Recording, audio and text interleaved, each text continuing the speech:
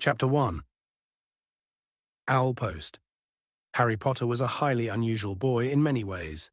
For one thing, he hated the summer holidays more than any other time of year. For another, he really wanted to do his homework, but was forced to do it in secret in the dead of night.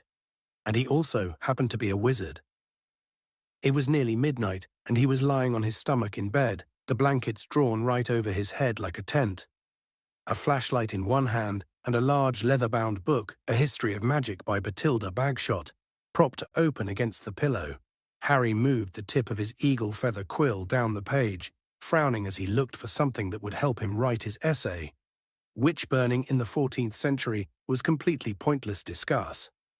The quill paused at the top of a likely-looking paragraph. Harry pushed his round glasses up the bridge of his nose, moved his flashlight closer to the book, and read. Non-magic people, more commonly known as muggles, were particularly afraid of magic in medieval times, but not very good at recognizing it. On the rare occasion that they did catch a real witch or wizard, burning had no effect whatsoever. The witch or wizard would perform a basic flame-freezing charm and then pretend to shriek with pain while enjoying a gentle tickling sensation. Indeed, Wendelin the Weird enjoyed being burned so much that she allowed herself to be caught no less than 47 times in various disguises. Harry put his quill between his teeth and reached underneath his pillow for his ink bottle and a roll of parchment. Slowly and very carefully he unscrewed the ink bottle, dipped his quill into it, and began to write, pausing every now and then to listen, because if any of the Dursleys heard the scratching of his quill on their way to the bathroom, he'd probably find himself locked in the cupboard under the stairs for the rest of the summer. The Dursley family of number 4, Privet Drive, was the reason that Harry never enjoyed his summer holidays. Uncle Vernon, Aunt Petunia, and their son Dudley were Harry's only living relatives. They were muggles, and they had a very medieval attitude toward magic. Harry's dead parents, who had been a witch and wizard themselves, were never mentioned under the Dursleys' roof. For years, Aunt Petunia and Uncle Vernon had hoped that if they kept Harry as downtrodden as possible, they would be able to squash the magic out of him. To their fury, they had been unsuccessful. These days they lived in terror of anyone finding out that Harry had spent most of the last 2 years at Hogwarts School of Witchcraft and Wizardry. The most they could do, however, was to lock away Harry's spellbooks, wand, cauldron, and broomstick at the start of the summer break, and forbid him to talk to the neighbors. This separation from his spellbooks had been a real problem for Harry, because his teachers at Hogwarts had given him a lot of holiday work. One of the essays, a particularly nasty one about shrinking potions, was for Harry's least favorite teacher, Professor Snape, who would be delighted to have an excuse to give Harry detention for a month. Harry had therefore seized his chance in the first week of the holidays. While Uncle Vernon, Aunt Petunia, and Dudley had gone out into the front garden to admire Uncle Vernon's new company car. In very loud voices, so that the rest of the street would notice it too, Harry had crept downstairs, picked the lock on the cupboard under the stairs, grabbed some of his books, and hidden them in his bedroom. As long as he didn't leave spots of ink on the sheets, the Dursleys need never know that he was studying magic by night. Harry was particularly keen to avoid trouble with his aunt and uncle at the moment, as they were already in an especially bad mood with him, all because he'd received a telephone call from a fellow wizard 1 week into the school vacation. Ron Weasley, who was one of Harry's best friends at Hogwarts, came from a whole family of wizards. This meant that he knew a lot of things Harry didn't, but had never used a telephone before. Most unluckily, it had been Uncle Vernon who had answered the call. Vernon Dursley speaking. Harry, who happened to be in the room at the time, froze as he heard Ron's voice answer. Hello? Hello, can you hear me? I want to talk to Harry Potter. Ron was yelling so loudly that Uncle Vernon jumped and held the receiver a foot away from his ear, staring at it with an expression of mingled fury and alarm. Who is this? He roared in the direction of the mouthpiece. Who are you? Ron Weasley, Ron bellowed back, as though he and Uncle Vernon were speaking from opposite ends of a football field. I'm a friend of Harry's from school. Uncle Vernon's small eyes quivered around to Harry, who was rooted to the spot. There is no Harry Potter here, he roared, now holding the receiver at arm's length as though frightened it might explode. "I don't know what school you're talking about. Never contact me again. Don't you come near my family." And he threw the receiver back onto the telephone as if dropping a poisonous spider. The fight that had followed had been one of the worst ever. "How dare you give this number to people like you," Uncle Vernon had roared, spraying Harry with spit. Ron obviously realized that he'd gotten Harry into trouble because he hadn't called again. Harry's other best friend from Hogwarts, Hermione Granger, hadn't been in touch either. Harry suspected that Ron had warned Hermione not to call, which was a pity, because Hermione, the cleverest witch in Harry's year, had Muggle parents, knew perfectly well how to use a telephone, and would probably have had enough sense not to say that she went to Hogwarts. So Harry had had no word from any of his wizarding friends for 5 long weeks, and this summer was turning out to be almost as bad as the last one. There was just one very small improvement after swearing that he wouldn't use her to send letters to any of his friends. Harry had been allowed to let his owl, Hedwig, out at night. Uncle Vernon had given in because of the racket Hedwig made if she was locked in her cage all the time. Harry finished writing about Wendelin the Weird and paused to listen again. The silence in the dark house was broken only by the distant, grunting snores of his enormous cousin Dudley.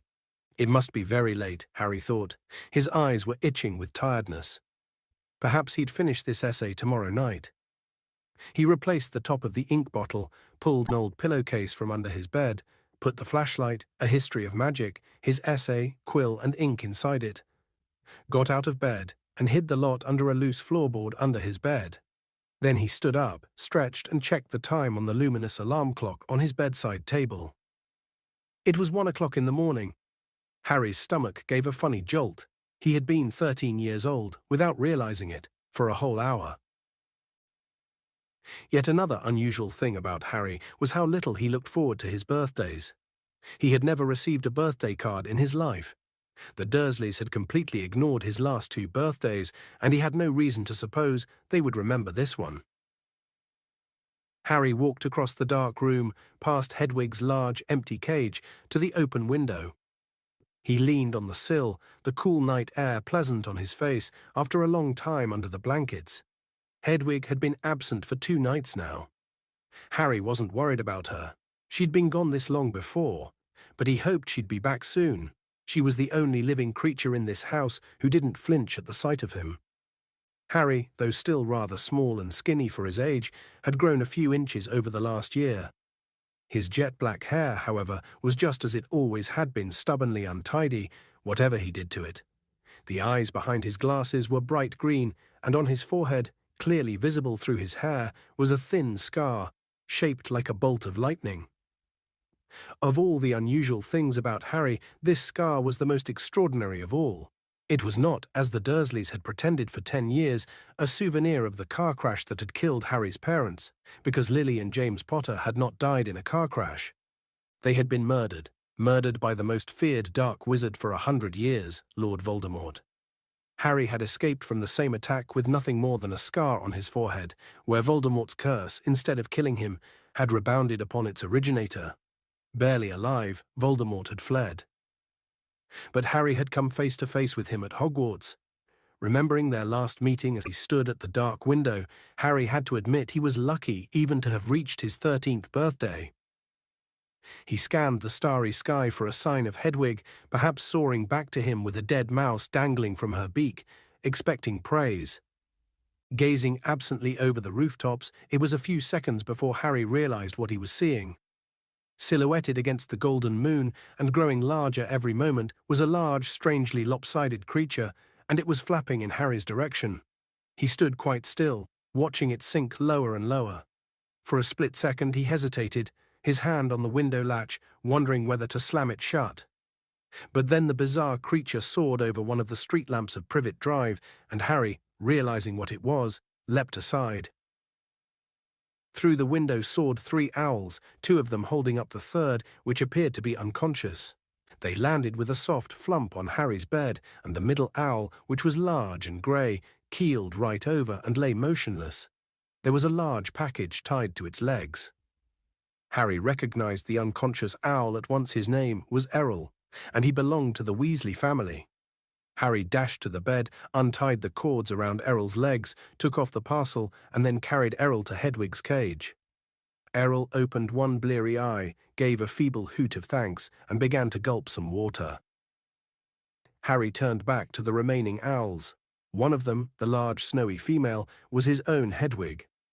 She too was carrying a parcel and looked extremely pleased with herself. She gave Harry an affectionate nip with her beak as he removed her burden, then flew across the room to join Errol. Harry didn't recognize the third owl, a handsome tawny one, but he knew at once where it had come from, because in addition to a third package, it was carrying a letter bearing the Hogwarts crest. When Harry relieved this owl of its burden, it ruffled its feathers importantly, stretched its wings, and took off through the window into the night. Harry sat down on his bed and grabbed Errol's package, ripped off the brown paper, and discovered a present wrapped in gold, and his first ever birthday card. Fingers trembling slightly, he opened the envelope. 2 pieces of paper fell out, a letter and a newspaper clipping. The clipping had clearly come out of the wizarding newspaper, the Daily Prophet, because the people in the black and white picture were moving. Harry picked up the clipping, smoothed it out, and read, "Ministry of Magic Employee Scoops, Grand Prize. Arthur Weasley, head of the Misuse of Muggle Artifacts Office at the Ministry of Magic, has won the annual Daily Prophet Grand Prize Galleon draw." A delighted Meister Weasley told the Daily Prophet, "We will be spending the gold on a summer holiday in Egypt, where our eldest son, Bill, works as a curse breaker for Gringotts Wizarding Bank. The Weasley family will be spending a month in Egypt, returning for the start of the new school year at Hogwarts, which 5 of the Weasley children currently attend." Harry scanned the moving photograph, and a grin spread across his face as he saw all 9 of the Weasleys waving furiously at him, standing in front of a large pyramid. Plump little Mrs. Weasley, tall balding Mr. Weasley, 6 sons and 1 daughter all, though the black and white picture didn't show it, with flaming red hair. Right in the middle of the picture was Ron, tall and gangling, with his pet rat, Scabbers, on his shoulder and his arm around his little sister Ginny. Harry couldn't think of anyone who deserved to win a large pile of gold more than the Weasleys, who were very nice and extremely poor. He picked up Ron's letter and unfolded it. "Dear Harry, happy birthday. Look, I'm really sorry about that telephone call. I hope the Muggles didn't give you a hard time. I asked Dad and he reckons I shouldn't have shouted. It's amazing here in Egypt. Bill's taken us around all the tombs, and you wouldn't believe the curses those old Egyptian wizards put on them. Mum wouldn't let Ginny come in the last one. There were all these mutant skeletons in there of Muggles who'd broken in and grown extra heads and stuff. I couldn't believe it when Dad won the Daily Prophet draw. 700 galleons. Most of it's gone on this trip, but they're going to buy me a new wand for next year." Harry remembered only too well the occasion when Ron's old wand had snapped. It had happened when the car the 2 of them had been flying to Hogwarts had crashed into a tree on the school grounds. "We'll be back about a week before term starts, and we'll be going up to London to get my wand and our new books. Any chance of meeting you there? Don't let the Muggles get you down. Try and come to London. P.S. Percy's head boy. He got the letter last week." Harry glanced back at the photograph. Percy, who was in his 7th and final year at Hogwarts, was looking particularly smug. He had pinned his head boy badge to the fez, perched jauntily on top of his neat hair, his horn-rimmed glasses flashing in the Egyptian sun. Harry now turned to his present and unwrapped it. Inside was what looked like a miniature glass spinning top. There was another note from Ron beneath it. "Harry, this is a pocket sneakerscope.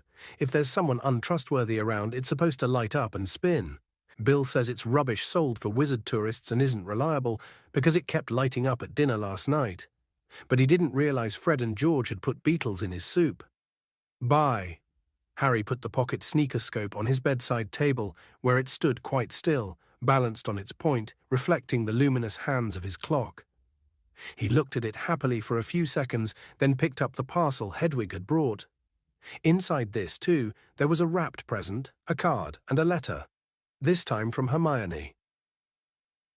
"Dear Harry, Ron wrote to me and told me about his phone call to your Uncle Vernon. I do hope you're all right. I'm on holiday in France at the moment, and I didn't know how I was going to send this to you. What if they'd opened it at customs? But then Hedwig turned up. I think she wanted to make sure you got something for your birthday for a change. I bought your present by owl order. There was an advertisement in the Daily Prophet. I've been getting it delivered. It's so good to keep up with what's going on in the wizarding world. Did you see that picture of Ron and his family a week ago? I bet he's learning loads. I'm really jealous. The ancient Egyptian wizards were fascinating. There's some interesting local history of witchcraft here too.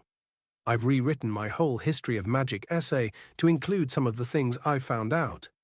I hope it's not too long. It's 2 rolls of parchment, more than Professor Binns asked for. Ron says he's going to be in London in the last week of the holidays. Can you make it? Will your aunt and uncle let you come? I really hope you can. If not, I'll see you on the Hogwarts Express on September 1st. Love from P.S. Ron says Percy's head boy. I'll bet Percy's really pleased. Ron doesn't seem too happy about it. Harry laughed as he put Hermione's letter aside and picked up her present. It was very heavy. Knowing Hermione, he was sure it would be a large book full of very difficult spells. But it wasn't. His heart gave a huge bound as he ripped back the paper and saw a sleek black leather case with silver words stamped across it, reading Broomstick Servicing Kit. Wow, Hermione, Harry whispered, unzipping the case to look inside. There was a large jar of Fleetwood's high-finish handle polish, a pair of gleaming silver-tailed twig clippers, a tiny brass compass to clip on your broom for long journeys, and a handbook of do-it-yourself broom care. Apart from his friends, the thing that Harry missed most about Hogwarts was Quidditch, the most popular sport in the magical world, highly dangerous, very exciting, and played on broomsticks. Harry happened to be a very good Quidditch player. He had been the youngest person in a century to be picked for one of the Hogwarts house teams. One of Harry's most prized possessions was his Nimbus 2000 racing broom. Harry put the leather case aside and picked up his last parcel. He recognized the untidy scrawl on the brown paper at once. This was from Hagrid, the Hogwarts gamekeeper. He tore off the top layer of paper and glimpsed something green and leathery, but before he could unwrap it properly, the parcel gave a strange quiver, and whatever was inside it snapped loudly as though it had jaws. Harry froze. He knew that Hagrid would never send him anything dangerous on purpose, but then Hagrid didn't have a normal person's view of what was dangerous. Hagrid had been known to befriend giant spiders, buy vicious 3-headed dogs from men in pubs, and sneak illegal dragon eggs into his cabin. Harry poked the parcel nervously. It snapped loudly again. Harry reached for the lamp on his bedside table, gripped it firmly in one hand, and raised it over his head, ready to strike. Then he seized the rest of the wrapping paper in his other hand and pulled. And out fell a book. Harry just had time to register its handsome green cover, emblazoned with the golden title, The Monster Book of Monsters, before it flipped onto its edge and scuttled sideways along the bed like some weird crab. "Uh-oh," Harry muttered. The book toppled off the bed with a loud clunk and shuffled rapidly across the room. Harry followed it stealthily. The book was hiding in the dark space under his desk. Praying that the Dursleys were still fast asleep, Harry got down on his hands and knees and reached toward it. Ouch! The book snapped shut on his hand and then flapped past him, still scuttling on its covers. Harry scrambled around, threw himself forward, and managed to flatten it. Uncle Vernon gave a loud, sleepy grunt in the room next door. Hedwig and Errol watched interestedly as Harry clamped the struggling book tightly in his arms, hurried to his chest of drawers and pulled out a belt, which he buckled tightly around it. The monster book shuddered angrily but could no longer flap and snap, so Harry threw it down on the bed and reached for Hagrid's card. "Dear Harry, happy birthday. Think you might find this useful for next year? Won't say no more here. Tell you when I see you. Hope the Muggles are treating you right. All the best, Hagrid." It struck Harry as ominous that Hagrid thought a biting book would come in useful, but he put Hagrid's card up next to Ron's and Hermione's, grinning more broadly than ever. Now there was only the letter from Hogwarts left. Noticing that it was rather thicker than usual, Harry slit open the envelope, pulled out the first page of parchment within, and read, Dear Mr. Potter, please note that the new school year will begin on September the 1st. The Hogwarts Express will leave from King's Cross Station, platform 9 and 3/4, at 11 o'clock. Third years are permitted to visit the village of Hogsmeade on certain weekends. Please give the enclosed permission form to your parent or guardian to sign. A list of books for next year is enclosed. Yours sincerely, Deputy Headmistress. Harry pulled out the Hogsmeade permission form and looked at it, no longer grinning.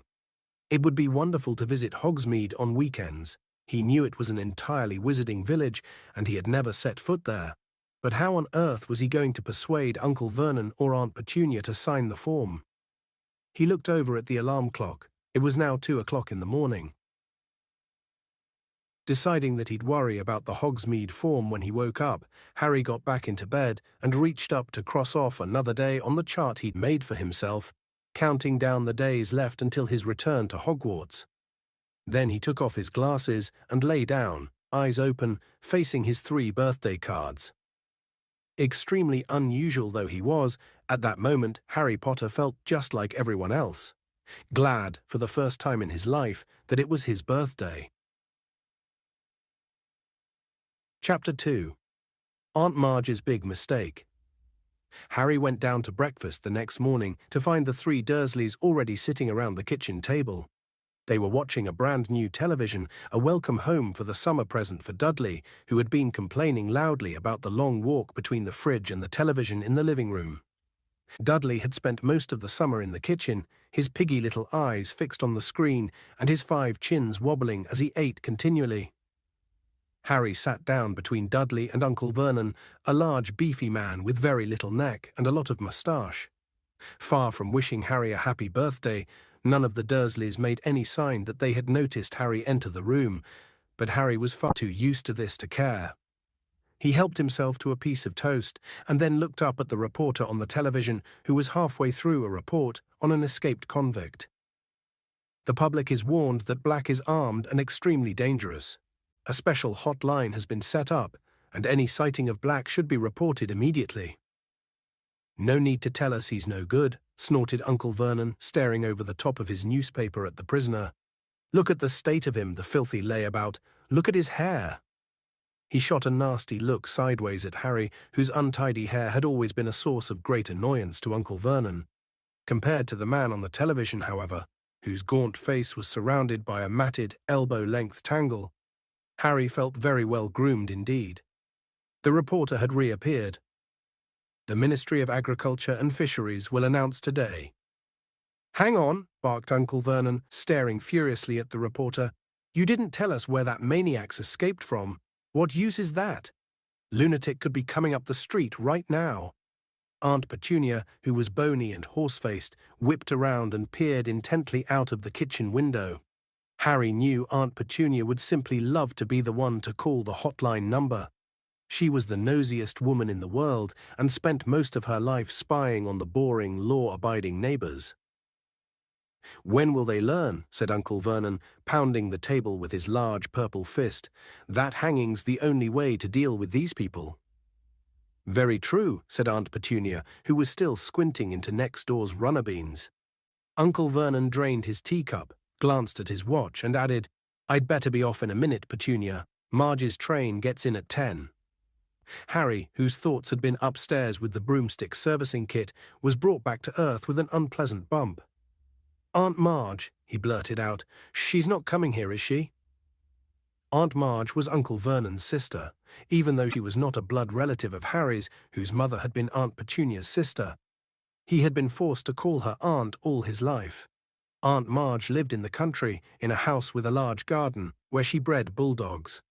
She didn't often stay at Privet Drive because she couldn't bear to leave her precious dogs, but each of her visits stood out horribly vividly in Harry's mind. At Dudley's 5th birthday party, Aunt Marge had whacked Harry around the shins with her walking stick to stop him from beating Dudley at musical statues.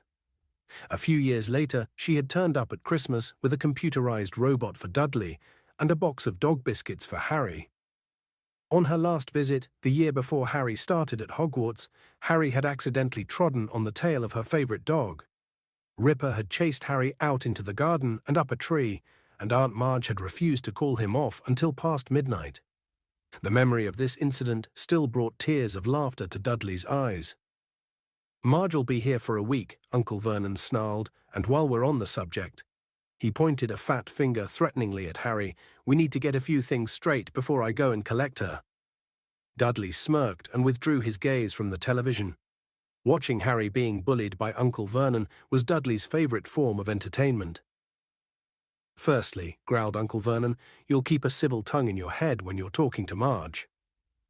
"All right," said Harry bitterly, "if she does when she's talking to me." "Secondly," said Uncle Vernon, acting as though he had not heard Harry's reply, "as Marge doesn't know anything about your abnormality, I don't want any funny stuff while she's here.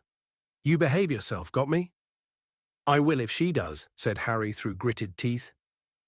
"And thirdly," said Uncle Vernon, his mean little eyes now slits in his great purple face, "we've told Marge you attend St. Brutus's Secure Centre for Incurably Criminal Boys." "What?" Harry yelled. "And you'll be sticking to that story, boy, or there'll be trouble," spat Uncle Vernon. Harry sat there, white-faced and furious, staring at Uncle Vernon, hardly able to believe it. Aunt Marge coming for a week-long visit, it was the worst birthday present the Dursleys had ever given him, including that pair of Uncle Vernon's old socks. "Well, Petunia," said Uncle Vernon, getting heavily to his feet, "I'll be off to the station then. Want to come along for the ride, Dudders?" "No," said Dudley, whose attention had returned to the television now that Uncle Vernon had finished threatening Harry. "Duddy's got to make himself smart for his auntie," said Aunt Petunia, smoothing Dudley's thick blonde hair. "Mummy's bought him a lovely new bow tie." Uncle Vernon clapped Dudley on his porky shoulder. "See you in a bit then," he said, and he left the kitchen. Harry, who had been sitting in a kind of horrified trance, had a sudden idea. Abandoning his toast, he got quickly to his feet and followed Uncle Vernon to the front door. Uncle Vernon was pulling on his car coat. "I'm not taking you," he snarled as he turned to see Harry watching him. "Like I wanted to come," said Harry coldly. "I want to ask you something." Uncle Vernon eyed him suspiciously. "Third years at Hog at my school are allowed to visit the village sometimes," said Harry. "So," snapped Uncle Vernon, taking his car keys from a hook next to the door. "I need you to sign the permission form," said Harry in a rush. "And why should I do that?" sneered Uncle Vernon. "Well," said Harry, choosing his words carefully, "it'll be hard work pretending to Aunt Marge I go to that St. Whatsits." "St. Brutus's Secure Centre for Incurably Criminal Boys," bellowed Uncle Vernon, and Harry was pleased to hear a definite note of panic in Uncle Vernon's voice. "Exactly," said Harry, looking calmly up into Uncle Vernon's large purple face. "It's a lot to remember. I'll have to make it sound convincing, won't I? What if I accidentally let something slip?"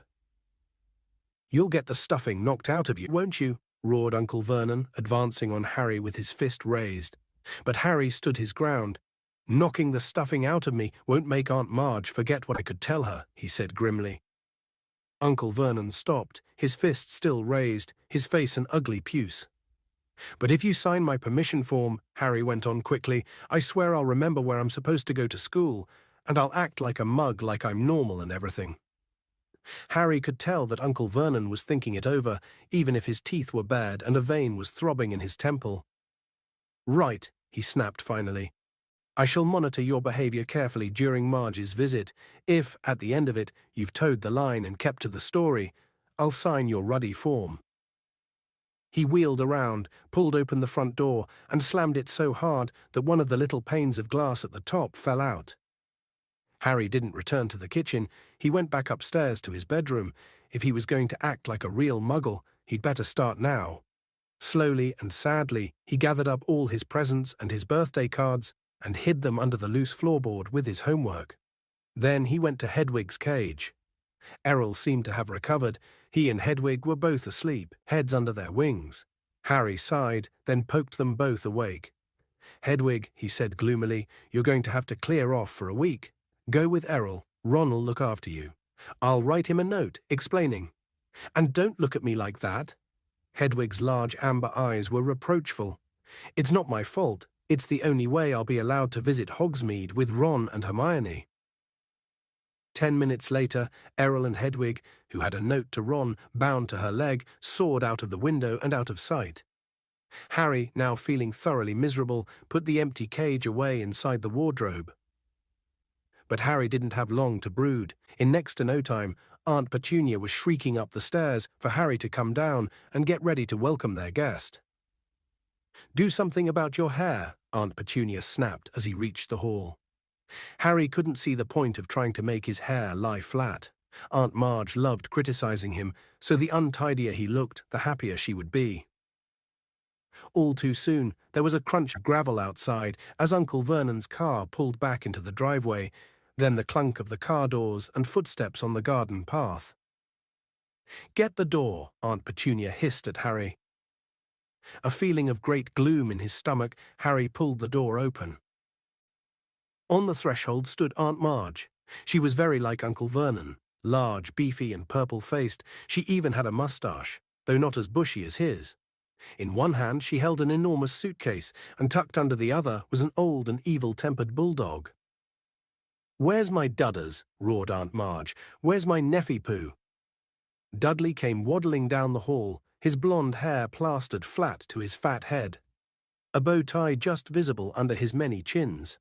Aunt Marge thrust the suitcase into Harry's stomach, knocking the wind out of him, seized Dudley in a tight one-armed hug, and planted a large kiss on his cheek.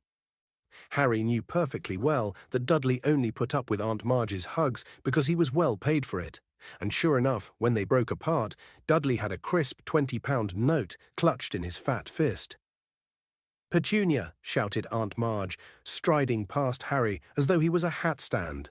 Aunt Marge and Aunt Petunia kissed, or rather, Aunt Marge bumped her large jaw against Aunt Petunia's bony cheekbone. Uncle Vernon now came in, smiling jovially as he shut the door. "Tea, Marge?" he said. "And what will Ripper take?" "Ripper can have some tea out of my saucer," said Aunt Marge as they all trooped into the kitchen, leaving Harry alone in the hall with the suitcase. But Harry wasn't complaining. Any excuse not to be with Aunt Marge was fine by him, so he began to heave the case upstairs into the spare bedroom, taking as long as he could. By the time he got back to the kitchen, Aunt Marge had been supplied with tea and fruitcake, and Ripper was lapping noisily in the corner. Harry saw Aunt Petunia wince slightly as specks of tea and drool flecked her clean floor.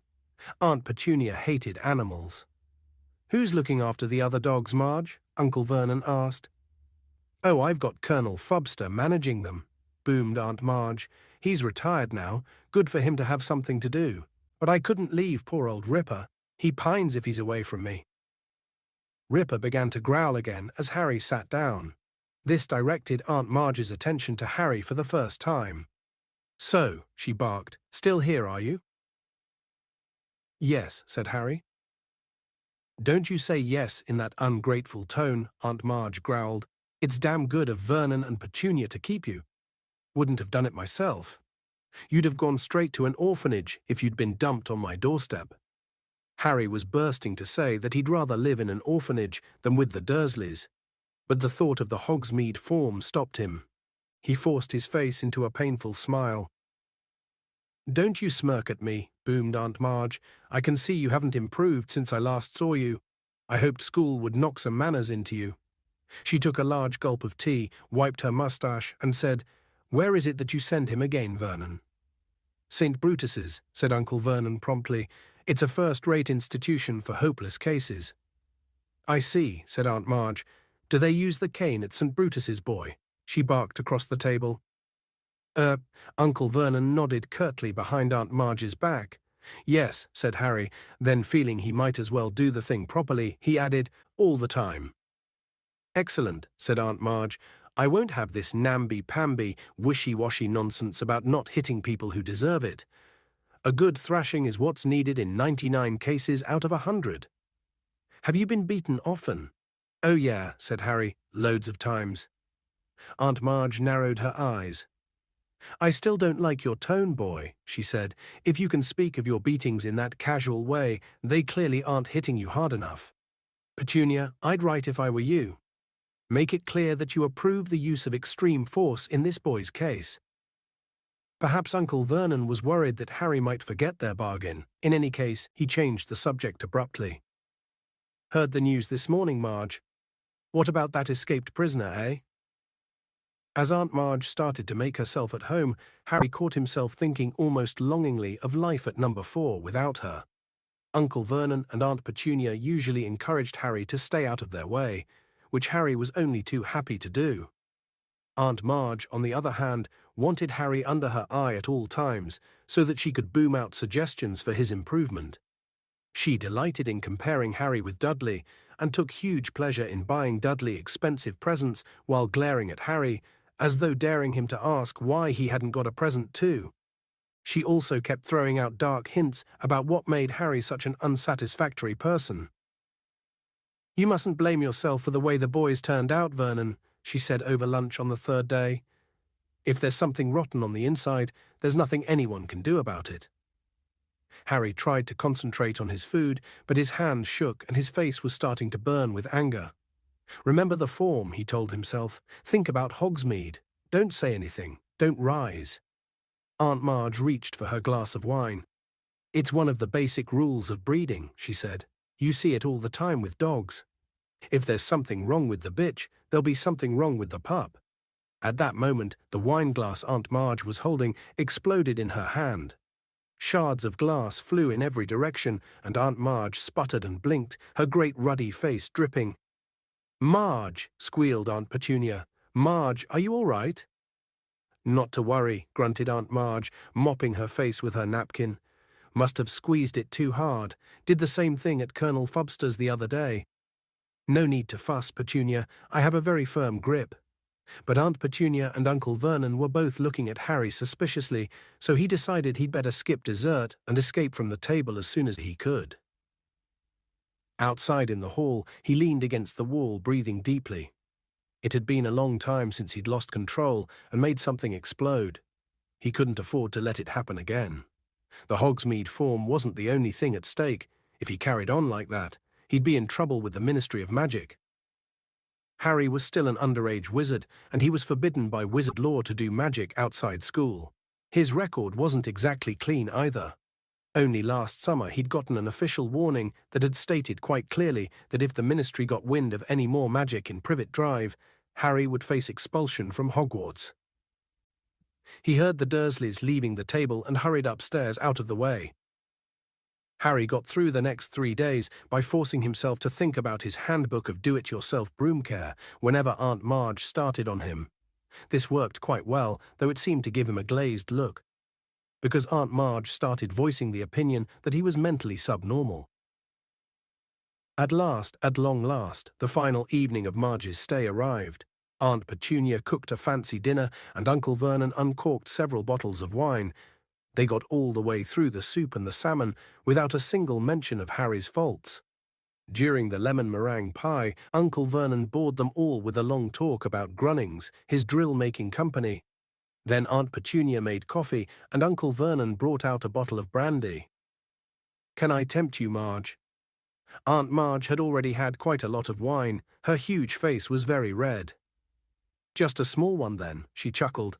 "A bit more than that, and a bit more that's the ticket." Dudley was eating his 4th slice of pie. Aunt Petunia was sipping coffee with her little finger sticking out. Harry really wanted to disappear into his bedroom, but he met Uncle Vernon's angry little eyes and knew he would have to sit it out. "Ah," said Aunt Marge, smacking her lips and putting the empty brandy glass back down. "Excellent nosh, Petunia. It's normally just a fry-up for me of an evening with 12 dogs to look after." She burped richly and patted her great tweed stomach. "Pardon me, but I do like to see a healthy-sized boy," she went on, winking at Dudley. "You'll be a proper-sized man, Dudders, like your father. Yes, I'll have a spot more brandy, Vernon. Now this one here." She jerked her head at Harry, who felt his stomach clench. "The handbook," he thought quickly. "This one's got a mean, runty look about him. You get that with dogs. I had Colonel Fubster drown one last year. Ratty little thing it was, weak, underbred." Harry was trying to remember page 12 of his book, A Charm to Cure Reluctant Reversers. "It all comes down to blood, as I was saying the other day. Bad blood will out. Now I'm saying nothing against your family, Petunia. She patted Aunt Petunia's bony hand with her shovel-like one. But your sister was a bad egg. They turn up in the best families. Then she ran off with a wastrel, and here's the result right in front of us. Harry was staring at his plate, a funny ringing in his ears. Grasp your broom firmly by the tail, he thought. But he couldn't remember what came next. Aunt Marge's voice seemed to be boring into him like one of Uncle Vernon's drills. "This Potter," said Aunt Marge loudly, seizing the brandy bottle and splashing more into her glass and over the tablecloth. "You never told me what he did?" Uncle Vernon and Aunt Petunia were looking extremely tense. Dudley had even looked up from his pie to gape at his parents. "He didn't work," said Uncle Vernon, with half a glance at Harry, "unemployed." "As I expected," said Aunt Marge, taking a huge swig of brandy and wiping her chin on her sleeve. "A no-account, good-for-nothing, lazy scrounger who—" "He was not," said Harry suddenly. The table went very quiet. Harry was shaking all over. He had never felt so angry in his life. "More brandy," yelled Uncle Vernon, who had gone very white. He emptied the bottle into Aunt Marge's glass. "You boy," he snarled at Harry, "go to bed, go on." "No, Vernon," hiccuped Aunt Marge, holding up a hand, her tiny bloodshot eyes fixed on Harry's. "Go on, boy, go on. Proud of your parents, are you? They go and get themselves killed in a car crash. Drunk, I expect." "They didn't die in a car crash," said Harry, who found himself on his feet. "They died in a car crash, you nasty little liar, and left you to be a burden on their decent, hard-working relatives," screamed Aunt Marge, swelling with fury. "You are an insolent, ungrateful little—" But Aunt Marge suddenly stopped speaking. For a moment, it looked as though words had failed her. She seemed to be swelling with inexpressible anger, but the swelling didn't stop. Her great red face started to expand, her tiny eyes bulged, and her mouth stretched too tightly for speech. Next second, several buttons had just burst from her tweed jacket and pinged off the walls. She was inflating like a monstrous balloon, her stomach bursting free of her tweed waistband, each of her fingers blowing up like a salami. "Marge!" yelled Uncle Vernon and Aunt Petunia together as Aunt Marge's whole body began to rise off her chair toward the ceiling. She was entirely round now, like a vast life buoy with piggy eyes, and her hands and feet stuck out weirdly as she drifted up into the air, making apoplectic popping noises. Ripper came skidding into the room, barking madly. "No!" Uncle Vernon seized one of Marge's feet and tried to pull her down again, but was almost lifted from the floor himself. A second later, Ripper leapt forward and sank his teeth into Uncle Vernon's leg. Harry tore from the dining room before anyone could stop him, heading for the cupboard under the stairs. The cupboard door burst magically open as he reached it. In seconds he had heaved his trunk to the front door. He sprinted upstairs and threw himself under the bed, wrenching up the loose floorboard, and grabbed the pillowcase full of his books and birthday presents. He wriggled out, seized Hedwig's empty cage, and dashed back downstairs to his trunk, just as Uncle Vernon burst out of the dining room, his trouser leg in bloody tatters. "Come back in here," he bellowed. "Come back and put her right." But a reckless rage had come over Harry. He kicked his trunk open, pulled out his wand, and pointed it at Uncle Vernon. "She deserved it," Harry said, breathing very fast. "She deserved what she got. You keep away from me." He fumbled behind him for the latch on the door. "I'm going," Harry said. "I've had enough." And in the next moment, he was out in the dark, quiet street, heaving his heavy trunk behind him, Hedwig's cage under his arm. Chapter 3. The Night Bus. Harry was several streets away before he collapsed onto a low wall in Magnolia Crescent, panting from the effort of dragging his trunk. He sat quite still, anger still surging through him, listening to the frantic thumping of his heart. But after 10 minutes alone in the dark street, a new emotion overtook him: panic.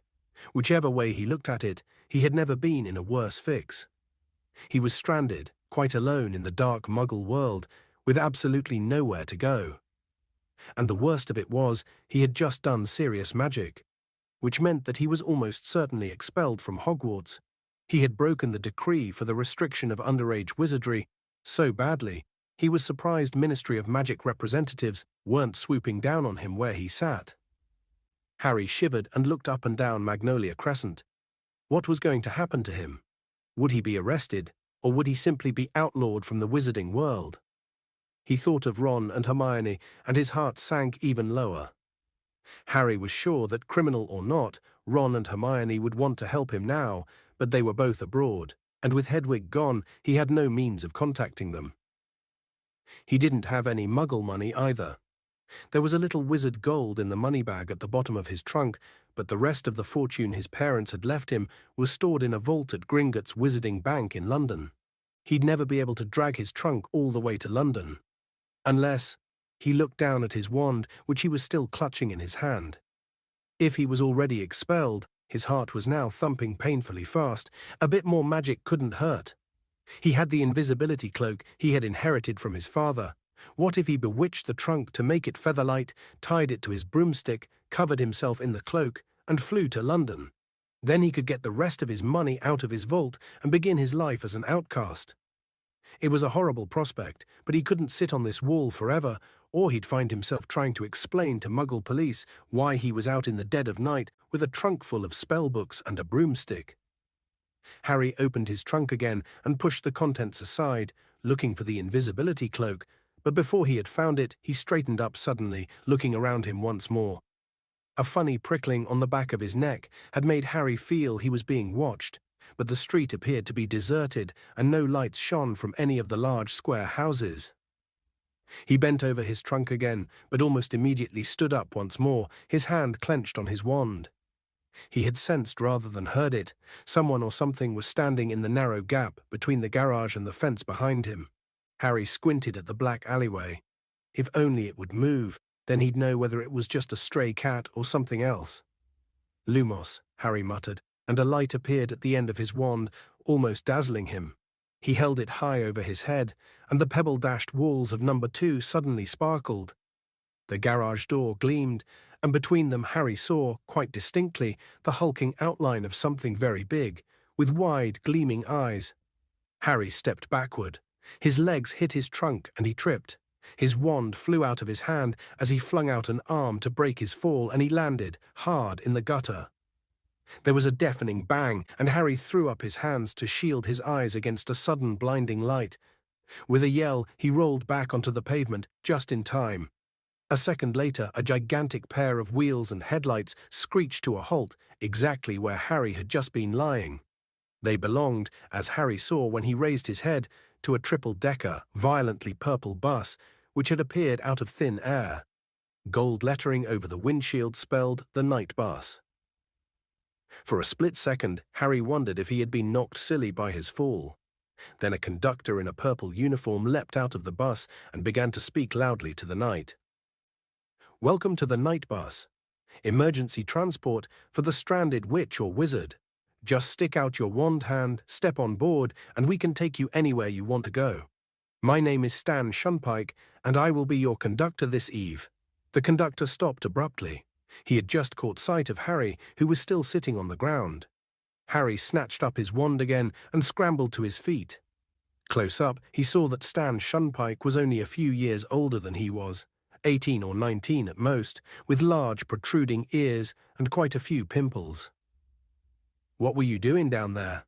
said Stan, dropping his professional manner. "Fell over," said Harry. "Chew fall over for?" sniggered Stan. "I didn't do it on purpose," said Harry, annoyed.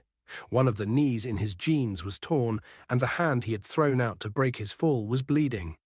He suddenly remembered why he had fallen over and turned around quickly to stare at the alleyway between the garage and fence. The night bus's headlamps were flooding it with light, and it was empty. "Chew looking at?" said Stan. "There was a big black thing," said Harry, pointing uncertainly into the gap. "And like a dog, but massive."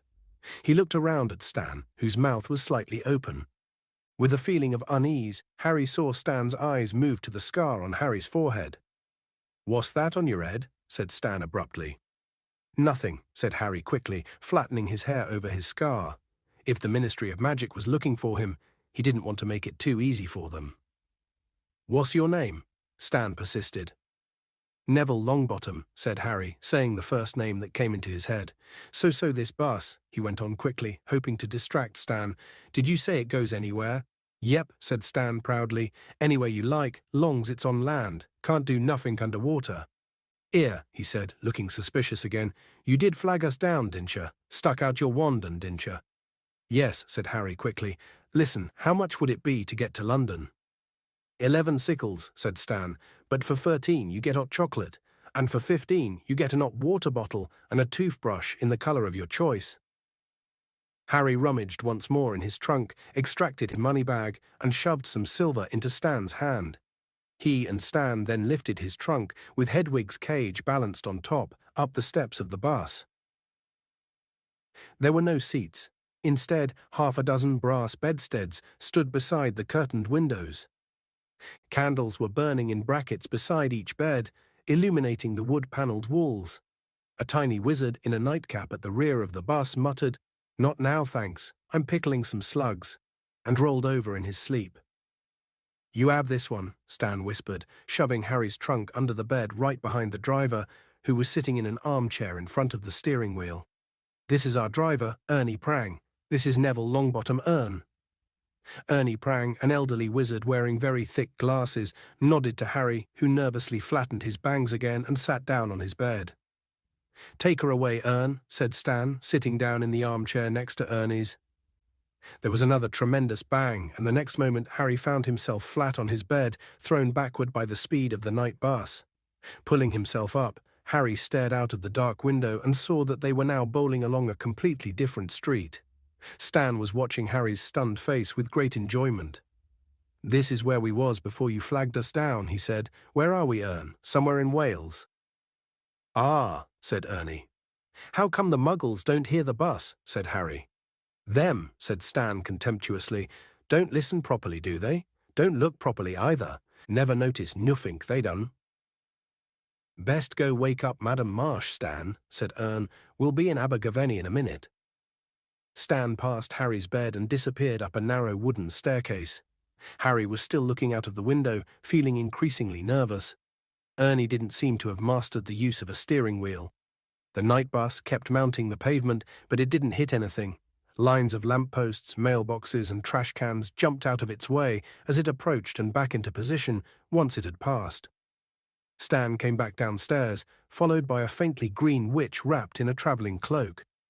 "Here you go, Madam Marsh," said Stan happily, as Ern stamped on the brake and the bed slid a foot or so toward the front of the bus.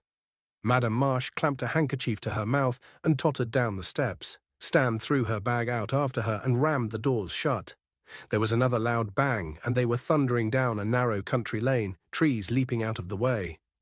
Harry wouldn't have been able to sleep, even if he had been travelling on a bus that didn't keep banging loudly and jumping 100 miles at a time. His stomach churned as he fell back to wondering what was going to happen to him and whether the Dursleys had managed to get Aunt Marge off the ceiling yet. Stan had unfurled a copy of the Daily Prophet and was now reading with his tongue between his teeth. A large photograph of a sunken-faced man with long matted hair blinked slowly at Harry from the front page. He looked strangely familiar. "That man," Harry said, forgetting his troubles for a moment. "He was on the Muggle News." Stan turned to the front page and chuckled. "Sirius Black," he said, nodding. "Course he was on the Muggle News, Neville. Where you been?" He gave a superior sort of chuckle at the blank look on Harry's face, removed the front page and handed it to Harry. "You ought to read the papers more, Neville." Harry held the paper up to the candlelight and read, "Black still at large. Sirius Black, possibly the most infamous prisoner ever to be held in Azkaban Fortress, is still eluding capture, the Ministry of Magic confirmed today." "We are doing all we can to recapture Black," said the Minister of Magic, Cornelius Fudge, this morning, "and we beg the magical community to remain calm."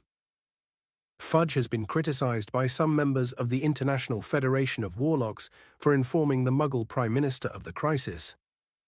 "Well, really, I had to, don't you know," said an irritable Fudge. "Black is mad. He's a danger to anyone who crosses him, magic or Muggle. I have the Prime Minister's assurance that he will not breathe a word of Black's true identity to anyone. And let's face it, Who'd believe him if he did? While Muggles have been told that Black is carrying a gun, a kind of metal wand that Muggles use to kill each other, the magical community lives in fear of a massacre like that of 12 years ago, when Black murdered 13 people with a single curse. Harry looked into the shadowed eyes of Sirius Black, the only part of the sunken face that seemed alive.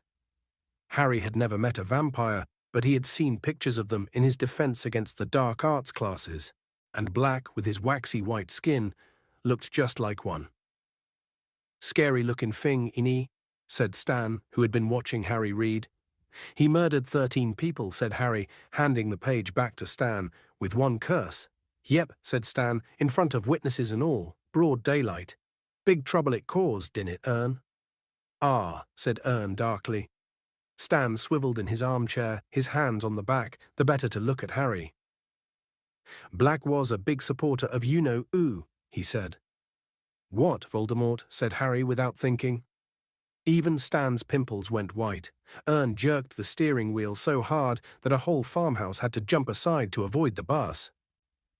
"You out of your tree?" yelped Stan. "Chew say's name for?" "Sorry," said Harry hastily. "Sorry, I forgot." "Forgot," said Stan weakly. "Blimey, my heart's going that fast." So Black was a supporter of you-know-who?" Harry prompted apologetically. "Yeah," said Stan, still rubbing his chest. "Yeah, that's right. Very close to you-know-who, they say. Anyway, when little Harry Potter got the better of you-know-who," Harry nervously flattened his bangs down again. "All you-know-who's supporters was tracked down, wasn't they, Ern? Most of 'em knew it was all over, with you-know-who gone, and they came quiet, but not Sirius Black. I heard he thought he'd be second in command once you-know-who had taken over. Anyway, they cornered Black in the middle of a street full of Muggles, and Black took out his wand and he blasted half the street apart, and a wizard got it, and so did a dozen Muggles what got in the way. Horrible, eh? And you know what Black did then?" Stan continued in a dramatic whisper. "What?" said Harry. "Laughed," said Stan. "Just stood there and laughed, and when reinforcements from the Ministry of Magic got there, he went with 'em quiet as anything, still laughing his head off. 'Cause he's mad, inney, Ern, inney mad?" "If he weren't when he went to Azkaban, he will be now," said Ern in his slow voice. "I'd blow meself up before I set foot in that place. Serves him right, mind you, after what he did." "They'd a job covering it up, didn't they, Ern?" Stan said. "Ole street blown up and all them Muggles dead." "What was it they said had happened, Ern?" "Gas explosion," grunted Ernie.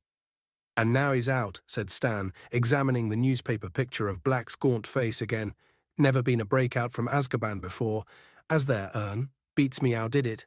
Frightening, eh? Mind, I don't fancy his chances against them Azkaban guards, eh, Ern?" Ernie suddenly shivered. "Talk about summat else, Stan. There's a good lad. Them Azkaban guards give me the collywobbles." Stan put the paper away reluctantly, and Harry leaned against the window of the night bus, feeling worse than ever. He couldn't help imagining what Stan might be telling his passengers in a few nights' time. "Hear about that, Harry Potter? Blew up his aunt. We had him there on the night bus, didn't we, Ern? He was trying to run for it. He, Harry, had broken wizard law just like Sirius Black. Was inflating Aunt Marge bad enough to land him in Azkaban? Harry didn't know anything about the wizard prison, though everyone he'd ever heard speak of it did so in the same fearful tone. Hagrid, the Hogwarts gamekeeper, had spent 2 months there only last year. Harry wouldn't soon forget the look of terror on Hagrid's face when he had been told where he was going, and Hagrid was one of the bravest people Harry knew. The night bus rolled through the darkness, scattering bushes and wastebaskets, telephone booths and trees, and Harry lay restless and miserable on his feather bed.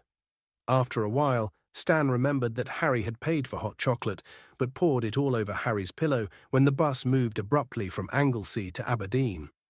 One by one, wizards and witches in dressing gowns and slippers descended from the upper floors to leave the bus. They all looked very pleased to go. Finally, Harry was the only passenger left. "Right then, Neville," said Stan, clapping his hands. "Whereabouts in London?" "Diagon Alley," said Harry. "Righto," said Stan. "Hold tight then." Bang! They were thundering along Charing Cross Road.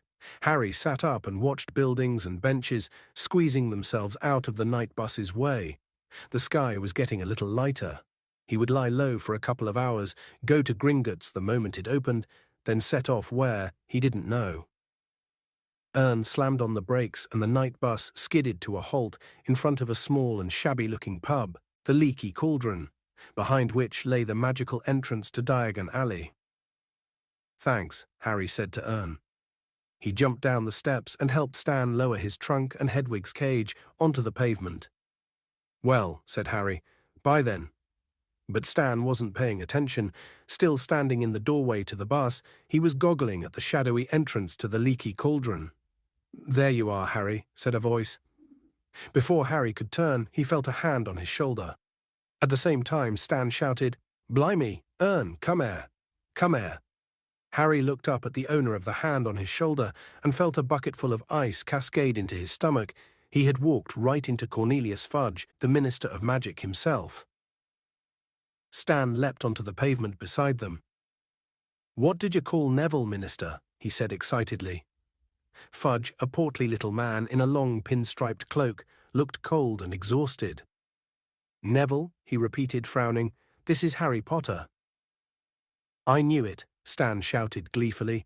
"Ern, guess who Neville is? Ern, he's Harry Potter. I can see his scar." "Yes," said Fudge testily. "Well, I'm very glad the night bus picked Harry up, but he and I need to step inside the Leaky Cauldron now." Fudge increased the pressure on Harry's shoulder, and Harry found himself being steered inside the pub. A stooping figure bearing a lantern appeared through the door behind the bar. It was Tom, the wizened, toothless landlord. "You've got him, Minister," said Tom. "Will you be wanting anything? Beer, brandy?" "Perhaps a pot of tea," said Fudge, who still hadn't let go of Harry. There was a loud scraping and puffing from behind them, and Stan and Ern appeared, carrying Harry's trunk and Hedwig's cage, and looking around excitedly. "How come you didn't tell us who you are, Neville?" said Stan, beaming at Harry, while Ernie's owlish face peered interestedly over Stan's shoulder. "And a private parlour, please, Tom," said Fudge pointedly. "Bye," Harry said miserably to Stan and Ern, as Tom beckoned Fudge toward the passage that led from the bar. "Bye, Neville," called Stan. Fudge marched Harry along the narrow passage after Tom's lantern and then into a small parlour. Tom clicked his fingers, a fire burst into life in the grate, and he bowed himself out of the room. "Sit down, Harry," said Fudge, indicating a chair by the fire. Harry sat down, feeling goosebumps rising up his arms despite the glow of the fire. Fudge took off his pinstriped cloak and tossed it aside, then hitched up the trousers of his bottle-green suit and sat down opposite Harry. "I am Cornelius Fudge, Harry, the Minister of Magic." Harry already knew this, of course. He had seen Fudge once before, but as he had been wearing his father's invisibility cloak at the time, Fudge wasn't to know that. Tom the innkeeper reappeared, wearing an apron over his nightshirt and bearing a tray of tea and crumpets. He placed the tray on a table between Fudge and Harry and left the parlour, closing the door behind him. "Well, Harry," said Fudge, pouring out tea, "you've had us all in a right flap. I don't mind telling you. Running away from your aunt and uncle's house like that, I'd started to think, but you're safe, and that's what matters." Fudge buttered himself a crumpet and pushed the plate toward Harry. "Eat, Harry, you look dead on your feet. Now then, you will be pleased to hear that we have dealt with the unfortunate blowing up of Miss Marjorie Dursley. 2 members of the Accidental Magic Reversal Squad were dispatched to Privet Drive a few hours ago. Miss Dursley has been punctured and her memory has been modified. She has no recollection of the incident at all. So that's that, and no harm done." Fudge smiled at Harry over the rim of his teacup, rather like an uncle surveying a favourite nephew. Harry, who couldn't believe his ears, opened his mouth to speak, couldn't think of anything to say, and closed it again. "Ah, you're worrying about the reaction of your aunt and uncle," said Fudge. "Well, I won't deny that they are extremely angry, Harry, but they are prepared to take you back next summer as long as you stay at Hogwarts for the Christmas and Easter holidays." Harry unstuck his throat. "I always stay at Hogwarts for the Christmas and Easter holidays," he said. And I don't ever want to go back to Privet Drive. Now, I'm sure you'll feel differently once you've calmed down, said Fudge in a worried tone. They are your family, after all, and I'm sure you are fond of each other, very deep down. It didn't occur to Harry to put Fudge right. He was still waiting to hear what was going to happen to him now. So all that remains, said Fudge, now buttering himself a second crumpet, is to decide where you're going to spend the last 3 weeks of your vacation. I suggest you take a room here at the Leaky Cauldron and— Hang on, blurted Harry. What about my punishment? Fudge blinked. Punishment? I broke the law, Harry said. The decree for the restriction of underage wizardry. Oh, my dear boy, we're not going to punish you for a little thing like that, cried Fudge, waving his crumpet impatiently. It was an accident. We don't send people to Azkaban just for blowing up their aunts. But this didn't tally at all with Harry's past dealings with the Ministry of Magic. Last year, I got an official warning just because a house elf smashed a pudding in my uncle's house, he told Fudge, frowning. The Ministry of Magic said I'd be expelled from Hogwarts if there was any more magic there. Unless Harry's eyes were deceiving him, Fudge was suddenly looking awkward. Circumstances change, Harry. We have to take into account in the present climate, surely you don't want to be expelled. Of course I don't, said Harry. Well then, what's all the fuss about? Laughed Fudge. Now have a crumpet, Harry, while I go and see if Tom's got a room for you. Fudge strode out of the parlour, and Harry stared after him. There was something extremely odd going on. Why had Fudge been waiting for him at the Leaky Cauldron, if not to punish him for what he'd done? And now Harry came to think of it, surely it wasn't usual for the Minister of Magic himself to get involved in matters of underage magic. Fudge came back, accompanied by Tom the innkeeper. Room 11's free, Harry, said Fudge. I think you'll be very comfortable. Just one thing, and I'm sure you'll understand, I don't want you wandering off into Muggle London, all right? Keep to Diagon Alley, and you're to be back here before dark each night. Sure you'll understand, Tom will be keeping an eye on you for me.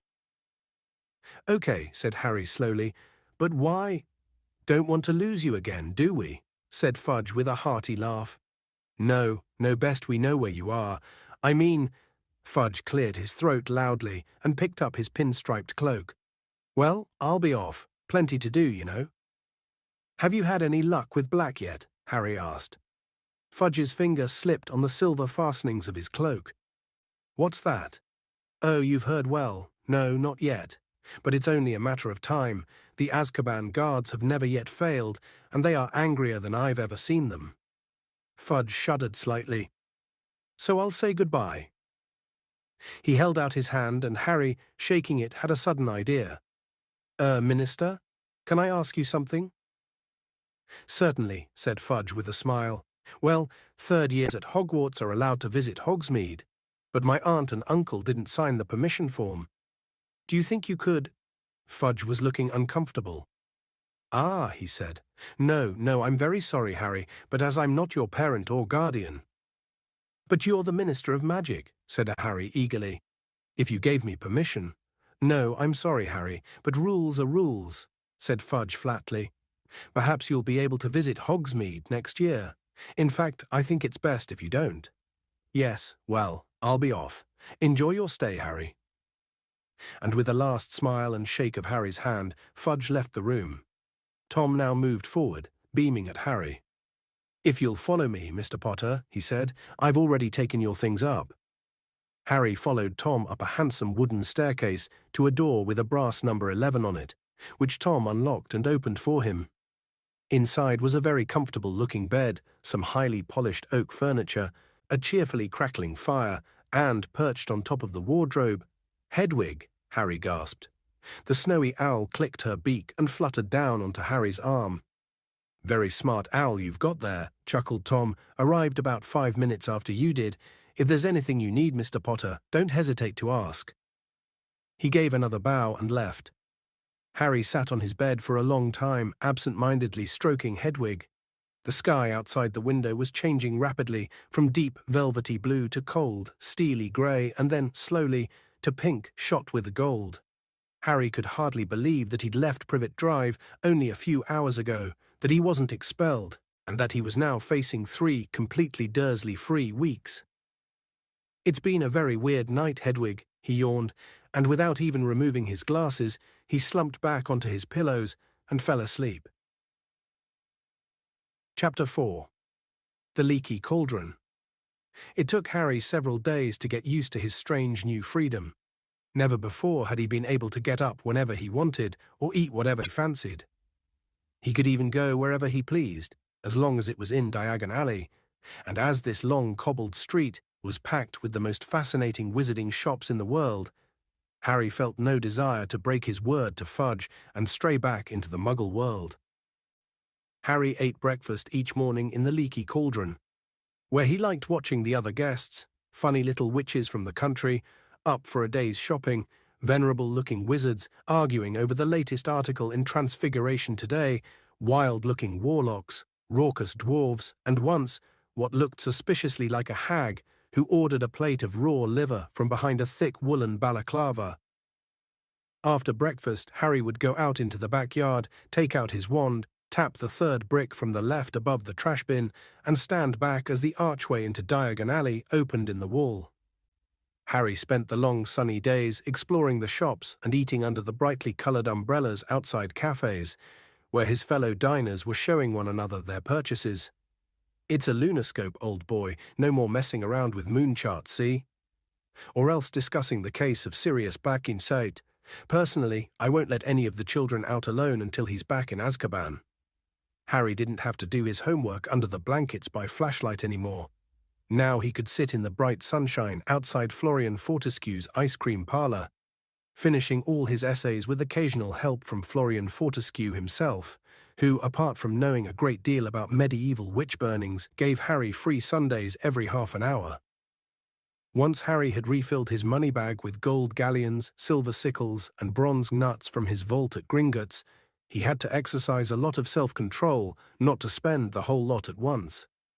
He had to keep reminding himself that he had 5 years to go at Hogwarts, and how it would feel to ask the Dursleys for money for spellbooks, to stop himself from buying a handsome set of solid gold gobstones, a wizarding game rather like marbles, in which the stones squirt a nasty-smelling liquid into the other player's face when they lose a point.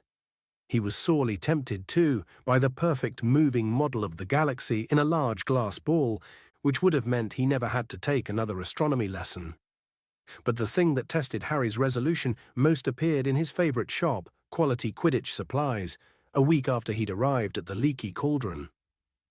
Curious to know what the crowd in the shop was staring at, Harry edged his way inside and squeezed in among the excited witches and wizards until he glimpsed a newly erected podium, on which was mounted the most magnificent broom he had ever seen in his life. Just come out prototype, a square-jawed wizard was telling his companion. "It's the fastest broom in the world, isn't it, Dad?" squeaked a boy younger than Harry, who was swinging off his father's arm. "Irish International Sides just put in an order for 7 of these beauties," the proprietor of the shop told the crowd, "and they're favourites for the World Cup." A large witch in front of Harry moved, and he was able to read the sign next to the broom. The Firebolt. This state-of-the-art racing broom sports a streamlined, superfine handle of ash, treated with a diamond-hard polish and hand-numbered with its own registration number. Each individually selected birch twig in the broomtail has been honed to aerodynamic perfection, giving the Firebolt unsurpassable balance and pinpoint precision. The Firebolt has an acceleration of 150 miles an hour in 10 seconds and incorporates an unbreakable braking charm. Price on request. Price on request. Harry didn't like to think how much gold the Firebolt would cost. He had never wanted anything as much in his whole life, but he had never lost a Quidditch match on his Nimbus 2000. And what was the point in emptying his Gringotts vault for the Firebolt, when he had a very good broom already? Harry didn't ask for the price, but he returned almost every day after that, just to look at the Firebolt. There were, however, things that Harry needed to buy. He went to the apothecary to replenish his store of potions ingredients, and as his school robes were now several inches too short in the arm and leg, he visited Madame Malkin's robes for all occasions and bought new ones. Most important of all, he had to buy his new schoolbooks, which would include those for his two new subjects, care of magical creatures and divination. Harry got a surprise as he looked in at the bookshop window. Instead of the usual display of gold-embossed spellbooks the size of paving slabs, there was a large iron cage behind the glass that held about 100 copies of the Monster Book of Monsters. Torn pages were flying everywhere as the books grappled with each other, locked together in furious wrestling matches and snapping aggressively. Harry pulled his book list out of his pocket and consulted it for the first time. The Monster Book of Monsters was listed as the required book for care of magical creatures. Now Harry understood why Hagrid had said it would come in useful. He felt relieved. He had been wondering whether Hagrid wanted help with some terrifying new pet. As Harry entered Flourish and Blots, the manager came hurrying toward him. "Hogwarts," he said abruptly, "come to get your new books." "Yes," said Harry. "I need—" "Get out of the way," said the manager impatiently, brushing Harry aside. He drew on a pair of very thick gloves, picked up a large knobbly walking stick, and proceeded toward the door of the Monster Books cage. "Hang on," said Harry quickly. "I've already got one of those." "Have you?" A look of enormous relief spread over the manager's face. "Thank heavens for that. I've been bitten 5 times already this morning." A loud ripping noise rent the air. 2 of the monster books had seized a third and were pulling it apart. "Stop it! Stop it!" cried the manager, poking the walking stick through the bars and knocking the books apart. "I'm never stocking them again, never. It's been bedlam. I thought we'd seen the worst when we bought 200 copies of the Invisible Book of Invisibility, cost a fortune, and we never found them. Well, is there anything else I can help you with?" "Yes," said Harry, looking down his book list. "I need Unfogging the Future by Cassandra Verblatsky." "Ah, starting divination, are you?" said the manager, stripping off his gloves and leading Harry into the back of the shop, where there was a corner devoted to fortune-telling. A small table was stacked with volumes such as Predicting the Unpredictable, Insulate Yourself Against Shocks and Broken Balls, When Fortunes Turn Foul. "Here you are," said the manager, who had climbed a set of steps to take down a thick black-bound book. "Unfogging the Future. Very good guide to all your basic fortune-telling methods, palmistry, crystal balls, bird entrails." But Harry wasn't listening. His eyes had fallen on another book, which was among a display on a small table. Death Omens. What to do when you know the worst is coming. "Oh, I wouldn't read that if I were you," said the manager lightly, looking to see what Harry was staring at. "You'll start seeing death omens everywhere. It's enough to frighten anyone to death." But Harry continued to stare at the front cover of the book. It showed a black dog, large as a bear, with gleaming eyes. It looked oddly familiar. The manager pressed Unfogging the Future into Harry's hands. "Anything else?" he said. "Yes," said Harry, tearing his eyes away from the dogs and dazedly consulting his book list.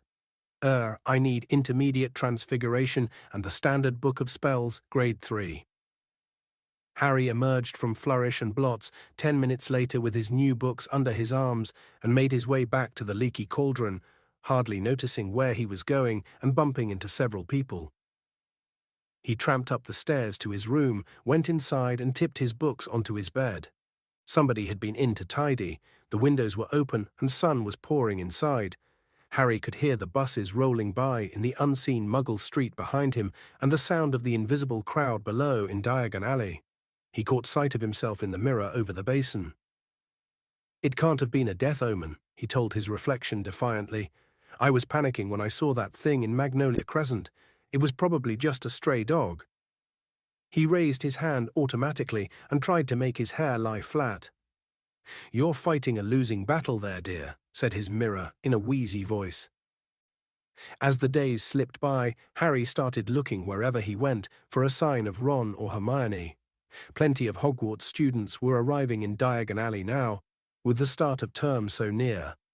Harry met Seamus Finnegan and Dean Thomas, his fellow Gryffindors in Quality Quidditch Supplies, where they too were ogling the firebolt. He also ran into the real Neville Longbottom, a round-faced, forgetful boy, outside Flourish and Blots. Harry didn't stop to chat. Neville appeared to have mislaid his book list and was being told off by his very formidable-looking grandmother. Harry hoped she never found out that he'd pretended to be Neville while on the run from the Ministry of Magic. Harry woke on the last day of the holidays, thinking that he would at least meet Ron and Hermione tomorrow on the Hogwarts Express. He got up, dressed, went for a last look at the firebolt, and was just wondering where he'd have lunch when someone yelled his name and he turned. "Harry! Harry!" They were there, both of them, sitting outside Florian Fortescue's ice cream parlor. Ron looking incredibly freckly, Hermione very brown, both waving frantically at him. "Finally," said Ron, grinning at Harry as he sat down. "We went to the Leaky Cauldron, but they said you'd left, and we went to Flourish and Blotts and Madame Malkin's, and I got all my school stuff last week," Harry explained. "And how come you knew I'm staying at the Leaky Cauldron?" "Dad," said Ron simply. Mr. Weasley, who worked at the Ministry of Magic, would of course have heard the whole story of what had happened to Aunt Marge. "Did you really blow up your aunt, Harry?" said Hermione in a very serious voice. "I didn't mean to," said Harry, while Ron roared with laughter. "I just lost control." "It's not funny, Ron," said Hermione sharply. "Honestly, I'm amazed Harry wasn't expelled." "So am I," admitted Harry. "Forget expelled. I thought I was going to be arrested." He looked at Ron. "Your dad doesn't know why Fudge let me off, does he?" "Probably because it's you, isn't it?" shrugged Ron, still chuckling. "Famous Harry Potter and all that. I'd hate to see what the ministry'd do to me if I blew up an aunt. Mind you, they'd have to dig me up first, because Mum would have killed me. Anyway, you can ask Dad yourself this evening. We're staying at the Leaky Cauldron tonight too. So you can come to King's Cross with us tomorrow. Hermione's there as well." Hermione nodded, beaming. "Mum and Dad dropped me off this morning with all my Hogwarts things." "Excellent," said Harry happily. "So, have you got all your new books and stuff?" "Look at this," said Ron, pulling a long, thin box out of a bag and opening it. "Brand new wand, 14 inches, willow containing 1 unicorn tail hair, and we've got all our books." He pointed at a large bag under his chair. "What about those monster books, eh? The assistant nearly cried when we said we wanted 2. "What's all that, Hermione?" Harry asked, pointing at not 1 but 3 bulging bags in the chair next to her. "Well, I'm taking more new subjects than you, aren't I?" said Hermione. "Those are my books for arithmancy, care of magical creatures, divination, study of ancient runes, muggle studies." "What are you doing muggle studies for?" said Ron, rolling his eyes at Harry. "You're muggle-born. Your mum and dad are muggles. You already know all about muggles." "But it'll be fascinating to study them from the wizarding point of view," said Hermione earnestly. "Are you planning to eat or sleep at all this year, Hermione?" asked Harry, while Ron sniggered. Hermione ignored them. "I've still got 10 galleons," she said, checking her purse.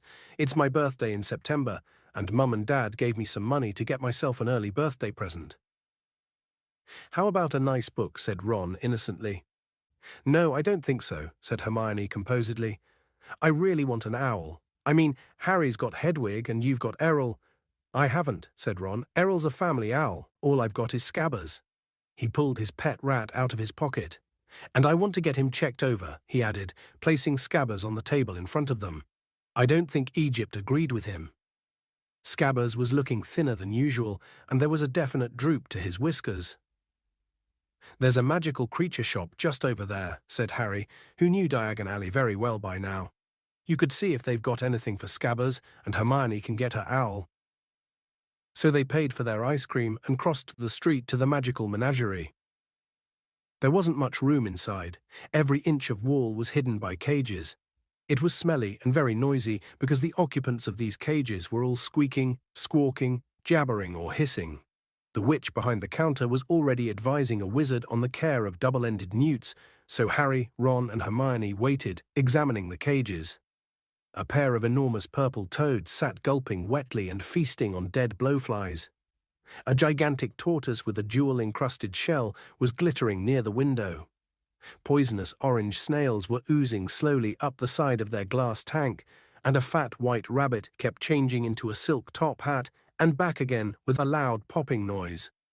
Then there were cats of every color, a noisy cage of ravens, a basket of funny custard-colored furballs that were humming loudly, and on the counter, A vast cage of sleek black rats that were playing some sort of skipping game using their long, bald tails. The double-ended newt wizard left, and Ron approached the counter. "It's my rat," he told the witch. "He's been a bit off-color ever since I brought him back from Egypt." "Bang him on the counter," said the witch, pulling a pair of heavy black spectacles out of her pocket. Ron lifted Scabbers out of his inside pocket and placed him next to the cage of his fellow rats, who stopped their skipping tricks and scuffled to the wire for a better look. Like nearly everything Ron owned, Scabbers the rat was second-hand. He had once belonged to Ron's brother Percy, and a bit battered. Next to the glossy rats in the cage, he looked especially woebegone. Said the witch, picking up Scabbers. "How old is this rat?" "Dunno," said Ron. "Quite old. He used to belong to my brother." "What powers does he have?" said the witch, examining Scabbers closely. The truth was that Scabbers had never shown the faintest trace of interesting powers. The witch's eyes moved from Scabbers' tattered left ear to his front paw, which had a toe missing, and tutted loudly. "He's been through the mill, this one," she said. "He was like that when Percy gave him to me," said Ron defensively. "An ordinary common or garden rat like this can't be expected to live longer than 3 years or so," said the witch. "Now, if you were looking for something a bit more hard-wearing, you might like one of these." She indicated the black rats, who promptly started skipping again. Ron muttered, "Show-offs." "Well, if you don't want a replacement, you can try this rat tonic," said the witch, reaching under the counter and bringing out a small red bottle. "Okay," said Ron. "How much, ouch?" Ron buckled as something huge and orange came soaring from the top of the highest cage, landed on his head, and then propelled itself, spitting madly at Scabbers.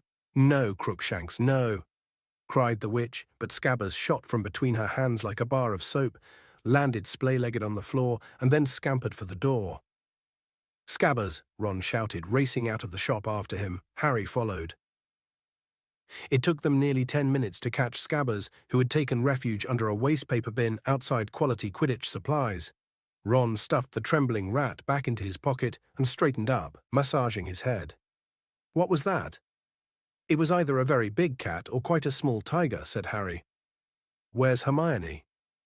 Probably getting her owl, they made their way back up the crowded street to the magical menagerie. As they reached it, Hermione came out, but she wasn't carrying an owl. Her arms were clamped tightly around the enormous ginger cat. "You bought that monster," said Ron, his mouth hanging open. "He's gorgeous, isn't he?" said Hermione, glowing. That was a matter of opinion, thought Harry.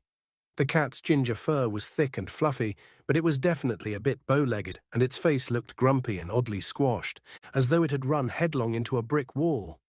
Now that Scabbers was out of sight, however, the cat was purring contentedly in Hermione's arms.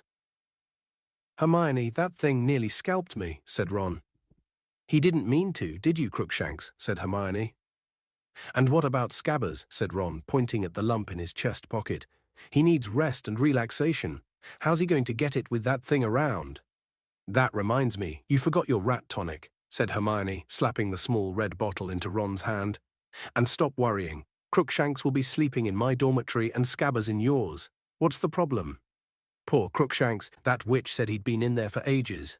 No one wanted him." "I wonder why," said Ron sarcastically as they set off toward the leaky cauldron. They found Mr. Weasley sitting in the bar, reading the Daily Prophet. "Harry," he said, smiling as he looked up, "how are you?" "Fine, thanks," said Harry, as he, Ron, and Hermione joined Mr. Weasley with all their shopping. Mr. Weasley put down his paper, and Harry saw the now familiar picture of Sirius Black staring up at him. "They still haven't caught him, then?" he asked. "No," said Mr. Weasley, looking extremely grave. "They've pulled us all off our regular jobs at the Ministry to try and find him, but no luck so far." "Would we get a reward if we caught him?" asked Ron. "It'd be good to get some more money." "Don't be ridiculous, Ron," said Mr. Weasley, who on closer inspection looked very strained. "Black's not going to be caught by a 13-year-old wizard. It's the Azkaban guards who'll get him back. You mark my words." At that moment, Mrs. Weasley entered the bar, laden with shopping bags and followed by the twins, Fred and George, who were about to start their 5th year at Hogwarts, the newly elected head boy Percy, and the Weasleys' youngest child and only girl, Ginny. Ginny, who had always been very taken with Harry, seemed even more heartily embarrassed than usual when she saw him, perhaps because he had saved her life during their previous year at Hogwarts. She went very red and muttered "hello" without looking at him. Percy, however, held out his hand solemnly, as though he and Harry had never met, and said, "Harry, how nice to see you." "Hello, Percy," said Harry, trying not to laugh. "I hope you're well," said Percy pompously, shaking hands. It was rather like being introduced to the mayor. "Very well, thanks." "Harry," said Fred, elbowing Percy out of the way and bowing deeply. "Simply splendid to see you, old boy." "Marvellous," said George, pushing Fred aside and seizing Harry's hand in turn. "Absolutely spiffing." Percy scowled. "That's enough now," said Mrs. Weasley. "Mum," said Fred, as though he'd only just spotted her, and seizing her hand too. "How really corking to see you." "I said that's enough," said Mrs. Weasley, depositing her shopping in an empty chair. "Hello, Harry dear. I suppose you've heard our exciting news?" She pointed to the brand new silver badge on Percy's chest. "Second head boy in the family," she said, swelling with pride. "And last," Fred muttered under his breath. "I don't doubt that," said Mrs. Weasley, frowning suddenly. "I notice they haven't made you two prefects."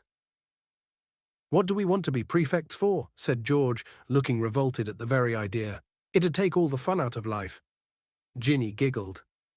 "You want to set a better example for your sister," snapped Mrs. Weasley. "Ginny's got other brothers to set her an example, Mother," said Percy loftily. "I'm going up to change for dinner." He disappeared, and George heaved a sigh. "We tried to shut him in a pyramid," he told Harry, "but Mum spotted us." Dinner that night was a very enjoyable affair. Tom the innkeeper put 3 tables together in the parlour, and the 7 Weasleys, Harry and Hermione, ate their way through 5 delicious courses. "How are we getting to King's Cross tomorrow, Dad?" asked Fred as they dug into a sumptuous chocolate pudding. "The Ministry's providing a couple of cars," said Mr. Weasley. Everyone looked up at him. "Why?" said Percy curiously. "It's because of you, Perce," said George seriously. "And there'll be little flags on the hoods with HB on them. For Humongous Big Head," said Fred. Everyone except Percy and Mrs. Weasley snorted into their pudding. "Why are the Ministry providing cars, Father?" Percy asked again in a dignified voice. "Well, as we haven't got one anymore," said Mr. Weasley, "and as I work there, they're doing me a favour." His voice was casual, but Harry couldn't help noticing that Mr. Weasley's ears had gone red, just like Ron's did when he was under pressure. "Good thing, too," said Mrs. Weasley briskly. "Do you realize how much luggage you've all got between you? A nice sight you'd be on the Muggle Underground. You are all packed, aren't you?"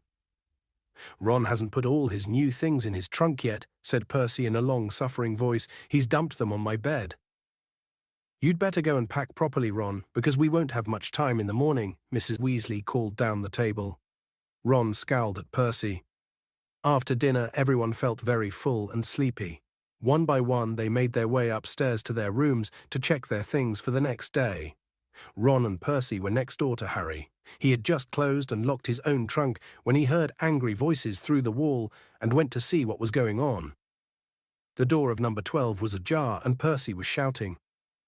"It was here on the bedside table. I took it off for polishing." "I haven't touched it, all right?" Ron roared back. "What's up?" said Harry. "My head boy badge is gone," said Percy, rounding on Harry. "So's Scabbers' rat tonic," said Ron, throwing things out of his trunk to look. "I think I might have left it in the bar." "You're not going anywhere till you've found my badge," yelled Percy. "I'll get Scabbers' stuff. I'm packed," Harry said to Ron, and he went downstairs. Harry was halfway along the passage to the bar, which was now very dark, when he heard another pair of angry voices coming from the parlour. A second later, he recognized them as Mr. and Mrs. Weasley's. He hesitated, not wanting them to know he'd heard them arguing. When the sound of his own name made him stop, then move closer to the parlour door. "Makes no sense not to tell him," Mr. Weasley was saying heatedly. "Harry's got a right to know. I've tried to tell Fudge, but he insists on treating Harry like a child. He's 13 years old and—" "Arthur, the truth would terrify him," said Mrs. Weasley shrilly. "Do you really want to send Harry back to school with that hanging over him? For heaven's sake, he's happy not knowing." I don't want to make him miserable. I want to put him on his guard, retorted Mr. Weasley. You know what Harry and Ron are like, wandering off by themselves. They've even ended up in the Forbidden Forest. But Harry mustn't do that this year. When I think what could have happened to him that night, he ran away from home. If the night bus hadn't picked him up, I'm prepared to bet he would have been dead before the Ministry found him. But he's not dead. He's fine, so what's the point? Molly, they say Sirius Black's mad, and maybe he is, but he was clever enough to escape from Azkaban, and that's supposed to be impossible. It's been a month, and no one's seen hide nor hair of him, and I don't care what Fudge keeps telling the Daily Prophet. We're no nearer catching Black than inventing self-spelling wands. The only thing we know for sure is what Black's after. But Harry will be perfectly safe at Hogwarts. We thought Azkaban was perfectly safe. If Black can break out of Azkaban, he can break into Hogwarts. But no one's really sure that Black's after Harry. There was a thud on wood, and Harry was sure Mr. Weasley had banged his fist on the table. Molly, how many times do I have to tell you? They didn't report it in the press because Fudge wanted it kept quiet. But Fudge went out to Azkaban the night Black escaped. The guards told Fudge that Black's been talking in his sleep for a while now. Always the same words. He's at Hogwarts, he's at Hogwarts. Black is deranged, Molly, and he wants Harry dead. If you ask me, he thinks murdering Harry will bring you-know-who back to power. Black lost everything the night Harry stopped you-know-who, and he's had 12 years alone in Azkaban to brood on that. There was a silence. Harry leaned still closer to the door, desperate to hear more. Well, Arthur, you must do what you think is right. But you're forgetting Albus Dumbledore. I don't think anything could hurt Harry at Hogwarts while Dumbledore's headmaster. I suppose he knows about all this? Of course he knows. We had to ask him if he minds the Azkaban guards stationing themselves around the entrances to the school grounds. He wasn't happy about it, but he agreed. Not happy? Why shouldn't he be happy if they're there to catch Black? Dumbledore isn't fond of the Azkaban guards, said Mr. Weasley heavily. Nor am I, if it comes to that. But when you're dealing with a wizard like Black, you sometimes have to join forces with those you'd rather avoid. If they save Harry, then I will never say another word against them, said Mr. Weasley wearily. It's late, Molly. We'd better go up. Harry heard chairs move. As quietly as he could, he hurried down the passage to the bar and out of sight. The parlour door opened, and a few seconds later footsteps told him that Mr. and Mrs. Weasley were climbing the stairs. The bottle of rat tonic was lying under the table they had sat at earlier. Harry waited until he heard Mr. and Mrs. Weasley's bedroom door close, then headed back upstairs with the bottle. Fred and George were crouching in the shadows on the landing, heaving with laughter as they listened to Percy dismantling his and Ron's room in search of his badge. We've got it, Fred whispered to Harry. We've been improving it. The badge now read, Big Head Boy. Harry forced a laugh, went to give Ron the rat tonic, then shut himself in his room and lay down on his bed. So Sirius Black was after him. That explained everything. Fudge had been lenient with him because he was so relieved to find him alive. He'd made Harry promise to stay in Diagon Alley where there were plenty of wizards to keep an eye on him. And he was sending 2 ministry cars to take them all to the station tomorrow, so that the Weasleys could look after Harry until he was on the train. Harry lay listening to the muffled shouting next door and wondered why he didn't feel more scared. Sirius Black had murdered 13 people with one curse. Mr. and Mrs. Weasley obviously thought Harry would be panic-stricken if he knew the truth. But Harry happened to agree wholeheartedly with Mrs. Weasley that the safest place on Earth was wherever Albus Dumbledore happened to be. Didn't people always say that Dumbledore was the only person Lord Voldemort had ever been afraid of? Surely Black, as Voldemort's right-hand man, would be just as frightened of him. And then there were these Azkaban guards everyone kept talking about. They seemed to scare most people senseless, and if they were stationed all around the school, Black's chances of getting inside seemed very remote. No, all in all, the thing that bothered Harry most was the fact that his chances of visiting Hogsmeade now looked like 0. Nobody would want Harry to leave the safety of the castle until Black was caught. In fact, Harry suspected his every move would be carefully watched until the danger had passed. He scowled at the dark ceiling. Did they think he couldn't look after himself? He'd escaped Lord Voldemort 3 times. He wasn't completely useless. Unbidden, the image of the beast in the shadows of Magnolia Crescent crossed his mind.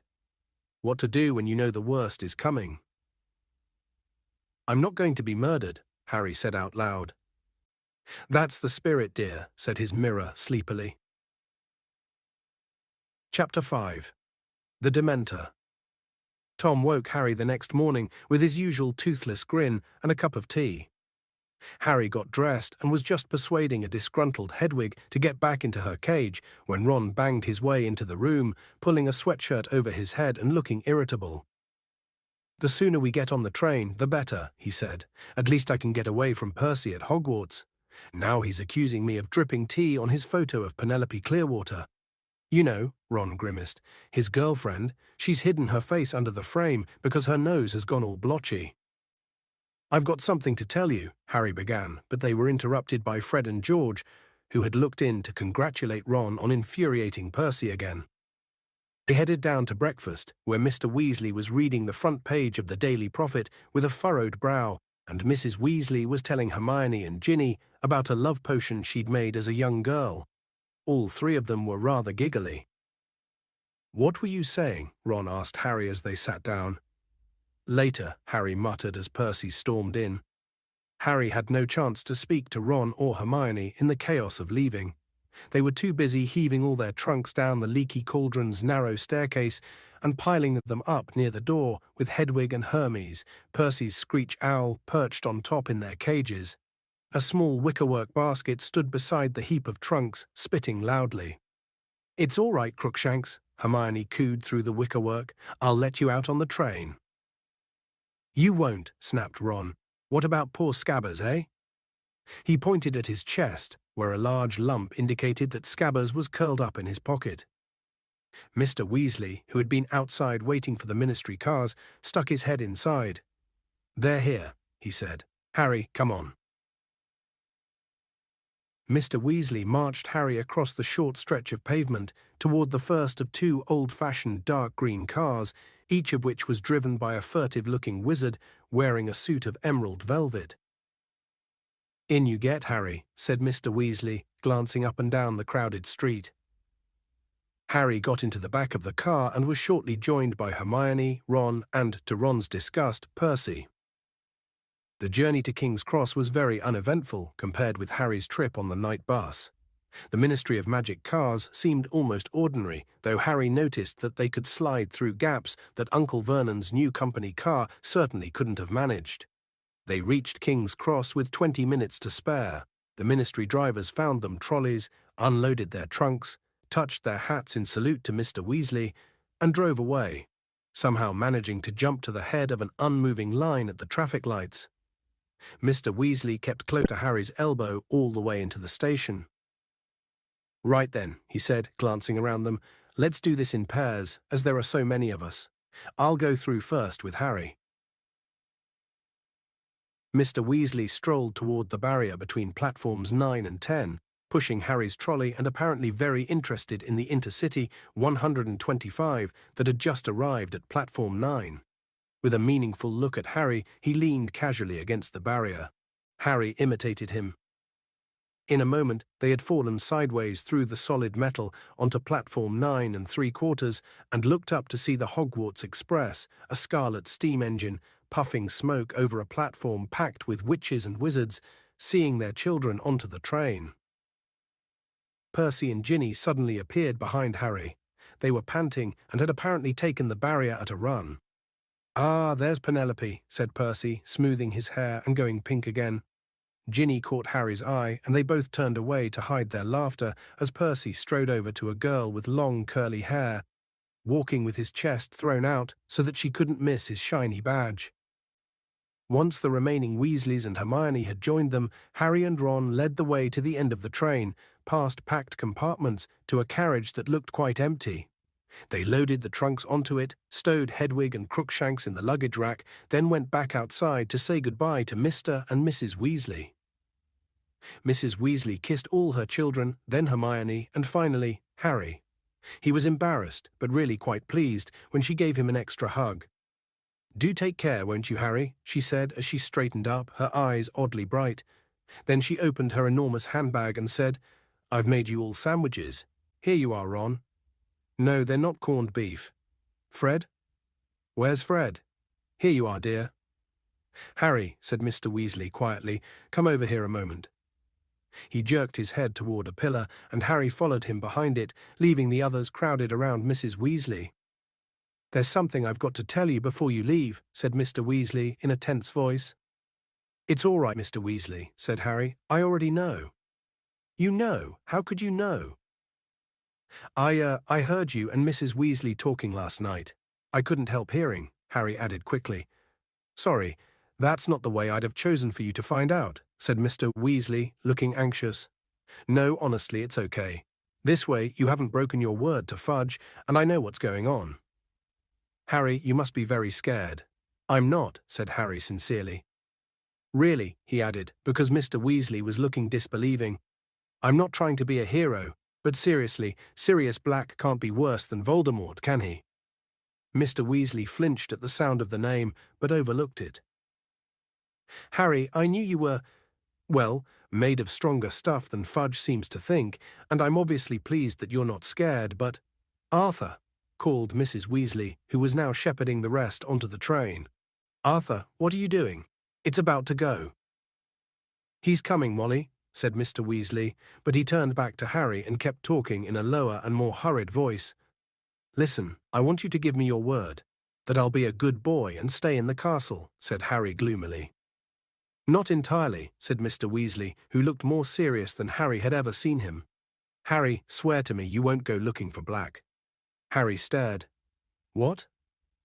There was a loud whistle. Guards were walking along the train, slamming all the doors shut. Promise me, Harry, said Mr. Weasley, talking more quickly still, that whatever happens… Why would I go looking for someone I know wants to kill me, said Harry blankly. Swear to me that whatever you might hear… Arthur, quickly, cried Mrs. Weasley. Steam was billowing from the train. It had started to move. Harry ran to the compartment door, and Ron threw it open and stood back to let him on. They leaned out of the window and waved at Mr. and Mrs. Weasley until the train turned a corner and blocked them from view. I need to talk to you in private, Harry muttered to Ron and Hermione as the train picked up speed. Go away, Ginny, said Ron. Oh, that's nice, said Ginny huffily, and she stalked off. Harry, Ron, and Hermione set off down the corridor, looking for an empty compartment.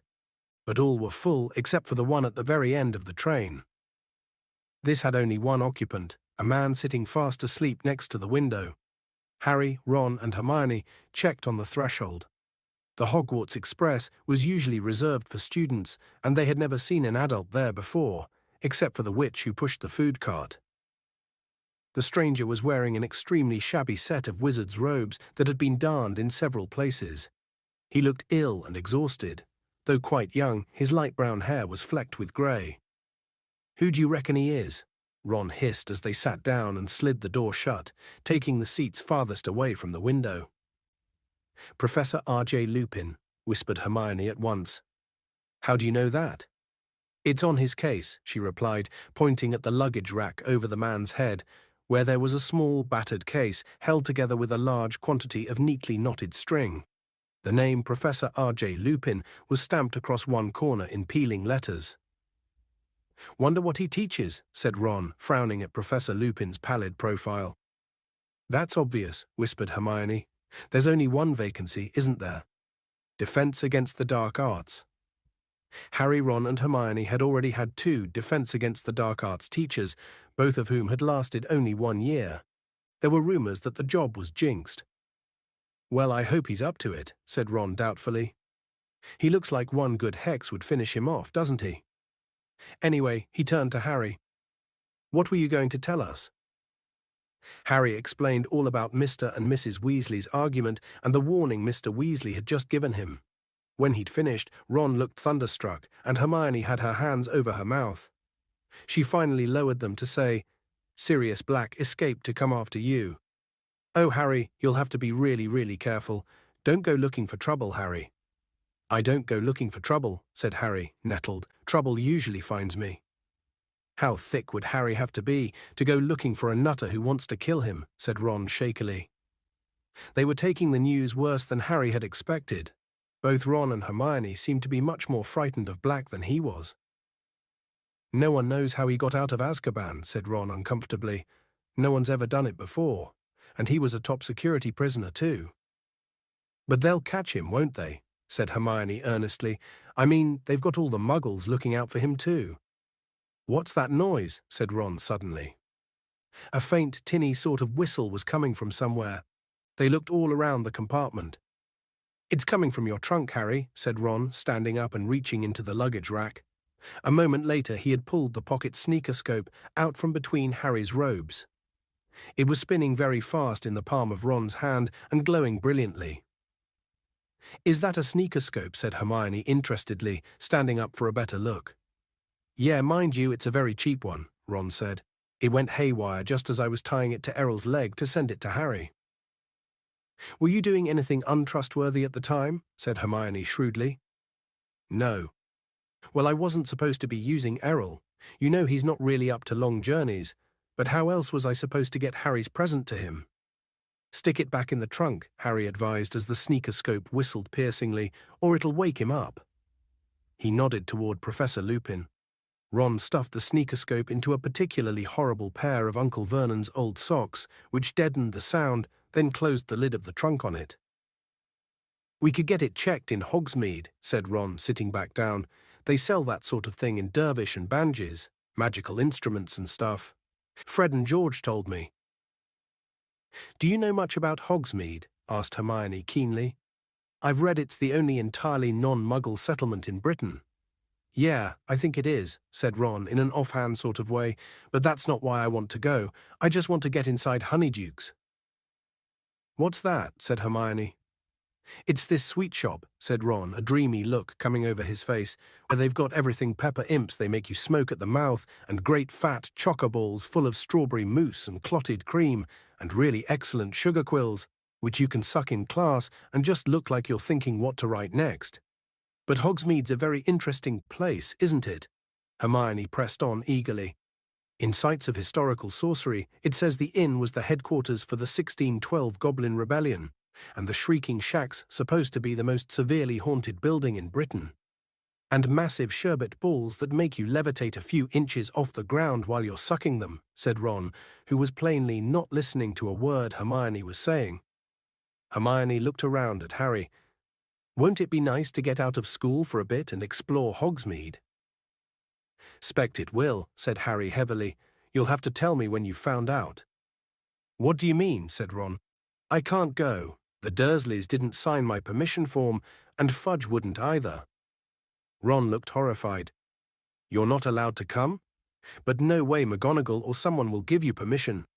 Harry gave a hollow laugh. Professor McGonagall, head of Gryffindor House, was very strict. Or we can ask Fred and George. They know every secret passage out of the castle. Ron, said Hermione sharply. I don't think Harry should be sneaking out of school with Black on the loose. Yeah, I expect that's what McGonagall will say when I ask for permission, said Harry bitterly. But if we're with him, said Ron spiritedly to Hermione, Black wouldn't dare. Oh, Ron, don't talk rubbish, snapped Hermione. Black's already murdered a whole bunch of people in the middle of a crowded street. Do you really think he's going to worry about attacking Harry just because we're there? She was fumbling with the straps of Crookshanks's basket as she spoke. Don't let that thing out, Ron said, but too late. Crookshanks leapt lightly from the basket, stretched, yawned, and sprang onto Ron's knees. The lump in Ron's pocket trembled, and he shoved Crookshanks angrily away. Get out of here. Ron, don't, said Hermione angrily. Ron was about to answer back when Professor Lupin stirred. They watched him apprehensively, but he simply turned his head the other way, mouth slightly open, and slept on.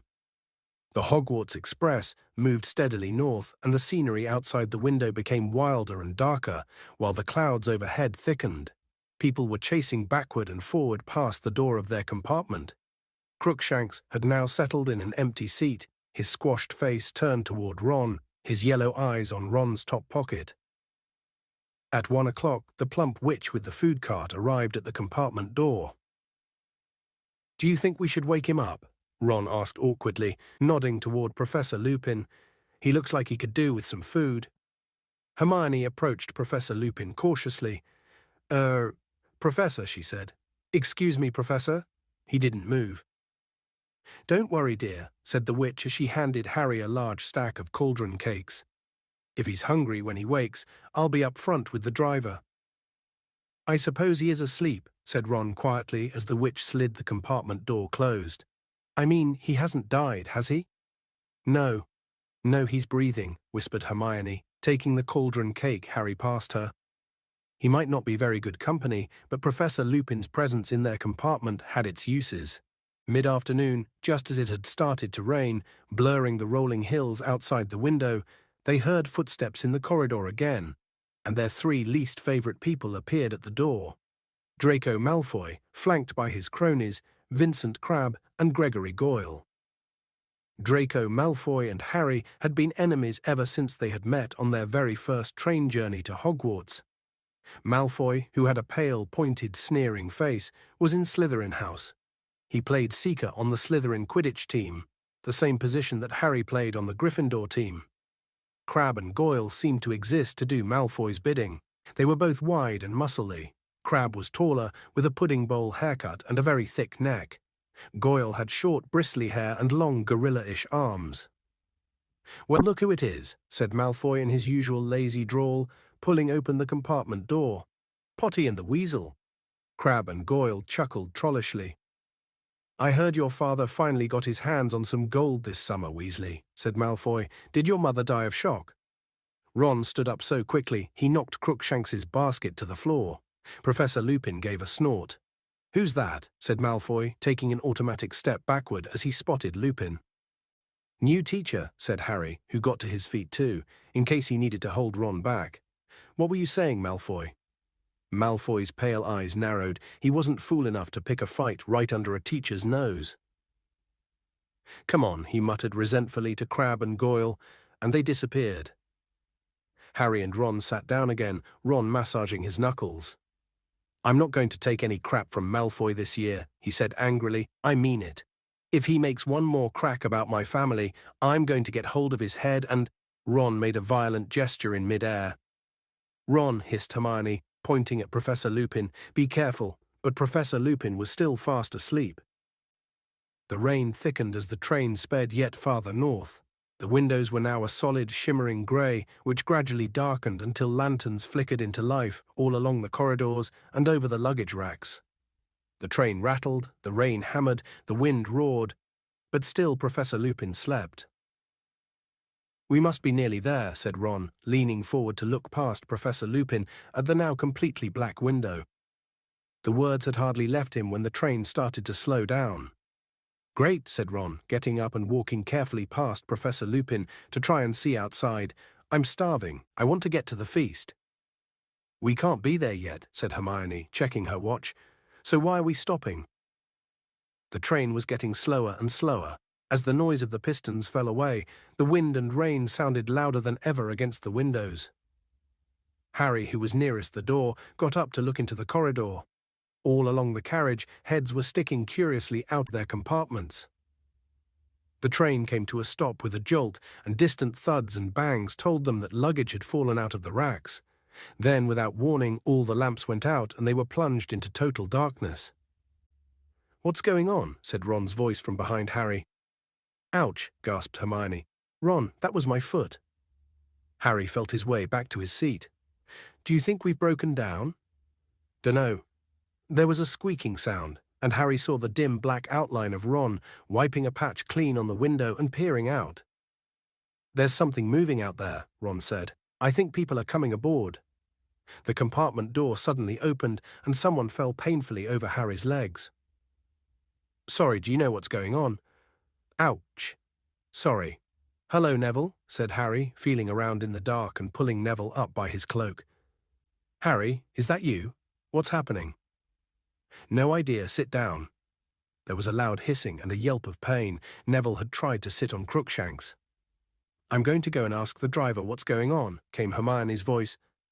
Harry felt her pass him, heard the door slide open again, and then a thud and two loud squeals of pain. Who's that? Who's that? Ginny? Hermione? What are you doing? I was looking for Ron.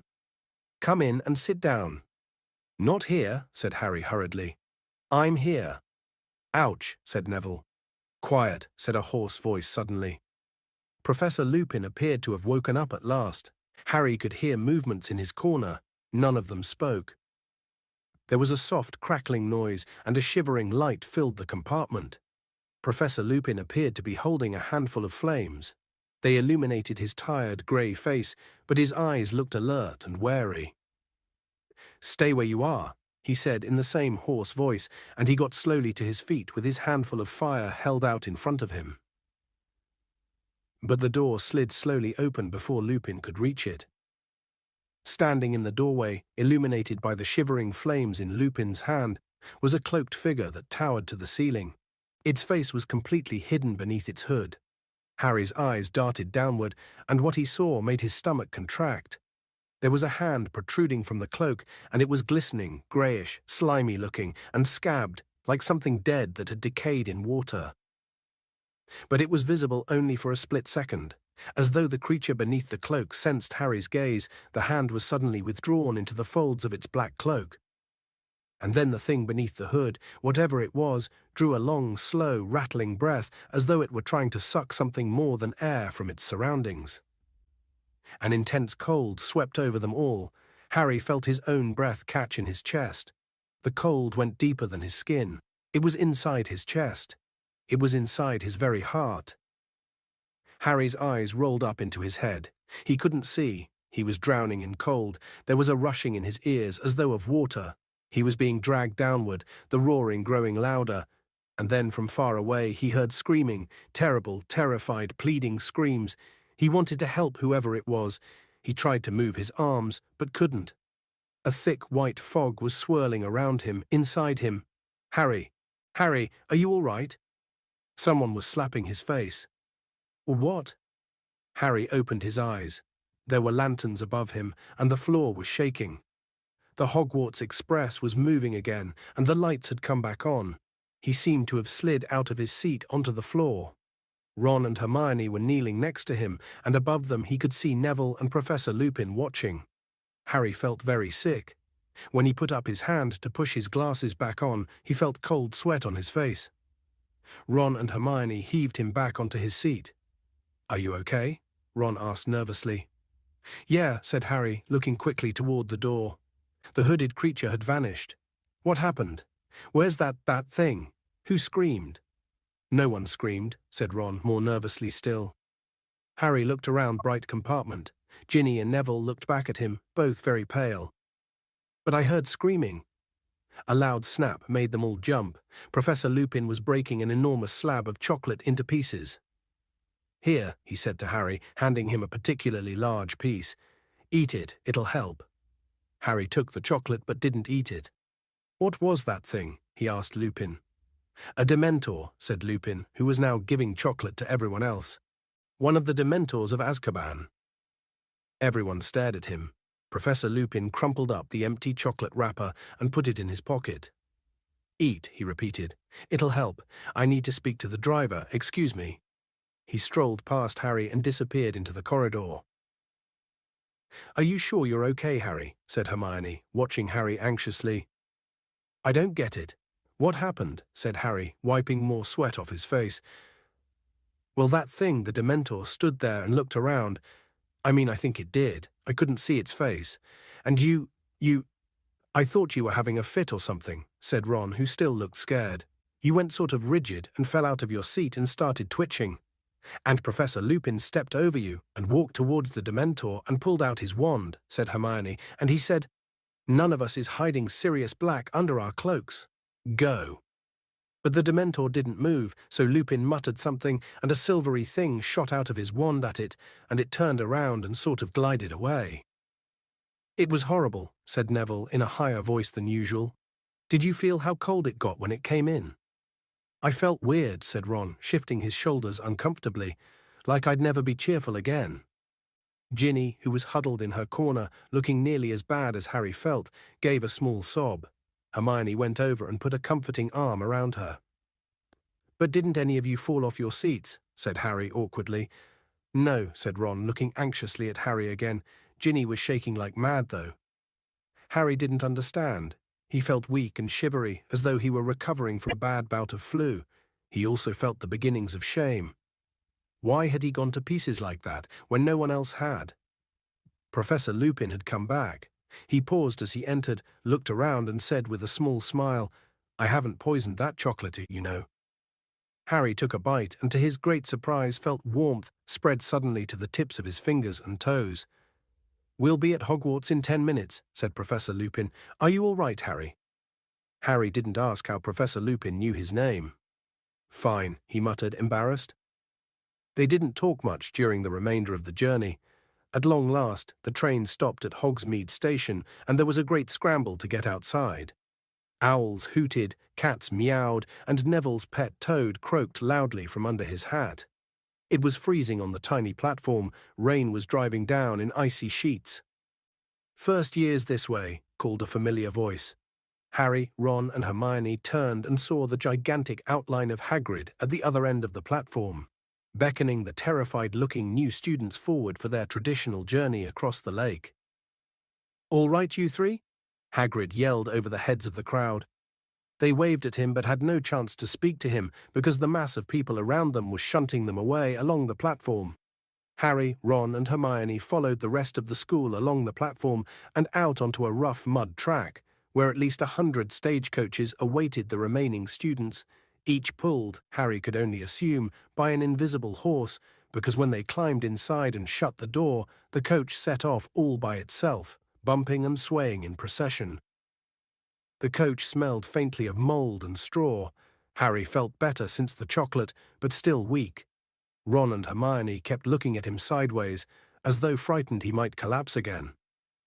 As the carriage trundled toward a pair of magnificent wrought iron gates, flanked with stone columns topped with winged boars, Harry saw 2 more towering hooded Dementors standing guard on either side. A wave of cold sickness threatened to engulf him again. He leaned back into the lumpy seat and closed his eyes until they had passed the gates. The carriage picked up speed on the long, sloping drive up to the castle. Hermione was leaning out of the tiny window, watching the many turrets and towers draw nearer. At last, the carriage swayed to a halt, and Hermione and Ron got out. As Harry stepped down, a drawling, delighted voice sounded in his ear. "You fainted, Potter. Is Longbottom telling the truth?" "You actually fainted." Malfoy elbowed past Hermione to block Harry's way up the stone steps to the castle, his face gleeful and his pale eyes glinting maliciously. "Shove off, Malfoy," said Ron, whose jaw was clenched.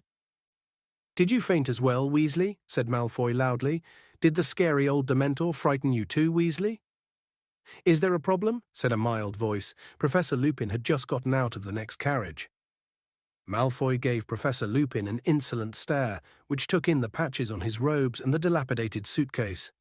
With a tiny hint of sarcasm in his voice, he said, "Oh no, a professor."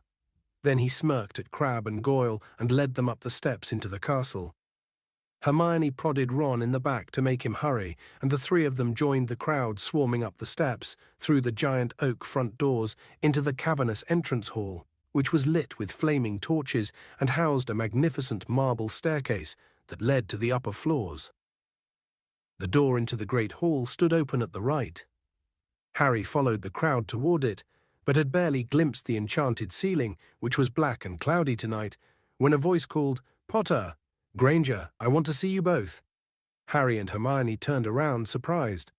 Professor McGonagall, Transfiguration teacher and head of Gryffindor House, was calling over the heads of the crowd. She was a stern-looking witch who wore her hair in a tight bun. Her sharp eyes were framed with square spectacles. Harry fought his way over to her with a feeling of foreboding. Professor McGonagall had a way of making him feel he must have done something wrong.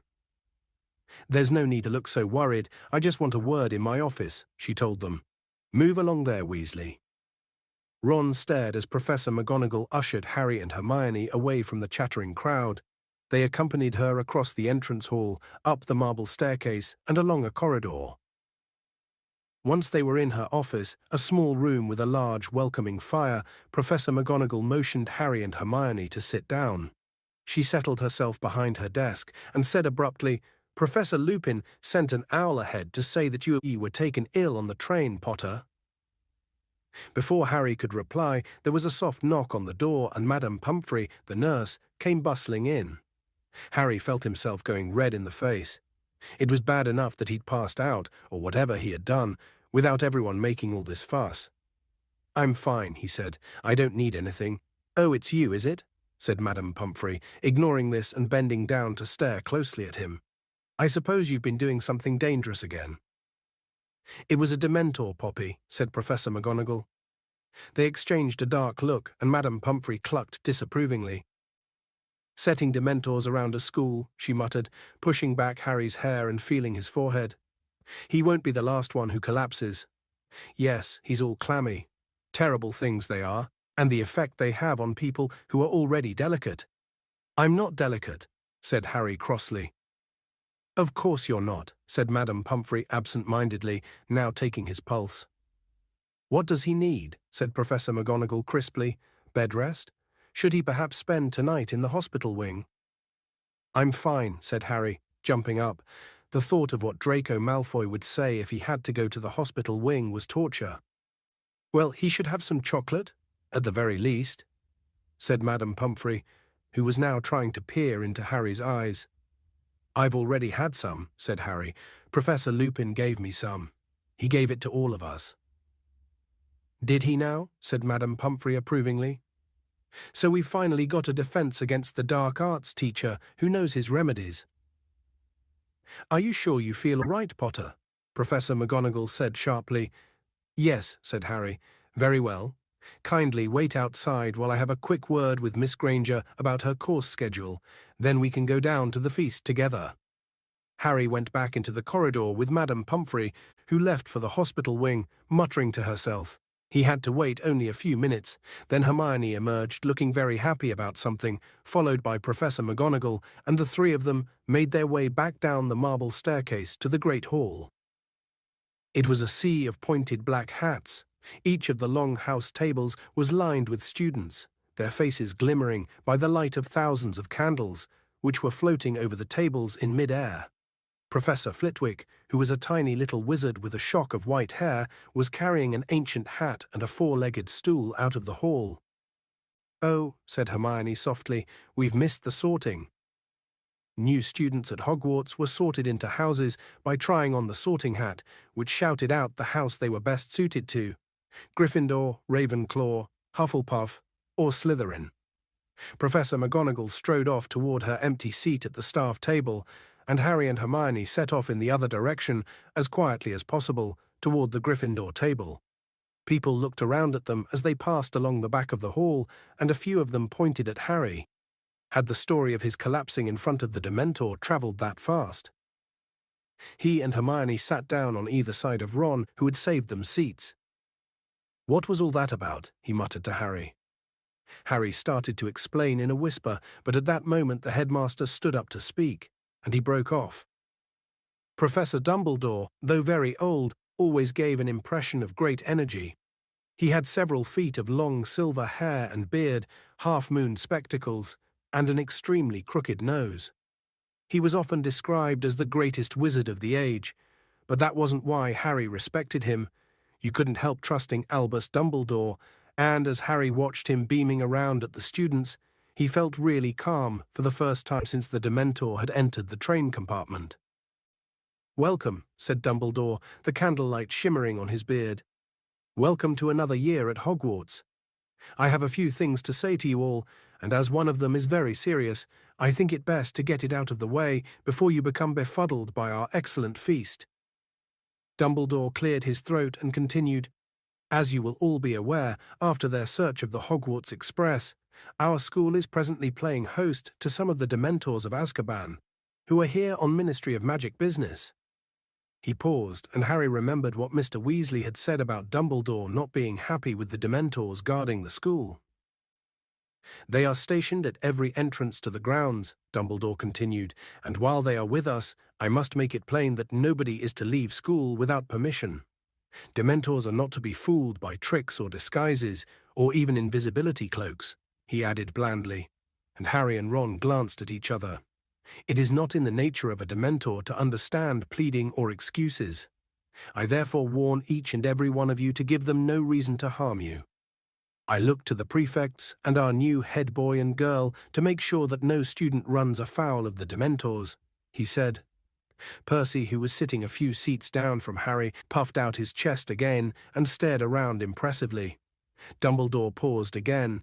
He looked very seriously around the hall, and nobody moved or made a sound.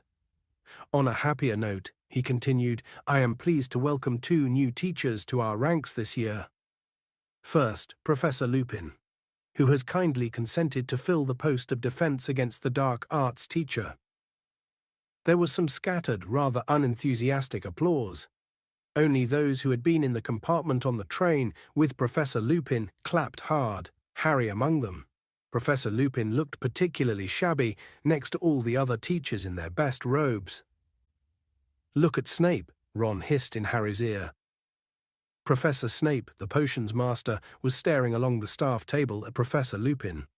It was common knowledge that Snape wanted the Defense Against the Dark Arts job, but even Harry, who hated Snape, was startled at the expression twisting his thin, sallow face. It was beyond anger. It was loathing. Harry knew that expression only too well. It was the look Snape wore every time he set eyes on Harry.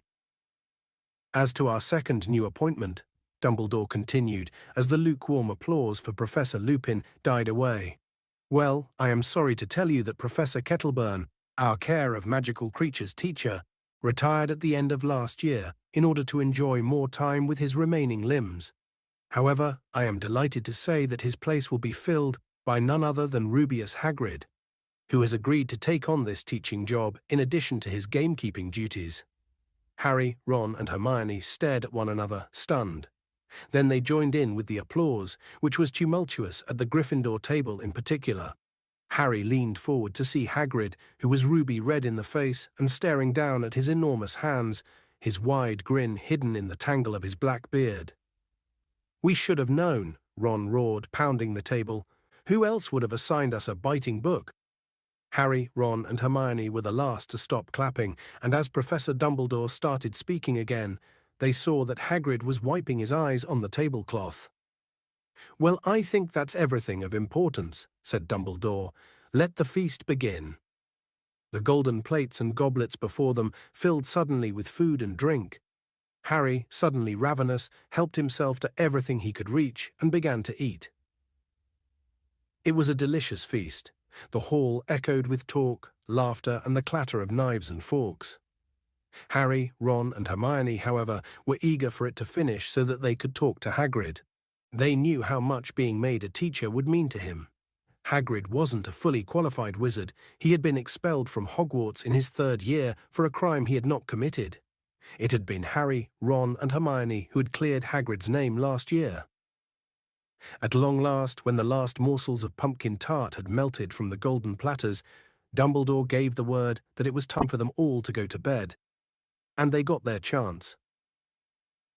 Congratulations, Hagrid, Hermione squealed as they reached the teacher's table. All down to you 3, said Hagrid, wiping his shining face on his napkin as he looked up at them. Can't believe it, great man. Dumbledore came straight down to me, after Professor Kettleburn said he'd had enough. It's what I always wanted. Overcome with emotion, he buried his face in his napkin, and Professor McGonagall shooed them away. Harry, Ron, and Hermione joined the Gryffindors, streaming up the marble staircase, and, very tired now, along more corridors, up more and more stairs to the hidden entrance to Gryffindor Tower. A large portrait of a fat lady in a pink dress asked them, "Password." Coming through, Percy called from behind the crowd. The new password's Fortuna Major. Oh no, said Neville Longbottom sadly. He always had trouble remembering the passwords. Through the portrait hole and across the common room, the girls and boys divided toward their separate staircases. Harry climbed the spiral stair with no thought in his head, except how glad he was to be back. They reached their familiar circular dormitory with its 5 four-poster beds, and Harry, looking around, felt he was home at last. Chapter 6. Talons and Tea Leaves. When Harry, Ron, and Hermione entered the Great Hall for breakfast the next day, the first thing they saw was Draco Malfoy, who seemed to be entertaining a large group of Slytherins with a very funny story. As they passed, Malfoy did a ridiculous impression of a swooning fit, and there was a roar of laughter. "Ignore him," said Hermione, who was right behind Harry. "Just ignore him. It's not worth it." "Hey, Potter," shrieked Pansy Parkinson, a Slytherin girl with a face like a pug. "Potter, the Dementors are coming, Potter. Woo!" Harry dropped into a seat at the Gryffindor table next to George Weasley. "New third-year course schedules," said George, passing them over. "What's up with you, Harry?" "Malfoy," said Ron, sitting down on George's other side and glaring over at the Slytherin table. George looked up in time to see Malfoy pretending to faint with terror again. "That little git," he said calmly. "He wasn't so cocky last night when the Dementors were down at our end of the train. Came running into our compartment, didn't he, Fred?" "Nearly wet himself," said Fred with a contemptuous glance at Malfoy. "I wasn't too happy myself," said George. "They're horrible things, those Dementors." "Sort of freeze your insides, don't they?" said Fred. "You didn't pass out, though, did you?" said Harry in a low voice. "Forget it, Harry," said George bracingly. "Dad had to go out to Azkaban one time, remember, Fred? And he said it was the worst place he'd ever been. He came back all weak and shaking. They suck the happiness out of a place, Dementors. Most of the prisoners go mad in there." "Anyway, we'll see how happy Malfoy looks after our first Quidditch match," said Fred. "Gryffindor versus Slytherin. First game of the season, remember?" The only time Harry and Malfoy had faced each other in a Quidditch match, Malfoy had definitely come off worse. Feeling slightly more cheerful, Harry helped himself to sausages and fried tomatoes. Hermione was examining her new schedule. "Ooh, good. We're starting some new subjects today," she said happily. "Hermione," said Ron, frowning as he looked over her shoulder, "they've messed up your schedule. Look, they've got you down for about 10 subjects a day. There isn't enough time. I'll manage. I've fixed it all with Professor McGonagall." "But look," said Ron, laughing. "See this morning? 9 o'clock divination, and underneath 9 o'clock Muggle studies." And Ron leaned closer to the schedule, disbelieving look underneath that. "Arithmancy, 9 o'clock. I mean, I know you're good, Hermione, but no one's that good. How are you supposed to be in 3 classes at once?" "Don't be silly," said Hermione shortly. "Of course I won't be in 3 classes at once." "Well then, pass the marmalade," said Hermione. "But, oh Ron, what's it to you if my schedule's a bit full?" Hermione snapped. "I told you, I've fixed it all with Professor McGonagall." Just then, Hagrid entered the Great Hall. He was wearing his long moleskin overcoat and was absent-mindedly swinging a dead polecat from one enormous hand. "All right?" he said eagerly, pausing on the way to the staff table. "You're in my first ever lesson, right after lunch. Been up since 5 getting everything ready. Hope it's okay. Me, a teacher Honesley." He grinned broadly at them and headed off to the staff table, still swinging the polecat.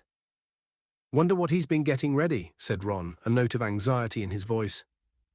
The hall was starting to empty as people headed off toward their first lesson.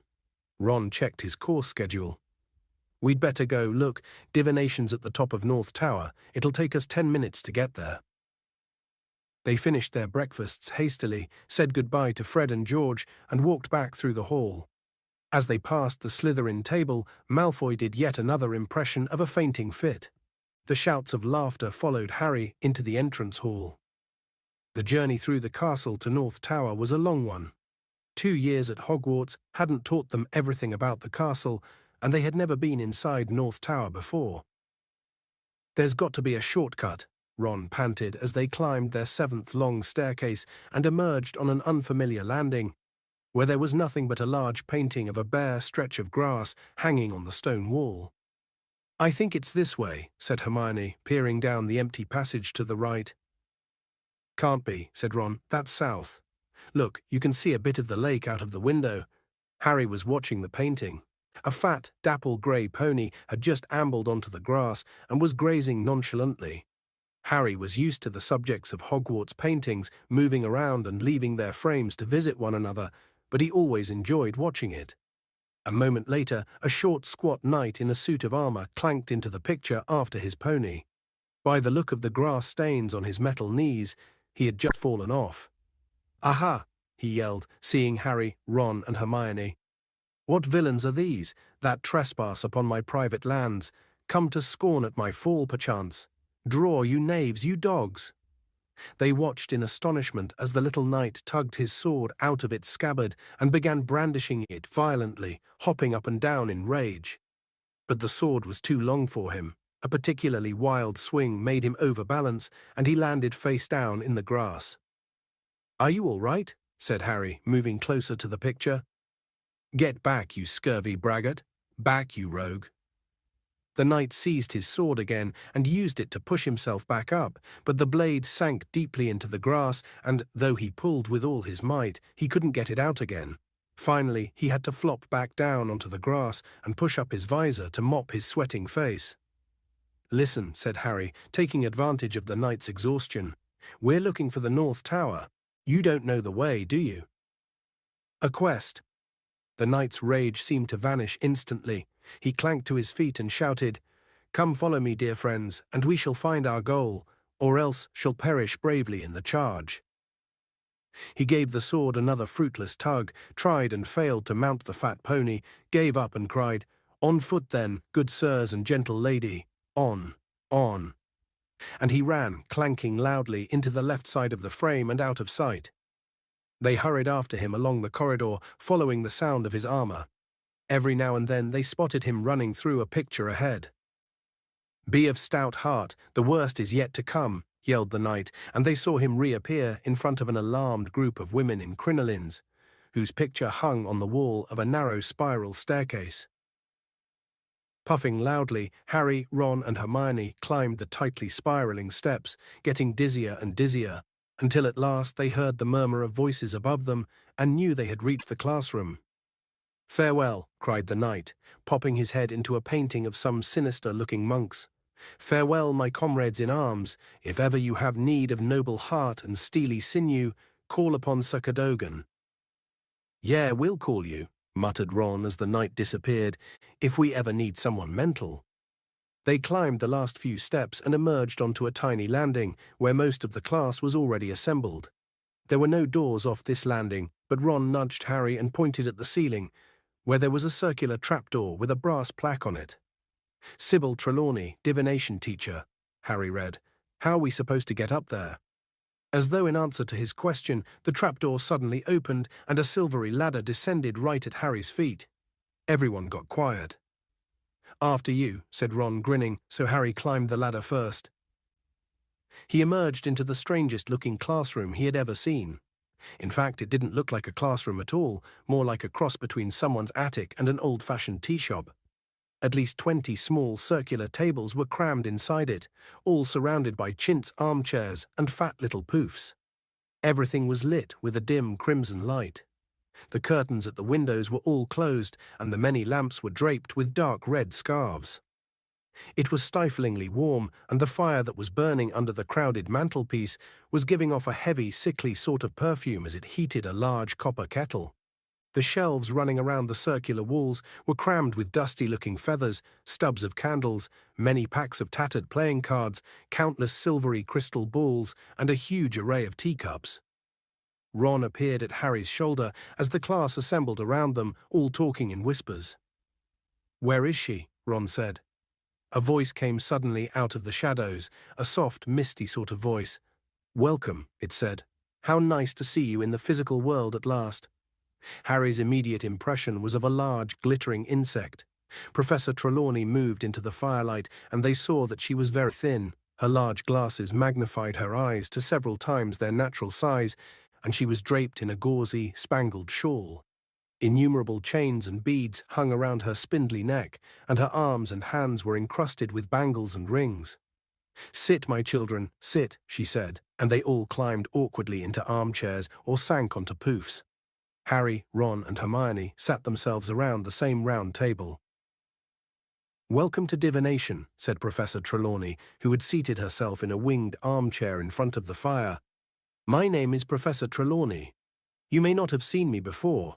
I find that descending too often into the hustle and bustle of the main school clouds my inner eye. Nobody said anything to this extraordinary pronouncement. Professor Trelawney delicately rearranged her shawl and continued, "So you have chosen to study divination, the most difficult of all magical arts. I must warn you at the outset that if you do not have the sight, there is very little I will be able to teach you.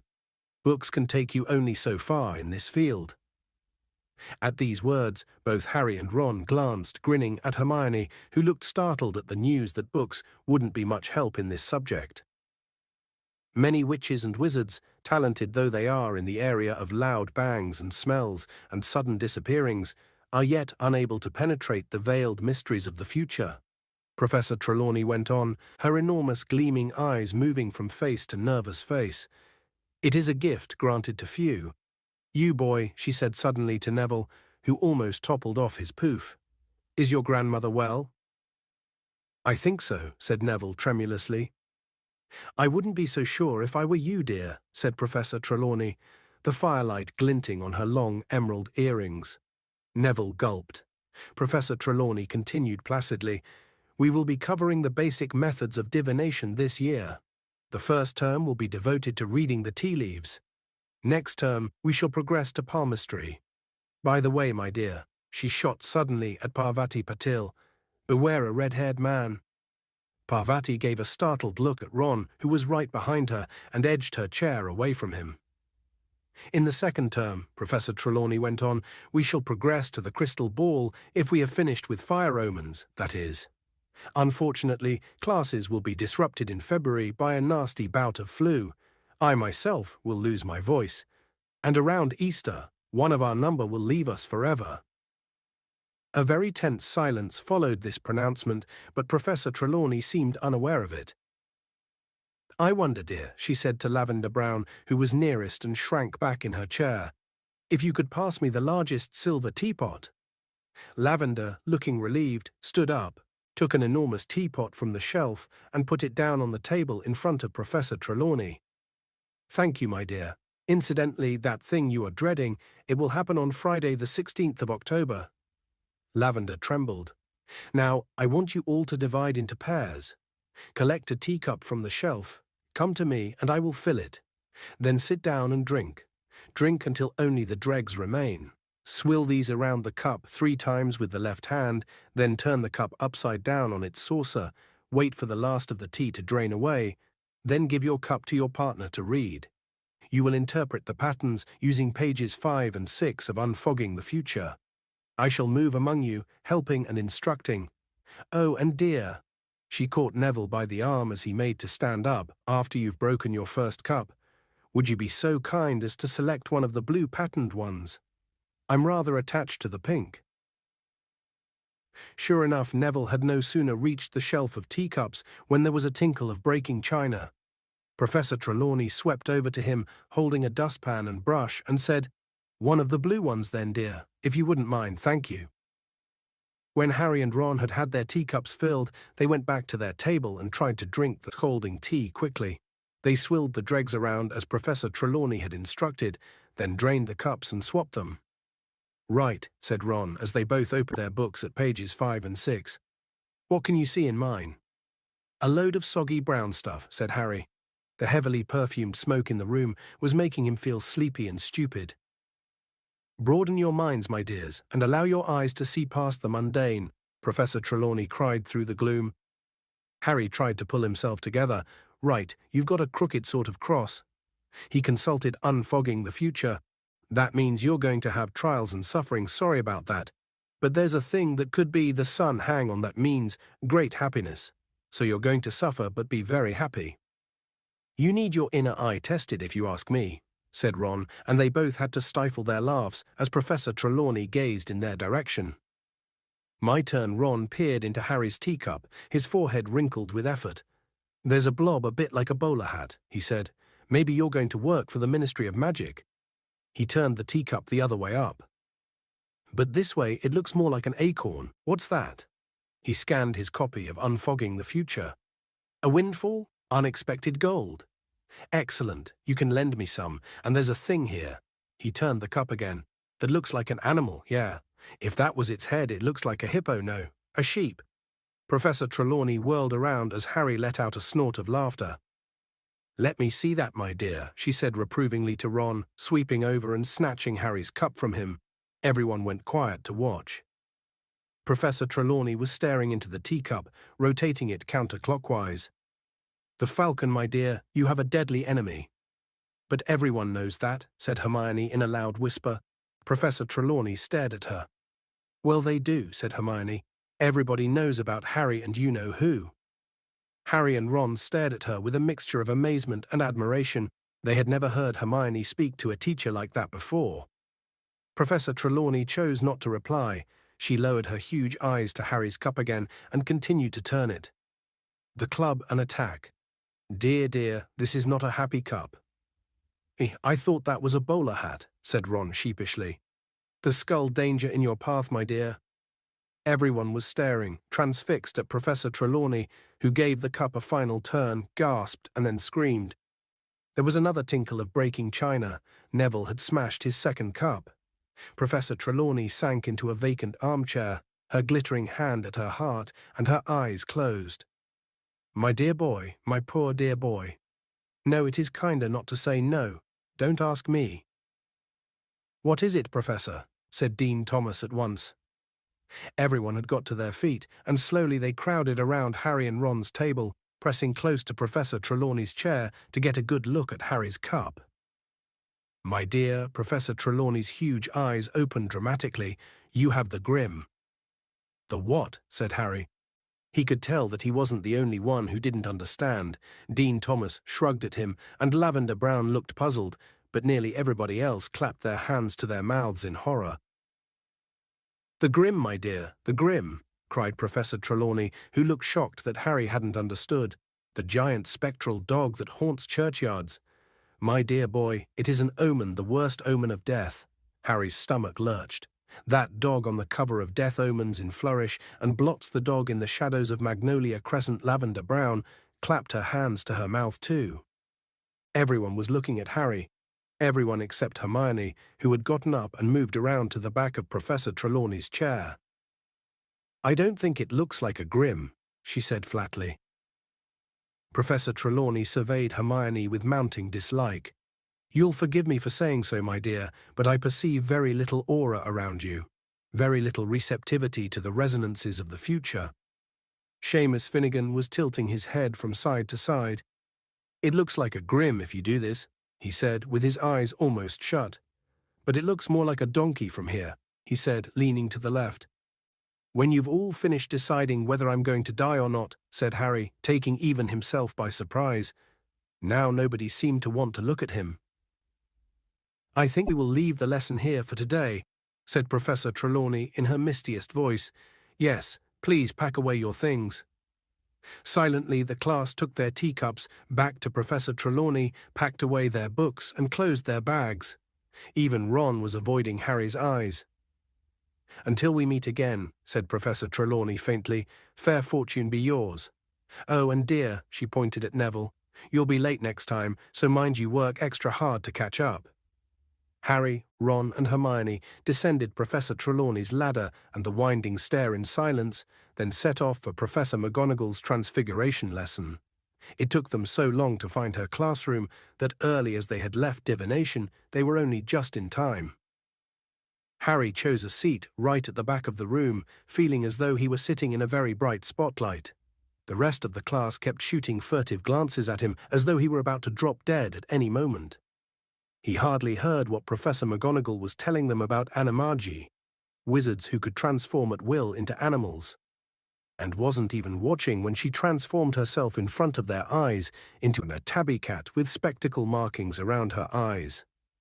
Really, what has got into you all today? Said Professor McGonagall, turning back into herself with a faint pop and staring around at them all. Not that it matters, but that's the first time my transformation's not got applause from a class. Everybody's heads turned toward Harry again, but nobody spoke. Then Hermione raised her hand. Please, Professor, we've just had our first divination class, and we were reading the tea leaves, and— Ah, of course, said Professor McGonagall, suddenly frowning. There is no need to say any more, Miss Granger. Tell me, Which of you will be dying this year?"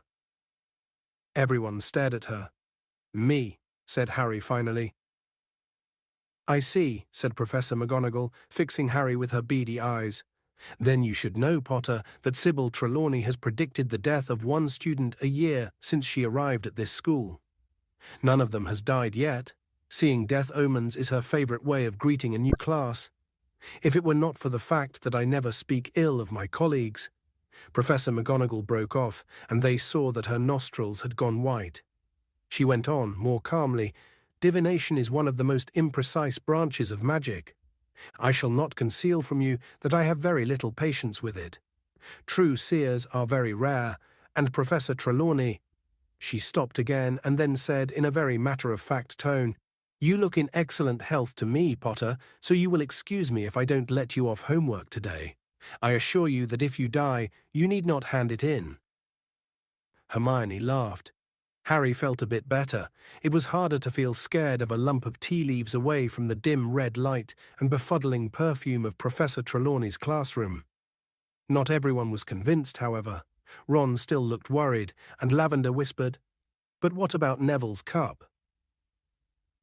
When the Transfiguration class had finished, they joined the crowd thundering toward the Great Hall for lunch.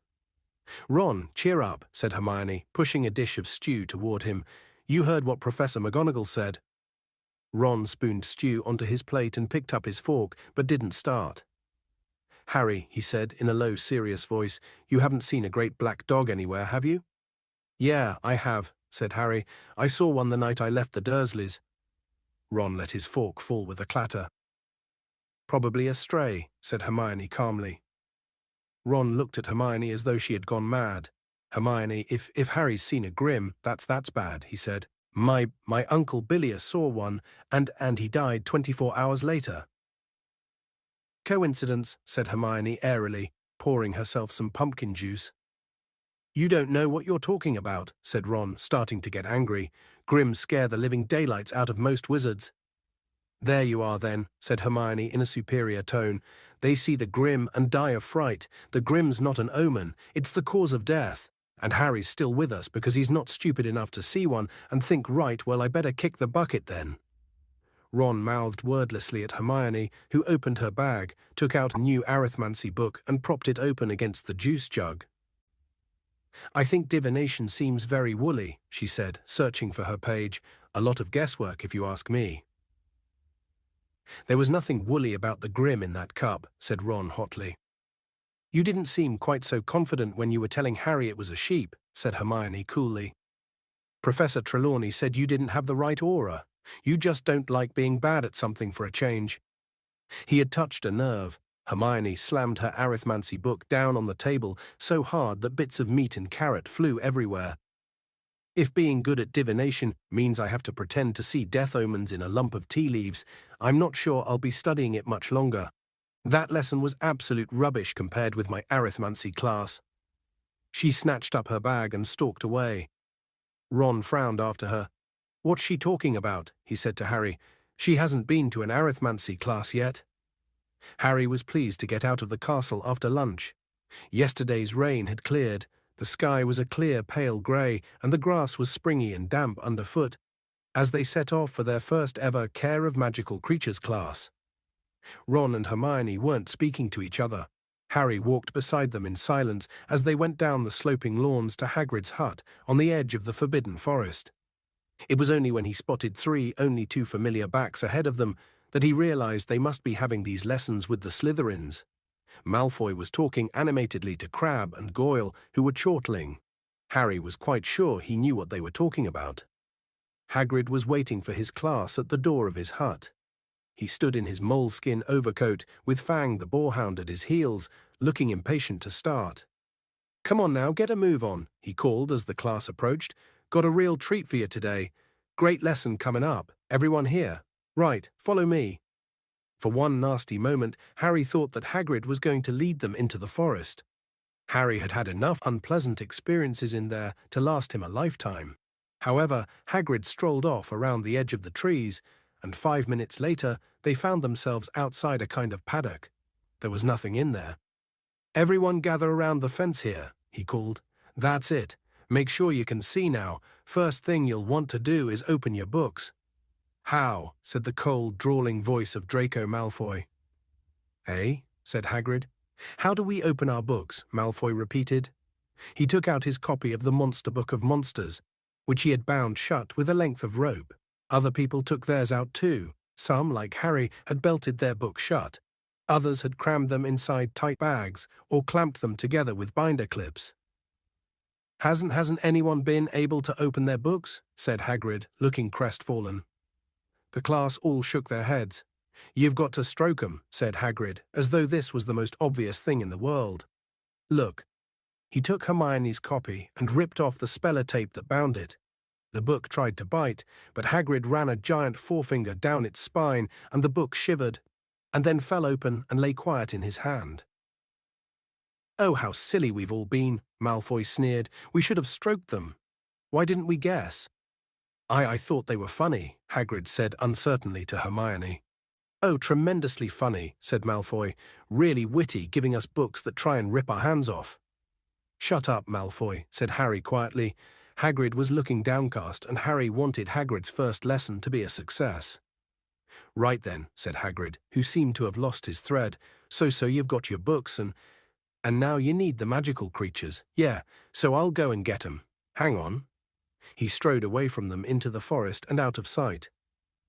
"God, this place is going to the dogs," said Malfoy loudly. "That oaf teaching classes, my father'll have a fit when I tell him." "Shut up, Malfoy," Harry repeated. "Careful, Potter, there's a Dementor behind you." "Ooh," squealed Lavender Brown, pointing toward the opposite side of the paddock. Trotting toward them were a dozen of the most bizarre creatures Harry had ever seen. They had the bodies, hind legs, and tails of horses, but the front legs, wings, and heads of what seemed to be giant eagles, with cruel steel-colored beaks and large, brilliantly orange eyes. The talons on their front legs were 1/2 a foot long and deadly-looking. Each of the beasts had a thick leather collar around its neck, which was attached to a long chain, and the ends of all of these were held in the vast hands of Hagrid, who came jogging into the paddock behind the creatures. "Gee up there," he roared, shaking the chains and urging the creatures toward the fence where the class stood. Everyone drew back slightly as Hagrid reached them and tethered the creatures to the fence. "Hippogriffs," Hagrid roared happily, waving a hand at them. "Beautiful, aren't they?" Harry could sort of see what Hagrid meant. Once you got over the first shock of seeing something that was half horse, half bird, you started to appreciate the hippogriffs' gleaming coats, changing smoothly from feather to hair, each of them a different color: stormy gray, bronze, pinkish roan, gleaming chestnut, and inky black. "So," said Hagrid, rubbing his hands together and beaming around, "if you want to come a bit nearer." No one seemed to want to. Harry, Ron, and Hermione, however, approached the fence cautiously. "Now, first thing you got to know about hippogriffs is, they're proud," said Hagrid. "Easily offended, hippogriffs are. Don't never insult one, 'cause it might be the last thing you do." Malfoy, Crabbe, and Goyle weren't listening. They were talking in an undertone, and Harry had a nasty feeling they were plotting how best to disrupt the lesson. "Ye always wait for the hippogriff to make the first move," Hagrid continued. "It's polite, see? You walk toward him and you bow, and you wait. If he bows back, you're allowed to touch him. If he doesn't bow, then get away from him sharpish, 'cause those talons hurt. Right, who wants to go first?" Most of the class backed farther away in answer. Even Harry, Ron, and Hermione had misgivings. The hippogriffs were tossing their fierce heads and flexing their powerful wings. They didn't seem to like being tethered like this. "No one," said Hagrid with a pleading look. "I'll do it," said Harry. There was an intake of breath from behind him, and both Lavender and Parvati whispered, "Ooh, no, Harry. Remember your tea leaves." Harry ignored them. He climbed over the paddock fence. "Good man, Harry," roared Hagrid. "Right then, let's see how you get on with Buckbeak." He untied one of the chains, pulled the grey hippogriff away from its fellows, and slipped off its leather collar. The class on the other side of the paddock seemed to be holding its breath. Malfoy's eyes were narrowed maliciously. "Easy now, Harry," said Hagrid quietly. "You've got eye contact. Now try not to blink. Hippogriffs don't trust you if you blink too much." Harry's eyes immediately began to water, but he didn't shut them. Buckbeak had turned his great sharp head and was staring at Harry with one fierce orange eye. "That's it," said Hagrid. "That's it, Harry, now bow." Harry didn't feel much like exposing the back of his neck to Buckbeak, but he did as he was told. He gave a short bow and then looked up. The hippogriff was still staring haughtily at him. It didn't move. "Ah," said Hagrid, sounding worried. "Right back away now, Harry. Easy does it." But then, to Harry's enormous surprise, the hippogriff suddenly bent its scaly front knees and sank into what was an unmistakable bow. "Well done, Harry," said Hagrid, ecstatic. "Right you can touch him. Pat his beak, go on." Feeling that a better reward would have been to back away, Harry moved slowly toward the hippogriff and reached out toward it. He patted the beak several times, and the hippogriff closed its eyes lazily, as though enjoying it. The class broke into applause, all except for Malfoy, Crabbe, and Goyle, who were looking deeply disappointed. "Right then, Harry," said Hagrid. "I reckon he might let you ride him." This was more than Harry had bargained for. He was used to a broomstick, but he wasn't sure a hippogriff would be quite the same. "You climb up there, just behind the wing joint," said Hagrid, "and mind you don't pull any of his feathers out. He won't like that." Harry put his foot on the top of Buckbeak's wing and hoisted himself onto its back. Buckbeak stood up. Harry wasn't sure where to hold on. Everything in front of him was covered with feathers. "Go on then," roared Hagrid, slapping the hippogriff's hindquarters. Without warning, 12-foot wings flapped open on either side of Harry. He just had time to seize the hippogriff around the neck before he was soaring upward. It was nothing like a broomstick, and Harry knew which one he preferred. The hippogriff's wings beat uncomfortably on either side of him, catching him under his legs and making him feel he was about to be thrown off. The glossy feathers slipped under his fingers, and he didn't dare get a stronger grip. Instead of the smooth action of his Nimbus 2000, he now felt himself rocking backward and forward as the hindquarters of the hippogriff rose and fell with its wings. Buckbeak flew him once around the paddock and then headed back to the ground. This was the bit Harry had been dreading. He leaned back as the smooth neck lowered, feeling he was going to slip off over the beak, then felt a heavy thud as the 4 ill-assorted feet hit the ground. He just managed to hold on and push himself straight again. "Good work, Harry," roared Hagrid as everyone except Malfoy, Crabbe, and Goyle cheered. "Okay, who else wants a go?" Emboldened by Harry's success, the rest of the class climbed cautiously into the paddock. Hagrid untied the hippogriffs one by one, and soon people were bowing nervously all over the paddock. Neville ran repeatedly backward from his, which didn't seem to want to bend its knees.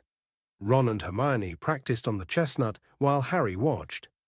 Malfoy, Crabbe, and Goyle had taken over Buckbeak. He had bowed to Malfoy, who was now patting his beak, looking disdainful.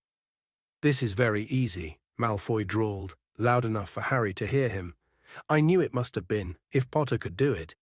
"I bet you're not dangerous at all, are you?" he said to the hippogriff. "Are you, you great ugly brute?" It happened in a flash of steely talons. Malfoy let out a high-pitched scream, and next moment Hagrid was wrestling Buckbeak back into his collar as he strained to get at Malfoy, who lay curled in the grass, blood blossoming over his robes. "I'm dying," Malfoy yelled as the class panicked. "I'm dying. Look at me. It's killed me." "You're not dying," said Hagrid, who had gone very white. "Someone help me, gotta get him out of here." Hermione ran to hold open the gate as Hagrid lifted Malfoy easily. As they passed, Harry saw that there was a long, deep gash on Malfoy's arm. Blood splattered the grass, and Hagrid ran with him up the slope toward the castle. Very shaken, the Care of Magical Creatures class followed at a walk. The Slytherins were all shouting about Hagrid. "They should fire him straight away," said Pansy Parkinson, who was in tears. "It was Malfoy's fault," snapped Dean Thomas. Crabbe and Goyle flexed their muscles threateningly. They all climbed the stone steps into the deserted entrance hall. "I'm going to see if he's okay," said Pansy, and they all watched her run up the marble staircase. The Slytherins, still muttering about Hagrid, headed away in the direction of their dungeon common room. Harry, Ron, and Hermione proceeded upstairs to Gryffindor Tower. "Do you think he'll be all right?" said Hermione nervously. "Course he will. Madam Pumphrey can mend cuts in about a second," said Harry, who had had far worse injuries mended magically by the nurse.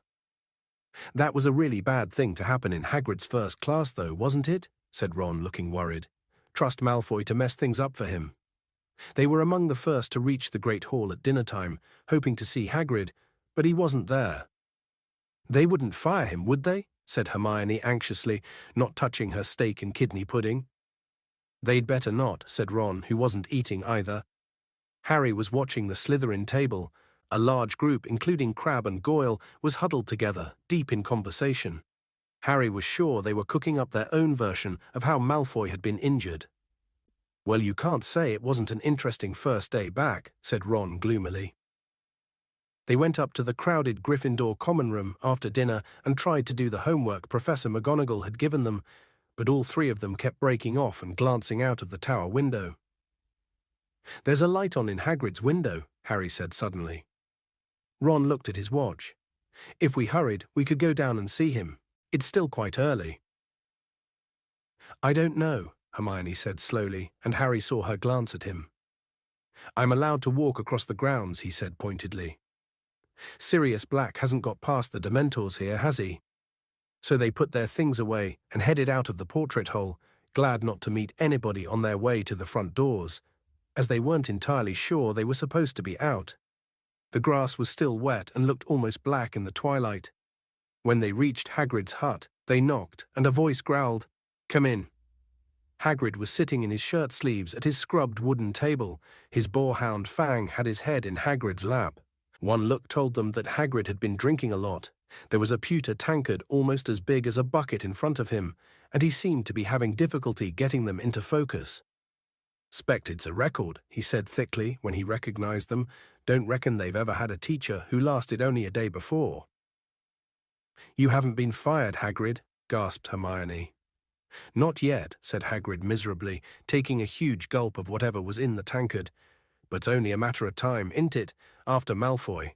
"How is he?" said Ron as they all sat down. "It wasn't serious, was it?"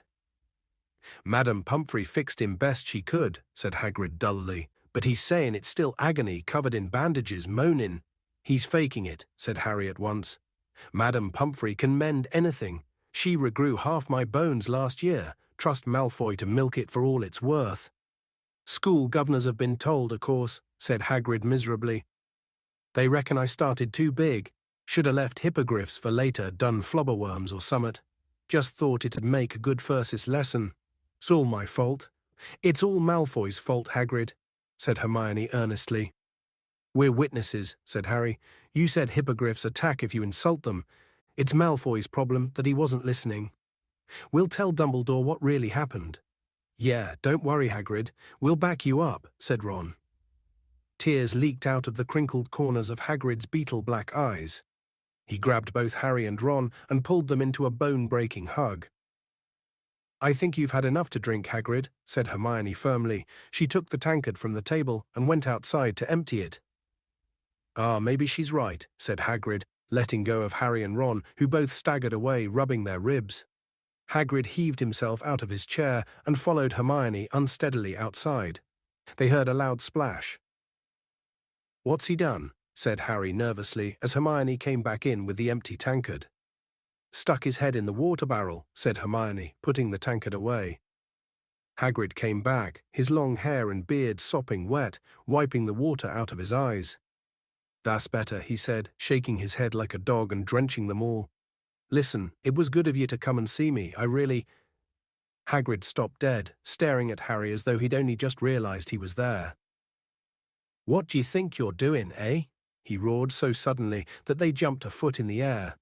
"You're not to go wandering around after dark, Harry, and you two, letting him—" Hagrid strode over to Harry, grabbed his arm and pulled him to the door.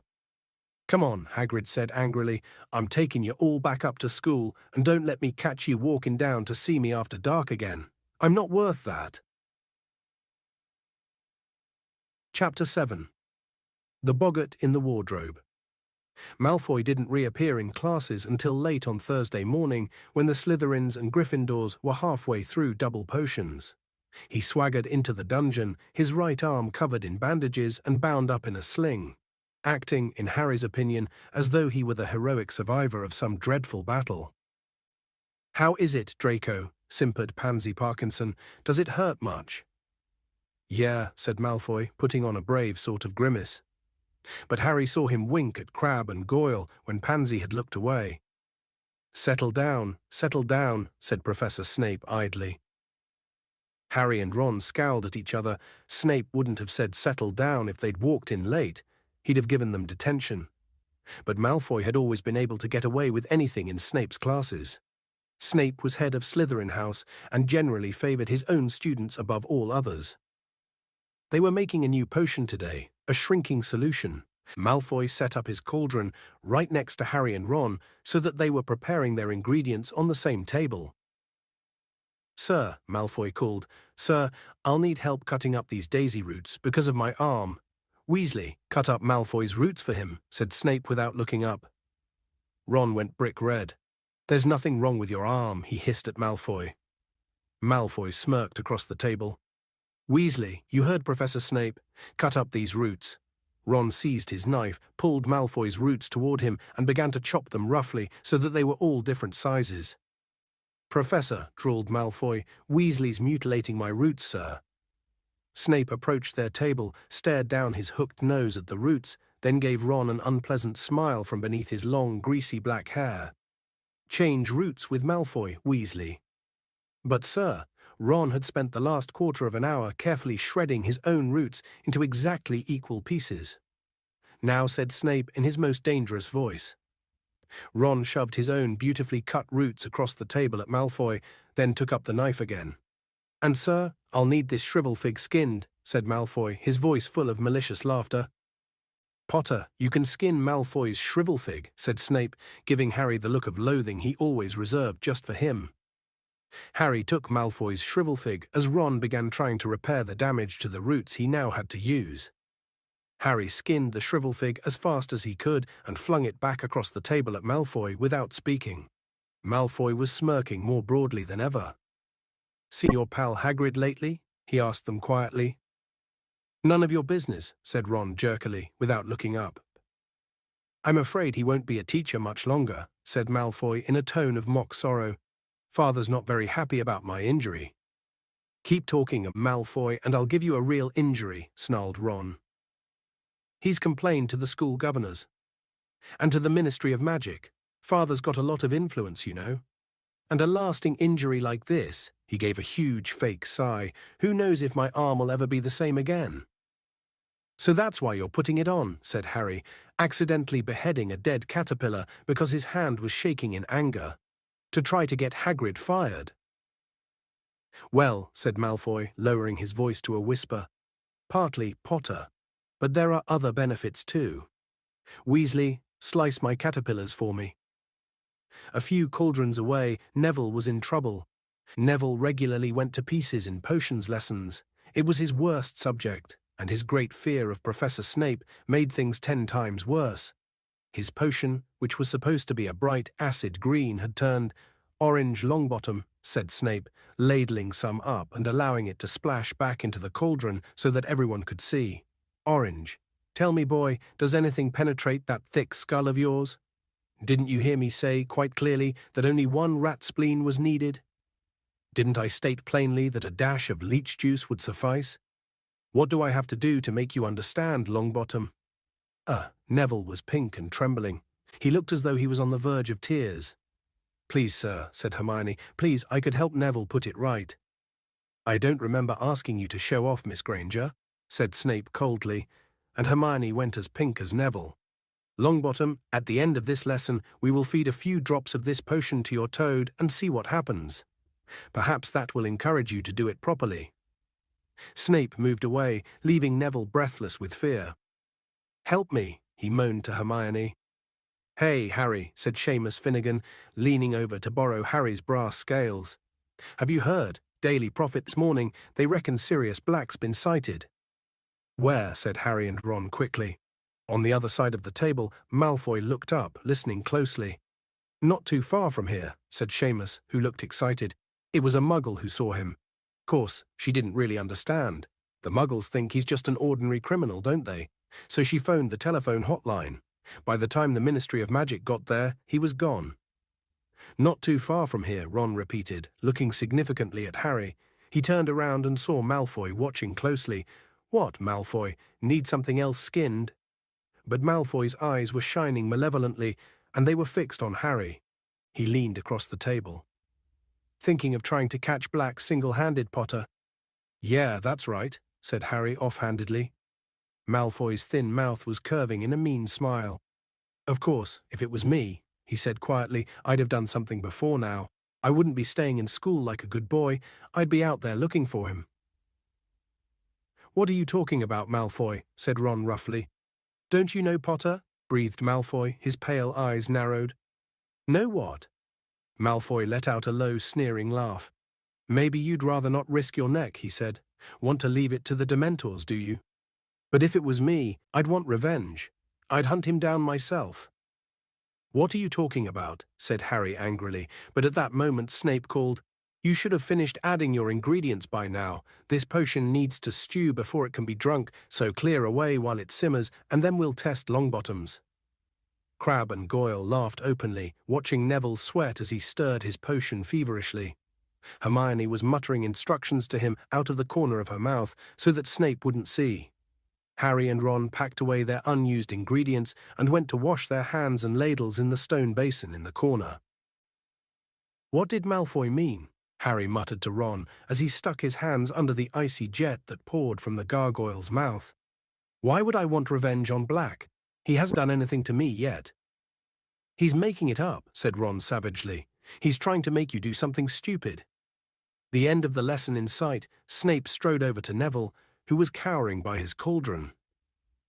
Everyone gather round, said Snape, his black eyes glittering, and watch what happens to Longbottom's toad. If he has managed to produce a shrinking solution, it will shrink to a tadpole. If, as I don't doubt, he has done it wrong, his toad is likely to be poisoned. The Gryffindors watched fearfully. The Slytherins looked excited. Snape picked up Trevor the Toad in his left hand and dipped a small spoon into Neville's potion, which was now green. He trickled a few drops down Trevor's throat. There was a moment of hushed silence in which Trevor gulped. Then there was a small pop, and Trevor the tadpole was wriggling in Snape's palm. The Gryffindors burst into applause. Snape, looking sour, pulled a small bottle from the pocket of his robe, poured a few drops on top of Trevor, and he reappeared suddenly, fully grown. 5 points from Gryffindor, said Snape, which wiped the smiles from every face. I told you not to help him, Miss Granger. Class dismissed. Harry, Ron, and Hermione climbed the steps to the entrance hall. Harry was still thinking about what Malfoy had said, while Ron was seething about Snape. 5 points from Gryffindor because the potion was all right. Why didn't you lie, Hermione? You should have said Neville did it all by himself. Hermione didn't answer. Ron looked around. Where is she? Harry turned too. They were at the top of the steps now, watching the rest of the class pass them, heading for the Great Hall and lunch. She was right behind us, said Ron, frowning. Malfoy passed them, walking between Crabbe and Goyle. He smirked at Harry and disappeared. There she is, said Harry. Hermione was panting slightly, hurrying up the stairs. One hand clutched her bag, the other seemed to be tucking something down the front of her robes. How did you do that? Said Ron. What? Said Hermione, joining them. 1 minute you were right behind us, the next moment you were back at the bottom of the stairs again. What? Hermione looked slightly confused. Oh, I had to go back for something. Oh no, a seam had split on Hermione's bag. Harry wasn't surprised. He could see that it was crammed with at least a dozen large and heavy books. Why are you carrying all these around with you? Ron asked her. You know how many subjects I'm taking, said Hermione breathlessly. Couldn't hold these for me, could you? But Ron was turning over the books she had handed him, looking at the covers. You haven't got any of these subjects today. It's only defense against the dark arts this afternoon. Oh yes, said Hermione vaguely, but she packed all the books back into her bag just the same. I hope there's something good for lunch. I'm starving, she added, and she marched off toward the Great Hall. Do you get the feeling Hermione's not telling us something? Ron asked Harry. Professor Lupin wasn't there when they arrived at his first defense against the dark arts lesson. They all sat down, took out their books, quills, and parchment, and were talking when he finally entered the room. Lupin smiled vaguely and placed his tatty old briefcase on the teacher's desk. He was as shabby as ever, but looked healthier than he had on the train, as though he had had a few square meals. "Good afternoon," he said. "Would you please put all your books back in your bags? Today's will be a practical lesson. You will need only your wands." A few curious looks were exchanged as the class put away their books. They had never had a practical defense against the dark arts before, unless you counted the memorable class last year when their old teacher had brought a cage full of pixies to class and set them loose. "Right then," said Professor Lupin, when everyone was ready, "if you'd follow me." Puzzled but interested, the class got to its feet and followed Professor Lupin out of the classroom. He led them along the deserted corridor and around a corner, where the first thing they saw was Peeves the poltergeist, who was floating upside down in mid-air and stuffing the nearest keyhole with chewing gum. Peeves didn't look up until Professor Lupin was 2 feet away. Then he wiggled his curly-toed feet and broke into song. "Loony loopy Lupin," Peeves sang. "Loony loopy Lupin, loony loopy Lupin." Rude and unmanageable as he almost always was, Peeves usually showed some respect toward the teachers. Everyone looked quickly at Professor Lupin to see how he would take this. To their surprise, he was still smiling. "I'd take that gum out of the keyhole if I were you, Peeves," he said pleasantly. "Mr. Filch won't be able to get into his brooms." Filch was the Hogwarts caretaker, a bad-tempered failed wizard who waged a constant war against the students and, indeed, Peeves.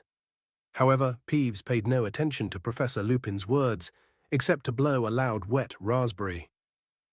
Professor Lupin gave a small sigh and took out his wand. "This is a useful little spell," he told the class over his shoulder. "Please watch closely." He raised the wand to shoulder height, said, "Wadiwasi," and pointed it at Peeves. With the force of a bullet, the wad of chewing gum shot out of the keyhole and straight down Peeves's left nostril. He whirled upright and zoomed away, cursing. "Cool, sir," said Dean Thomas in amazement. "Thank you, Dean," said Professor Lupin, putting his wand away again. "Shall we proceed?" They set off again, the class looking at shabby Professor Lupin with increased respect. He led them down a second corridor and stopped, right outside the staff room door. "Inside, please," said Professor Lupin, opening it and standing back. The staff room, a long panelled room full of old mismatched chairs, was empty except for one teacher. Professor Snape was sitting in a low armchair, and he looked around as the class filed in.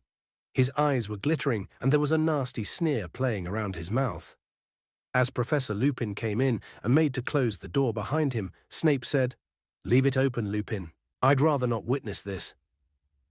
He got to his feet and strode past the class, his black robes billowing behind him. At the doorway, he turned on his heel and said, "Possibly no one's warned you, Lupin, but this class contains Neville Longbottom. I would advise you not to entrust him with anything difficult, not unless Miss Granger is hissing instructions in his ear." Neville went scarlet. Harry glared at Snape. It was bad enough that he bullied Neville in his own classes, let alone doing it in front of other teachers. Professor Lupin had raised his eyebrows. "I was hoping that Neville would assist me with the first stage of the operation," he said, "and I am sure he will perform it admirably." Neville's face went, if possible, even redder. Snape's lip curled, but he left, shutting the door with a snap. "Now then," said Professor Lupin, beckoning the class toward the end of the room, where there was nothing but an old wardrobe where the teachers kept their spare robes. As Professor Lupin went to stand next to it, the wardrobe gave a sudden wobble, banging off the wall. "Nothing to worry about," said Professor Lupin calmly, because a few people had jumped backward in alarm.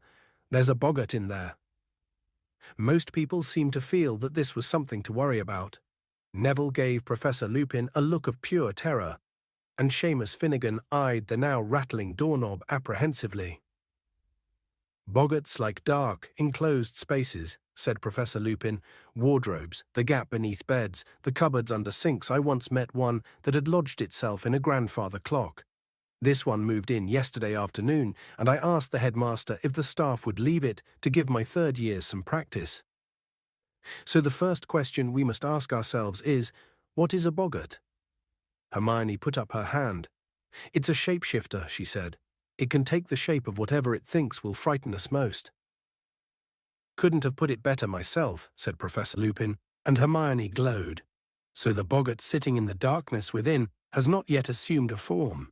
He does not yet know what will frighten the person on the other side of the door.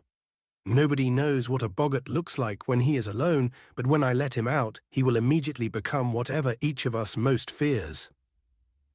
This means, said Professor Lupin, choosing to ignore Neville's small sputter of terror, that we have a huge advantage over the boggart before we begin. Have you spotted it, Harry? Trying to answer a question with Hermione next to him, bobbing up and down on the balls of her feet with her hand in the air, was very off-putting, but Harry had a go. Because there are so many of us, it won't know what shape it should be. Precisely, said Professor Lupin, and Hermione put her hand down, looking a little disappointed. It's always best to have company when you're dealing with a boggart. He becomes confused. Which should he become, a headless corpse or a flesh-eating slug? I once saw a boggart make that very mistake, tried to frighten two people at once and turned himself into half a slug. Not remotely frightening. The charm that repels a boggart is simple, yet it requires force of mind. You see, the thing that really finishes a boggart is laughter. What you need to do is force it to assume a shape that you find amusing. We will practice the charm without wands first. After me, please, ridiculous. Ridiculous, said the class together. Good, said Professor Lupin. Very good, but that was the easy part, I'm afraid. You see, the word alone is not enough, and this is where you come in, Neville. The wardrobe shook again, though not as much as Neville, who walked forward as though he were heading for the gallows. Right, Neville, said Professor Lupin. First things first, what would you say is the thing that frightens you most in the world? Neville's lips moved, but no noise came out. Didn't catch that, Neville. Sorry, said Professor Lupin cheerfully. Neville looked around rather wildly, as though begging someone to help him, then said in barely more than a whisper, Professor Snape. Nearly everyone laughed, even Neville grinned apologetically. Professor Lupin, however, looked thoughtful. Professor Snape. Neville, I believe you live with your grandmother? Yes, said Neville nervously, but I don't want the boggart to turn into her either. No, you misunderstand me, said Professor Lupin, now smiling. I wonder, could you tell us what sort of clothes your grandmother usually wears?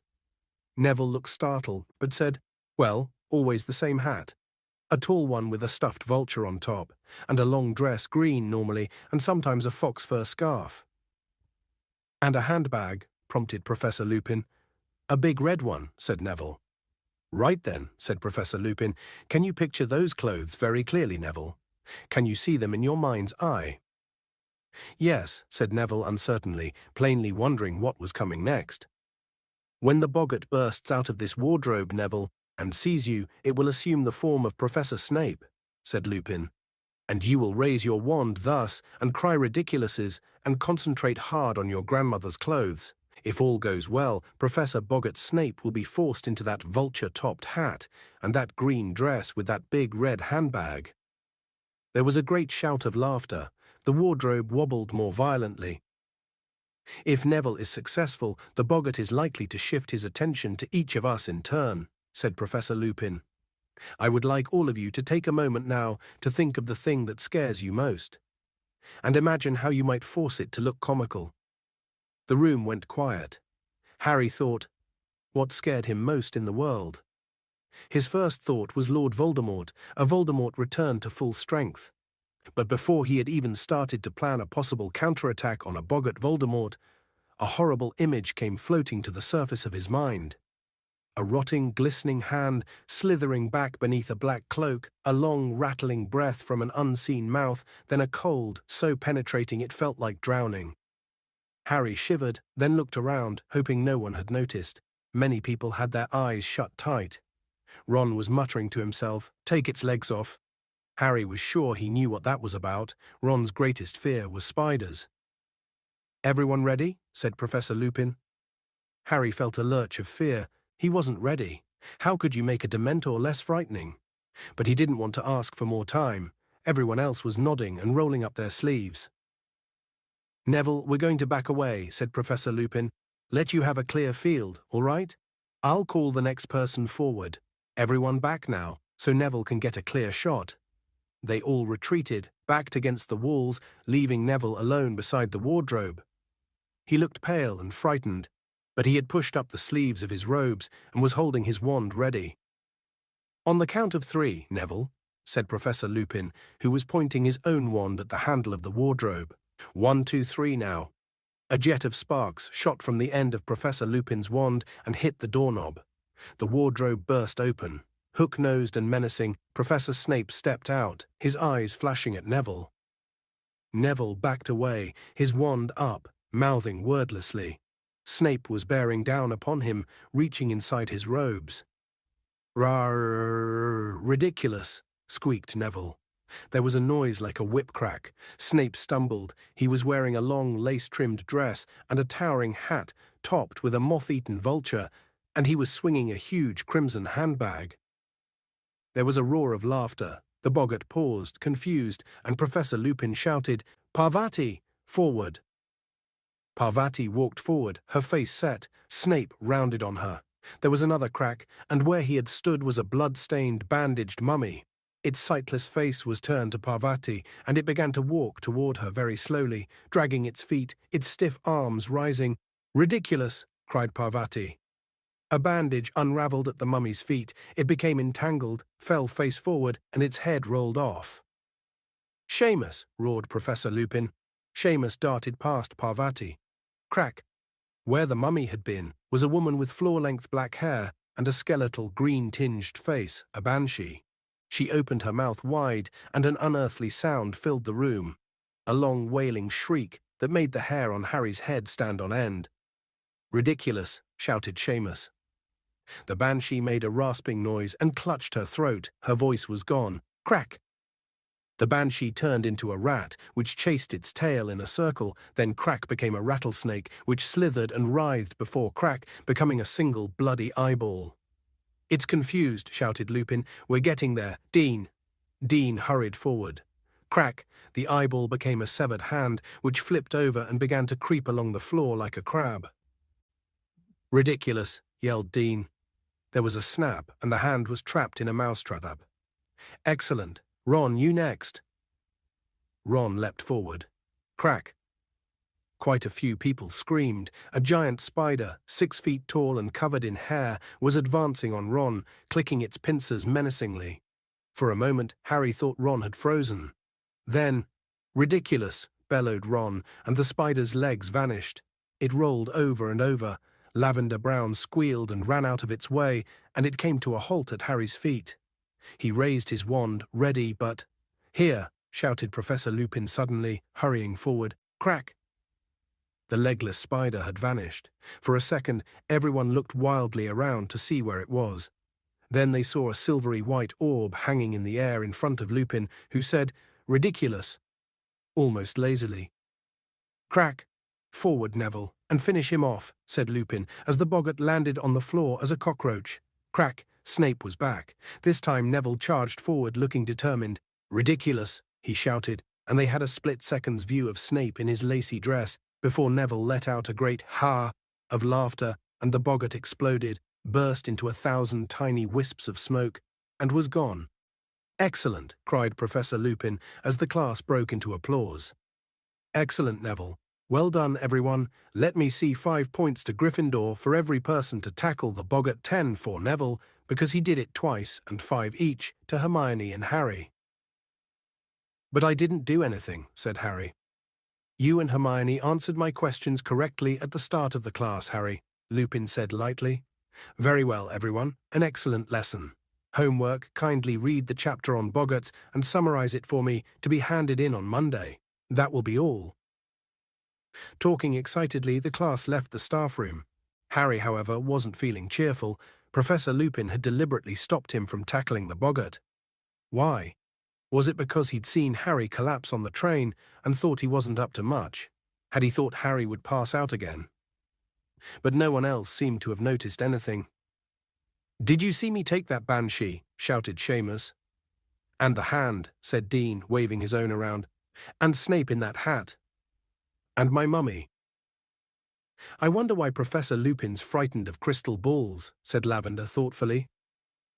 "That was the best defense against the dark arts lesson we've ever had, wasn't it?" said Ron excitedly, as they made their way back to the classroom to get their bags. "He seems like a very good teacher," said Hermione approvingly. "But I wish I could have had a turn with the boggart." "What would it have been for you?" said Ron, sniggering. "A piece of homework that only got 9 out of 10. Chapter 8. Flight of the Fat Lady. In no time at all, Defense Against the Dark Arts had become most people's favorite class. Only Draco Malfoy and his gang of Slytherins had anything bad to say about Professor Lupin. "Look at the state of his robes," Malfoy would say in a loud whisper as Professor Lupin passed. "He dresses like our old house elf." But no one else cared that Professor Lupin's robes were patched and frayed. His next few lessons were just as interesting as the first. After boggarts, they studied redcaps, nasty little goblin-like creatures that lurked wherever there had been bloodshed. In the dungeons of castles and the potholes of deserted battlefields, waiting to bludgeon those who had gotten lost. From redcaps, they moved on to kappas, creepy water-dwellers that looked like scaly monkeys, with webbed hands itching to strangle unwitting waders in their ponds. Harry only wished he was as happy with some of his other classes. Worst of all was potions. Snape was in a particularly vindictive mood these days, and no one was in any doubt why. The story of the boggart assuming Snape's shape, and the way that Neville had dressed it in his grandmother's clothes, had travelled through the school like wildfire. Snape didn't seem to find it funny. His eyes flashed menacingly at the very mention of Professor Lupin's name, and he was bullying Neville worse than ever. Harry was also growing to dread the hours he spent in Professor Trelawney's stifling tower room, deciphering lopsided shapes and symbols, trying to ignore the way Professor Trelawney's enormous eyes filled with tears every time she looked at him. He couldn't like Professor Trelawney, even though she was treated with respect bordering on reverence by many of the class. Parvati Patil and Lavender Brown had taken to haunting Professor Trelawney's tower room at lunchtimes, and always returned with annoyingly superior looks on their faces, as though they knew things the others didn't. They had also started using hushed voices whenever they spoke to Harry, as though he were on his deathbed. Nobody really liked care of magical creatures, which after the action-packed first class had become extremely dull. Hagrid seemed to have lost his confidence. They were now spending lesson after lesson learning how to look after flobberworms, which had to be some of the most boring creatures in existence. "Why would anyone bother looking after them?" said Ron, after yet another hour of poking shredded lettuce down the flobberworms' slimy throats. At the start of October, however, Harry had something else to occupy him, something so enjoyable it more than made up for his unsatisfactory classes. The Quidditch season was approaching, and Oliver Wood, captain of the Gryffindor team, called a meeting one Thursday evening to discuss tactics for the new season. There were 7 people on a Quidditch team. 3 chasers, whose job it was to score goals by putting the quaffle, a red soccer-sized ball, through one of 50-foot-high hoops at each end of the field. 2 beaters, who were equipped with heavy bats to repel the bludgers. 2 heavy black balls that zoomed around trying to attack the players. A keeper who defended the goalposts, and the seeker who had the hardest job of all. That of catching the golden snitch, a tiny, winged, walnut-sized ball, whose capture ended the game and earned the seeker's team an extra 150 points. Oliver Wood was a burly 17-year-old, now in his 7th and final year at Hogwarts. There was a quiet sort of desperation in his voice as he addressed his 6 fellow team members in the chilly locker rooms on the edge of the darkening Quidditch field. "This is our last chance, my last chance to win the Quidditch Cup," he told them, striding up and down in front of them. "I'll be leaving at the end of this year. I'll never get another shot at it. Gryffindor hasn't won for 7 years now. Okay, so we've had the worst luck in the world, injuries then. The tournament getting called off last year." Wood swallowed, as though the memory still brought a lump to his throat. "But we also know we've got the best ruddy team in the school," he said, punching a fist into his other hand, the old manic glint back in his eye. "We've got 3 superb chasers." Wood pointed at Alicia Spinett, Angelina Johnson, and Katie Bell. We've got two unbeatable beaters. Stop it, Oliver, you're embarrassing us, said Fred and George Weasley together, pretending to blush. And we've got a seeker who has never failed to win us a match, Wood rumbled, glaring at Harry with a kind of furious pride. And me, he added as an afterthought. We think you're very good too, Oliver, said George.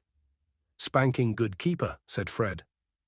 The point is, Wood went on, resuming his pacing, the Quidditch Cup should have had our name on it these last 2 years.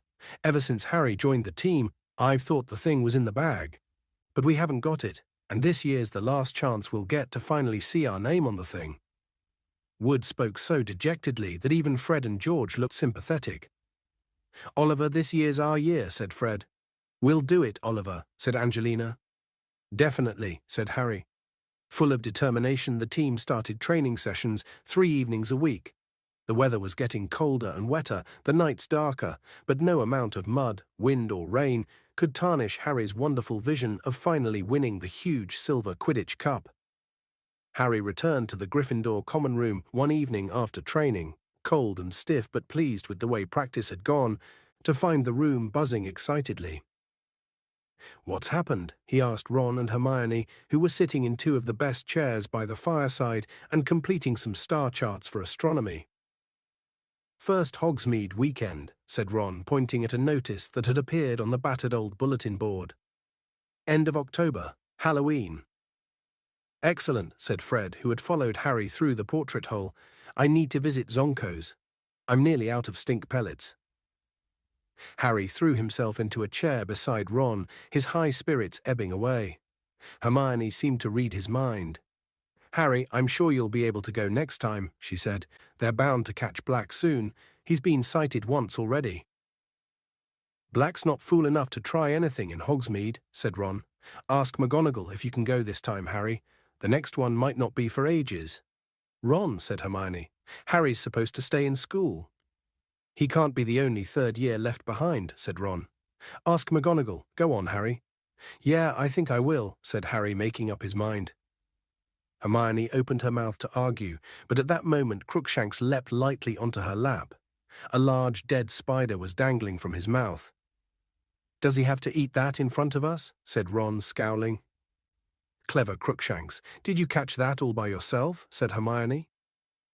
Crookshanks slowly chewed up the spider, his yellow eyes fixed insolently on Ron.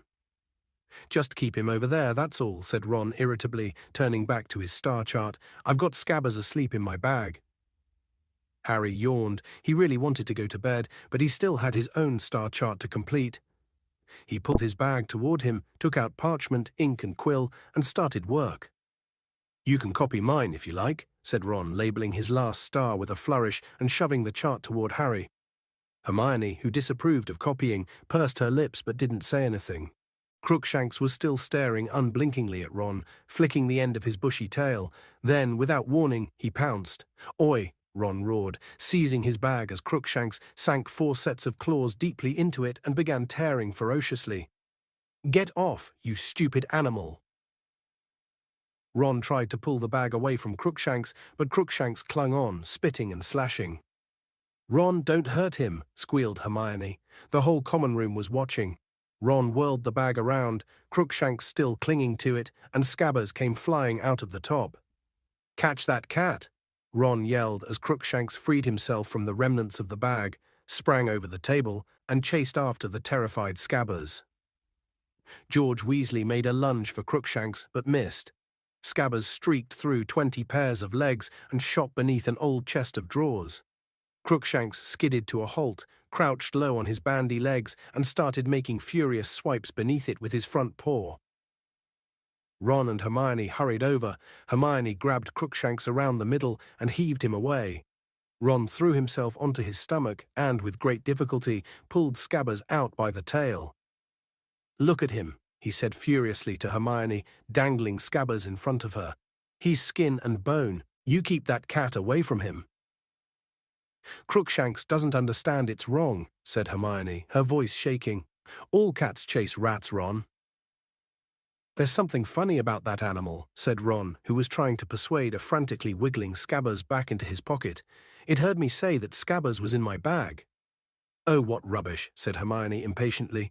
"Crookshanks could smell him, Ron. How else do you think?"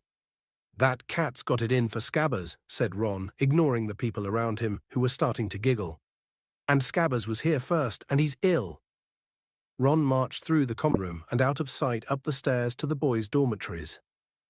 Ron was still in a bad mood with Hermione next day. He barely talked to her all through herbology, even though he, Harry and Hermione were working together on the same pufferpod.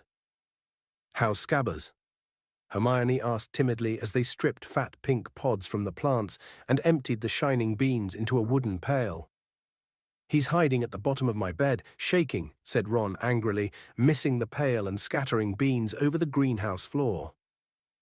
"Careful, Weasley, careful," cried Professor Sprout as the beans burst into bloom before their very eyes. They had Transfiguration next. Harry, who had resolved to ask Professor McGonagall after the lesson whether he could go into Hogsmeade with the rest, joined the line outside the class, trying to decide how he was going to argue his case.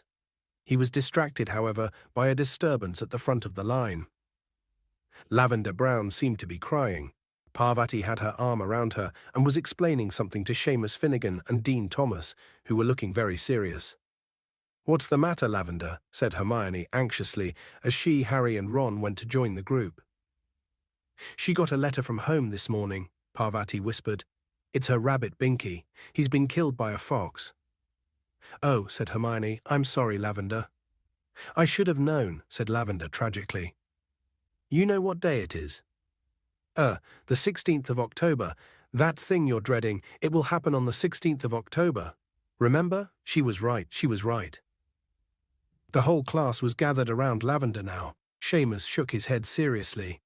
Hermione hesitated, then she said, You were dreading Binky being killed by a fox." "Well, not necessarily by a fox," said Lavender, looking up at Hermione with streaming eyes. "But I was obviously dreading him dying, wasn't I?" "Oh," said Hermione. She paused again. Then, "Was Binky an old rabbit?" No, sobbed Lavender. "He was only a baby." Parvati tightened her arm around Lavender's shoulders. "But then, why would you dread him dying?" said Hermione. Parvati glared at her. "Well, look at it logically," said Hermione, turning to the rest of the group. "I mean, Binky didn't even die today, did he? Lavender just got the news today." Lavender wailed loudly. "And she can't have been dreading it, because it's come as a real shock." "Don't mind Hermione, Lavender," said Ron loudly. "She doesn't think other people's pets matter very much." Professor McGonagall opened the classroom door at that moment, which was perhaps lucky. Hermione and Ron were looking daggers at each other, and when they got into class, they seated themselves on either side of Harry and didn't talk to each other for the whole class. Harry still hadn't decided what he was going to say to Professor McGonagall when the bell rang at the end of the lesson, but it was she who brought up the subject of Hogsmeade first. "One moment, please," she called as the class made to leave. "As you're all in my house, you should hand Hogsmeade permission forms to me before Halloween. No form, no visiting the village, so don't forget." Neville put up his hand. "Please, Professor, I think I've lost—" "Your grandmother sent yours to me directly, Longbottom," said Professor McGonagall. "She seemed to think it was safer. Well, that's all. You may leave." "Ask her now," Ron hissed at Harry. "Oh, but Hermione began." "Go for it, Harry," said Ron stubbornly. Harry waited for the rest of the class to disappear, then headed nervously for Professor McGonagall's desk. "Yes, Potter?" Harry took a deep breath. "Professor, my aunt and uncle have forgot to sign my form," he said. Professor McGonagall looked over her square spectacles at him, but didn't say anything. "So, do you think it would be all right? I mean, will it be okay if I go to Hogsmeade?" Professor McGonagall looked down and began shuffling papers on her desk. "I'm afraid not, Potter," she said. "You heard what I said. No form, no visiting the village. That's the rule." "But Professor, my aunt and uncle, you know, they're muggles. They don't really understand about Hogwarts forms and stuff," Harry said, while Ron egged him on with vigorous nods. "If you said I could go—" "But I don't say so," said Professor McGonagall, standing up and piling her papers neatly into a drawer. The form clearly states that the parent or guardian must give permission. She turned to look at him with an odd expression on her face. Was it pity? I'm sorry, Potter, but that's my final word. You had better hurry, or you'll be late for your next lesson. There was nothing to be done. Ron called Professor McGonagall a lot of names that greatly annoyed Hermione. Hermione assumed an all-for-the-best expression that made Ron even angrier, and Harry had to endure everyone in the class talking loudly and happily about what they were going to do first once they got into Hogsmeade. There's always the feast, said Ron in an effort to cheer Harry up. You know, the Halloween feast in the evening. Yeah, said Harry gloomily. Great. The Halloween feast was always good, but it would taste a lot better if he was coming to it after a day in Hogsmeade with everyone else. Nothing anyone said made him feel any better about being left behind. Dean Thomas, who was good with a quill, had offered to forge Uncle Vernon's signature on the form. But as Harry had already told Professor McGonagall he hadn't had it signed, that was no good. Ron half-heartedly suggested the invisibility cloak, but Hermione stamped on that one, reminding Ron what Dumbledore had told them about the Dementors being able to see through them. Percy had what were possibly the least helpful words of comfort. They make a fuss about Hogsmeade, but I assure you, Harry, it's not all it's cracked up to be, he said seriously. All right, the sweet shop's rather good, and Zonko's joke shop's frankly dangerous, and yes, the Shrieking Shack's always worth a visit. But really, Harry, apart from that, you're not missing anything. On Halloween morning, Harry awoke with the rest and went down to breakfast, feeling thoroughly depressed, though doing his best to act normally. We'll bring you lots of sweets back from Honeydukes, said Hermione, looking desperately sorry for him.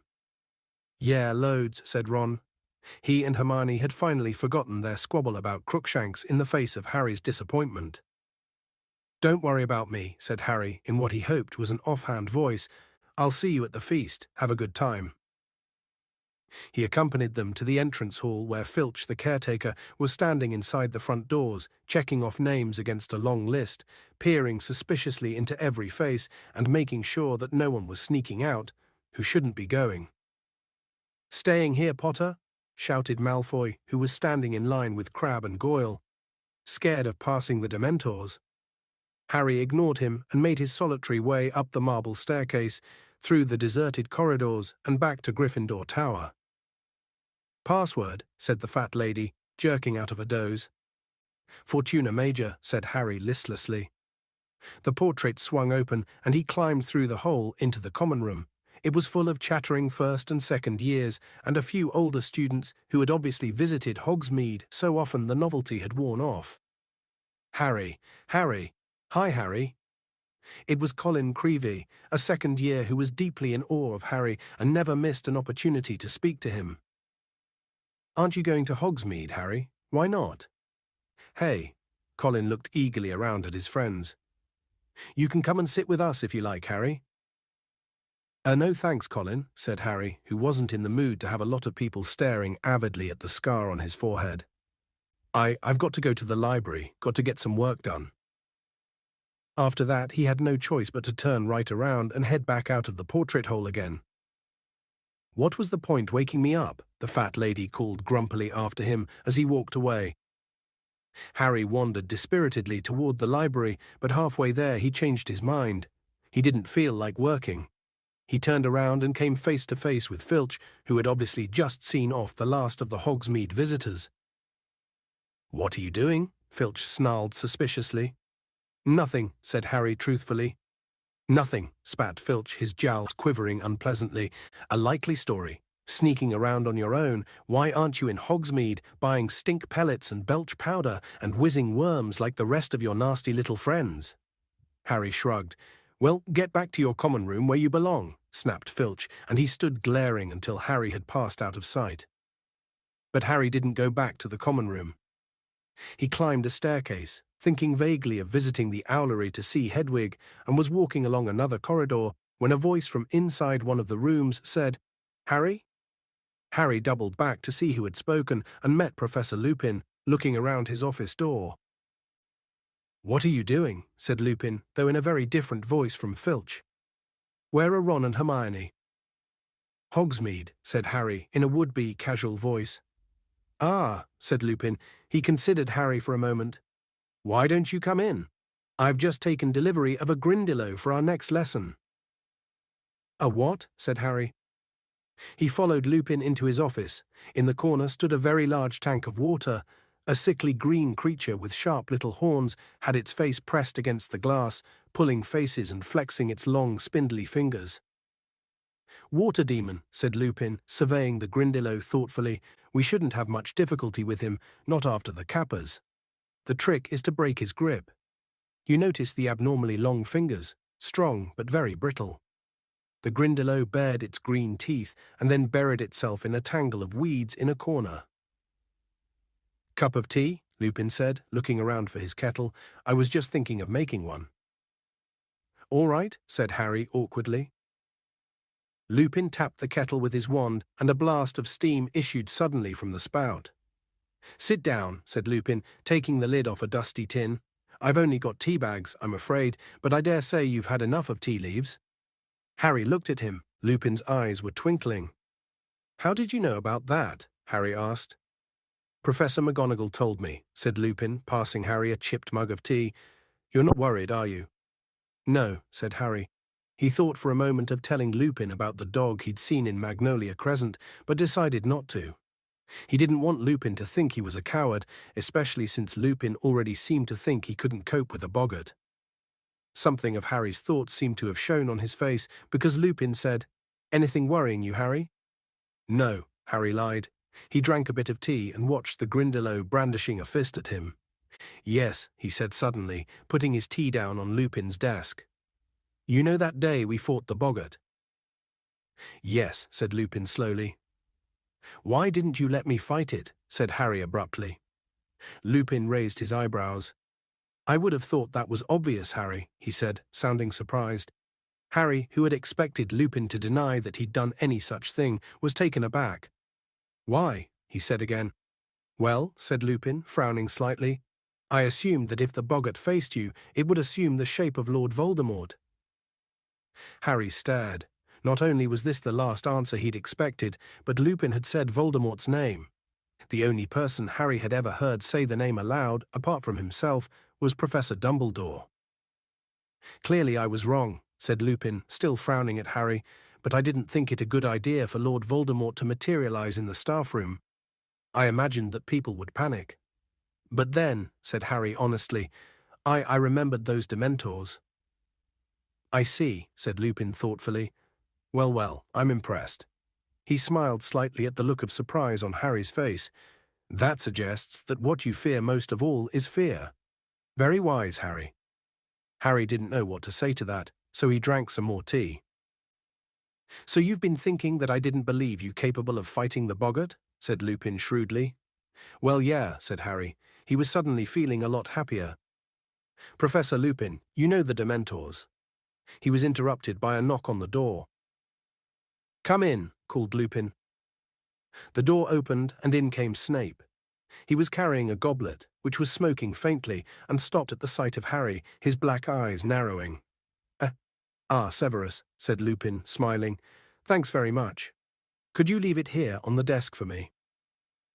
Snape set down the smoking goblet, his eyes wandering between Harry and Lupin. I was just showing Harry my Grindillo, said Lupin pleasantly, pointing at the tank. Fascinating, said Snape without looking at it. You should drink that directly, Lupin. Yes, I will, said Lupin. I made an entire cauldron full, Snape continued, if you need more. I should probably take some again tomorrow. Thanks very much, Severus. Not at all, said Snape, but there was a look in his eye Harry didn't like. He backed out of the room, unsmiling and watchful. Harry looked curiously at the goblet. Lupin smiled. Professor Snape has very kindly concocted a potion for me, he said. I have never been much of a potion brewer, and this one is particularly complex. He picked up the goblet and sniffed it. Pity sugar makes it useless, he added, taking a sip and shuddering. Why, Harry began. Lupin looked at him and answered the unfinished question. I've been feeling a bit off color, he said. This potion is the only thing that helps. I am very lucky to be working alongside Professor Snape.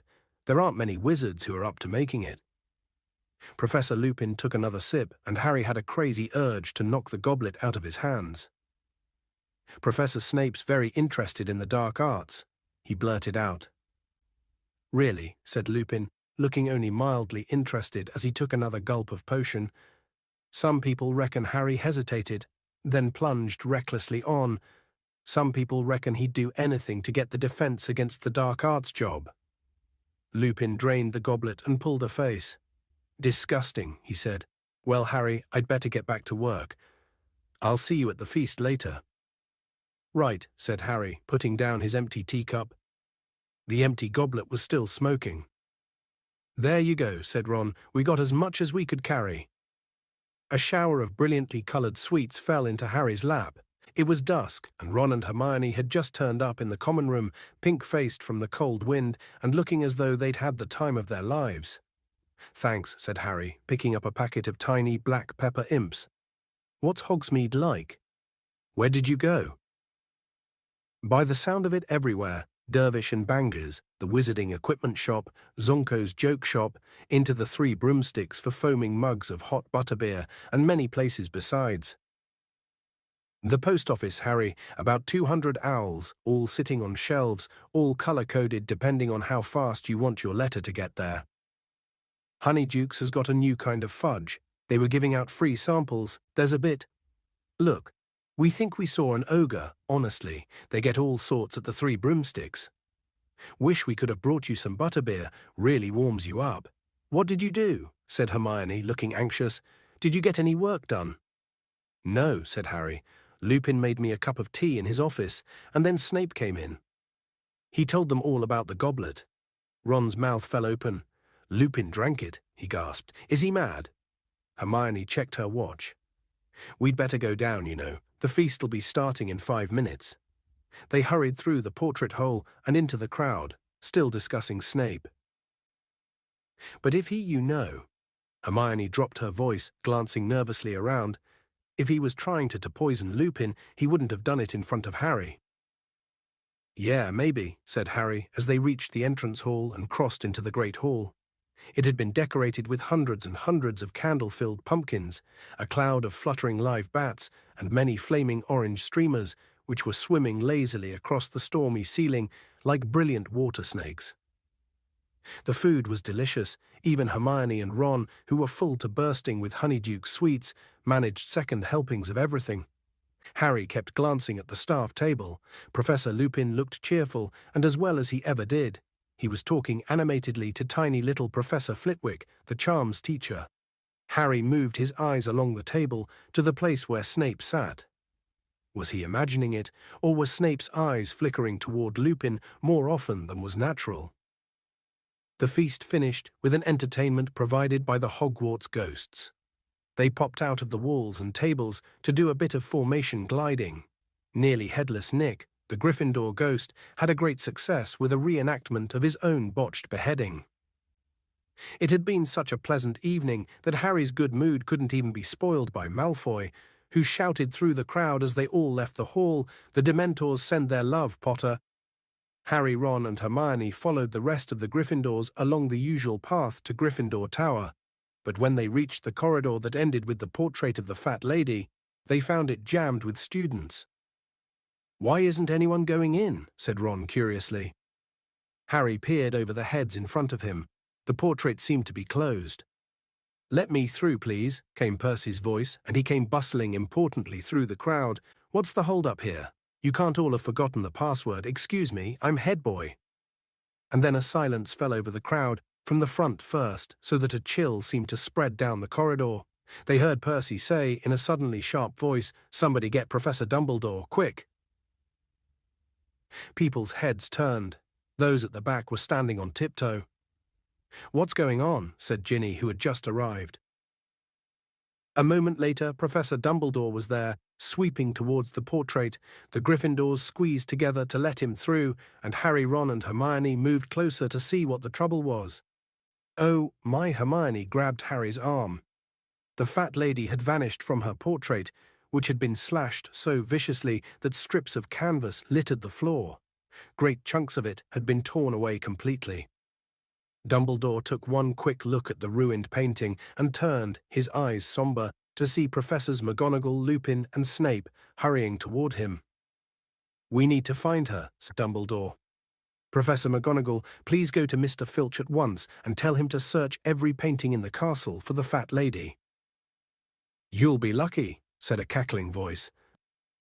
It was Peeves the poltergeist, bobbing over the crowd and looking delighted, as he always did, at the sight of wreckage or worry. "What do you mean, Peeves?" said Dumbledore calmly, and Peeves's grin faded a little. He didn't dare taunt Dumbledore. Instead, he adopted an oily voice that was no better than his cackle. "Ashamed, your headship, sir. Doesn't want to be seen. She's a horrible mess. Saw her running through the landscape up on the 4th floor, sir, dodging between the trees. Crying something dreadful," he said happily. "Poor thing," he added unconvincingly. "Did she say who did it?" said Dumbledore quietly. "Oh yes, Professor Head," said Peeves, with the air of one cradling a large bombshell in his arms. "He got very angry when she wouldn't let him in, you see." Peeves flipped over and grinned at Dumbledore from between his own legs. "Nasty temper he's got, that Sirius Black." Chapter 9. Grim Defeat. Professor Dumbledore sent all the Gryffindors back to the Great Hall, where they were joined 10 minutes later by the students from Hufflepuff, Ravenclaw, and Slytherin, who all looked extremely confused. "The teachers and I need to conduct a thorough search of the castle," Professor Dumbledore told them as Professors McGonagall and Flitwick closed all doors into the hall. "I'm afraid that for your own safety, you will have to spend the night here. I want the prefects to stand guard over the entrances to the hall, and I am leaving the head boy and girl in charge. Any disturbance should be reported to me immediately," he added to Percy, who was looking immensely proud and important. "Send word with one of the ghosts." Professor Dumbledore paused, about to leave the hall, and said, "Oh yes, you'll be needing—" One casual wave of his wand, and the long tables flew to the edges of the hall and stood themselves against the walls. Another wave, and the floor was covered with hundreds of squashy purple sleeping bags. "Sleep well," said Professor Dumbledore, closing the door behind him. The hall immediately began to buzz excitedly. The Gryffindors were telling the rest of the school what had just happened. "Everyone into their sleeping bags," shouted Percy. "Come on now, no more talking. Lights out in 10 minutes. "Come on," Ron said to Harry and Hermione. They seized 3 sleeping bags and dragged them into a corner. "Do you think Black's still in the castle?" Hermione whispered anxiously. "Dumbledore obviously thinks he might be," said Ron. "It's very lucky he picked tonight, you know," said Hermione as they climbed fully dressed into their sleeping bags and propped themselves on their elbows to talk. "The one night we weren't in the tower." "I reckon he's lost track of time being on the run," said Ron. "Didn't realize it was Halloween. Otherwise he'd have come bursting in here." Hermione shuddered. All around them, people were asking one another the same question. How did he get in? "Maybe he knows how to apparate," said a Ravenclaw a few feet away. "Just appear out of thin air, you know." "Disguised himself, probably," said a Hufflepuff 5th year. "He could have flown in," suggested Dean Thomas. "Honestly, am I the only person who's ever bothered to read Hogwarts?" "A history," said Hermione crossly to Harry and Ron. "Probably," said Ron. "Why?" "Because the castle's protected by more than walls, you know," said Hermione. "There are all sorts of enchantments on it to stop people entering by stealth. You can't just apparate in here, and I'd like to see the disguise that could fool those Dementors. They're guarding every single entrance to the grounds. They'd have seen him fly in too, and Filch knows all the secret passages. They'll have them covered." "The lights are going out now," Percy shouted. "I want everyone in their sleeping bags and no more talking." The candles all went out at once. The only light now came from the silvery ghosts, who were drifting about talking seriously to the prefects, and the enchanted ceiling, which, like the sky outside, was scattered with stars. What with that and the whispering that still filled the hall, Harry felt as though he was sleeping outdoors in a light wind. Once every hour, a teacher would reappear in the hall to check that everything was quiet. Around 3 in the morning, when many students had finally fallen asleep, Professor Dumbledore came in. Harry watched him looking around for Percy, who had been prowling between the sleeping bags, telling people off for talking. Percy was only a short way away from Harry, Ron, and Hermione, who quickly pretended to be asleep as Dumbledore's footsteps drew nearer. "Any sign of him, Professor?" asked Percy in a whisper. "No." "All well here?" "Everything under control, sir." "Good. There's no point moving them all now. I've found a temporary guardian for the Gryffindor portrait hole. You'll be able to move them back in tomorrow." "And the fat lady, sir?" "Hiding in a map of Argyllshire on the second floor. Apparently she refused to let Black in without the password, so he attacked. She's still very distressed, but once she's calmed down, I'll have Mr. Filch restore her." Harry heard the door of the hall creak open again, and more footsteps. "Headmaster?" It was Snape. Harry kept quite still, listening hard. "The whole of the third floor has been searched. He's not there, and Filch has done the dungeons. Nothing there either." "What about the astronomy tower, Professor Trelawney's room, the owlery?" "All searched. Very well, Severus. I didn't really expect Black to linger." "Have you any theory as to how he got in, Professor?" asked Snape. Harry raised his head very slightly off his arms to free his other ear. "Many, Severus, each of them as unlikely as the next." Harry opened his eyes a fraction and squinted up to where they stood. Dumbledore's back was to him, but he could see Percy's face, rapt with attention, and Snape's profile, which looked angry. "You remember the conversation we had, Headmaster, just before the start of term," said Snape, who was barely opening his lips, as though trying to block Percy out of the conversation. "I do, Severus," said Dumbledore, and there was something like warning in his voice. "It seems almost impossible that Black could have entered the school without inside help. I did express my concerns when you appointed. I do not believe a single person inside this castle would have helped Black enter it," said Dumbledore, and his tone made it so clear that the subject was closed that Snape didn't reply. "I must go down to the Dementors," said Dumbledore. "I said I would inform them when our search was complete." "Didn't they want to help, sir?" said Percy. "Oh yes," said Dumbledore coldly, "but I'm afraid no Dementor will cross the threshold of this castle while I am headmaster." Percy looked slightly abashed. Dumbledore left the hall, walking quickly and quietly. Snape stood for a moment, watching the headmaster with an expression of deep resentment on his face. Then he too left. Harry glanced sideways at Ron and Hermione. Both of them had their eyes open too, reflecting the starry ceiling. "What was all that about?" Ron mouthed. "The school talked of nothing but Sirius Black for the next few days. The theories about how he had entered the castle became wilder and wilder. Hannah Abbott from Hufflepuff spent much of their next herbology class telling anyone who'd listen that Black could turn into a flowering shrub. The fat lady's ripped canvas had been taken off the wall and replaced with the portrait of Sir Cadogan and his fat grey pony. Nobody was very happy about this. Sir Cadogan spent half his time challenging people to duels, and the rest thinking up ridiculously complicated passwords, which he changed at least twice a day. "He's a complete lunatic," said Seamus Finnegan angrily to Percy. "Can't we get anyone else?" "None of the other pictures wanted the job," said Percy, frightened of what happened to the fat lady. Sir Cadogan was the only one brave enough to volunteer. Sir Cadogan, however, was the least of Harry's worries. He was now being closely watched. Teachers found excuses to walk along corridors with him, and Percy Weasley, acting, Harry suspected, on his mother's orders, was tailing him everywhere like an extremely pompous guard dog. To cap it all, Professor McGonagall summoned Harry into her office. With such a somber expression on her face, Harry thought someone must have died. "There's no point hiding it from you any longer, Potter," she said in a very serious voice. "I know this will come as a shock to you, but Sirius Black—" "I know he's after me," said Harry wearily. "I heard Ron's dad telling his mum. Mr. Weasley works for the Ministry of Magic." Professor McGonagall seemed very taken aback. She stared at Harry for a moment or two, then said, "I see.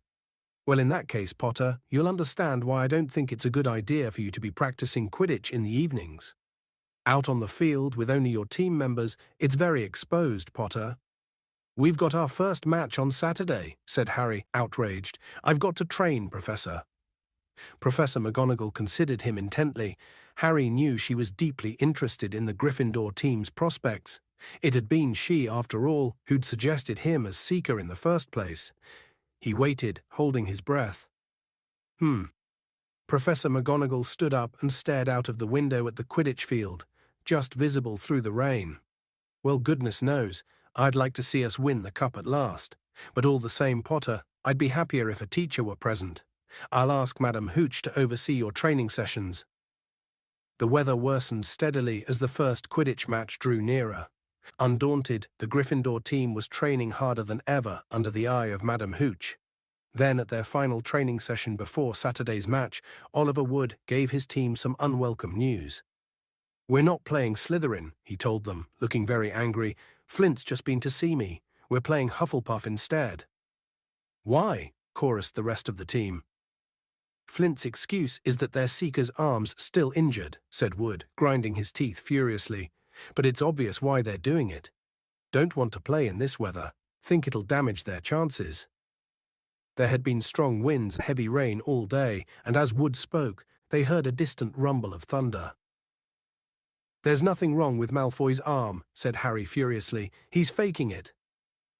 "I know that, but we can't prove it," said Wood bitterly. "And we've been practicing all those moves assuming we're playing Slytherin, and instead it's Hufflepuff, and their style's quite different. They've got a new captain and seeker, Cedric Diggory." Angelina, Alicia and Katie suddenly giggled. "What?" said Wood, frowning at this light-hearted behavior. "He's that tall, good-looking one, isn't he?" said Angelina. "Strong and silent," said Katie, and they started to giggle again. "He's only silent because he's too thick to string two words together," said Fred impatiently. "I don't know why you're worried, Oliver. Hufflepuff is a pushover. Last time we played them, Harry caught the snitch in about 5 minutes, remember?" "We were playing in completely different conditions," Wood shouted, his eyes bulging slightly. "Diggory's put a very strong side together. He's an excellent seeker. I was afraid you'd take it like this. We mustn't relax. We must keep our focus. Slytherin is trying to wrong-foot us. We must win." "Oliver, calm down," said Fred, looking slightly alarmed. "We're taking Hufflepuff very seriously. Seriously." The day before the match, the winds reached howling point and the rain fell harder than ever. It was so dark inside the corridors and classrooms that extra torches and lanterns were lit. The Slytherin team was looking very smug indeed, and none more so than Malfoy. "Ah, if only my arm was feeling a bit better," he sighed as the gale outside pounded the windows. Harry had no room in his head to worry about anything except the match tomorrow. Oliver Wood kept hurrying up to him between classes and giving him tips. The third time this happened, Wood talked for so long that Harry suddenly realized he was 10 minutes late for Defense Against the Dark Arts and set off at a run with Wood shouting after him, "Diggory's got a very fast swerve, Harry, so you might want to try looping him." Harry skidded to a halt outside the Defense Against the Dark Arts classroom, pulled the door open and dashed inside. "Sorry I'm late, Professor Lupin, But it wasn't Professor Lupin who looked up at him from the teacher's desk. It was Snape. "This lesson began 10 minutes ago, Potter, so I think we'll make it 10 points from Gryffindor. Sit down." But Harry didn't move. "Where's Professor Lupin?" he said. "He says he is feeling too ill to teach today," said Snape with a twisted smile. "I believe I told you to sit down." But Harry stayed where he was. "What's wrong with him?" Snape's black eyes glittered. "Nothing life-threatening," he said, looking as though he wished it were. 5 more points from Gryffindor, and if I have to ask you to sit down again, it will be 50. Harry walked slowly to his seat and sat down. Snape looked around at the class. "As I was saying before Potter interrupted, Professor Lupin has not left any record of the topics you have covered so far." "Please, sir, we've done Boggarts, Redcaps, Kappas and Grindylows," said Hermione quickly, "and we're just about to start." "Be quiet," said Snape coldly. "I did not ask for information. I was merely commenting on Professor Lupin's lack of organization." "He's the best Defense Against the Dark Arts teacher we've ever had," said Dean Thomas boldly, and there was a murmur of agreement from the rest of the class. Snape looked more menacing than ever. "You are easily satisfied. Lupin is hardly overtaxing you. I would expect first years to be able to deal with Redcaps and Grindylows." Today we shall discuss. Harry watched him flick through the textbook to the very back chapter, which he must know they hadn't covered. Werewolves, said Snape. But sir, said Hermione, seemingly unable to restrain herself, we're not supposed to do werewolves yet. We're due to start Hinky Punks. Miss Granger, said Snape in a voice of deadly calm, I was under the impression that I am teaching this lesson, not you, and I am telling you all to turn to page 394. He glanced around again. All of you. Now. With many bitter sidelong looks and some sullen muttering, the class opened their books. Which of you can tell me how we distinguish between the werewolf and the true wolf? Said Snape. Everyone sat in motionless silence, everyone except Hermione, whose hand, as it so often did, had shot straight into the air. Anyone? Snape said, ignoring Hermione. His twisted smile was back. Are you telling me that Professor Lupin hasn't even taught you the basic distinction between— We told you, said Parvati suddenly. We haven't got as far as werewolves yet. We're still on— Silence, snarled Snape. Well, well, well, I never thought I'd meet a third-year class who wouldn't even recognize a werewolf when they saw one. I shall make a point of informing Professor Dumbledore how very behind you all are. Please, sir, said Hermione, whose hand was still in the air. The werewolf differs from the true wolf in several small ways. The snout of the werewolf— That is the second time you have spoken out of turn, Miss Granger, said Snape coolly. 5 more points from Gryffindor for being an insufferable know-it-all. Hermione went very red, put down her hand, and stared at the floor with her eyes full of tears. It was a mark of how much the class loathed Snape that they were all glaring at him, because every one of them had called Hermione a know-it-all at least once, and Ron, who told Hermione she was a know-it-all at least twice a week, said loudly, You asked us a question and she knows the answer. Why ask if you don't want to be told? The class knew instantly he'd gone too far. Snape advanced on Ron slowly, and the room held its breath. Detention, Weasley, Snape said silkily, his face very close to Ron's. And if I ever hear you criticize the way I teach a class again, you will be very sorry indeed. No one made a sound throughout the rest of the lesson. They sat and made notes on werewolves from the textbook, while Snape prowled up and down the rows of desks, examining the work they had been doing with Professor Lupin. Very poorly explained. That is incorrect. The kappa is more commonly found in Mongolia. Professor Lupin gave this 8 out of 10. I wouldn't have given it 3. When the bell rang at last, Snape held them back. You will each write an essay to be handed in to me on the ways you recognize and kill werewolves. I want 2 rolls of parchment on the subject, and I want them by Monday morning. It is time somebody took this class in hand. Weasley, stay behind. We need to arrange your detention. Harry and Hermione left the room with the rest of the class, who waited until they were well out of earshot, then burst into a furious tirade about Snape. Snape's never been like this with any of our other Defense Against the Dark Arts teachers, even if he did want the job, Harry said to Hermione. Why's he got it in for Lupin? Do you think this is all because of the boggart? I don't know, said Hermione pensively, but I really hope Professor Lupin gets better soon. Ron caught up with them 5 minutes later in a towering rage. Do you know what that— he called Snape something that made Hermione say Ron— is making me do? I've got to scrub out the bedpans in the hospital wing. Without magic. He was breathing deeply, his fists clenched. Why couldn't Black have hidden in Snape's office, eh? He could have finished him off for us. Harry woke extremely early the next morning, so early that it was still dark. For a moment he thought the roaring of the wind had woken him. Then he felt a cold breeze on the back of his neck and sat bolt upright. Peeves the poltergeist had been floating next to him, blowing hard in his ear. What did you do that for? Said Harry furiously. Peeves puffed out his cheeks, blew hard, and zoomed backward out of the room, cackling. Harry fumbled for his alarm clock and looked at it. It was 4:30. Cursing Peeves, he rolled over and tried to get back to sleep. But it was very difficult, now that he was awake, to ignore the sounds of the thunder rumbling overhead, the pounding of the wind against the castle walls, and the distant creaking of the trees in the forbidden forest. In a few hours, he would be out on the Quidditch field, battling through that gale. Finally, he gave up any thought of more sleep, got up, dressed, picked up his Nimbus 2000, and walked quietly out of the dormitory. As Harry opened the door, something brushed against his leg. He bent down just in time to grab Crookshanks by the end of his bushy tail and drag him outside. "You know, I reckon Ron was right about you," Harry told Crookshanks suspiciously. "There are plenty of mice around this place. Go and chase them. Go on," he added, nudging Crookshanks down the spiral staircase with his foot. "Leave Scabbers alone."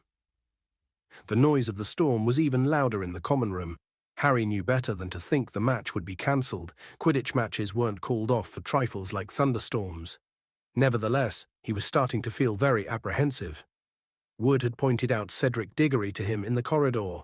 Diggory was a fifth year, and a lot bigger than Harry.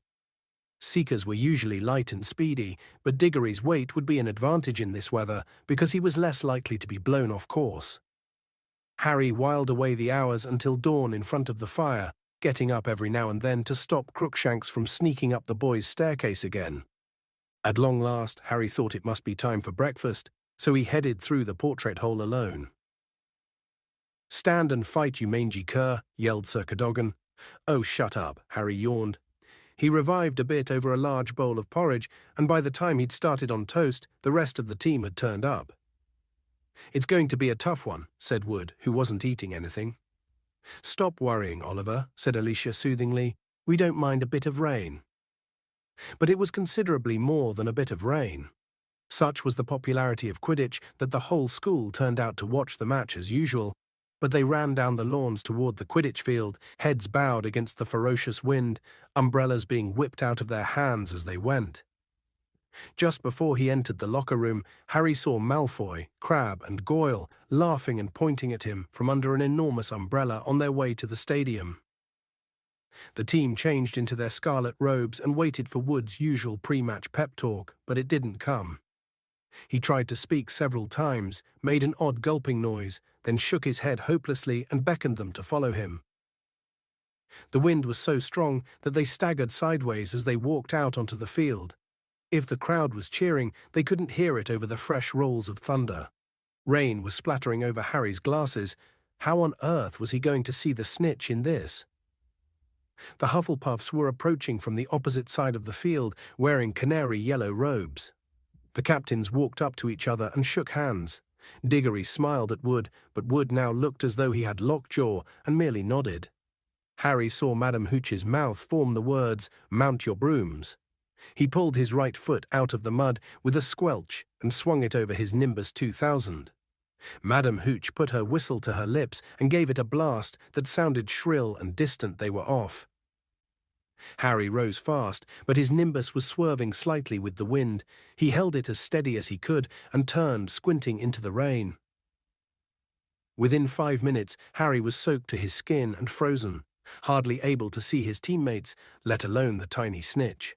He flew backward and forward across the field, past blurred red and yellow shapes, with no idea of what was happening in the rest of the game. He couldn't hear the commentary over the wind. The crowd was hidden beneath a sea of cloaks and battered umbrellas. Twice, Harry came very close to being unseated by a bludger. His vision was so clouded by the rain on his glasses, he hadn't seen them coming. He lost track of time. It was getting harder and harder to hold his broom straight. The sky was getting darker, as though night had decided to come early. Twice, Harry nearly hit another player, without knowing whether it was a teammate or opponent. Everyone was now so wet, and the rain so thick, he could hardly tell them apart. With the first flash of lightning came the sound of Madame Hooch's whistle. Harry could just see the outline of Wood through the thick rain, gesturing him to the ground. The whole team splashed down into the mud. "I called for time out," Wood roared at his team. "Come on, under here." They huddled at the edge of the field under a large umbrella. Harry took off his glasses and wiped them hurriedly on his robes. "What's the score?" "We're 50 points up," said Wood, "but unless we get the snitch soon, we'll be playing into the night." "I've got no chance with these on," Harry said exasperatedly, waving his glasses. At that very moment, Hermione appeared at his shoulder. She was holding her cloak over her head and was, inexplicably, beaming. "I've had an idea, Harry. Give me your glasses, quick."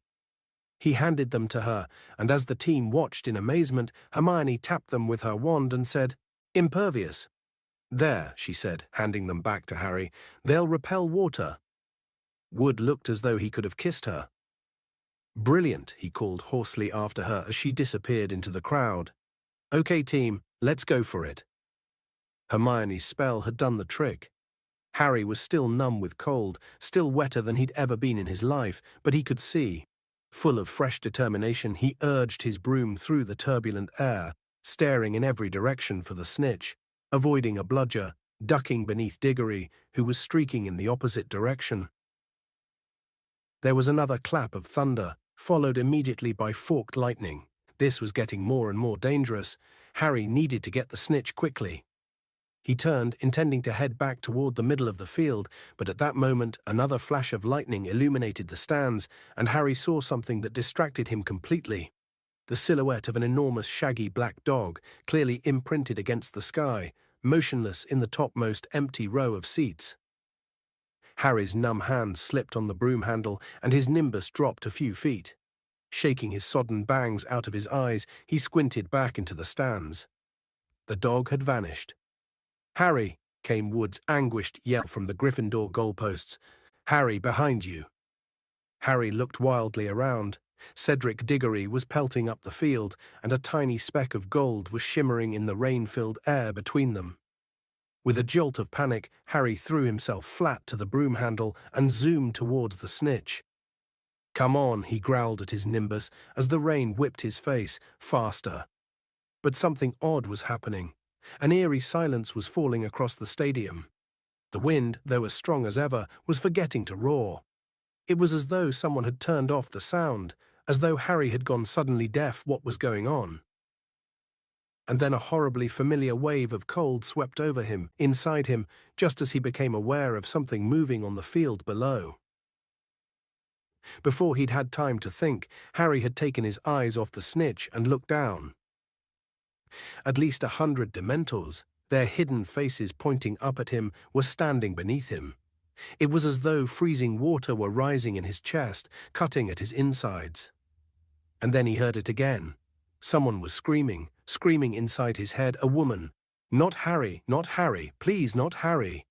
Stand aside, you silly girl, stand aside now. Not Harry, please no, take me, kill me instead."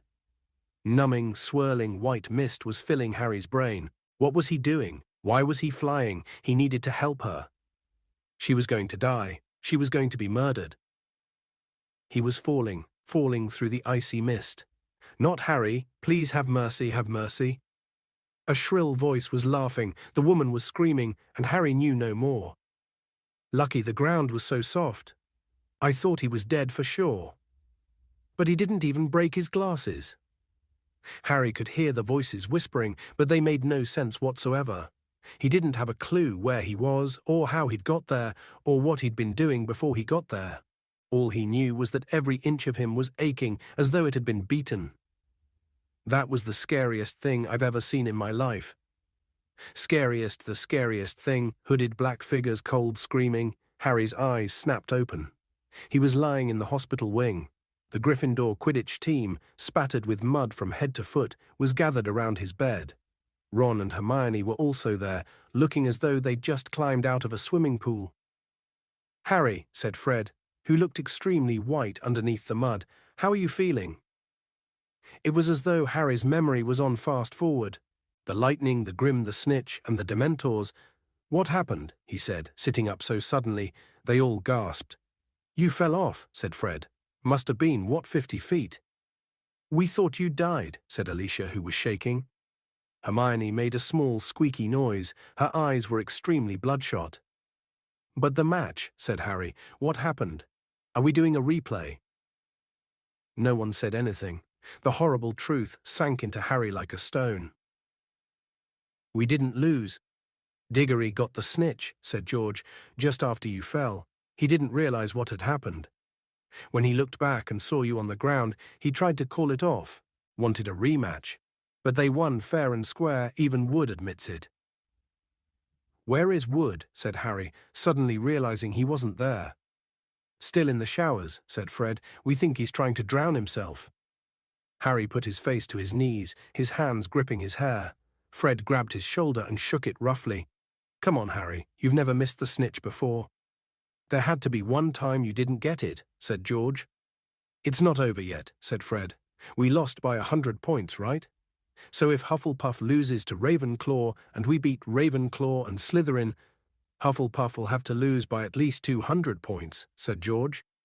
"But if they beat Ravenclaw, no way, Ravenclaw is too good. But if Slytherin loses against Hufflepuff, it all depends on the points, a margin of 100, either way." Harry lay there, not saying a word. They had lost for the first time ever. He had lost a Quidditch match. After 10 minutes or so, Madame Pomfrey came over to tell the team to leave him in peace. "We'll come and see you later," Fred told him. "Don't beat yourself up, Harry. You're still the best seeker we've ever had." The team trooped out, trailing Mud behind them. Madame Pomfrey shut the door behind them, looking disapproving. Ron and Hermione moved nearer to Harry's bed. "Dumbledore was really angry," Hermione said in a quaking voice. "I've never seen him like that before. He ran onto the field as you fell, waved his wand, and you sort of slowed down before you hit the ground. Then he whirled his wand at the Dementors, shot silver stuff at them. They left the stadium right away. He was furious they'd come onto the grounds. We heard him. Then he magicked you onto a stretcher," said Ron, "and walked up to school with you floating on it. Everyone thought you were—" His voice faded, but Harry hardly noticed. He was thinking about what the Dementors had done to him, about the screaming voice. He looked up and saw Ron and Hermione looking at him so anxiously that he quickly cast around for something matter-of-fact to say. "Did someone get my nimbus?" Ron and Hermione looked quickly at each other. What?" said Harry, looking from one to the other. "Well, when you fell off, it got blown away," said Hermione hesitantly.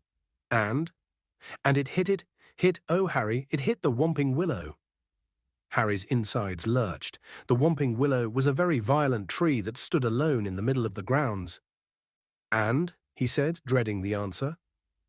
"Well, you know the Whomping Willow," said Ron. It doesn't like being hit." "Professor Flitwick brought it back just before you came around," said Hermione in a very small voice.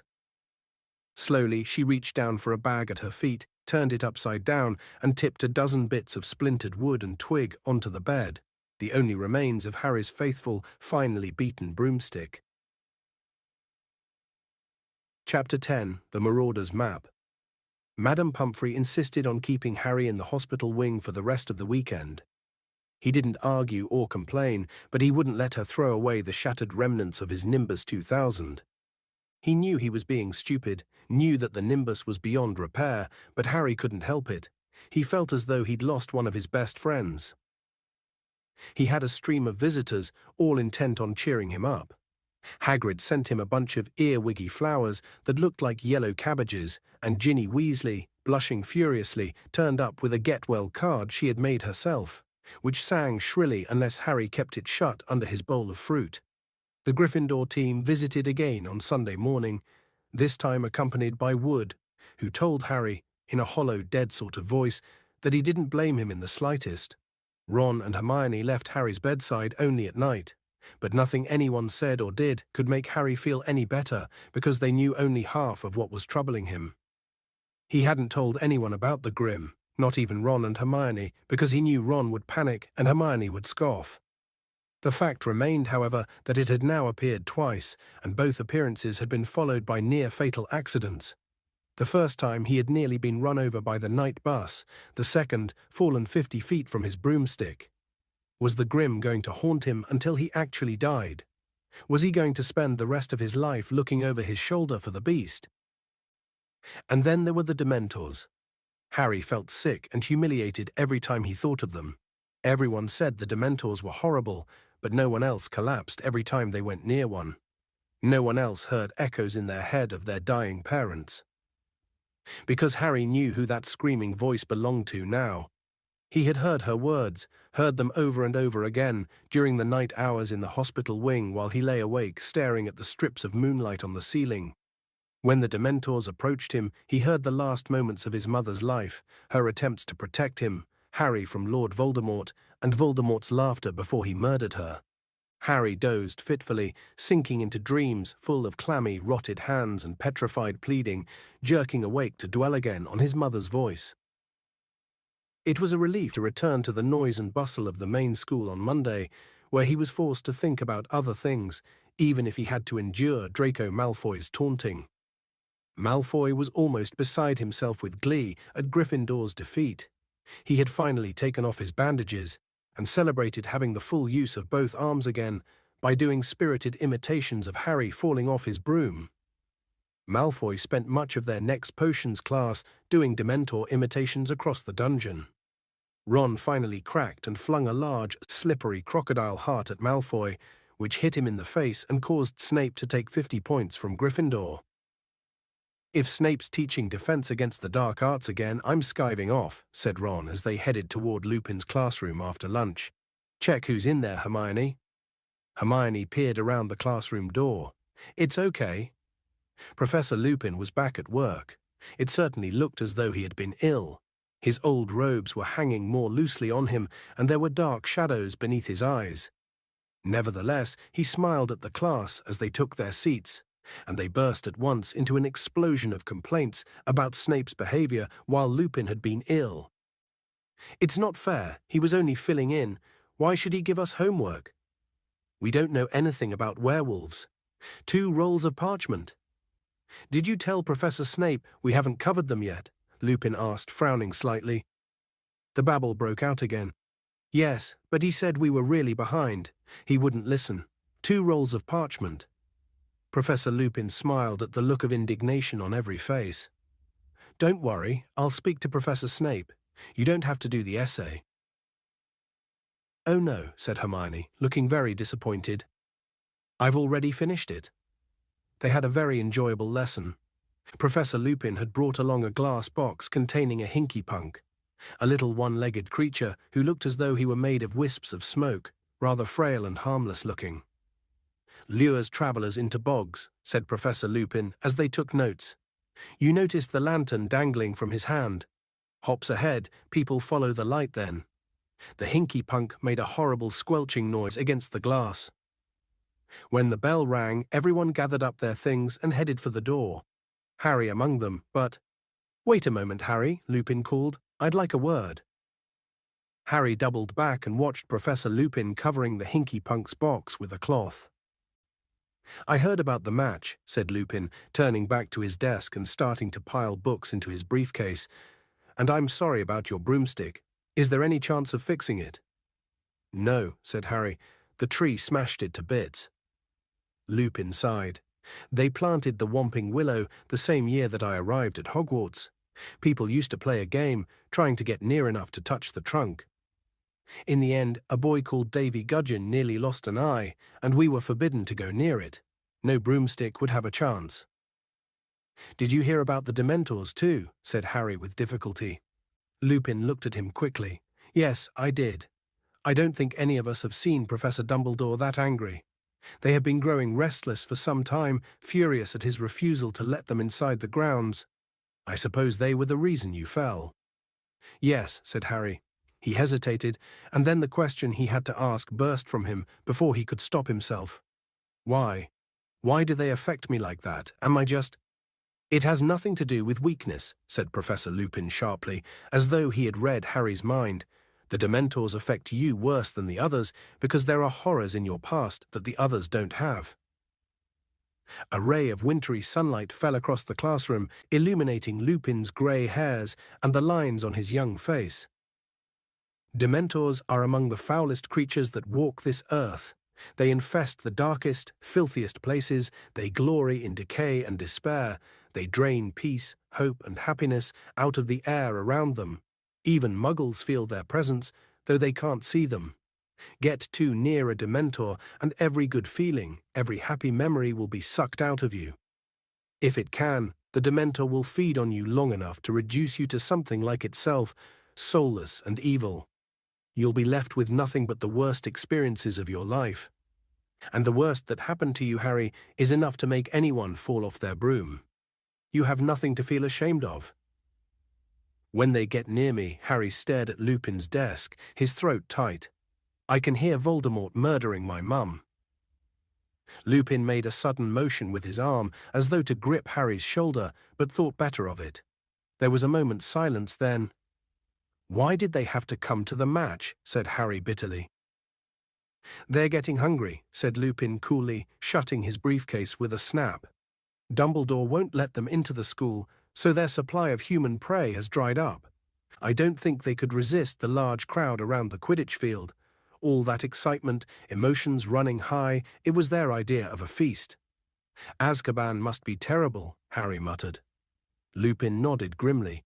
"The fortress is set on a tiny island, way out to sea, but they don't need walls and water to keep the prisoners in, not when they're all trapped inside their own heads, incapable of a single cheerful thought. Most of them go mad within weeks."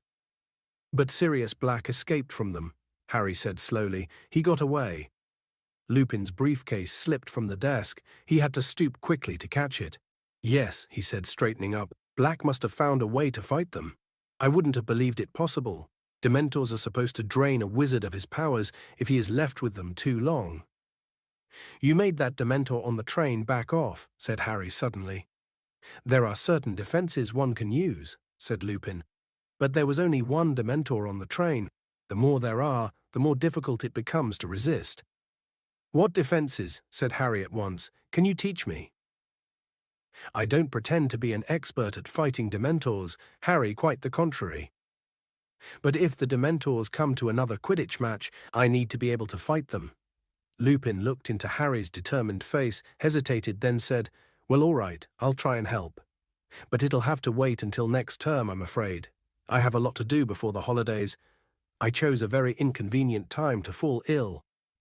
What with the promise of anti-Dementor lessons from Lupin, the thought that he might never have to hear his mother's death again, and the fact that Ravenclaw flattened Hufflepuff in their Quidditch match at the end of November, Harry's mood took a definite upturn. Gryffindor were not out of the running after all, although they could not afford to lose another match.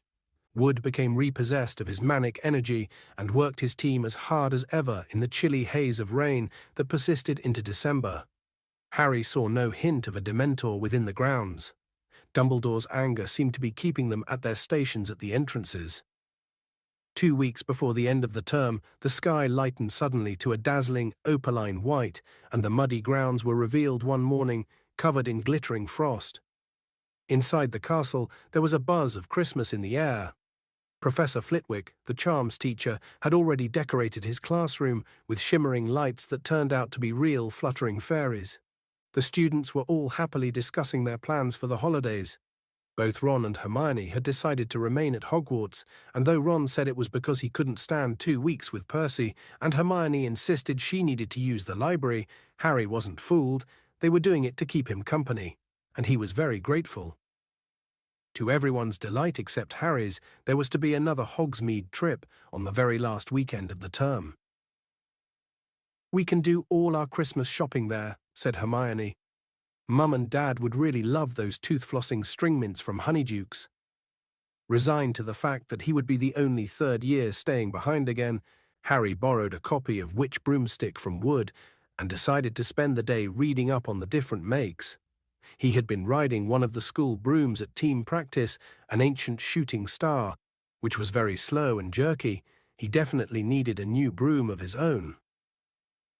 On the Saturday morning of the Hogsmeade trip, Harry bid goodbye to Ron and Hermione, who were wrapped in cloaks and scarves, then turned up the marble staircase alone and headed back toward Gryffindor Tower. Snow had started to fall outside the windows, and the castle was very still and quiet. "Psst, Harry." He turned, halfway along the third-floor corridor, to see Fred and George peering out at him from behind a statue of a humpbacked, one-eyed witch. "What are you doing?" said Harry curiously. "How come you're not going to Hogsmeade?" "We've come to give you a bit of festive cheer before we go," said Fred with a mysterious wink. "Come in here." He nodded toward an empty classroom to the left of the one-eyed statue. Harry followed Fred and George inside. George closed the door quietly and then turned, beaming, to look at Harry. "Early Christmas present for you, Harry," he said. Fred pulled something from inside his cloak with a flourish and laid it on one of the desks. It was a large, square, very worn piece of parchment with nothing written on it. Harry, suspecting one of Fred and George's jokes, stared at it. "What's that supposed to be?" "This, Harry, is the secret of our success," said George, patting the parchment fondly. "It's a wrench giving it to you," said Fred, "but we decided last night your need's greater than ours." "Anyway, we know it by heart," said George. "We bequeath it to you. We don't really need it anymore." "And what do I need with a bit of old parchment?" said Harry. "A bit of old parchment," said Fred, closing his eyes with a grimace as though Harry had mortally offended him. "Explain, George." "Well, when we were in our first year, Harry young, carefree and innocent—" Harry snorted. He doubted whether Fred and George had ever been innocent. "Well, more innocent than we are now, we got into a spot of bother with Filch. We let off a dung bomb in the corridor, and it upset him for some reason. So he hauled us off to his office and started threatening us with the usual detention, disembowelment. And we couldn't help noticing a drawer in one of his filing cabinets marked confiscated and highly dangerous." "Don't tell me," said Harry, starting to grin. "Well, what would you've done?" said Fred. "George caused a diversion by dropping another dung bomb. I whipped the drawer open and grabbed this." "It's not as bad as it sounds, you know," said George. "We don't reckon Filch ever found out how to work it. He probably suspected what it was, though, or he wouldn't have confiscated it." "And you know how to work it?" "Oh yes," said Fred, smirking. "This little beauty's taught us more than all the teachers in this school." "You're winding me up," said Harry, looking at the ragged old bit of parchment. "Oh, are we?" said George. He took out his wand, touched the parchment lightly, and said, "I solemnly swear that I am up to no good." And at once, thin ink lines began to spread like a spider's web from the point that George's wand had touched. They joined each other, they crisscrossed, they fanned into every corner of the parchment. Then words began to blossom across the top, great curly green words that proclaimed, "Messrs. Mooney, Wormtail, Padfoot, and Prongs, purveyors of aids to magical mischief makers, are proud to present the Marauder's Map." It was a map showing every detail of the Hogwarts castle and grounds. But the truly remarkable thing were the tiny ink dots moving around it, each labelled with a name in minuscule writing. Astounded, Harry bent over it. A labelled dot in the top left corner showed that Professor Dumbledore was pacing his study. The caretaker's cat, Mrs. Norris, was prowling the second floor, and Peeves the poltergeist was currently bouncing around the trophy room. And as Harry's eyes travelled up and down the familiar corridors, he noticed something else. This map showed a set of passages he had never entered, and many of them seemed to lead right into Hogsmeade, said Fred, tracing one of them with his finger. There are 7 in all. Now, Filch knows about these 4, he pointed them out, but we're sure we're the only ones who know about these. Don't bother with the one behind the mirror on the 4th floor. We used it until last winter, but it's caved in, completely blocked. And we don't reckon anyone's ever used this one because the Whomping Willow's planted right over the entrance. But this one here, this one leads right into the cellar of Honeydukes.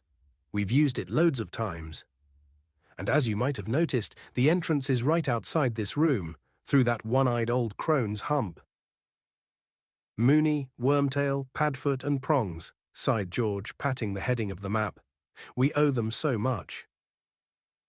Noble men, working tirelessly to help a new generation of lawbreakers, said Fred solemnly. Right, said George briskly. Don't forget to wipe it after you've used it, or anyone can read it, Fred said warningly. Just tap it again and say, mischief managed, and it'll go blank. So, young Harry, said Fred in an uncanny impersonation of Percy, mind you behave yourself. See you in Honeydukes, said George, winking. They left the room both smirking in a satisfied sort of way. Harry stood there, gazing at the miraculous map. He watched the tiny ink misses. Norris turned left and paused to sniff at something on the floor. If Filch really didn't know, he wouldn't have to pass the Dementors at all. But even as he stood there, flooded with excitement, something Harry had once heard Mr. Weasley say came floating out of his memory. Never trust anything that can think for itself, if you can't see where it keeps its brain. This map was one of those dangerous magical objects Mr. Weasley had been warning against. Aids for magical mischief makers. But then, Harry reasoned, he only wanted to use it to get into Hogsmeade. It wasn't as though he wanted to steal anything or attack anyone, and Fred and George had been using it for years without anything horrible happening. Harry traced the secret passage to Honeydukes with his finger. Then, quite suddenly, as though following orders, he rolled up the map, stuffed it inside his robes, and hurried to the door of the classroom. He opened it a couple of inches. There was no one outside. Very carefully, he edged out of the room and behind the statue of the one-eyed witch. What did he have to do? He pulled out the map again and saw, to his astonishment, that a new ink figure had appeared upon it, labelled Harry Potter. This figure was standing exactly where the real Harry was standing, about halfway down the third-floor corridor. Harry watched carefully. His little ink self appeared to be tapping the witch with his minute wand. Harry quickly took out his real wand and tapped the statue. Nothing happened. He looked back at the map. The tiniest speech bubble had appeared next to his figure. The word inside said, Descendium. Descendium, Harry whispered, tapping the stone witch again. At once, the statue's hump opened wide enough to admit a fairly thin person. Harry glanced quickly up and down the corridor, then tucked the map away again, hoisted himself into the hole head first, and pushed himself forward. He slid a considerable way down what felt like a stone slide, then landed on cold, damp earth. He stood up, looking around. It was pitch dark. He held up his wand, muttered, Lumos, and saw that he was in a very narrow, low, earthy passageway. He raised the map, tapped it with the tip of his wand, and muttered, Mischief managed. The map went blank at once. He folded it carefully, tucked it inside his robes, then, heart beating fast, both excited and apprehensive, he set off. The passage twisted and turned, more like the burrow of a giant rabbit than anything else. Harry hurried along it, stumbling now and then on the uneven floor, holding his wand out in front of him. It took ages, but Harry had the thought of Honeydukes to sustain him. After what felt like an hour, the passage began to rise. Panting, Harry sped up, his face hot, his feet very cold. 10 minutes later, he came to the foot of some worn stone steps, which rose out of sight above him. Careful not to make any noise, Harry began to climb. 100 steps, 200 steps, he lost count as he climbed, watching his feet. Then, without warning, his head hit something hard. It seemed to be a trapdoor. Harry stood there, massaging the top of his head, listening. He couldn't hear any sounds above him. Very slowly, he pushed the trapdoor open and peered over the edge. He was in a cellar, which was full of wooden crates and boxes. Harry climbed out of the trapdoor and replaced it. It blended so perfectly with the dusty floor that it was impossible to tell it was there. Harry crept slowly toward the wooden staircase that led upstairs. Now he could definitely hear voices, not to mention the tinkle of a bell and the opening and shutting of a door. Wondering what he ought to do, he suddenly heard a door open much closer at hand. Somebody was about to come downstairs. "And get another box of jelly slugs, dear. They've nearly cleaned us out," said a woman's voice. A pair of feet was coming down the staircase. Harry leapt behind an enormous crate and waited for the footsteps to pass. He heard the man shifting boxes against the opposite wall. He might not get another chance. Quickly and silently, Harry dodged out from his hiding place and climbed the stairs. Looking back, he saw an enormous backside and shiny bald head buried in a box. Harry reached the door at the top of the stairs, slipped through it, and found himself behind the counter of Honeydukes. He ducked, crept sideways, and then straightened up. Honeydukes was so crowded with Hogwarts students that no one looked twice at Harry. He edged among them, looking around, and suppressed a laugh as he imagined the look that would spread over Dudley's piggy face if he could see where Harry was now. There were shelves upon shelves of the most succulent-looking sweets imaginable. Creamy chunks of nougat, shimmering pink squares of coconut ice, fat, honey-colored toffees, hundreds of different kinds of chocolate in neat rows. There was a large barrel of every flavor beans, and another of fizzing whiz-bees, the levitating sherbet balls that Ron had mentioned. Along yet another wall were special effects sweets. Drooble's best blowing gum, which filled a room with bluebell-colored bubbles that refused to pop for days. The strange, splintery, tooth-flossing string mints. Tiny black pepper imps. Breathe fire for your friends. Ice mice. Hear your teeth chatter and squeak. Peppermint creams shaped like toads. Hop realistically in the stomach. Fragile sugar-spun quills and exploding bonbons. Harry squeezed himself through a crowd of sixth years and saw a sign hanging in the farthest corner of the shop. Unusual tastes. Ron and Hermione were standing underneath it, examining a tray of blood-flavored lollipops. Harry sneaked up behind them. No, Harry won't want one of those. They're for vampires, I expect," Hermione was saying. "How about these?" said Ron, shoving a jar of cockroach clusters under Hermione's nose. "Definitely not," said Harry. Ron nearly dropped the jar. "Harry," squealed Hermione, "what are you doing here? How did you—" "Wow," said Ron, looking very impressed. "You've learned to apparate." "Course I haven't," said Harry. He dropped his voice so that none of the sixth years could hear him and told them all about the Marauders' map. "How come Fred and George never gave it to me?" said Ron, outraged. "I'm their brother." "But Harry isn't going to keep it," said Hermione, as though the idea were ludicrous. "He's going to hand it in to Professor McGonagall, aren't you, Harry?" "No, I'm not," said Harry. "Are you mad?" said Ron, goggling at Hermione. "Hand in something that good." "If I hand it in, I'll have to say where I got it. Filch would know Fred and George had nicked it." "But what about Sirius Black?" Hermione hissed. "He could be using one of the passages on that map to get into the castle. The teachers have got to know." "He can't be getting in through a passage," said Harry quickly. "There are 7 secret tunnels on the map, right? Fred and George reckon Filch already knows about 4 of them. And of the other 3, one of them's caved in, so no one can get through it. One of them's got the Whomping Willow planted over the entrance, so you can't get out of it. And the one I just came through, well, it's really hard to see the entrance to it down in the cellar, so unless he knew it was there." Harry hesitated. What if Black did know the passage was there? Ron, however, cleared his throat significantly and pointed to a notice pasted on the inside of the sweet shop door. "By order of the Ministry of Magic. Customers are reminded that until further notice, Dementors will be patrolling the streets of Hogsmeade every night after sundown. This measure has been put in place for the safety of Hogsmeade residents and will be lifted upon the recapture of Sirius Black. It is therefore advisable that you complete your shopping well before nightfall. Merry Christmas." "See," said Ron quietly. "I'd like to see Black try and break into Honeydukes with Dementors swarming all over the village." "Anyway, Hermione, the Honeydukes owners would hear a break-in, wouldn't they?" "They live over the shop." "Yes, but Hermione seemed to be struggling to find another problem. Look, Harry still shouldn't be coming into Hogsmeade. He hasn't got a signed form. If anyone finds out, he'll be in so much trouble. And it's not nightfall yet. What if Sirius Black turns up today? Now?"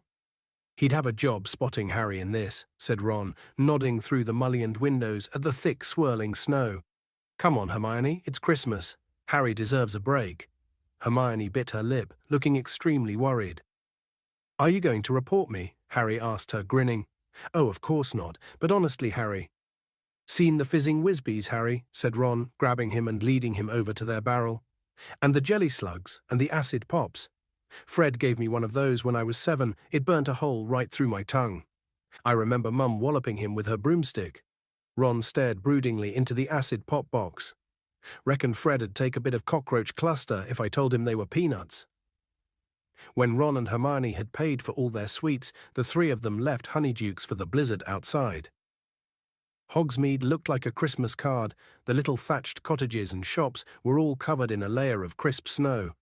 There were holly wreaths on the doors and strings of enchanted candles hanging in the trees. Harry shivered.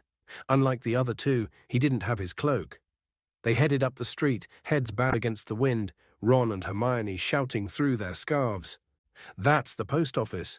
Zonko's is up there. We could go up to the Shrieking Shack."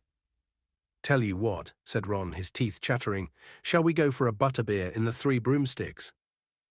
Harry was more than willing. The wind was fierce, and his hands were freezing, so they crossed the road, and in a few minutes were entering the tiny inn. It was extremely crowded, noisy, warm, and smoky.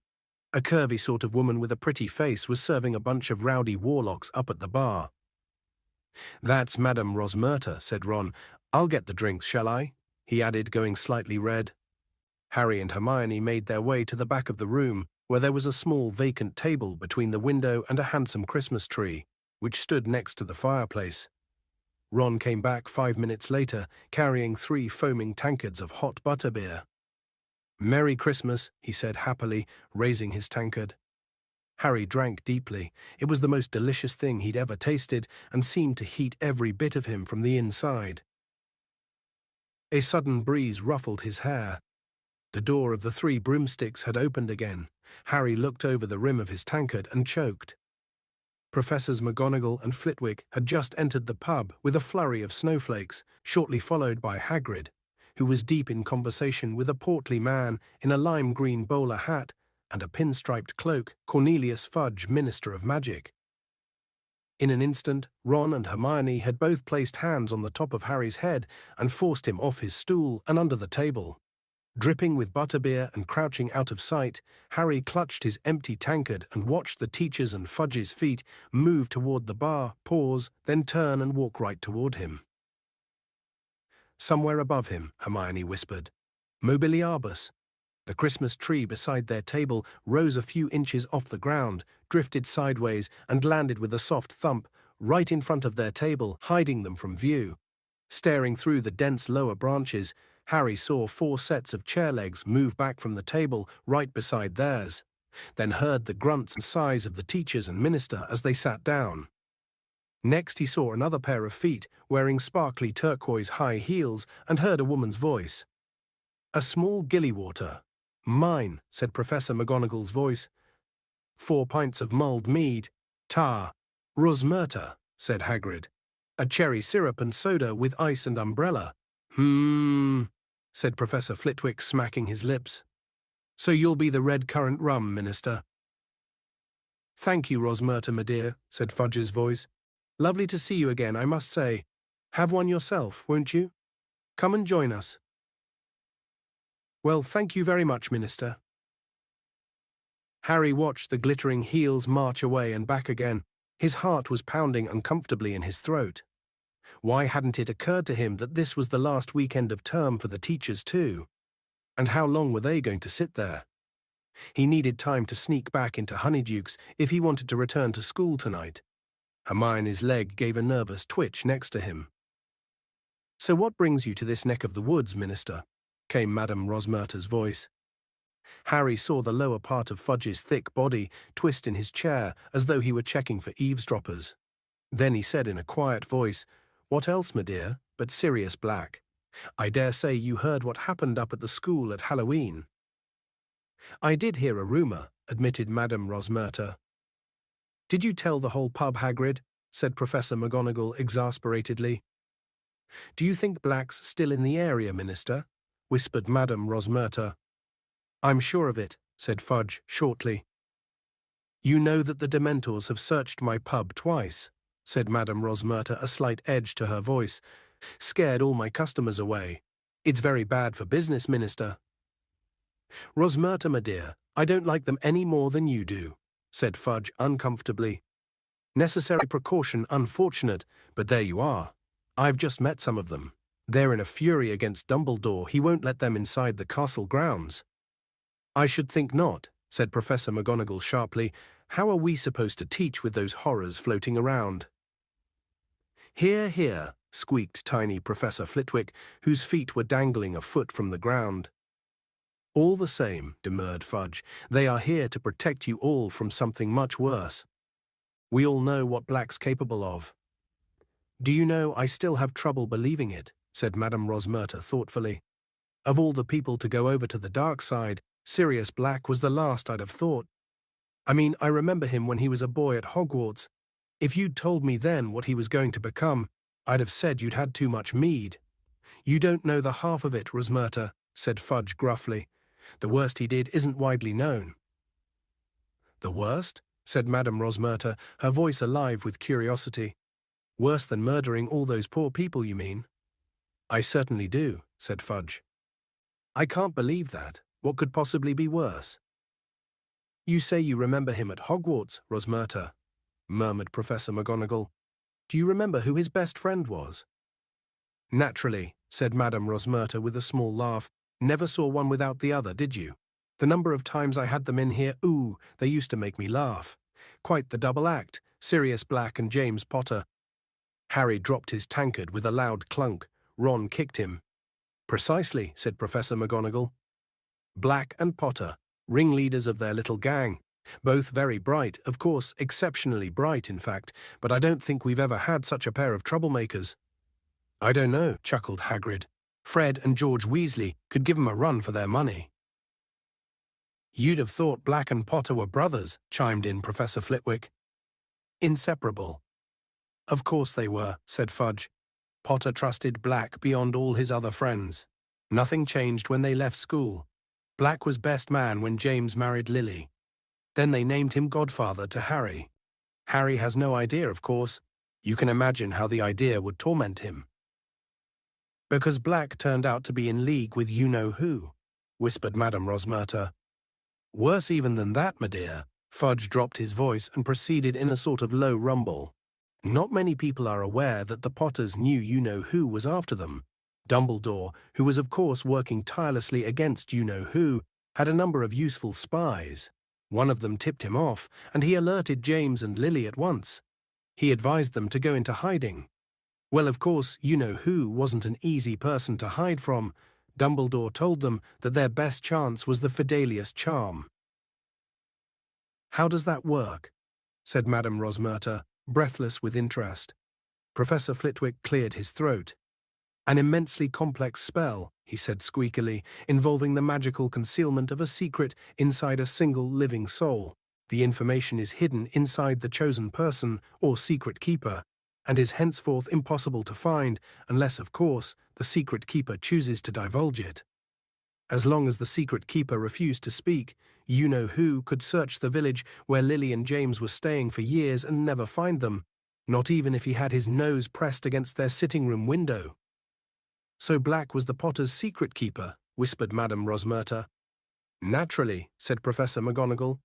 James Potter told Dumbledore that Black would die rather than tell where they were, that Black was planning to go into hiding himself, and yet Dumbledore remained worried. I remember him offering to be the Potter's secret keeper himself. He suspected Black, gasped Madame Rosmerta. He was sure that somebody close to the Potters had been keeping you-know-who informed of their movements, said Professor McGonagall darkly.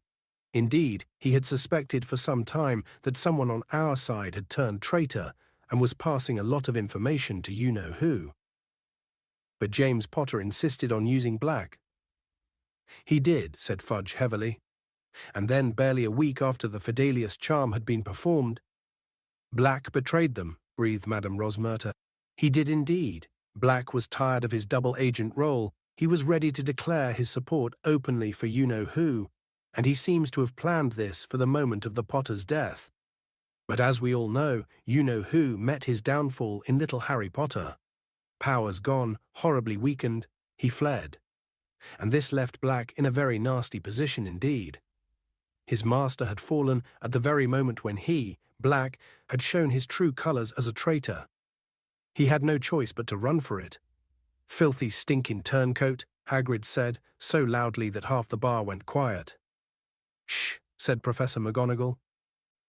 I met him, growled Hagrid. I must have been the last to see him before he killed all them people. It was me what rescued Harry from Lily and James's house after they was killed. Just got him out of the ruins, poor little thing, with a great slash across his forehead, and his parents dead, and Sirius Black turns up on that flying motorbike he used to ride. Never occurred to me what he was doing there. I didn't know he'd been Lily and James's secret keeper. Thought he'd just heard the news of a you-know-who's attack and come to see what he could do. White and shaken he was, and you know what I did? I comforted the murdering traitor. Hagrid roared. Hagrid, please, said Professor McGonagall. Keep your voice down. How was I to know he wasn't upset about Lily and James? It was you-know-who he cared about. And then he says, give Harry to me, Hagrid. I'm his godfather. I'll look after him. Ha! But I'd had me orders from Dumbledore, and I told Black no. Dumbledore said Harry was to go to his aunt and uncle's. Black argued, but in the end he gave in. Told me to take his motorbike to get Harry there. I won't need it anymore, he says. I should have known there was something fishy going on then. He loved that motorbike. What was he giving it to me for? Why wouldn't he need it anymore? Fact was, it was too easy to trace. Dumbledore knew he'd been the Potter's secret keeper. Black knew he was going to have to run for it that night, knew it was a matter of hours before the Ministry was after him. But what if I'd given Harry to him, eh? I bet he'd have pitched him off the bike halfway out to sea. His best friend's son. But when a wizard goes over to the dark side, there's nothing and no one that matters to him anymore. A long silence followed Hagrid's story. Then Madame Rosmerta said with some satisfaction, "But he didn't manage to disappear, did he? The Ministry of Magic caught up with him next day." "Alas, if only we had," said Fudge bitterly. "It was not we who found him. It was little Peter Pettigrew, another of the Potter's friends. Maddened by grief, no doubt, and knowing that Black had been the Potter's secret keeper, he went after Black himself. Pettigrew, that fat little boy who was always tagging around after them at Hogwarts," said Madame Rosmerta. "Hero worshipped Black and Potter," said Professor McGonagall. "Never quite in their league, talent-wise. I was often rather sharp with him. You can imagine how I regret that now." She sounded as though she had a sudden head cold. "There now, Minerva," said Fudge kindly. "Pettigrew died a hero's death. Eyewitnesses. Muggles, of course. We wiped their memories later, told us how Pettigrew cornered Black. They say he was sobbing. Lily and James, Sirius, how could you? And then he went for his wand. Well, of course, Black was quicker. Blew Pettigrew to smithereens." Professor McGonagall blew her nose and said thickly, "Stupid boy, foolish boy, he was always hopeless at dueling, should have left it to the Ministry. I tell you, if I'd got to Black before little Pettigrew did, I wouldn't have messed around with wands, I'd have ripped him limb from limb," Hagrid growled. "You don't know what you're talking about, Hagrid," said Fudge sharply. "Nobody but trained hit wizards from the Magical Law Enforcement Squad would have stood a chance against Black once he was cornered. I was junior minister in the Department of Magical Catastrophes at the time, and I was one of the first on the scene after Black murdered all those people. I will never forget it. I still dream about it sometimes. A crater in the middle of the street, so deep it had cracked the sewer below. Bodies everywhere, Muggles screaming, and Black standing there laughing, with what was left of Pettigrew in front of him, a heap of blood-stained robes, and a few fragments." Fudge's voice stopped abruptly. There was the sound of 5 noses being blown. "Well, there you have it, Rosmerta," said Fudge thickly.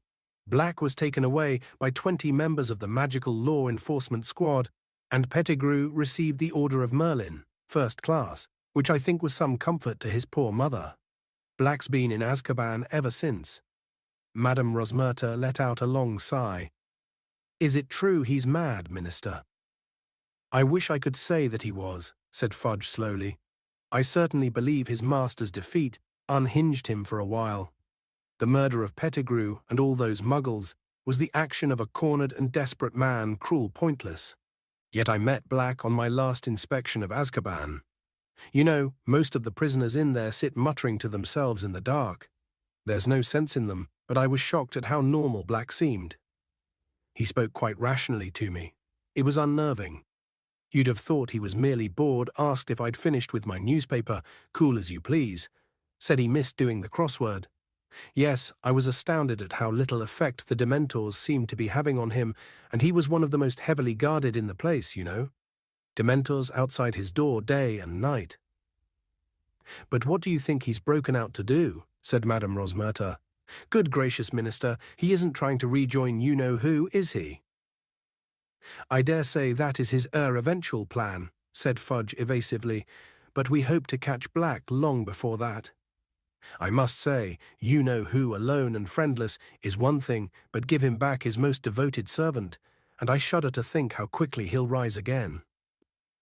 There was a small chink of glass on wood. Someone had set down their glass. "You know, Cornelius, if you're dining with the headmaster, we'd better head back up to the castle," said Professor McGonagall.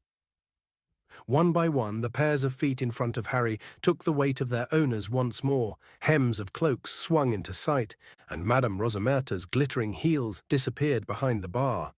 The door of the Three Broomsticks opened again. There was another flurry of snow, and the teachers had disappeared. Harry?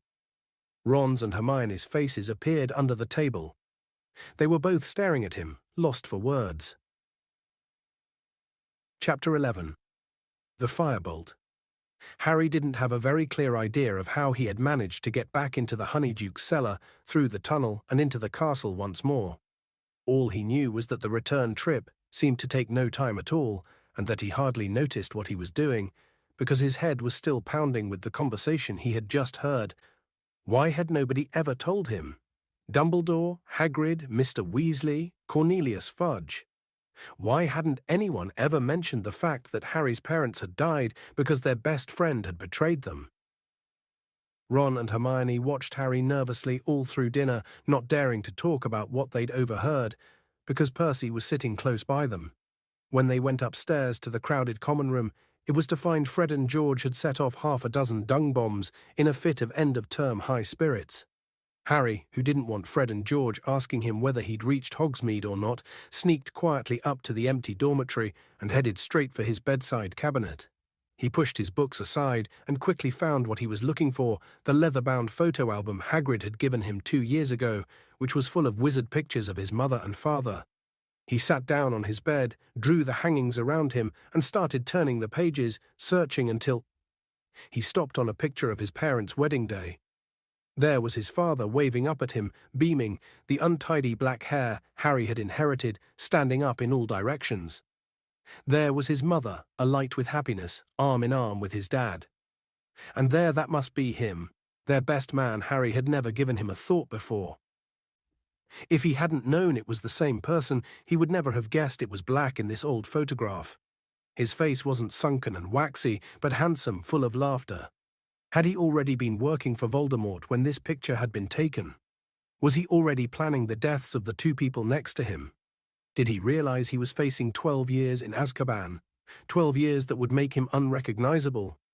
But the Dementors don't affect him, Harry thought, staring into the handsome, laughing face. He doesn't have to hear my mum screaming if they get too close. Harry slammed the album shut, reached over and stuffed it back into his cabinet, took off his robe and glasses and got into bed, making sure the hangings were hiding him from view. The dormitory door opened. "Harry," said Ron's voice uncertainly. But Harry lay still, pretending to be asleep.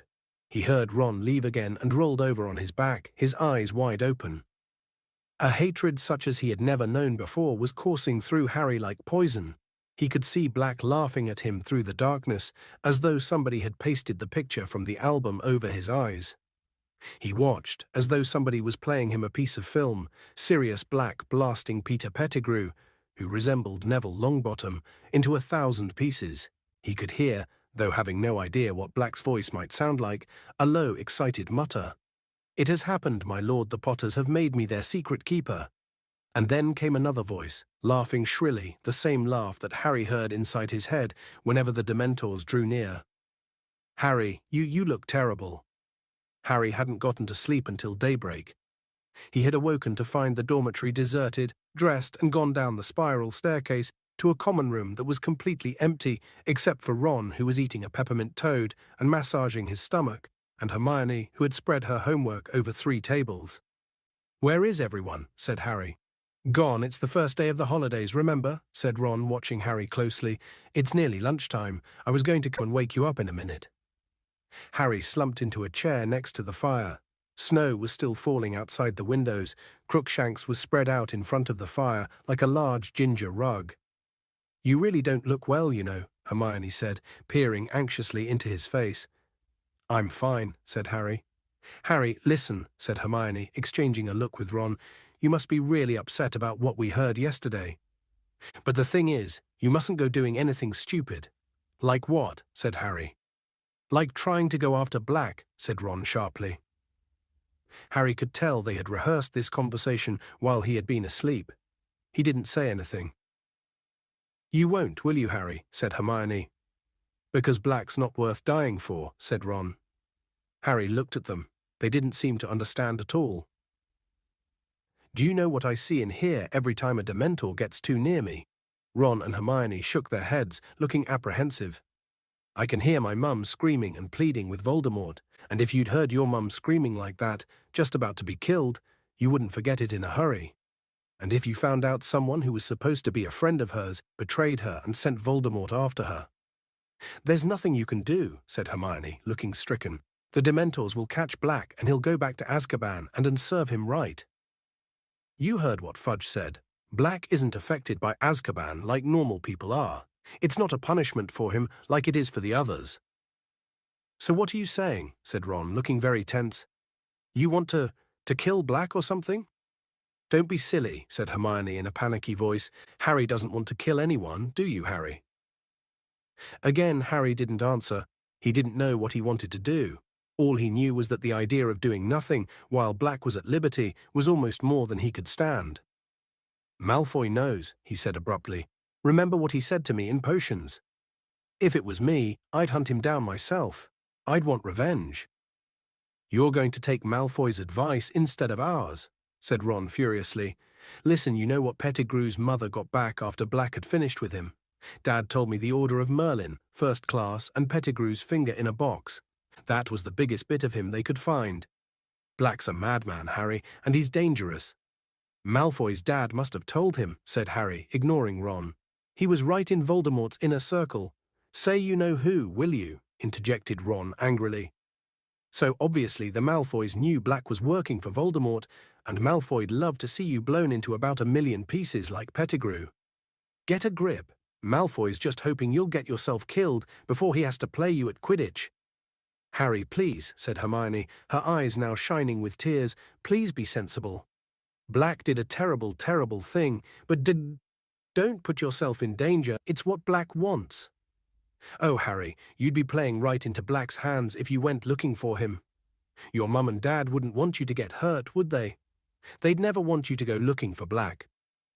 I'll never know what they'd have wanted, because thanks to Black, I've never spoken to them, said Harry shortly. There was a silence in which Crookshanks stretched luxuriously, flexing his claws. Ron's pocket quivered. Look, said Ron, obviously casting around for a change of subject, it's the holidays. It's nearly Christmas. Let's go down and see Hagrid. We haven't visited him for ages. No, said Hermione quickly. Harry isn't supposed to leave the castle, Ron. Yeah, let's go, said Harry sitting up, and I can ask him how come he never mentioned Black when he told me all about my parents.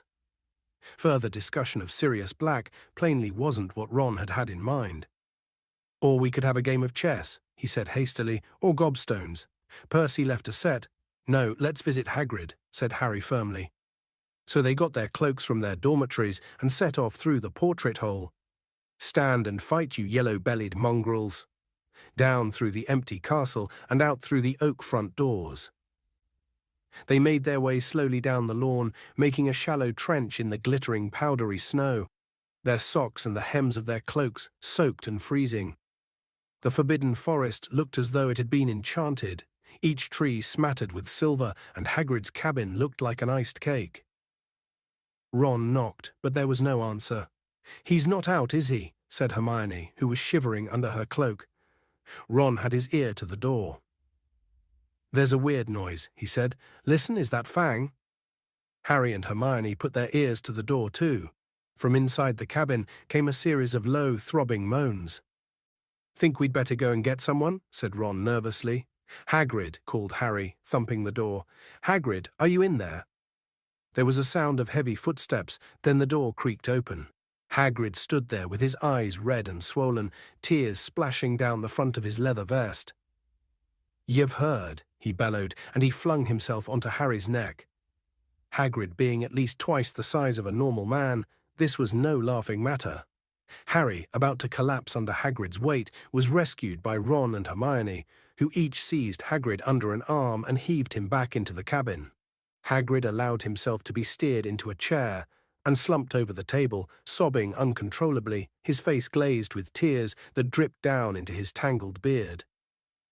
Hagrid. What is it? Said Hermione, aghast. Harry spotted an official-looking letter lying open on the table. What's this, Hagrid? Hagrid's sobs redoubled, but he shoved the letter toward Harry, who picked it up and read aloud. Dear Mr. Hagrid, further to our inquiry into the attack by a hippogriff on a student in your class, we have accepted the assurances of Professor Dumbledore that you bear no responsibility for the regrettable incident. Well, that's okay then, Hagrid, said Ron, clapping Hagrid on the shoulder. But Hagrid continued to sob and waved one of his gigantic hands, inviting Harry to read on. However, we must register our concern about the hippogriff in question. We have decided to uphold the official complaint of Mr. Lucius Malfoy, and this matter will therefore be taken to the Committee for the Disposal of Dangerous Creatures. The hearing will take place on April 20th, and we ask you to present yourself and your hippogriff at the committee's offices in London on that date. In the meantime, the hippogriff should be kept tethered and isolated. Yours in fellowship. There followed a list of the school governors. Oh, said Ron, but you said Buckbeak isn't a bad hippogriff, Hagrid. I bet he'll get off. You don't know them gargoyles at the Committee for the Disposal of Dangerous Creatures, choked Hagrid, wiping his eyes on his sleeve. They've got it in for interesting creatures. A sudden sound from the corner of Hagrid's cabin made Harry, Ron, and Hermione whip around.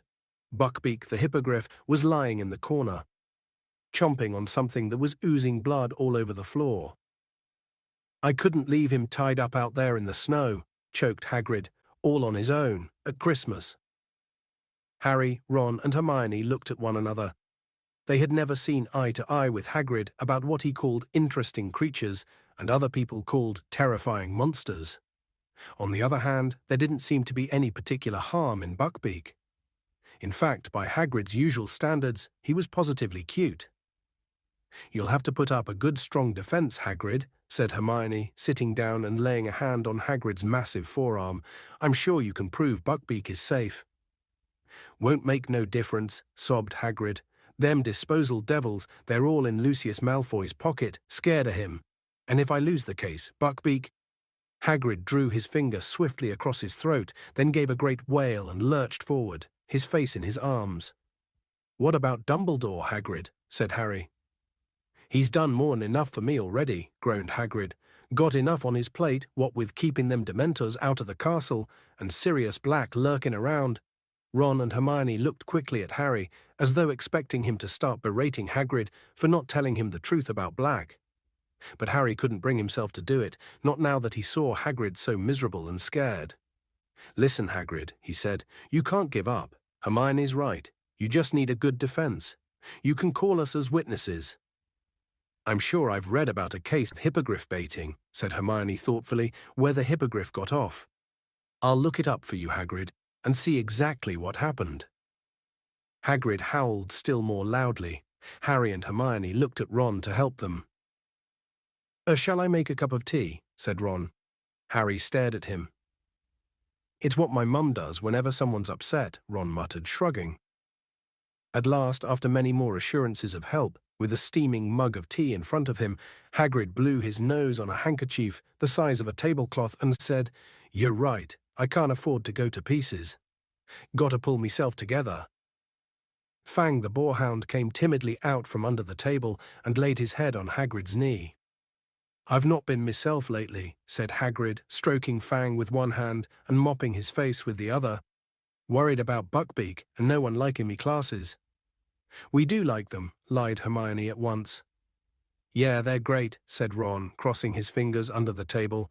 How are the flobberworms? Dead, said Hagrid gloomily. Too much lettuce. Oh no, said Ron, his lip twitching.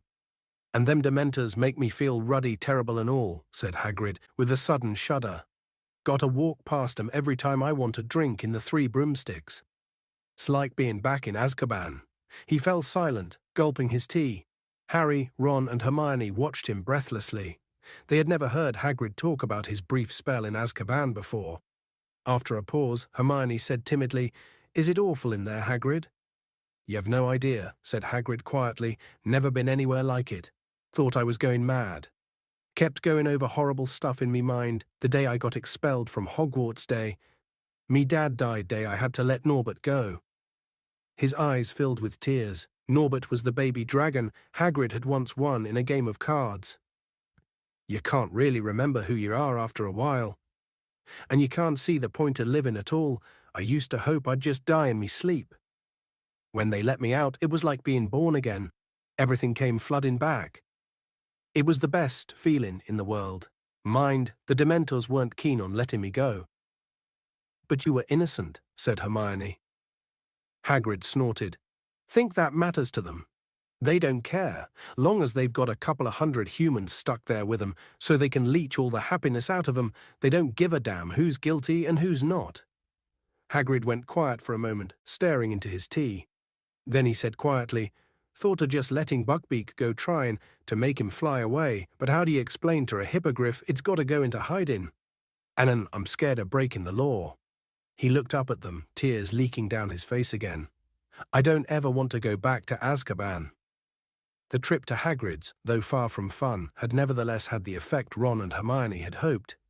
Though Harry had by no means forgotten about Black, he couldn't brood constantly on revenge if he wanted to help Hagrid win his case against the Committee for the Disposal of Dangerous Creatures.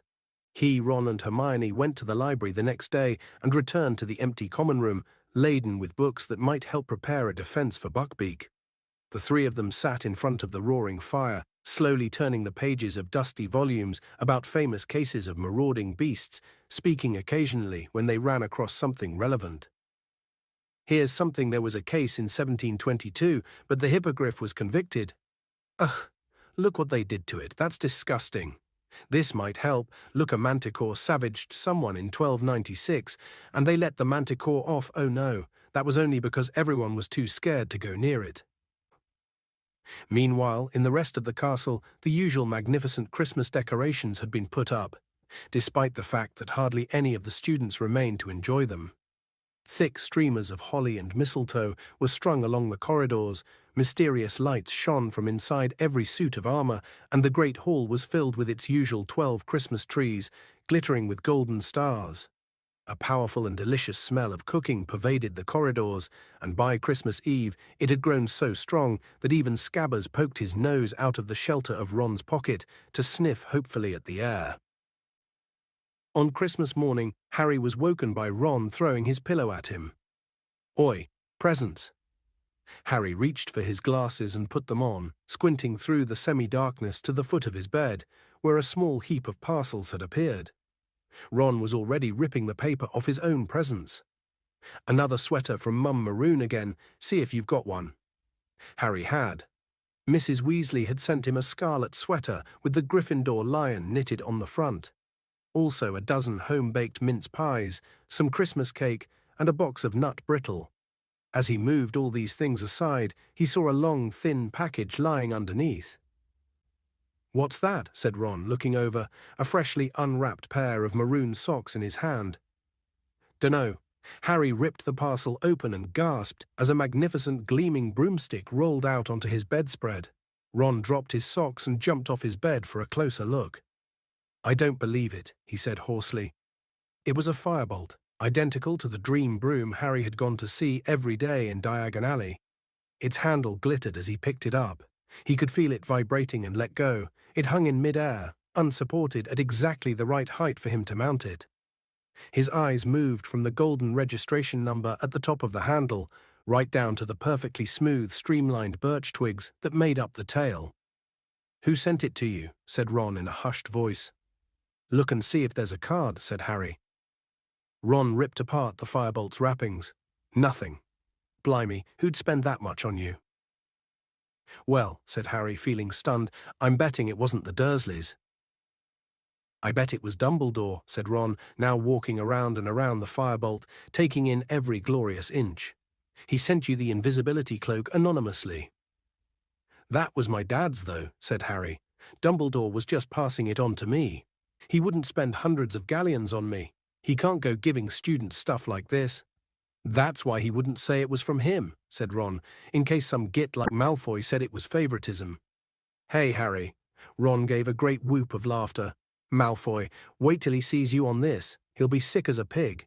This is an international standard broom, this is. I can't believe this, Harry muttered, running a hand along the firebolt, while Ron sank onto Harry's bed, laughing his head off at the thought of Malfoy. Who? I know, said Ron, controlling himself. I know who it could have been. Lupin. What? Said Harry, now starting to laugh himself. Lupin?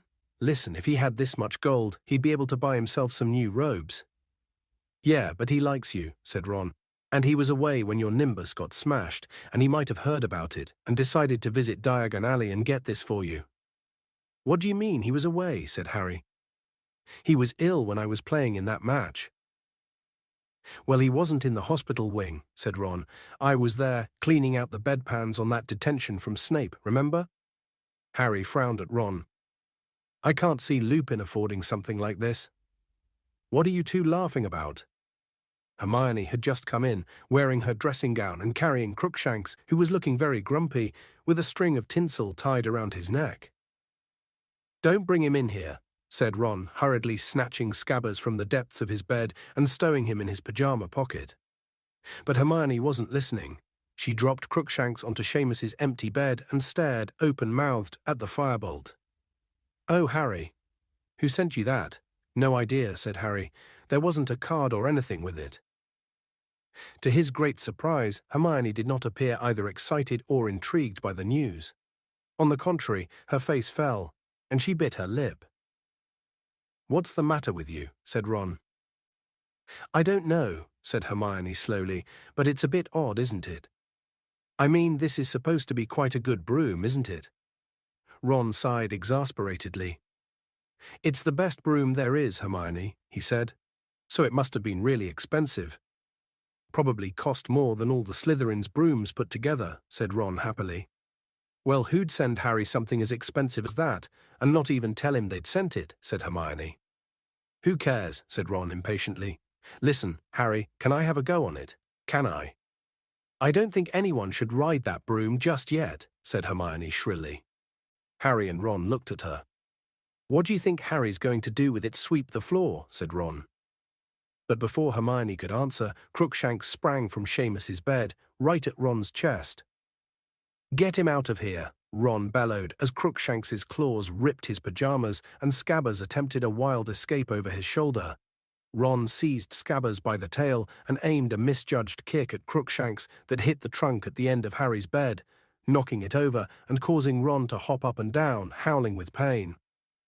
Crookshanks's fur suddenly stood on end. A shrill, tinny whistling was filling the room. The pocket sneaker-scope had become dislodged from Uncle Vernon's old socks and was whirling and gleaming on the floor. I forgot about that, Harry said, bending down and picking up the sneaker-scope. I never wear those socks if I can help it. The sneaker-scope whirled and whistled in his palm. Crookshanks was hissing and spitting at it. You'd better take that cat out of here, Hermione, said Ron furiously, sitting on Harry's bed nursing his toe. Can't you shut that thing up? He added to Harry, as Hermione strode out of the room, Crookshanks' yellow eyes still fixed maliciously on Ron. Harry stuffed the sneaker-scope back inside the socks and threw it back into his trunk. All that could be heard now were Ron's stifled moans of pain and rage. Scabbers was huddled in Ron's hands. It had been a while since Harry had seen him out of Ron's pocket, and he was unpleasantly surprised to see that Scabbers, once so fat, was now very skinny. Patches of fur seemed to have fallen out too. He's not looking too good, is he? Harry said. It's stress, said Ron. He'd be fine if that big stupid furball left him alone. But Harry, remembering what the woman at the magical menagerie had said about rats living only 3 years, couldn't help feeling that unless Scabbers had powers he had never revealed, he was reaching the end of his life. And despite Ron's frequent complaints that Scabbers was both boring and useless, he was sure Ron would be very miserable if Scabbers died. Christmas spirit was definitely thin on the ground in the Gryffindor common room that morning. Hermione had shut Crookshanks in her dormitory, but was furious with Ron for trying to kick him. Ron was still fuming about Crookshanks's fresh attempt to eat Scabbers. Harry gave up trying to make them talk to each other and devoted himself to examining the firebolt, which he had brought down to the common room with him. For some reason, this seemed to annoy Hermione as well. She didn't say anything, but she kept looking darkly at the broom as though it too had been criticizing her cat. At lunchtime, they went down to the great hall to find that the house tables had been moved against the walls again, and that a single table, set for 12, stood in the middle of the room. Professors Dumbledore, McGonagall, Snape, Sprout, and Flitwick were there, along with Filch, the caretaker, who had taken off his usual brown coat and was wearing a very old and rather mouldy-looking tailcoat. There were only 3 other students, 2 extremely nervous-looking first years and a sullen-faced Slytherin 5th year. "Merry Christmas," said Dumbledore as Harry, Ron, and Hermione approached the table. "As there are so few of us, it seemed foolish to use the house tables. Sit down, sit down."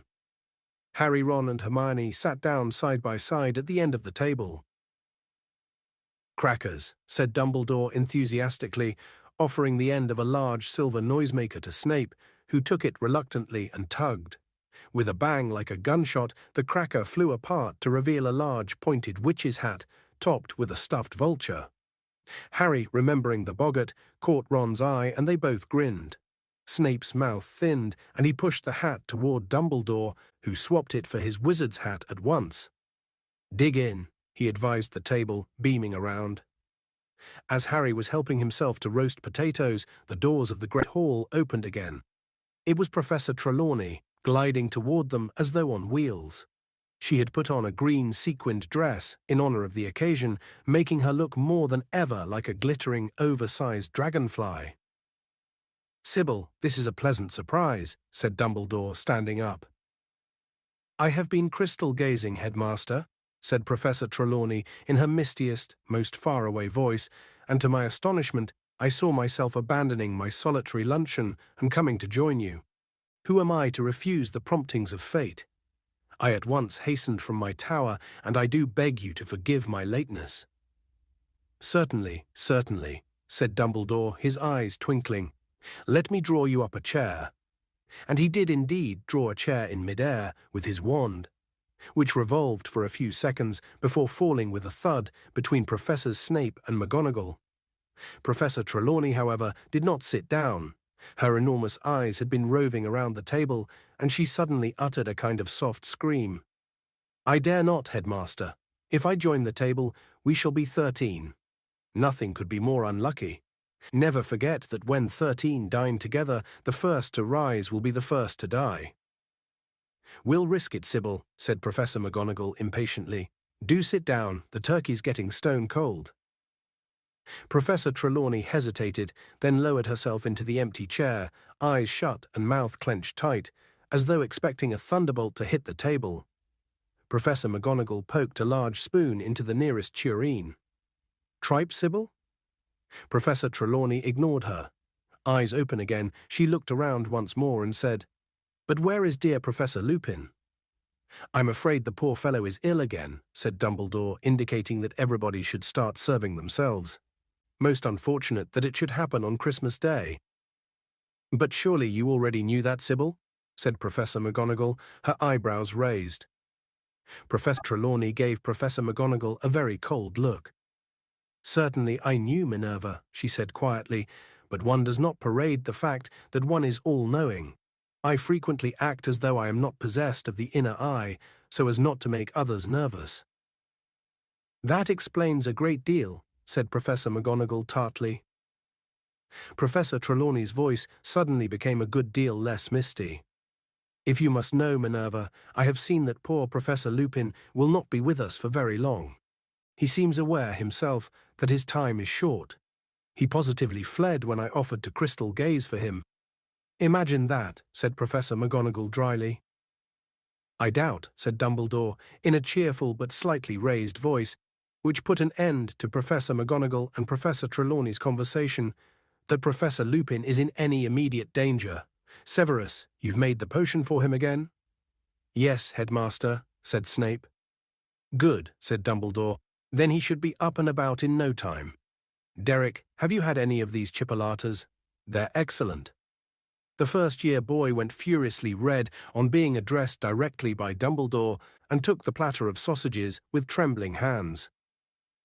Professor Trelawney behaved almost normally until the very end of Christmas dinner 2 hours later. Full to bursting with Christmas dinner and still wearing their party hats, Harry and Ron got up first from the table and she shrieked loudly, "My dears, which of you left his seat first? Which?" "Dunno," said Ron, looking uneasily at Harry. I doubt it will make much difference, said Professor McGonagall coldly, unless a mad axeman is waiting outside the doors to slaughter the first into the entrance hall. Even Ron laughed. Professor Trelawney looked highly affronted. Coming, Harry said to Hermione. No, Hermione muttered.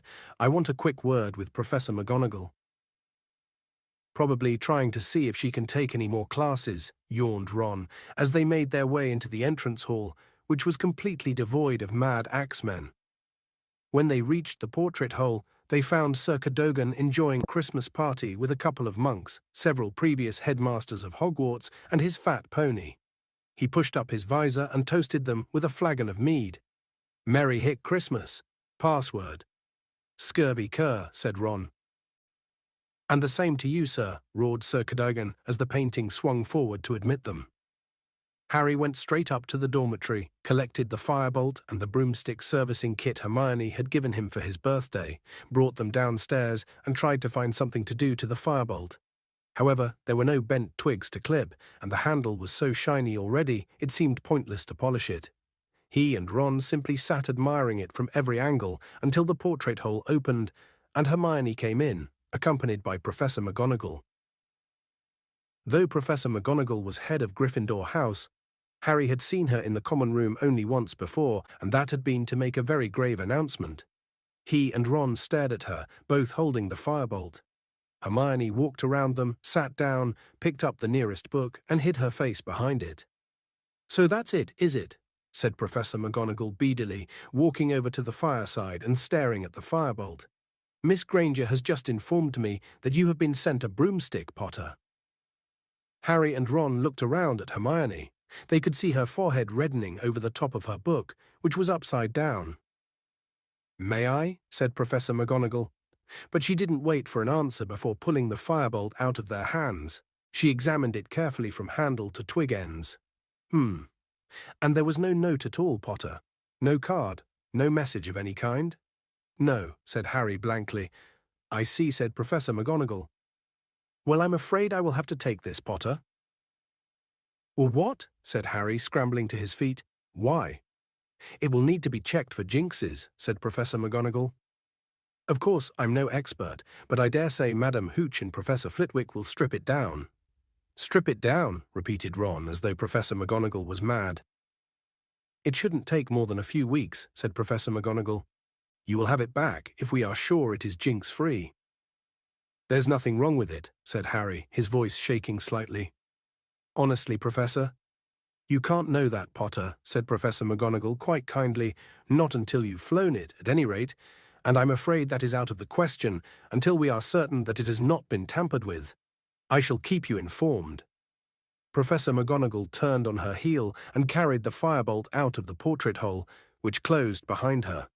Harry stood staring after her, the tin of high-finish polish still clutched in his hands. Ron, however, rounded on Hermione. What did you go running to McGonagall for? Hermione threw her book aside. She was still pink in the face, but stood up and faced Ron defiantly. Because I thought, and Professor McGonagall agrees with me, that that broom was probably sent to Harry by Sirius Black. Chapter 12. The Patronus. Harry knew that Hermione had meant well, but that didn't stop him from being angry with her.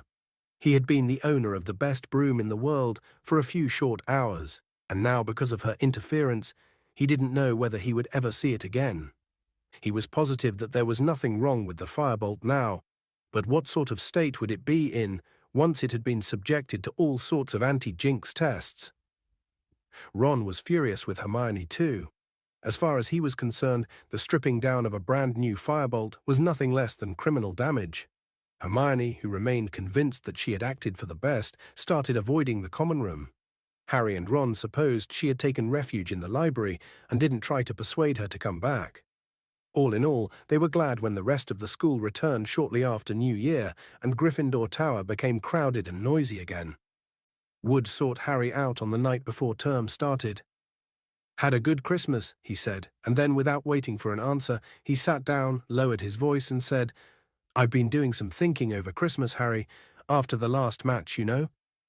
If the Dementors come to the next one, I mean, we can't afford you to, well. Wood broke off, looking awkward. I'm working on it, said Harry quickly. Professor Lupin said he'd train me to ward off the Dementors. We should be starting this week. He said he'd have time after Christmas. Ah, said Wood, his expression clearing. Well, in that case, I really didn't want to lose you as Seeker, Harry. And have you ordered a new broom yet? No, said Harry. What? You'd better get a move on. You know you can't ride that shooting star against Ravenclaw. He got a firebolt for Christmas, said Ron. A firebolt, no. Seriously? A real firebolt? Don't get excited, Oliver, said Harry gloomily. I haven't got it anymore. It was confiscated. And he explained all about how the firebolt was now being checked for jinxes. Jinxed? How could it be jinxed? Sirius Black, Harry said wearily. He's supposed to be after me, so McGonagall reckons he might have sent it. Waving aside the information that a famous murderer was after his Seeker, Wood said, but Black couldn't have bought a firebolt. He's on the run. The whole country's on the lookout for him. How could he just walk into Quality Quidditch Supplies and buy a broomstick? I know, said Harry, but McGonagall still wants to strip it down. Wood went pale. I'll go and talk to her, Harry, he promised. I'll make her see reason. A firebolt, a real firebolt, on our team. She wants Gryffindor to win as much as we do. I'll make her see sense. A firebolt. Classes started again the next day. The last thing anyone felt like doing was spending 2 hours on the grounds on a raw January morning. But Hagrid had provided a bonfire full of salamanders for their enjoyment, and they spent an unusually good lesson collecting dry wood and leaves to keep the fire blazing while the flame-loving lizards scampered up and down the crumbling white-hot logs. The first divination lesson of the new term was much less fun. Professor Trelawney was now teaching them palmistry, and she lost no time in informing Harry that he had the shortest lifeline she had ever seen. It was defense against the dark arts that Harry was keen to get to. After his conversation with Wood, he wanted to get started on his anti-Dementor lessons as soon as possible. Ah yes, said Lupin, when Harry reminded him of his promise at the end of class.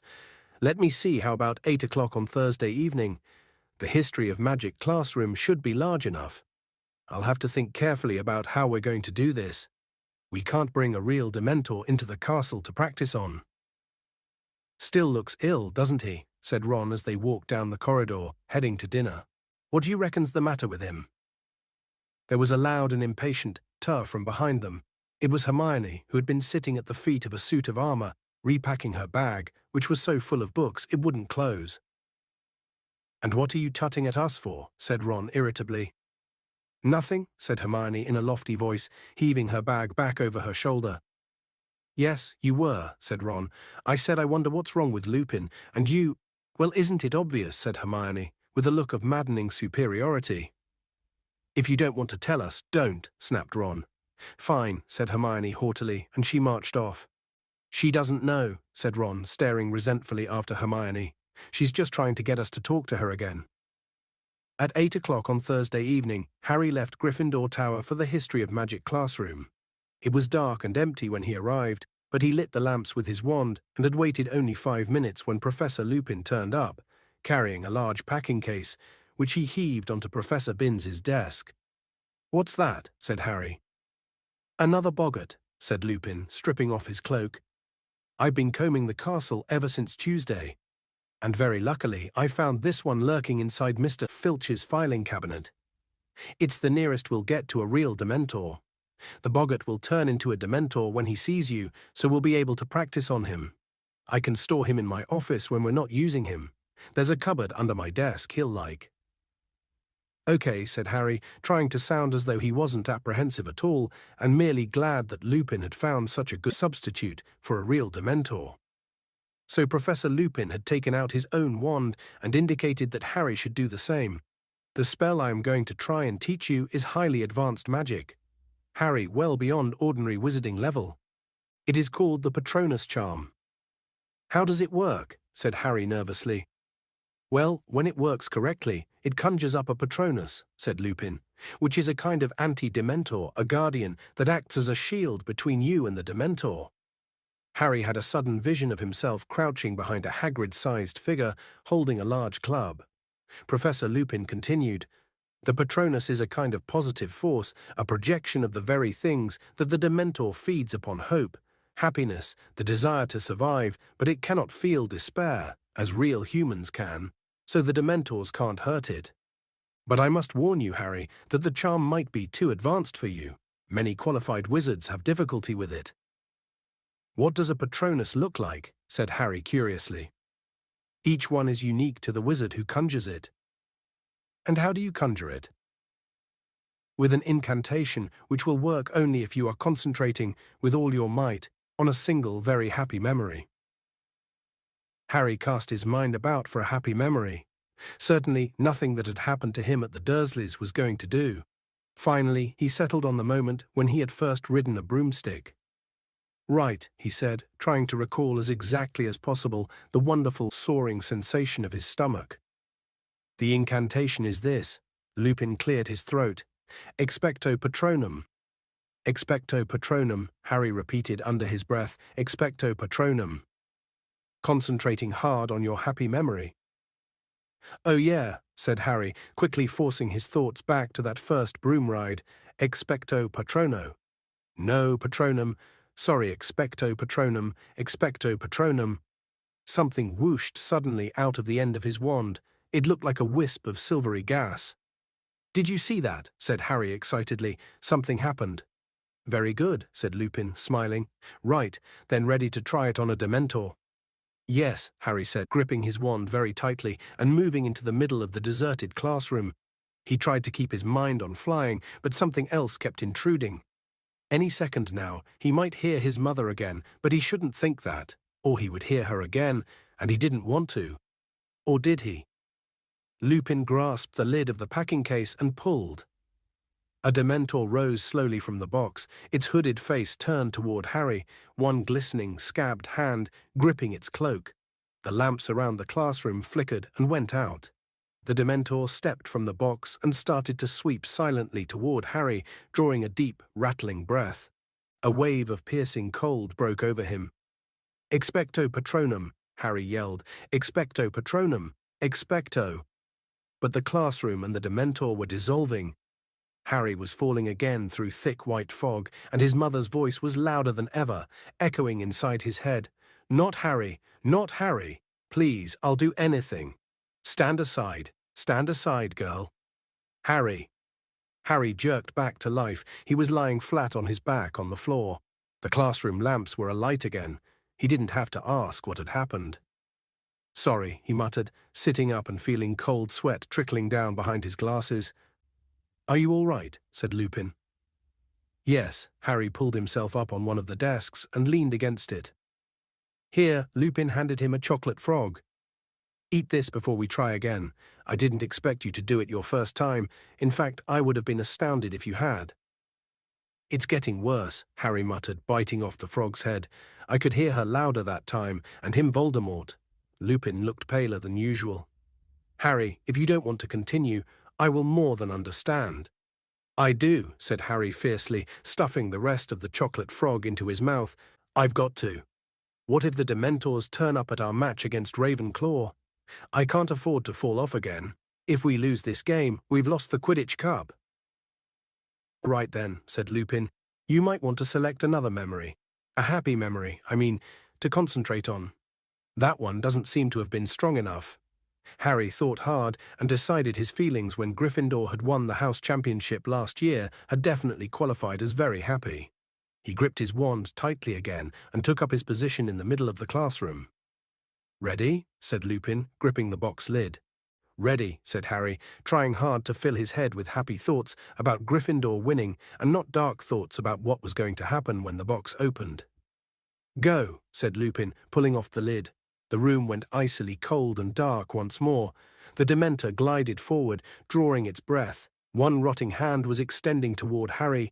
Expecto Patronum, Harry yelled. Expecto Patronum. Expecto Pat. White fog obscured his senses. Big, blurred shapes were moving around him. Then came a new voice, a man's voice, shouting, panicking. Lily, take Harry and go. It's him. Go. Run, I'll hold him off.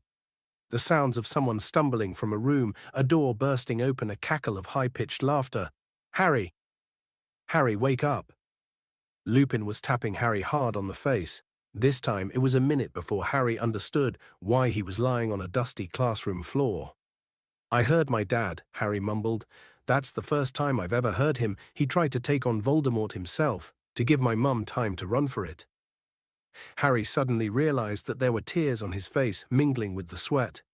He bent his face as low as possible, wiping them off on his robes, pretending to do up his shoelace so that Lupin wouldn't see. "You heard James?" said Lupin in a strange voice. "Yeah." Face dry, Harry looked up. "Why, you didn't know my dad, did you?" I did, as a matter of fact," said Lupin. "We were friends at Hogwarts. Listen, Harry, perhaps we should leave it here for tonight. This charm is ridiculously advanced. I shouldn't have suggested putting you through this." "No," said Harry. He got up again. "I'll have one more go. I'm not thinking of happy enough things. That's what it is. Hang on." He racked his brains. A really, really happy memory, one that he could turn into a good, strong Patronus. The moment when he'd first found out he was a wizard and would be leaving the Dursleys for Hogwarts. If that wasn't a happy memory, he didn't know what was. Concentrating very hard on how he had felt when he'd realized he'd be leaving Privet Drive, Harry got to his feet and faced the packing case once more. "Ready?" said Lupin, who looked as though he were doing this against his better judgment. Concentrating hard. "All right, go." He pulled off the lid of the case for the third time, and the Dementor rose out of it. The room fell cold and dark. "Expecto Patronum," Harry bellowed. "Expecto Patronum! Expecto Patronum!" The screaming inside Harry's head had started again, except this time it sounded as though it were coming from a badly tuned radio, softer and louder and softer again, and he could still see the Dementor. It had halted, and then a huge silver shadow came bursting out of the end of Harry's wand to hover between him and the Dementor. And though Harry's legs felt like water, he was still on his feet, though, for how much longer he wasn't sure. "Ridiculous!" roared Lupin, springing forward. There was a loud crack, and Harry's cloudy Patronus vanished along with the Dementor. He sank into a chair, feeling as exhausted as if he'd just run a mile, and felt his legs shaking. Out of the corner of his eye, he saw Professor Lupin forcing the boggart back into the packing case with his wand. It had turned into a silvery orb again. "Excellent," Lupin said, striding over to where Harry sat. "Excellent, Harry. That was definitely a start. Can we have another go? Just one more go?" "Not now," said Lupin firmly. "You've had enough for one night. Here." He handed Harry a large bar of Honeydukes' best chocolate. "Eat the lot or Madame Pumphrey will be after my blood. Same time next week?" "Okay," said Harry. He took a bite of the chocolate and watched Lupin extinguishing the lamps that had rekindled with the disappearance of the Dementor. A thought had just occurred to him. "Professor Lupin," he said, "if you knew my dad, you must have known Sirius Black as well." Lupin turned very quickly. "What gives you that idea?" he said sharply. "Nothing, I mean. I just knew they were friends at Hogwarts too." Lupin's face relaxed. "Yes, I knew him," he said shortly, "or I thought I did. You'd better be off, Harry. It's getting late." Harry left the classroom, walking along the corridor and around a corner, then took a detour behind a suit of armor and sank down on its plinth to finish his chocolate, wishing he hadn't mentioned Black, as Lupin was obviously not keen on the subject. Then Harry's thoughts wandered back to his mother and father. He felt drained and strangely empty, even though he was so full of chocolate.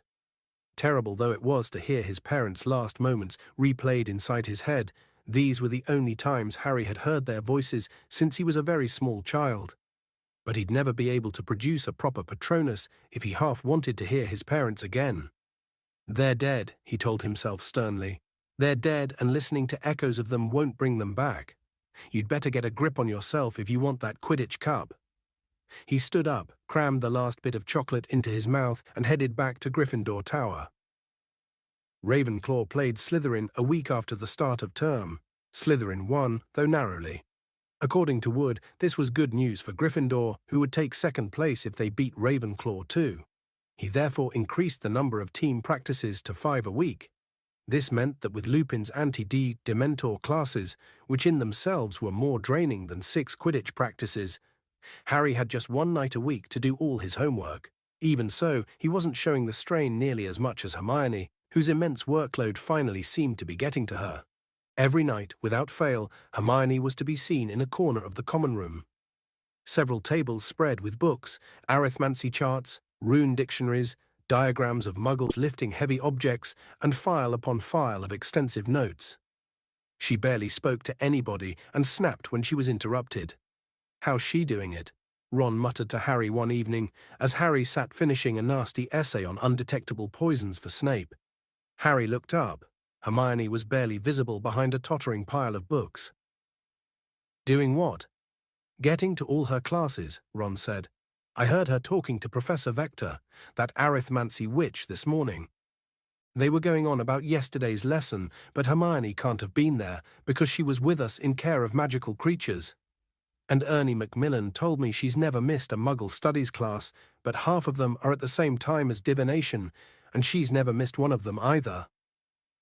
Harry didn't have time to fathom the mystery of Hermione's impossible schedule at the moment.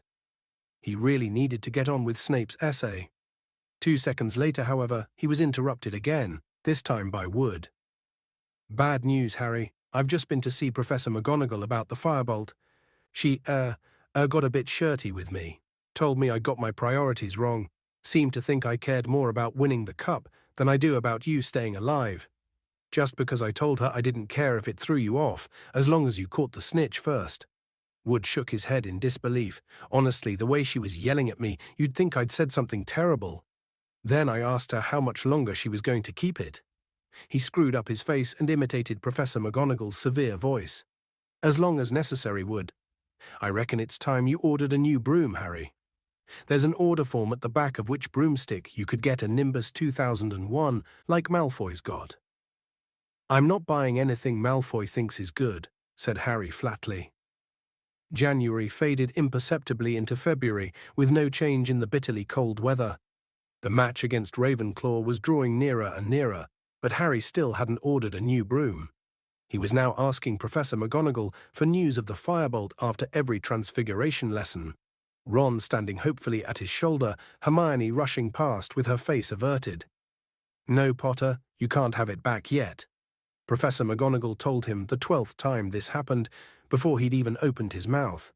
"We've checked for most of the usual curses, but Professor Flitwick believes the broom might be carrying a hurling hex. I shall tell you once we've finished checking it. Now please stop badgering me." To make matters even worse, Harry's anti-Dementor lessons were not going nearly as well as he had hoped.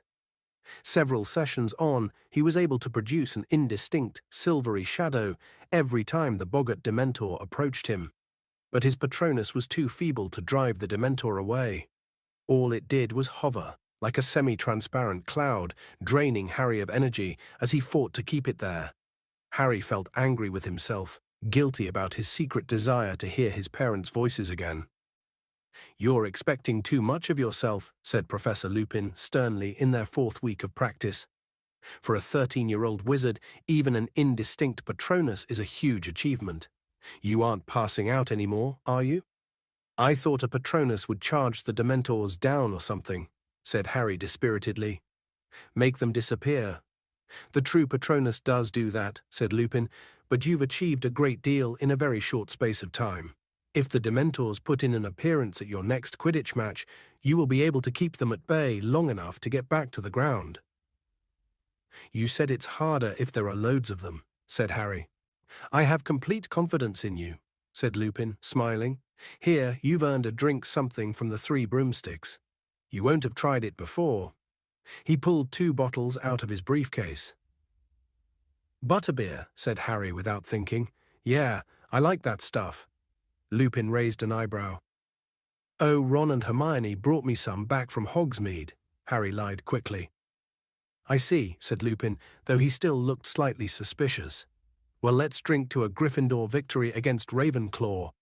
Not that I'm supposed to take sides, as a teacher," he added hastily.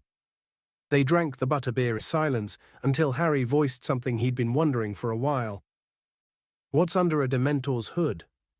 Professor Lupin lowered his bottle thoughtfully. Well, the only people who really know are in no condition to tell us. You see, the Dementor lowers its hood only to use its last and worst weapon. What's that? They call it the Dementor's kiss, said Lupin, with a slightly twisted smile. It's what Dementors do to those they wish to destroy utterly. I suppose there must be some kind of mouth under there, because they clamp their jaws upon the mouth of the victim and suck out his soul. Harry accidentally spat out a bit of butterbeer. What, they kill? Oh no, said Lupin, much worse than that. You can exist without your soul, you know, as long as your brain and heart are still working. But you'll have no sense of self anymore, no memory, no anything. There's no chance at all of recovery. You'll just exist, as an empty shell, and your soul is gone forever lost. Lupin drank a little more butterbeer, then said, It's the fate that awaits Sirius Black. It was in the Daily Prophet this morning. The Ministry have given the Dementors permission to perform it if they find him. Harry sat stunned for a moment at the idea of someone having their soul sucked out through their mouth, but then he thought of Black. He deserves it, he said suddenly. You think so? Said Lupin lightly. Do you really think anyone deserves that? Yes, said Harry defiantly, for some things. He would have liked to have told Lupin about the conversation he'd overheard about Black in the Three Broomsticks, about Black betraying his mother and father, but it would have involved revealing that he'd gone to Hogsmeade without permission, and he knew Lupin wouldn't be very impressed by that. So he finished his butterbeer, thanked Lupin, and left the History of Magic classroom. Harry half wished that he hadn't asked what was under a Dementor's hood. The answer had been so horrible, and he was so lost in unpleasant thoughts of what it would feel like to have your soul sucked out of you, that he walked headlong into Professor McGonagall halfway up the stairs. Do watch where you're going, Potter. Sorry, Professor. I've just been looking for you in the Gryffindor common room. Well, here it is. We've done everything we could think of, and there doesn't seem to be anything wrong with it at all.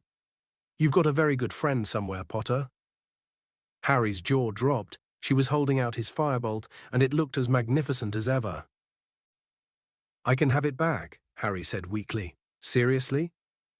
Seriously, said Professor McGonagall, and she was actually smiling. I dare say you'll need to get the feel of it before Saturday's match, won't you? And Potter, do try and win, won't you? Or we'll be out of the running for the 8th year in a row, as Professor Snape was kind enough to remind me only last night. Speechless, Harry carried the firebolt back upstairs toward Gryffindor Tower. As he turned a corner, he saw Ron dashing toward him, grinning from ear to ear. She gave it to you? Excellent. Listen, can I still have a go on it? Tomorrow? Yeah, anything, said Harry, his heart lighter than it had been in a month. You know what we should make up with Hermione. She was only trying to help. Yeah, all right, said Ron. She's in the common room now, working for a change. They turned into the corridor to Gryffindor Tower and saw Neville Longbottom pleading with Sir Cadogan, who seemed to be refusing him entrance.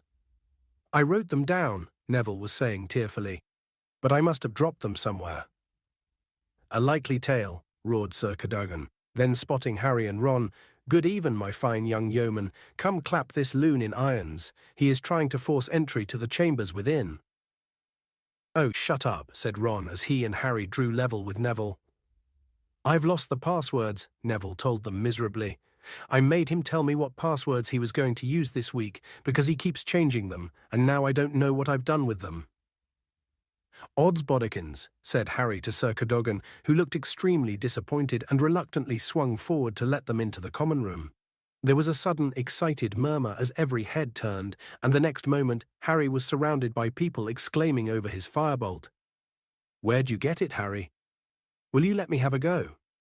Have you ridden it yet, Harry? Ravenclaw'll have no chance. They're all on clean sweep 7s. Can I just hold it, Harry?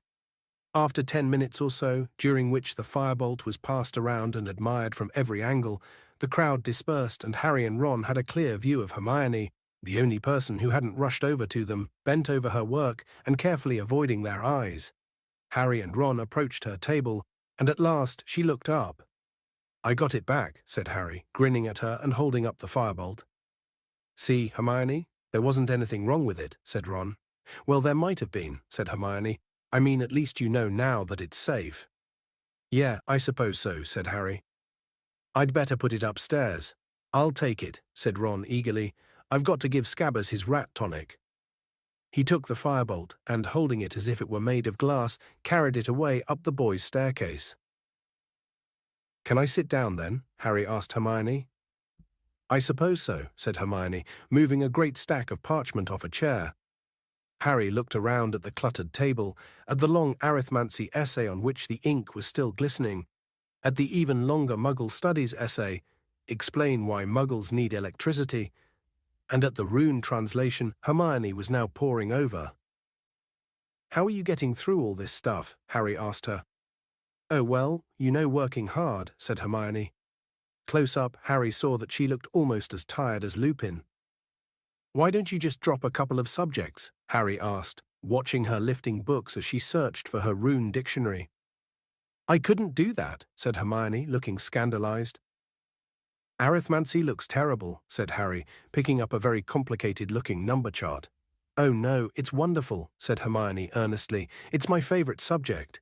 It's—" But exactly what was wonderful about arithmancy, Harry never found out. At that precise moment, a strangled yell echoed down the boys' staircase.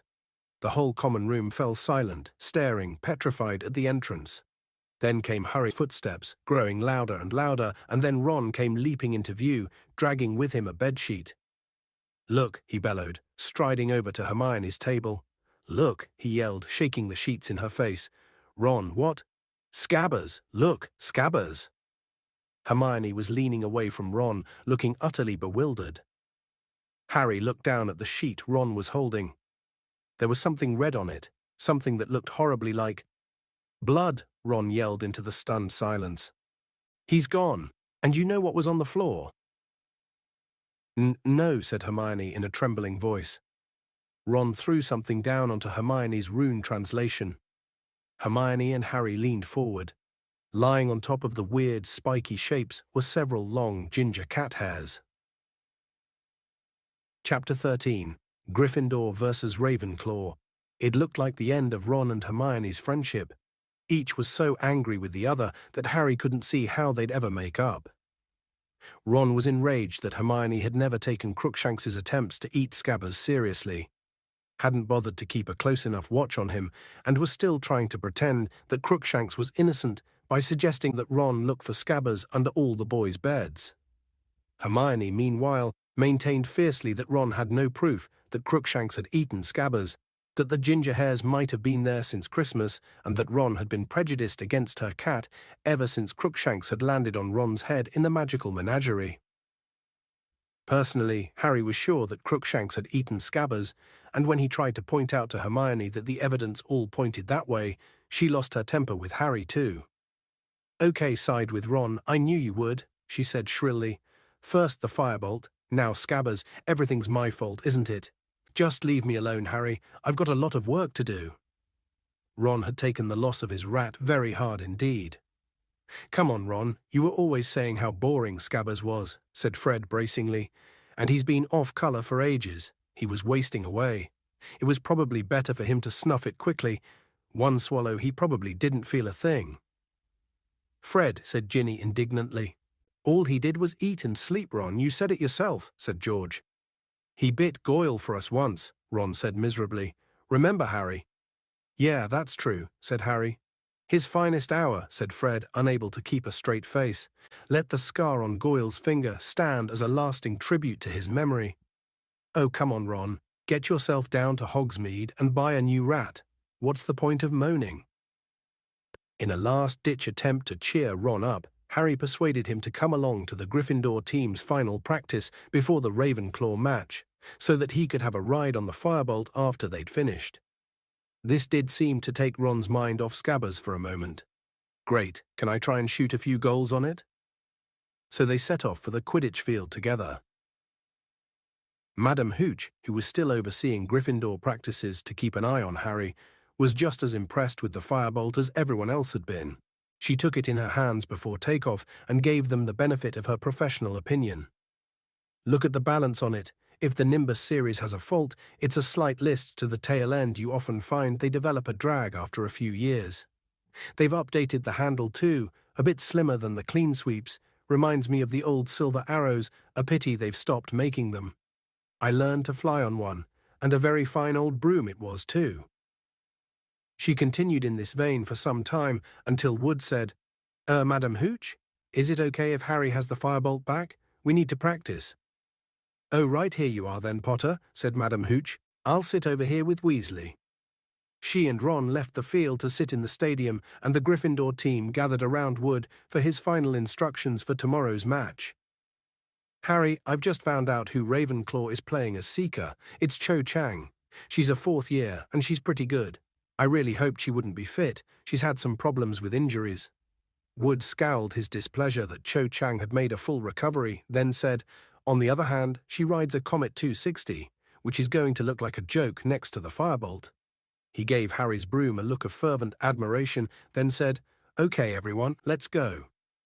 And at long last, Harry mounted his firebolt and kicked off from the ground.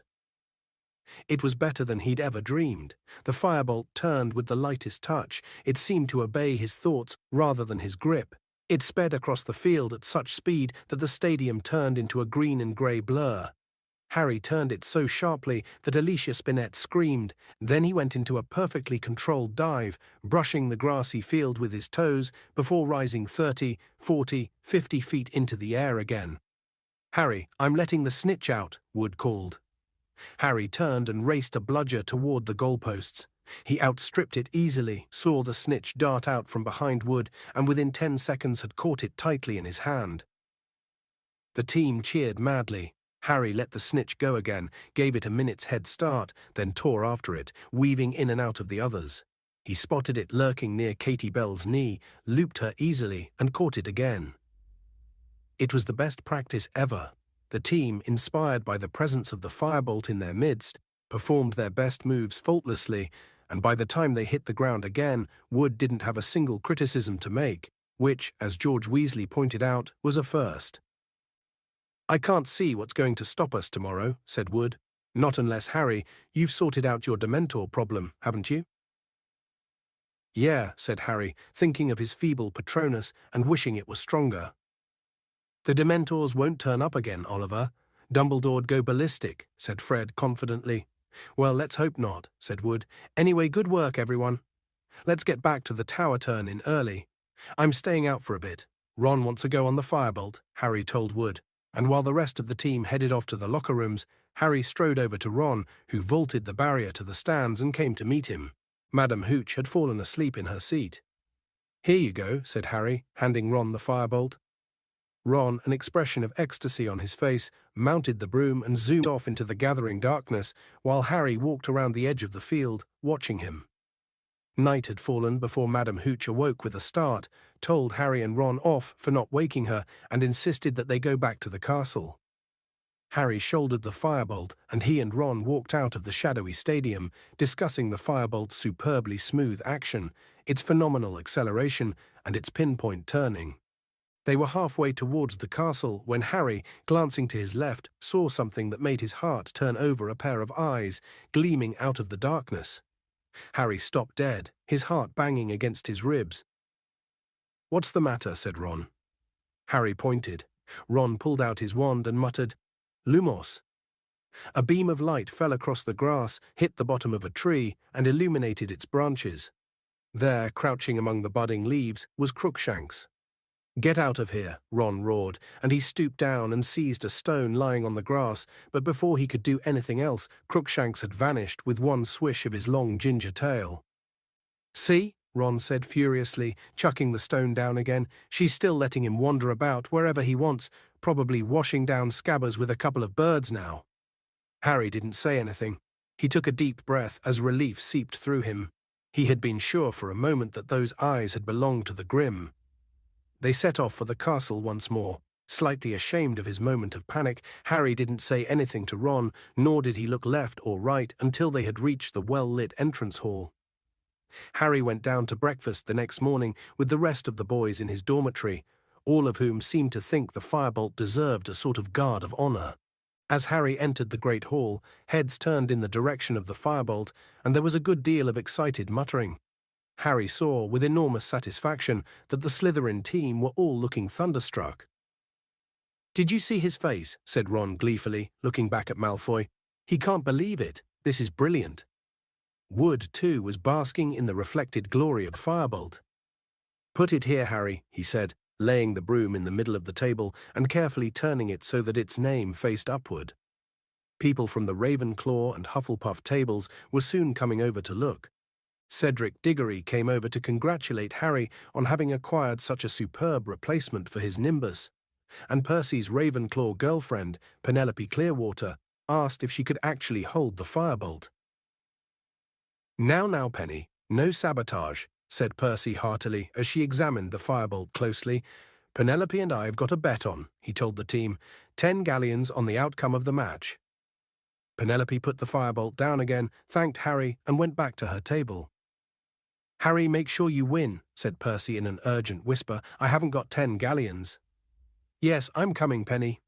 And he bustled off to join her in a piece of toast. "Sure you can manage that broom, Potter," said a cold, drawling voice. Draco Malfoy had arrived for a closer look, Crabbe and Goyle right behind him. "Yeah, reckon so," said Harry casually. "Got plenty of special features, hasn't it?" said Malfoy, eyes glittering maliciously. "Shame it doesn't come with a parachute, in case you get too near a Dementor." Crabbe and Goyle sniggered. "Pity you can't attach an extra arm to yours, Malfoy," said Harry. "Then it could catch the snitch for you." The Gryffindor team laughed loudly. Malfoy's pale eyes narrowed and he stalked away. They watched him rejoin the rest of the Slytherin team, who put their heads together, no doubt asking Malfoy whether Harry's broom really was a firebolt. At 11:15, the Gryffindor team set off for the locker rooms. The weather couldn't have been more different from their match against Hufflepuff. It was a clear, cool day, with a very light breeze. There would be no visibility problems this time, and Harry, though nervous, was starting to feel the excitement only a Quidditch match could bring. They could hear the rest of the school moving into the stadium beyond. Harry took off his black school robes, removed his wand from his pocket, and stuck inside the t-shirt he was going to wear under his Quidditch robes. He only hoped he wouldn't need it. He wondered suddenly whether Professor Lupin was in the crowd, watching. "You know what we've got to do," said Wood as they prepared to leave the locker rooms. "If we lose this match, we're out of the running. Just fly like you did in practice yesterday, and we'll be okay." They walked out onto the field to tumultuous applause. The Ravenclaw team, dressed in blue, were already standing in the middle of the field. Their seeker, Cho Chang, was the only girl on their team. She was shorter than Harry by about a head, and Harry couldn't help noticing, nervous as he was, that she was extremely pretty. She smiled at Harry as the teams faced each other behind their captains, and he felt a slight lurch in the region of his stomach that he didn't think had anything to do with nerves. "Wood, Davies, shake hands," Madam Hooch said briskly, and Wood shook hands with the Ravenclaw captain. "Mount your brooms on my whistle 3, 2, 1. Harry kicked off into the air, and the firebolt zoomed higher and faster than any other broom. He soared around the stadium and began squinting around for the snitch, listening all the while to the commentary, which was being provided by the Weasley twins' friend Lee Jordan. "They're off, and the big excitement this match is the firebolt that Harry Potter is flying for Gryffindor. According to which broomstick, the firebolt's going to be the broom of choice for the national teams at this year's World Championship." "Jordan, would you mind telling us what's going on in the match?" interrupted Professor McGonagall's voice. "Right you are. Professor, just giving a bit of background information. The firebolt, incidentally, has a built-in auto-brake. And... Jordan.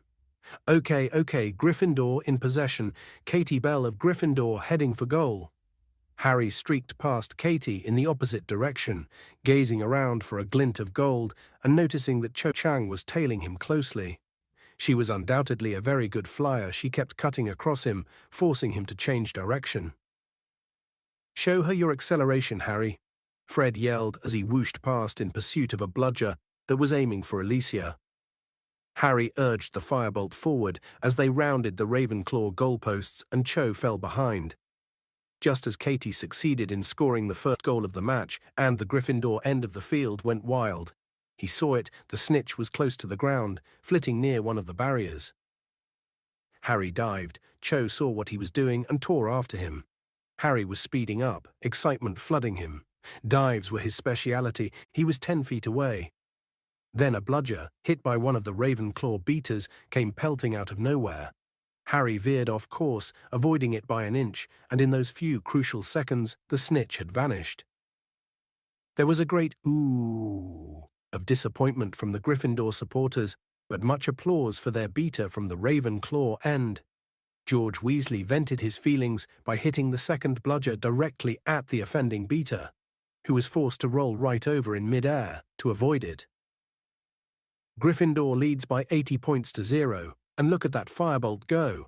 Potter's really putting it through its paces now. See it turn. Chang's comet is just no match for it. The firebolt's precision balance is really noticeable in these long.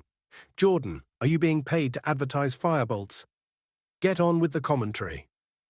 Ravenclaw was pulling back. They had now scored 3 goals, which put Gryffindor only 50 points ahead. If Cho got the snitch before him, Ravenclaw would win. Harry dropped lower, narrowly avoiding a Ravenclaw chaser, scanning the field frantically. A glint of gold, a flutter of tiny wings. The snitch was circling the Gryffindor goalpost. Harry accelerated, eyes fixed on the speck of gold ahead, but just then, Cho appeared out of thin air, blocking him. "Harry, this is no time to be a gentleman," Wood roared as Harry swerved to avoid a collision. "Knock her off her broom if you have to." Harry turned and caught sight of Cho. She was grinning. The snitch had vanished again.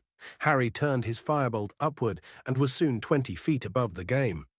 Out of the corner of his eye, he saw Cho following him. She'd decided to mark him rather than search for the snitch herself. All right, then if she wanted to tail him, she'd have to take the consequences.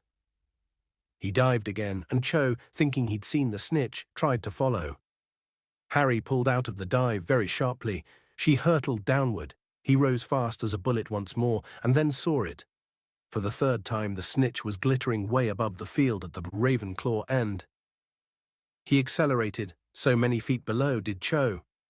He was winning, gaining on the snitch with every second. Then, "Oh!" screamed Cho, pointing. Distracted, Harry looked down. 3 Dementors, 3 tall, black, hooded Dementors, were looking up at him. He didn't stop to think. Plunging a hand down the neck of his robes, he whipped out his wand and roared, "Expecto Patronum!" Something silver-white, something enormous, erupted from the end of his wand. He knew it had shot directly at the Dementors, but didn't pause to watch. His mind still miraculously clear, he looked ahead. He was nearly there. He stretched out the hand still grasping his wand and just managed to close his fingers over the small, struggling snitch. Madame Hooch's whistle sounded. Harry turned around in mid-air and saw 6 scarlet blurs bearing down on him. Next moment, the whole team was hugging him so hard he was nearly pulled off his broom. Down below, he could hear the roars of the Gryffindors in the crowd. "That's my boy," Wood kept yelling. Alicia, Angelina, and Katie had all kissed Harry. Fred had him in a grip so tight, Harry felt as though his head would come off. In complete disarray, the team managed to make its way back to the ground. Harry got off his broom and looked up to see a gaggle of Gryffindor supporters sprinting onto the field, Ron in the lead. Before he knew it, he had been engulfed by the cheering crowd. "Yes," Ron yelled, yanking Harry's arm into the air. "Yes, yes." "Well done, Harry," said Percy, looking delighted. 10 galleons to me. Must find Penelope, excuse me." "Good for you, Harry," roared Seamus Finnegan. "Ruddy brilliant," boomed Hagrid over the heads of the milling Gryffindors. "That was quite some Patronus," said a voice in Harry's ear. Harry turned around to see Professor Lupin, who looked both shaken and pleased. "The Dementors didn't affect me at all," Harry said excitedly. "I didn't feel a thing." "That would be because they weren't Dementors," said Professor Lupin. "Come and see." He led Harry out of the crowd until they were able to see the edge of the field. "You gave Mr. Malfoy quite a fright," said Lupin. Harry stared. Lying in a crumpled heap on the ground were Malfoy, Crabbe, Goyle, and Marcus Flint, the Slytherin team captain, all struggling to remove themselves from long, black, hooded robes. It looked as though Malfoy had been standing on Goyle's shoulders. Standing over them, with an expression of the utmost fury on her face, was Professor McGonagall. "An unworthy trick," she was shouting, "a low and cowardly attempt to sabotage the Gryffindor Seeker. Detention for all of you, and 50 points from Slytherin. I shall be speaking to Professor Dumbledore about this. Make no mistake. Ah, here he comes now." If anything could have set the seal on Gryffindor's victory, it was this. Ron, who had fought his way through to Harry's side, doubled up with laughter as they watched Malfoy fighting to extricate himself from the robe, Goyle's head still stuck inside it. "Come on, Harry," said George, fighting his way over. "Party, Gryffindor common room now." "Right," said Harry, and feeling happier than he had in ages, he and the rest of the team led the way, still in their scarlet robes, out of the stadium and back up to the castle. It felt as though they had already won the Quidditch Cup. The party went on all day and well into the night. Fred and George Weasley disappeared for a couple of hours and returned with armfuls of bottles of butterbeer, pumpkin fizz, and several bags full of honeydew sweets. "How did you do that?" squealed Angelina Johnson as George started throwing peppermint toads into the crowd. "With a little help from Moony, Wormtail, Padfoot, and Prongs," Fred muttered in Harry's ear. Only one person wasn't joining in the festivities. Hermione, incredibly, was sitting in a corner, attempting to read an enormous book entitled Home Life and Social Habits of British Muggles. Harry broke away from the table where Fred and George had started juggling butterbeer bottles and went over to her. "Did you even come to the match?" he asked her. "Of course I did," said Hermione in a strangely high-pitched voice, not looking up. "And I'm very glad we won, and I think you did really well, but I need to read this by Monday." "Come on, Hermione, come and have some food," Harry said, looking over at Ron and wondering whether he was in a good enough mood to bury the hatchet. "I can't, Harry. I've still got 422 pages to read," said Hermione, now sounding slightly hysterical. Anyway, she glanced over at Ron too. "He doesn't want me to join in." There was no arguing with this, as Ron chose that moment to say loudly, "If Scabbers hadn't just been eaten, he could have had some of those fudge flies. He used to really like them." Hermione burst into tears. Before Harry could say or do anything, she tucked the enormous book under her arm and, still sobbing, ran toward the staircase to the girls' dormitories and out of sight. "Can't you give her a break?" Harry asked Ron quietly. "No," said Ron flatly. "If she just acted like she was sorry, but she'll never admit she's wrong, Hermione. She's still acting like Scabbers has gone on vacation or something." The Gryffindor party ended only when Professor McGonagall turned up in her tartan dressing gown and hairnet at 1 a.m. to insist that they all go to bed. Harry and Ron climbed the stairs to their dormitory, still discussing the match. At last, exhausted, Harry climbed into bed, twitched the hangings of his 4-poster shut to block out a ray of moonlight, lay back, and felt himself almost instantly drifting off to sleep. He had a very strange dream. He was walking through a forest, his firebolt over his shoulder, following something silvery white. It was winding its way through the trees ahead, and he could only catch glimpses of it between the leaves. Anxious to catch up with it, he sped up, but as he moved faster, so did his quarry. Harry broke into a run, and ahead he heard hooves gathering speed. Now he was running flat out, and ahead he could hear galloping. Then he turned a corner into a clearing and... No!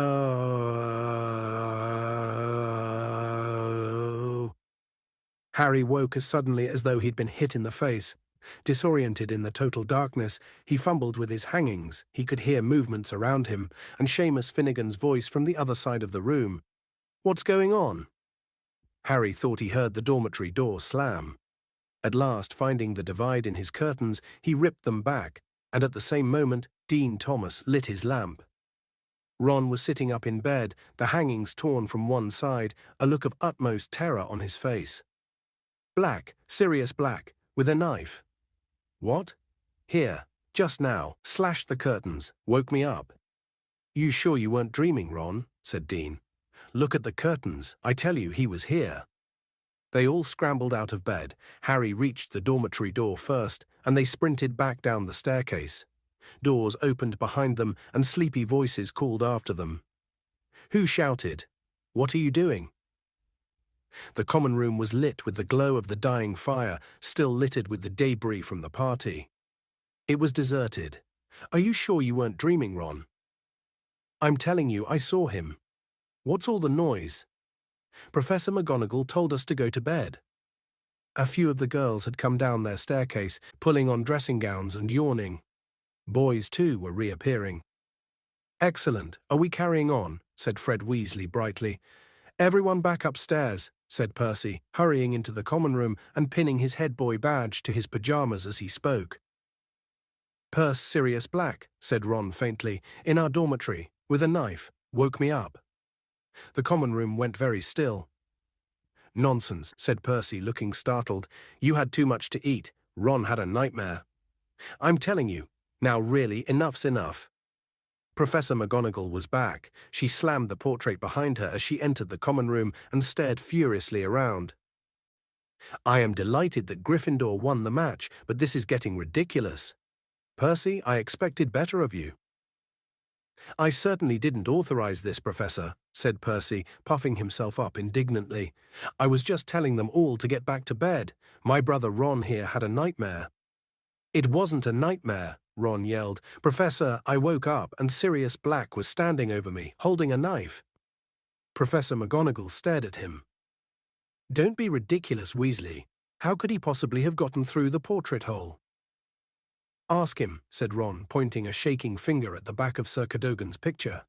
"Ask him if he saw—" Glaring suspiciously at Ron, Professor McGonagall pushed the portrait back open and went outside. The whole common room listened with bated breath. "Sir Cadogan, did you just let a man enter Gryffindor Tower?" "Certainly, good lady," cried Sir Cadogan. There was a stunned silence, both inside and outside the common room. You did," said Professor McGonagall. But the password." "He had 'em," said Sir Cadogan proudly. "Had the whole week's, my lady. Read 'em off a little piece of paper."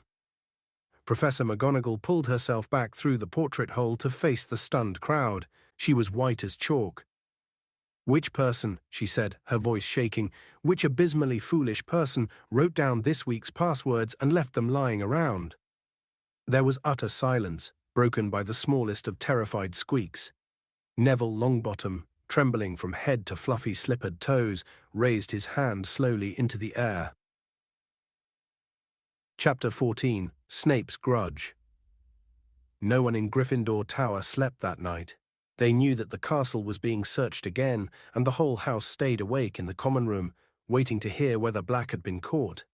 Professor McGonagall came back at dawn to tell them that he had again escaped. Throughout the day, everywhere they went, they saw signs of tighter security. Professor Flitwick could be seen teaching the front doors to recognize a large picture of Sirius Black. Filch was suddenly bustling up and down the corridors, boarding up everything from tiny cracks in the walls to mouse holes. Sir Cadogan had been fired. His portrait had been taken back to its lonely landing on the 7th floor, and the fat lady was back. She had been expertly restored, but was still extremely nervous and had agreed to return to her job only on condition that she was given extra protection. A bunch of surly security trolls had been hired to guard her. They paced the corridor in a menacing group, talking in grunts and comparing the size of their clubs. Harry couldn't help noticing that the statue of the one-eyed witch on the 3rd floor remained unguarded and unblocked. It seemed that Fred and George had been right in thinking that they, and now Harry, Ron and Hermione, were the only ones who knew about the hidden passageway within it. "Do you reckon we should tell someone?" Harry asked Ron. "We know he's not coming in through Honeydukes," said Ron dismissively. "We'd have heard if the shop had been broken into."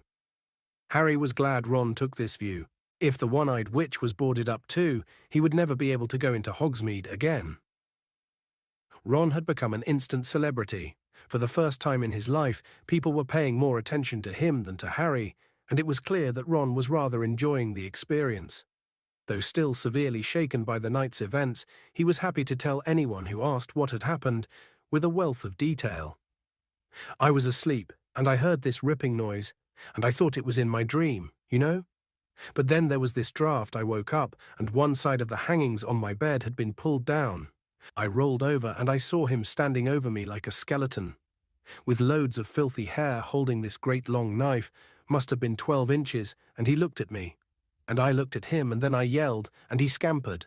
Why, though?" Ron added to Harry as the group of second-year girls who had been listening to his chilling tale departed. "Why did he run?" Harry had been wondering the same thing. Why had Black, having got the wrong bed, not silenced Ron and proceeded to Harry?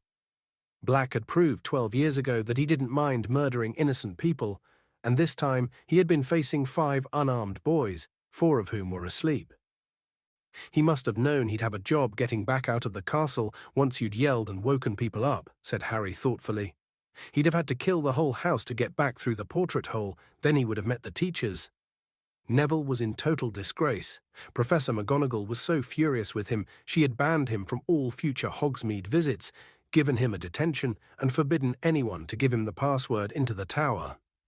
Poor Neville was forced to wait outside the common room every night for somebody to let him in, while the security trolls leered unpleasantly at him. None of these punishments, however, came close to matching the one his grandmother had in store for him. 2 days after Black's break-in, she sent Neville the very worst thing a Hogwarts student could receive over breakfast, a howler. The school owls swooped into the great hall, carrying the mail as usual, and Neville choked as a huge barn owl landed in front of him, a scarlet envelope clutched in its beak. Harry and Ron, who were sitting opposite him, recognized the letter as a howler. At once Ron had got one from his mother the year before. "Run for it, Neville," Ron advised. Neville didn't need telling twice. He seized the envelope and, holding it before him like a bomb, sprinted out of the hall, while the Slytherin table exploded with laughter at the sight of him. They heard the howler go off in the entrance hall. Neville's grandmother's voice, magically magnified to 100 times its usual volume, shrieking about how he had brought shame on the whole family. Harry was too busy feeling sorry for Neville to notice immediately that he had a letter too. Hedwig got his attention by nipping him sharply on the wrist. "Ouch! Oh, thanks, Hedwig." Harry tore open the envelope while Hedwig helped herself to some of Neville's cornflakes. The note inside said, "He probably wants to hear all about Black," said Ron. So at 6 o'clock that afternoon, Harry and Ron left Gryffindor Tower, passed the security trolls at a run, and headed down to the entrance hall. Hagrid was already waiting for them. "All right, Hagrid," said Ron. "Suppose you want to hear about Saturday night, do you?" "I've already heard all about it," said Hagrid, opening the front doors and leading them outside. "Oh," said Ron, looking slightly put out. The first thing they saw on entering Hagrid's cabin was Buckbeak, who was stretched out on top of Hagrid's patchwork quilt, his enormous wings folded tight to his body, enjoying a large plate of dead ferrets. Averting his eyes from this unpleasant sight, Harry saw a gigantic, hairy brown suit and a very horrible yellow and orange tie hanging from the top of Hagrid's wardrobe door. "What are they for, Hagrid?" said Harry. "Buckbeak's case against the committee for the disposal of dangerous creatures," said Hagrid. "This Friday. Him and me'll be going down to London together. I've booked 2 beds on the night bus." Harry felt a nasty pang of guilt. He had completely forgotten that Buckbeak's trial was so near, and judging by the uneasy look on Ron's face, he had too. They had also forgotten their promise about helping him prepare Buckbeak's defense. The arrival of the firebolt had driven it clean out of their minds. Hagrid poured them tea and offered them a plate of Bath buns, but they knew better than to accept. They had had too much experience with Hagrid's cooking. "I got something to discuss with you too," said Hagrid, sitting himself between them and looking uncharacteristically serious. "What?" said Harry. "Hermione," said Hagrid. "What about her?" said Ron. "She's in a right state, that's what. She's been coming down to visit me a lot since Christmas. Been feeling lonely. First you weren't talking to her because of the firebolt, now you're not talking to her because her cat." "Eight scabbers," Ron interjected angrily. "Because her cat acted like all cats do," Hagrid continued doggedly. "She's cried a fair few times, you know. Going through a rough time at the moment, bitten off more'n she can chew, if you ask me, all the work she's trying to do. Still found time to help me with Buckbeak's case, mind. She's found some really good stuff for me. Reckon he'll stand a good chance now." "Hagrid, we should have helped as well." "Sorry," Harry began awkwardly. "I'm not blaming you," said Hagrid, waving Harry's apology aside. "Gord knows you've had enough to be getting on with. I've seen you practicing Quidditch every hour of the day and night, but I gotta tell you, I thought you two'd value your friend more'n broomsticks or rats, that's all." Harry and Ron exchanged uncomfortable looks. "Really upset she was when Black nearly stabbed you, Ron. She's got her heart in the right place, Hermione has, and you two not talking to her. If she'd just get rid of that cat, I'd speak to her again," Ron said angrily, but she's still sticking up for it. It's a maniac, and she won't hear a word against it. Ah well, people can be a bit stupid about their pets, said Hagrid wisely. Behind him, Buckbeak spat a few ferret bones onto Hagrid's pillow. They spent the rest of their visit discussing Gryffindor's improved chances for the Quidditch Cup. At 9 o'clock, Hagrid walked them back up to the castle. A large group of people was bunched around the bulletin board when they returned to the common room. Hogsmeade, next weekend, said Ron, craning over the heads to read the new notice. What do you reckon? He added quietly to Harry as they went to sit down. Well, Filch hasn't done anything about the passage into Honeydukes, Harry said even more quietly. Harry, said a voice in his right ear. Harry started and looked around at Hermione, who was sitting at the table right behind them and clearing a space in the wall of books that had been hiding her. Harry, if you go into Hogsmeade again, I'll tell Professor McGonagall about that map, said Hermione. Can you hear someone talking, Harry? Growled Ron, not looking at Hermione. Ron, how can you let him go with you? After what Sirius Black nearly did to you, I mean it. I'll tell... So now you're trying to get Harry expelled, said Ron furiously. Haven't you done enough damage this year? Hermione opened her mouth to respond, but with a soft hiss, Crookshanks leapt onto her lap. Hermione took one frightened look at the expression on Ron's face, gathered up Crookshanks, and hurried away toward the girls' dormitories. So how about it? Ron said to Harry, as though there had been no interruption. Come on, last time we went you didn't see anything. You haven't even been inside Zonko's yet. Harry looked around to check that Hermione was well out of earshot. Okay, he said, but I'm taking the invisibility cloak this time.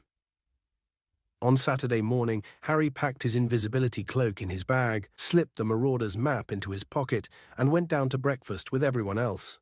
Hermione kept shooting suspicious looks down the table at him, but he avoided her eye and was careful to let her see him walking back up the marble staircase in the entrance hall as everybody else proceeded to the front doors. Bye, Harry called to Ron. See you when you get back. Ron grinned and winked. Harry hurried up to the third floor, slipping the Marauder's map out of his pocket as he went. Crouching behind the one-eyed witch, he smoothed it out. A tiny dot was moving in his direction. Harry squinted at it. The minuscule writing next to it read, Neville Longbottom. Harry quickly pulled out his wand, muttered, Descendium, and shoved his bag into the statue, but before he could climb in himself, Neville came around the corner. Harry, I forgot you weren't going to Hogsmeade either. Hi, Neville, said Harry, moving swiftly away from the statue and pushing the map back into his pocket. What are you up to? Nothing, shrugged Neville. Want a game of exploding snap? Not now, I was going to go to the library and do that vampire essay for Lupin. I'll come with you, said Neville brightly. I haven't done it either. Hang on, yeah, I forgot. I finished it last night. Great, you can help me, said Neville, his round face anxious. I don't understand that thing about the garlic at all. Do they have to eat it? Or... He broke off with a small gasp, looking over Harry's shoulder. It was Snape. Neville took a quick step behind Harry. And what are you two doing here? Said Snape, coming to a halt and looking from one to the other. An odd place to meet. To Harry's immense disquiet, Snape's black eyes flicked to the doorways on either side of them and then to the one-eyed witch. We're not meeting here, said Harry. We just met here. Indeed, said Snape. You have a habit of turning up in unexpected places, Potter, and you are very rarely there for no reason. I suggest the pair of you return to Gryffindor Tower, where you belong. Harry and Neville set off without another word. As they turned the corner, Harry looked back. Snape was running one of his hands over the one-eyed witch's head, examining it closely. Harry managed to shake Neville off at the fat lady by telling him the password, then pretending he'd left his vampire essay in the library and doubling back. Once out of sight of the security trolls, he pulled out the map again and held it close to his nose. The third-floor corridor seemed to be deserted. Harry scanned the map carefully and saw with a leap of relief that the tiny dot labelled Severus Snape was now back in its office. He sprinted back to the one-eyed witch, opened her hump, heaved himself inside, and slid down to meet his bag at the bottom of the stone chute. He wiped the Marauder's map blank again, then set off at a run. Harry, completely hidden beneath the invisibility cloak, emerged into the sunlight outside Honeydukes and prodded Ron in the back. "It's me," he muttered. "What kept you?" Ron hissed. Snape was hanging around. They set off up the high street. "Where are you?" Ron kept muttering out of the corner of his mouth. "Are you still there? This feels weird." They went to the post office. Ron pretended to be checking the price of an owl to Bill in Egypt so that Harry could have a good look around. The owls sat hooting softly down at him, at least 300 of them, from great greys right down to tiny little Scops owls. Local deliveries only, which were so small they could have sat in the palm of Harry's hand. Then they visited Zonko's, which was so packed with students Harry had to exercise great care not to tread on anyone and cause a panic. There were jokes and tricks to fulfill even Fred's and George's wildest dreams. Harry gave Ron whispered orders and passed him some gold from under the cloak. They left Zonko's with their moneybags considerably lighter than they had been on entering, but their pockets bulging with dung bombs, hiccup sweets, frog spawn soap, and a nose-biting teacup apiece. The day was fine and breezy, and neither of them felt like staying indoors, so they walked past the 3 broomsticks and climbed a slope to visit the Shrieking Shack, the most haunted dwelling in Britain. It stood a little way above the rest of the village, and even in daylight was slightly creepy, with its boarded windows and dank, overgrown garden. "Even the Hogwarts ghosts avoid it," said Ron as they leaned on the fence, looking up at it. "I asked nearly headless Nick. He says he's heard a very rough crowd lives here. No one can get in. Fred and George tried, obviously, but all the entrances are sealed shut."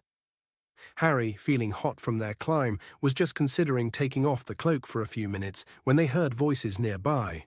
Someone was climbing toward the house from the other side of the hill. Moments later, Malfoy had appeared, followed closely by Crabbe and Goyle. Malfoy was speaking. "Should have an owl from father any time now. He had to go to the hearing to tell them about my arm, about how I couldn't use it for 3 months. Crabbe and Goyle sniggered. "I really wish I could hear that great hairy moron trying to defend himself." "There's no arm in him. One is that Hippogriff's as good as dead." Malfoy suddenly caught sight of Ron, his pale face split in a malevolent grin. "What are you doing, Weasley?" Malfoy looked up at the crumbling house behind Ron. "Suppose you'd love to live here, wouldn't you, Weasley? Dreaming about having your own bedroom. I heard your family all sleep in one room. Is that true?" Harry seized the back of Ron's robes to stop him from leaping on Malfoy. "Leave him to me," he hissed in Ron's ear. The opportunity was too perfect to miss. Harry crept silently around behind Malfoy, Crabbe, and Goyle, bent down and scooped a large handful of mud out of the path. "We were just discussing your friend Hagrid," Malfoy said to Ron. "Just trying to imagine what he's saying to the committee for the disposal of dangerous creatures. Do you think he'll cry when they cut off his hippogriffs?" Splat. Malfoy's head jerked forward as the mud hit him. His silver-blonde hair was suddenly dripping in muck.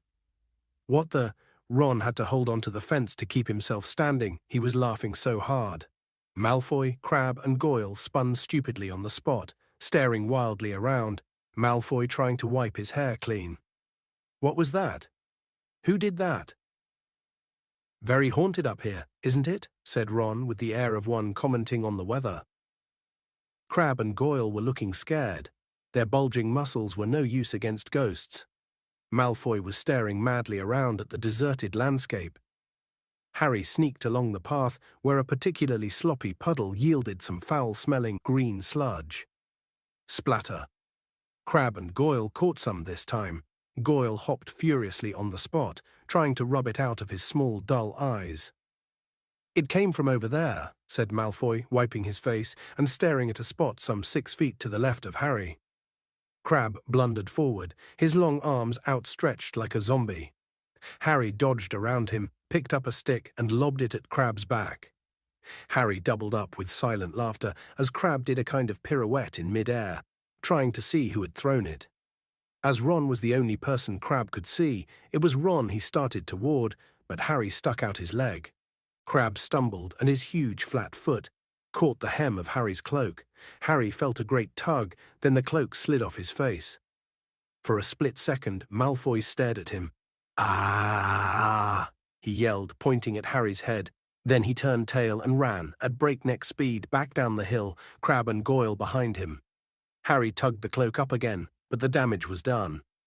"Harry," Ron said, stumbling forward and staring hopelessly at the point where Harry had disappeared, "you'd better run for it. If Malfoy tells anyone, you'd better get back to the castle, quick." "See you later," said Harry, and without another word, he tore back down the path toward Hogsmeade.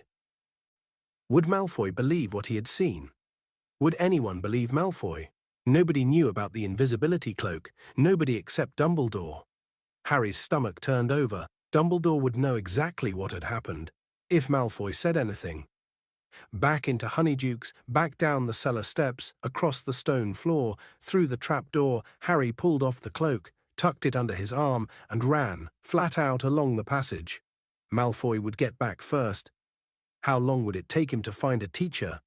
Panting, a sharp pain in his side, Harry didn't slow down until he reached the stone slide. He would have to leave the cloak where it was too much of a giveaway in case Malfoy had tipped off a teacher. He hid it in a shadowy corner, then started to climb fast as he could, his sweaty hands slipping on the sides of the chute.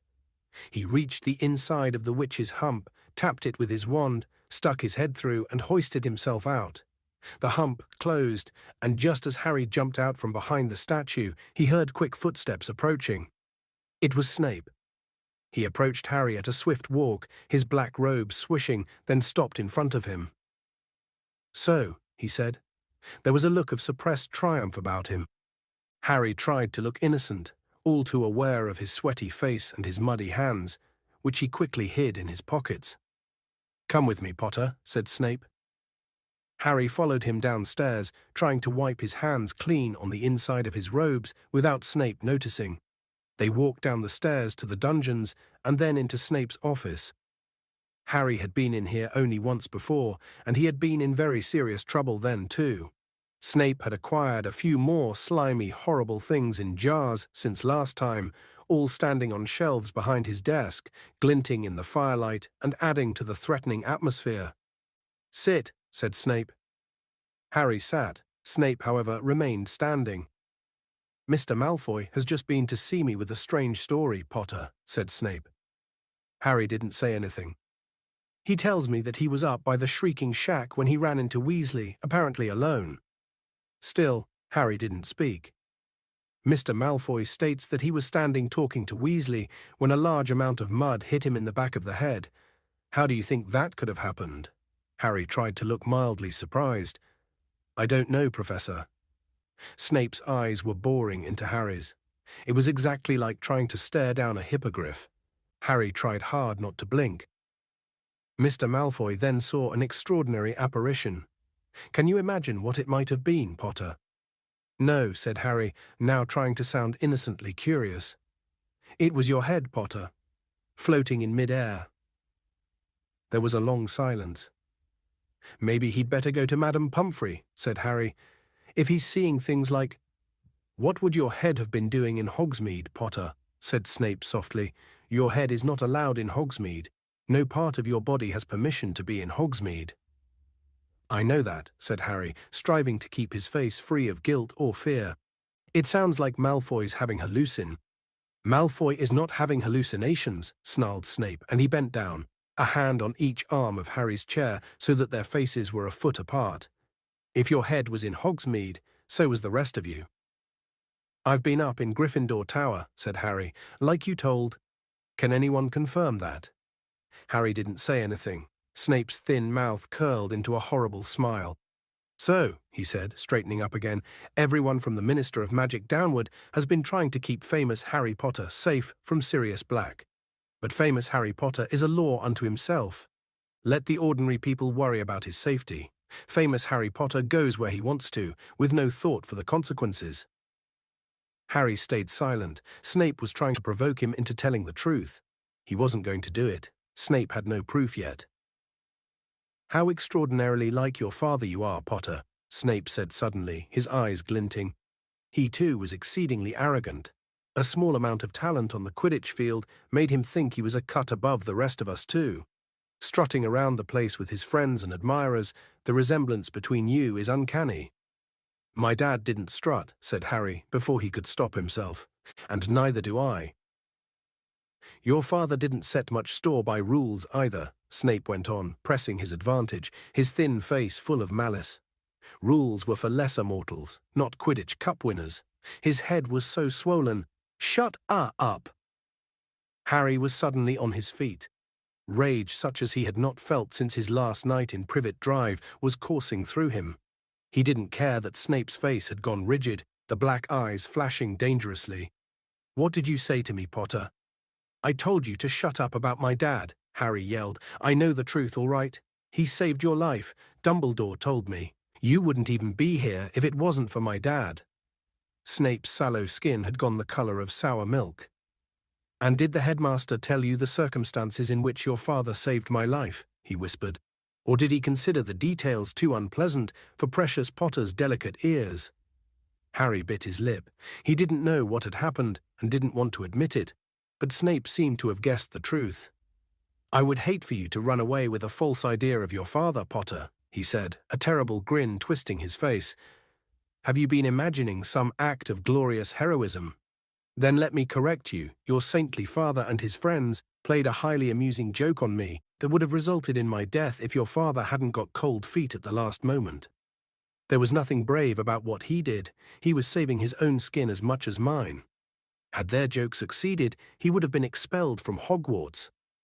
Snape's uneven yellowish teeth were bared. "Turn out your pockets, Potter," he spat suddenly. Harry didn't move. There was a pounding in his ears. "Turn out your pockets, or we go straight to the headmaster. Pull them out, Potter."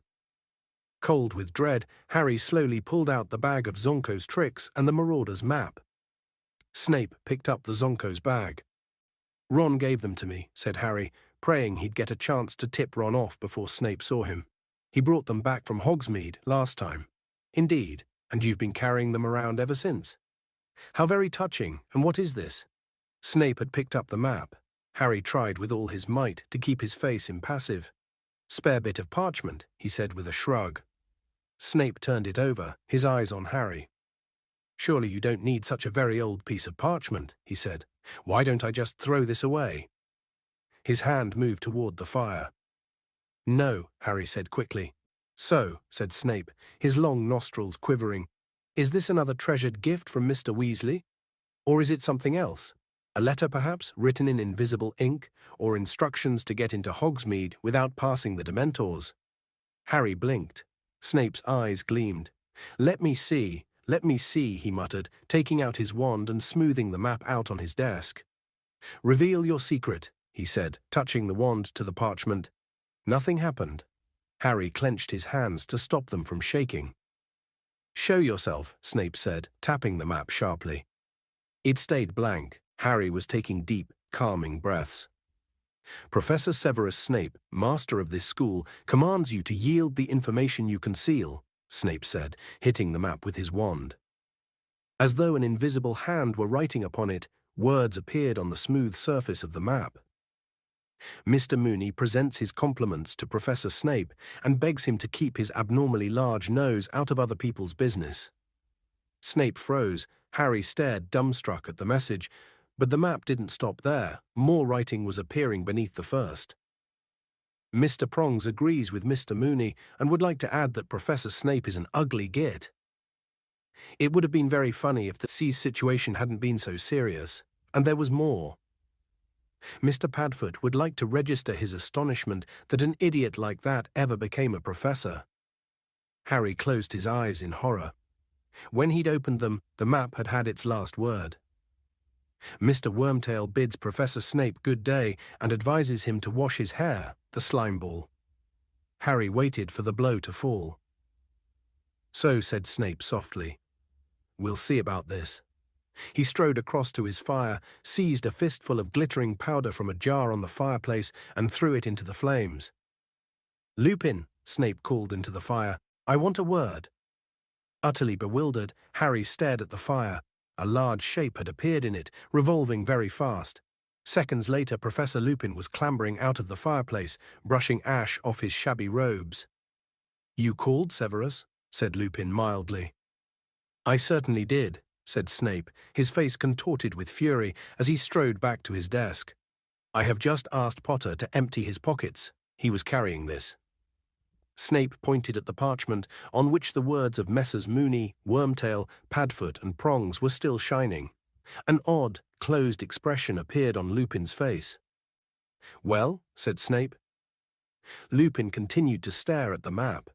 Harry had the impression that Lupin was doing some very quick thinking. "Well," said Snape again, "this parchment is plainly full of dark magic. This is supposed to be your area of expertise, Lupin. Where do you imagine Potter got such a thing?" Lupin looked up and, by the merest half-glance in Harry's direction, warned him not to interrupt. "Full of dark magic," he repeated mildly. "Do you really think so, Severus? It looks to me as though it is merely a piece of parchment that insults anybody who reads it. Childish, but surely not dangerous. I imagine Harry got it from a joke shop." "Indeed?" said Snape. His jaw had gone rigid with anger. "You think a joke shop could supply him with such a thing? You don't think it more likely that he got it directly from the manufacturers?" Harry didn't understand what Snape was talking about, nor apparently did Lupin. "You mean by Mr. Wormtail or one of these people?" he said. "Harry, do you know any of these men?" "No," said Harry quickly. "You see, Severus," said Lupin, turning back to Snape, "it looks like a Zonko product to me." Right on cue, Ron came bursting into the office. He was completely out of breath and stopped just short of Snape's desk, clutching the stitch in his chest and trying to speak. "I gave Harry that stuff," he choked. "Bought it in Zonko's ages ago." "Well," said Lupin, clapping his hands together and looking around cheerfully, "that seems to clear that up. Severus, I'll take this back, shall I?" He folded the map and tucked it inside his robes. "Harry, Ron, come with me. I need a word about my vampire essay." "Excuse us, Severus." Harry didn't dare look at Snape as they left his office. He, Ron, and Lupin walked all the way back into the entrance hall before speaking. Then Harry turned to Lupin. "Professor, I don't want to hear explanations," said Lupin shortly. He glanced around the empty entrance hall and lowered his voice. "I happen to know that this map was confiscated by Mr. Filch many years ago." "Yes, I know it's a map," he said as Harry and Ron looked amazed. "I don't want to know how it fell into your possession. I am, however, astounded that you didn't hand it in, particularly after what happened the last time a student left information about the castle lying around. And I can't let you have it back, Harry." Harry had expected that and was too keen for explanations to protest. "Why did Snape think I'd got it from the manufacturers?"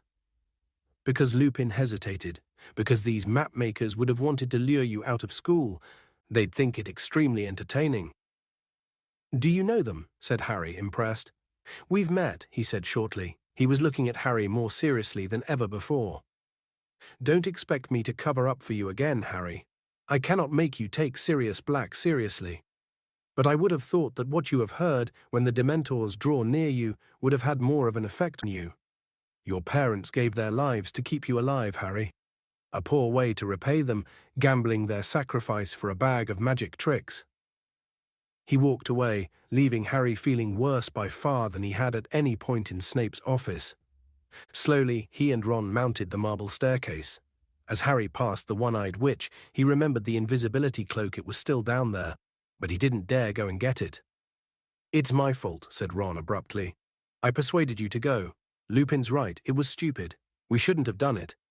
He broke off. They reached the corridor where the security trolls were pacing, and Hermione was walking toward them. One look at her face convinced Harry that she had heard what had happened. His heart plummeted. Had she told Professor McGonagall? "Come to have a good gloat," said Ron savagely as she stopped in front of them. "Or have you just been to tell on us?" "No," said Hermione. She was holding a letter in her hands and her lip was trembling. "I just thought you ought to know Hagrid lost his case. Buckbeak is going to be executed." Chapter 15. The Quidditch Final. He sent me this," Hermione said, holding out the letter. Harry took it. The parchment was damp, and enormous teardrops had smudged the ink so badly in places that it was very difficult to read. "They can't do this," said Harry. "They can't. Buckbeak isn't dangerous." "Malfoy's dad's frightened the committee into it," said Hermione, wiping her eyes. "You know what he's like. They're a bunch of doddery old fools, and they were scared. There'll be an appeal, though. There always is. Only I can't see any hope. Nothing will have changed." Yeah, it will, said Ron fiercely. You won't have to do all the work alone this time, Hermione. I'll help. Oh, Ron. Hermione flung her arms around Ron's neck and broke down completely. Ron, looking quite terrified, patted her very awkwardly on the top of the head. Finally, Hermione drew away. Ron, I'm really sorry about Scabbers, she sobbed. Oh, well, he was old, said Ron, looking thoroughly relieved that she had let go of him. And he was a bit useless. You never know, Mum and Dad might get me an owl now. The safety measures imposed on the students since Black's second break-in made it impossible for Harry, Ron and Hermione to go and visit Hagrid in the evenings.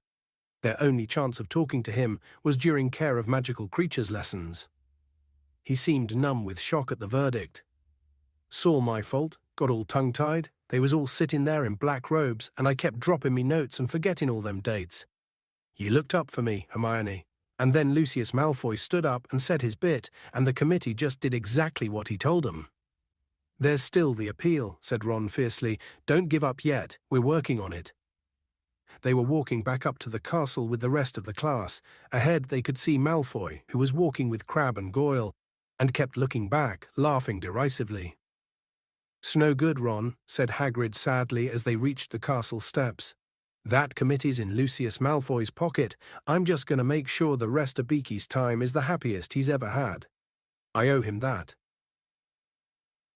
Hagrid turned around and hurried back toward his cabin, his face buried in his handkerchief. Look at him blubber. Malfoy, Crabbe and Goyle had been standing just inside the castle doors, listening. "Have you ever seen anything quite as pathetic?" said Malfoy.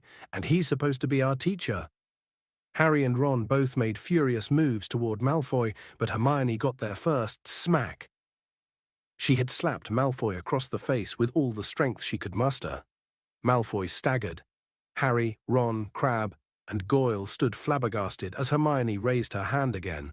"Don't you dare call Hagrid pathetic, you fool, you evil—" "Hermione," said Ron weakly, and he tried to grab her hand as she swung it back. "Get off, Ron." Hermione pulled out her wand. Malfoy stepped backward. Crabbe and Goyle looked at him for instructions, thoroughly bewildered. "Come on," Malfoy muttered, and in a moment all three of them had disappeared into the passageway to the dungeons. "Hermione," Ron said again, sounding both stunned and impressed. "Harry, you'd better beat him in the Quidditch final," Hermione said shrilly. "You just better had, because I can't stand it if Slytherin wins." "We're due in charms," said Ron, still goggling at Hermione. "We'd better go." They hurried up the marble staircase toward Professor Flitwick's classroom. "You're late, boys," said Professor Flitwick reprovingly as Harry opened the classroom door. "Come along quickly, wands out. We're experimenting with cheering charms today. We've already divided into pairs." Harry and Ron hurried to a desk at the back and opened their bags. Ron looked behind him. "Where's Hermione gone?" Harry looked around too. Hermione hadn't entered the classroom, yet Harry knew she had been right next to him when he had opened the door. "That's weird," said Harry, staring at Ron. Maybe she went to the bathroom or something." But Hermione didn't turn up all lesson. "She could have done with a cheering charm on her too," said Ron as the class left for lunch. All grinning broadly, the cheering charms had left them with a feeling of great contentment. Hermione wasn't at lunch either. By the time they had finished their apple pie, the after-effects of the cheering charms were wearing off, and Harry and Ron had started to get slightly worried.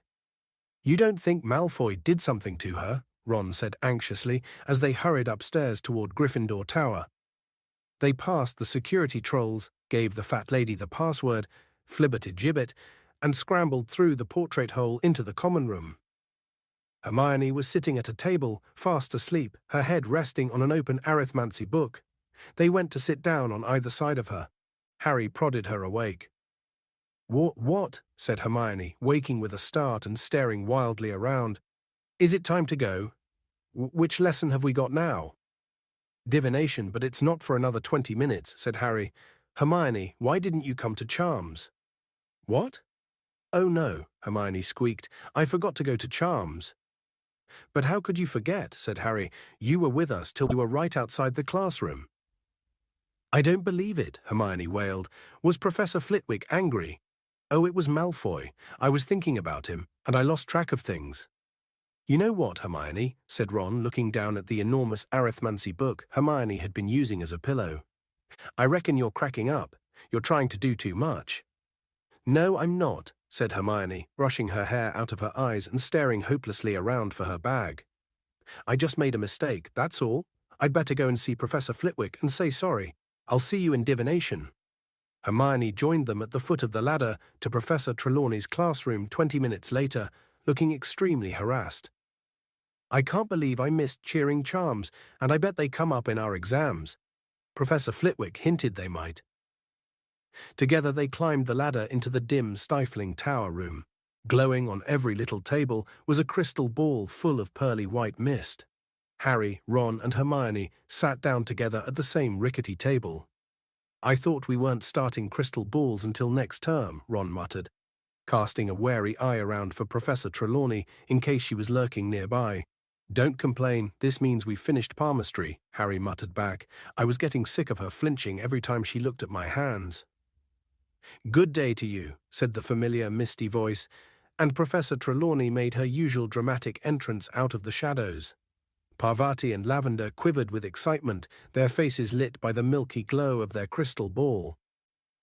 "I have decided to introduce the crystal ball a little earlier than I had planned," said Professor Trelawney, sitting with her back to the fire and gazing around. "The fates have informed me that your examination in June will concern the orb, and I am anxious to give you sufficient practice." Hermione snorted. "Well, honestly, the fates have informed her who sets the exam. She does." "What an amazing prediction," she said, not troubling to keep her voice low. Harry and Ron choked back laughs. It was hard to tell whether Professor Trelawney had heard them, as her face was hidden in shadow. She continued, however, as though she had not. "Crystal gazing is a particularly refined art," she said dreamily. "I do not expect any of you to see, when first you peer into the orb's infinite depths. We shall start by practicing relaxing the conscious mind and external eyes."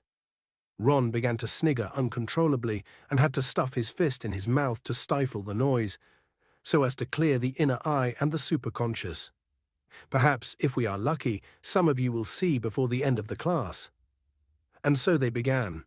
Harry, at least, felt extremely foolish, staring blankly at the crystal ball, trying to keep his mind empty when thoughts such as, "This is stupid," kept drifting across it. It didn't help that Ron kept breaking into silent giggles and Hermione kept tutting. "Seen anything yet?" Harry asked them after a quarter of an hour's quiet crystal gazing. "Yeah, there's a burn on this table," said Ron, pointing. "Someone spilled their candle." "This is such a waste of time," Hermione hissed. "I could be practicing something useful. I could be catching up on cheering charms." Professor Trelawney rustled past. "Would anyone like me to help them interpret the shadowy portents within their orb?" she murmured, over the clinking of her bangles. "I don't need help," Ron whispered. "It's obvious what this means. There's going to be loads of fog tonight." Both Harry and Hermione burst out laughing. "Now really," said Professor Trelawney, as everyone's heads turned in their direction. Parvati and Lavender were looking scandalized. "You are disturbing the clairvoyant vibrations." She approached their table and peered into their crystal ball. Harry felt his heart sinking. He was sure he knew what was coming.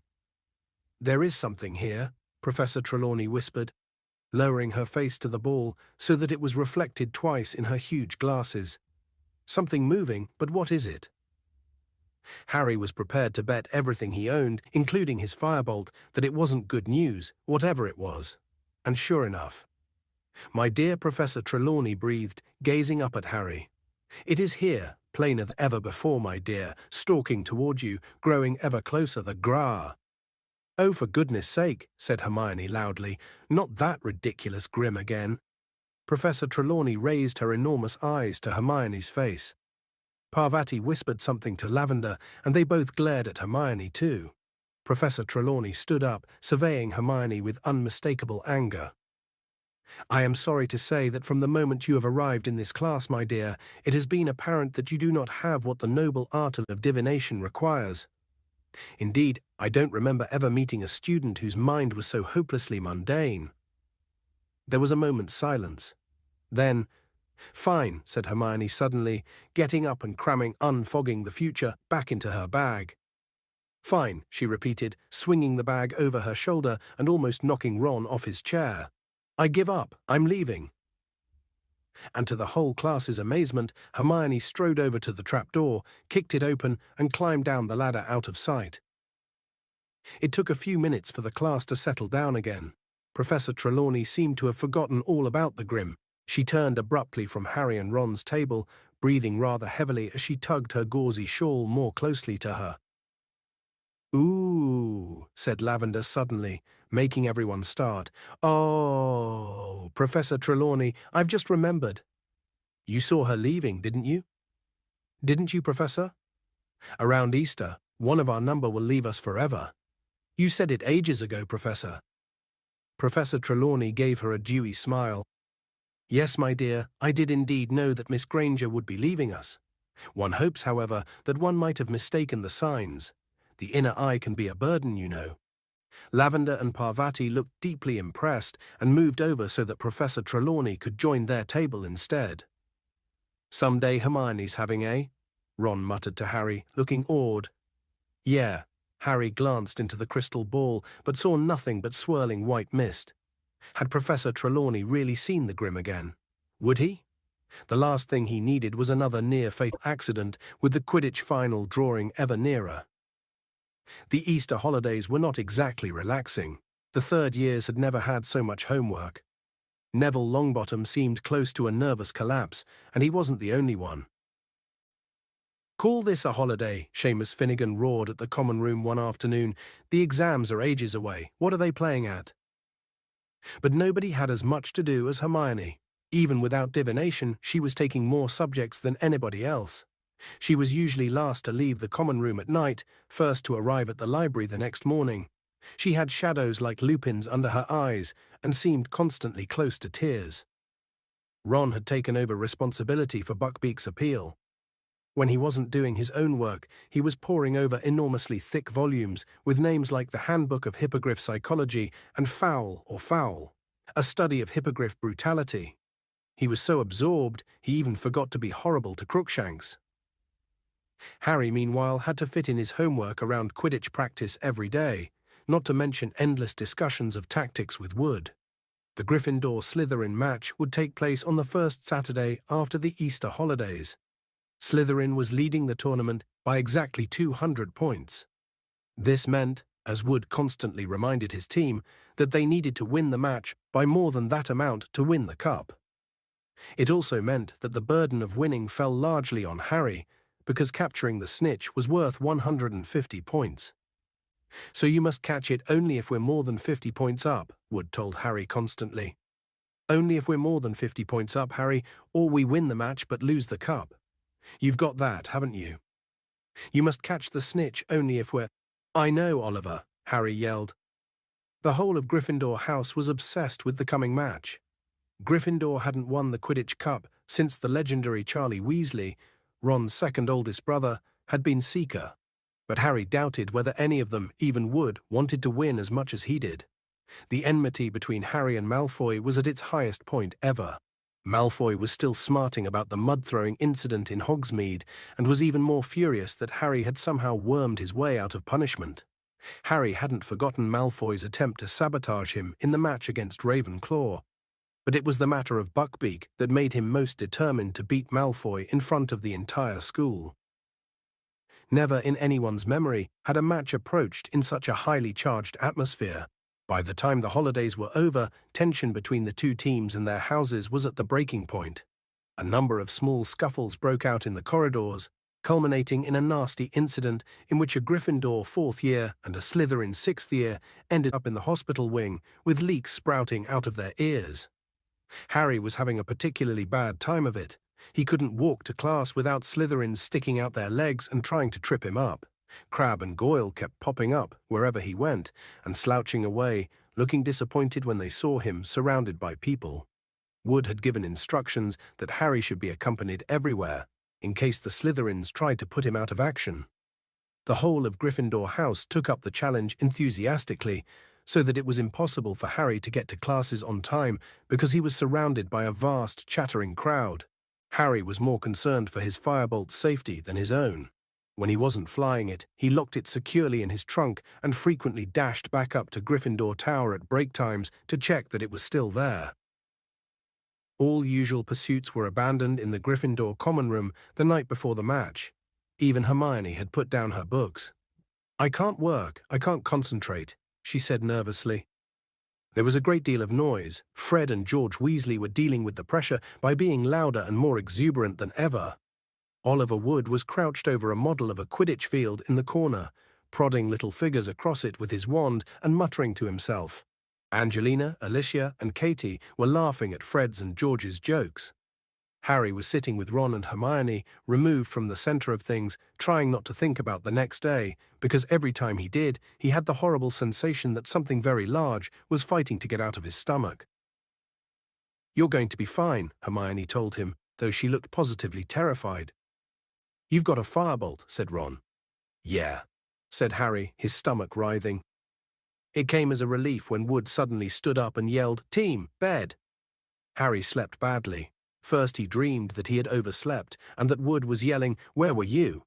We had to use Neville instead." Then he dreamed that Malfoy and the rest of the Slytherin team arrived for the match riding dragons. He was flying at breakneck speed, trying to avoid a spurt of flames from Malfoy's steed's mouth when he realized he had forgotten his firebolt. He fell through the air and woke with a start. It was a few seconds before Harry remembered that the match hadn't taken place yet, that he was safe in bed, and that the Slytherin team definitely wouldn't be allowed to play on dragons. He was feeling very thirsty.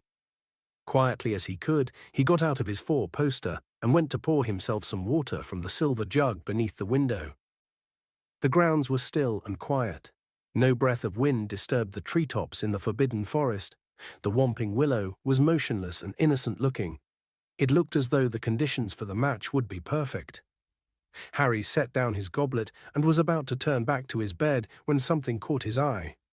An animal of some kind was prowling across the silvery lawn.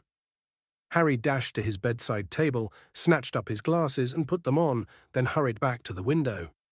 It couldn't be the Grim, not now, not right before the match. He peered out at the grounds again and after a minute's frantic searching, spotted it. It was skirting the edge of the forest now. It wasn't the Grim at all, it was a cat. Harry clutched the window ledge in relief as he recognized the bottle-brush tail.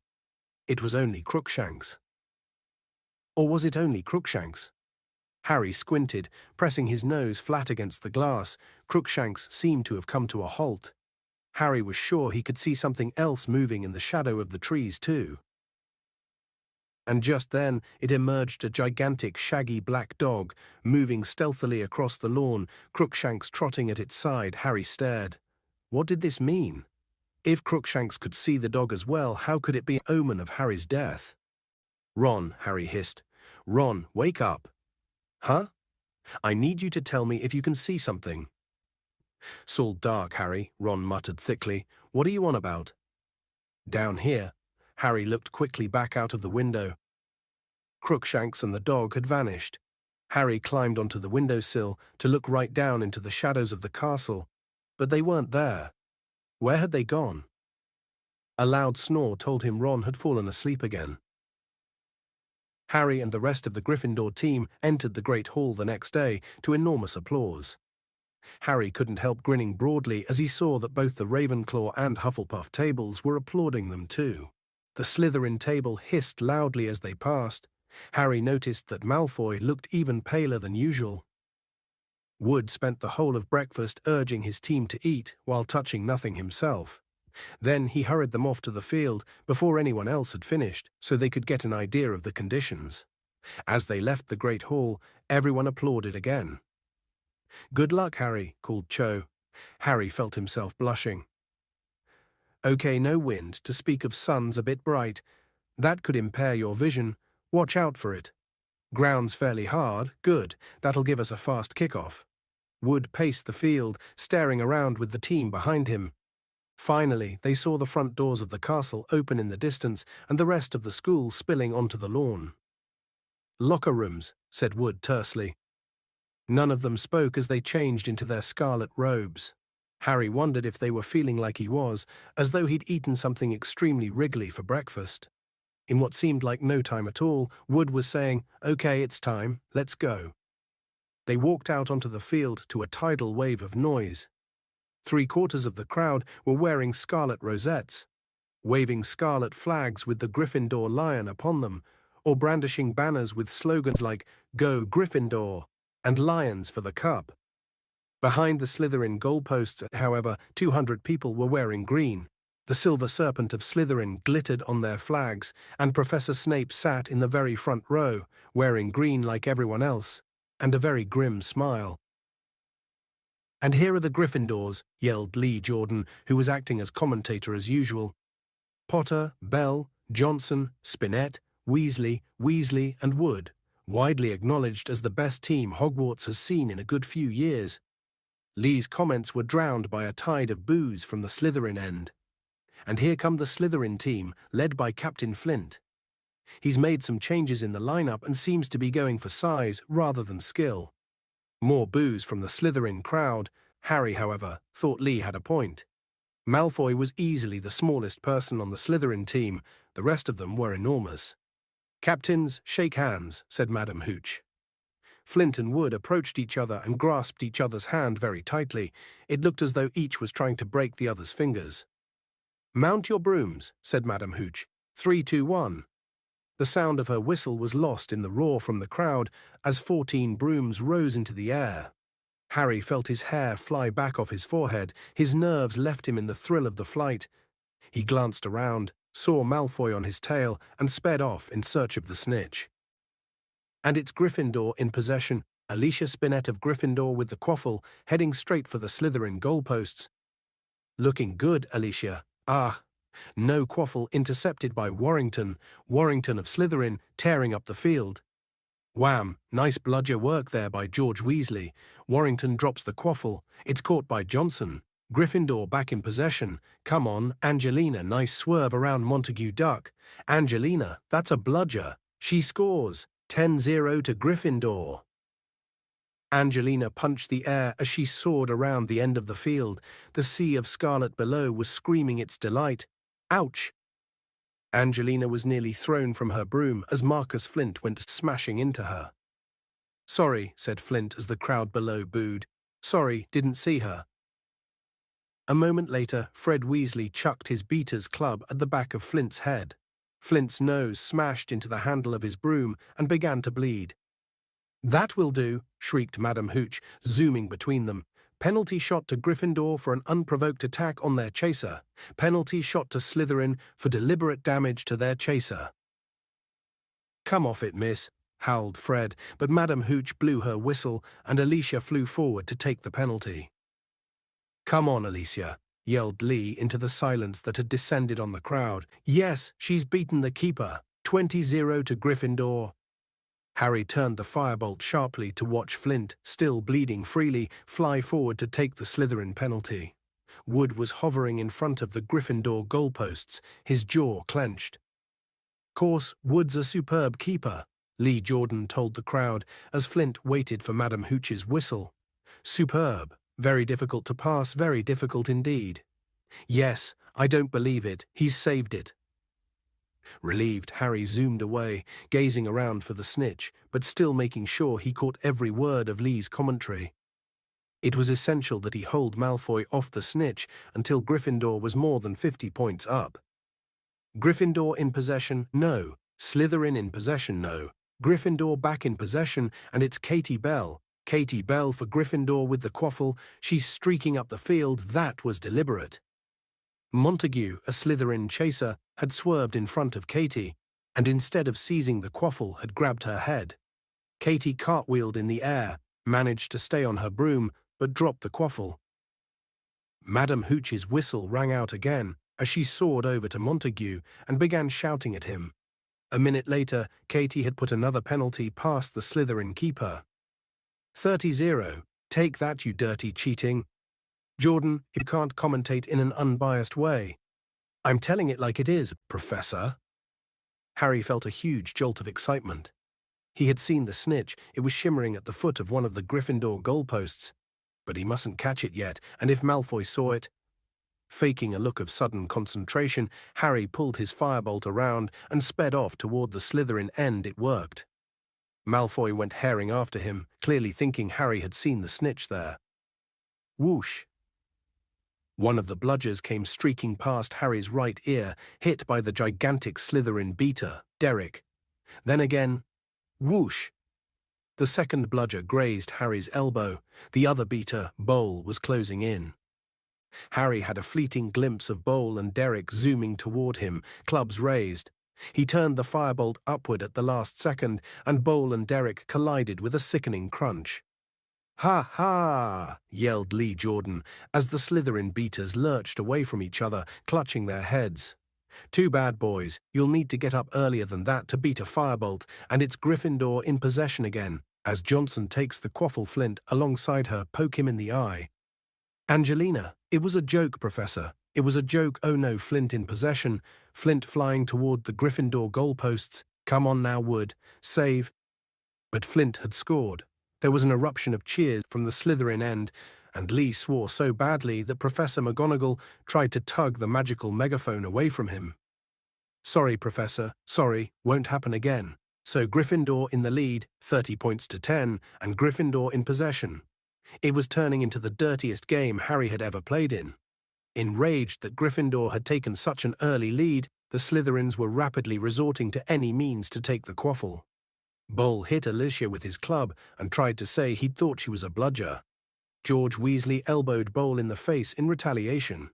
Madam Hooch awarded both teams penalties, and Wood pulled off another spectacular save, making the score 40-10 to Gryffindor. The snitch had disappeared again. Malfoy was still keeping close to Harry as he soared over the match, looking around for it once Gryffindor was 50 points ahead. Katie scored, 50-10. Fred and George Weasley were swooping around her, clubs raised, in case any of the Slytherins were thinking of revenge. Bowl and Derek took advantage of Fred's and George's absence to aim both bludgers at Wood. They caught him in the stomach, one after the other, and he rolled over in the air, clutching his broom, completely winded. Madam Hooch was beside herself.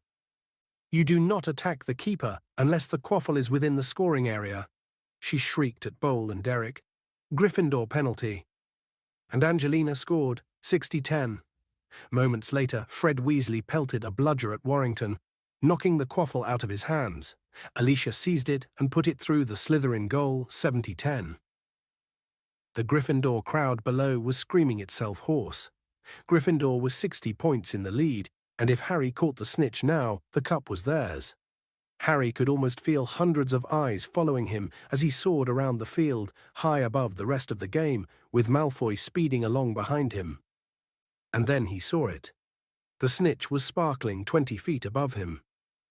Harry put on a huge burst of speed. The wind was roaring in his ears. He stretched out his hand, but suddenly the firebolt was slowing down. Horrified, he looked around. Malfoy had thrown himself forward, grabbed hold of the firebolt's tail, and was pulling it back.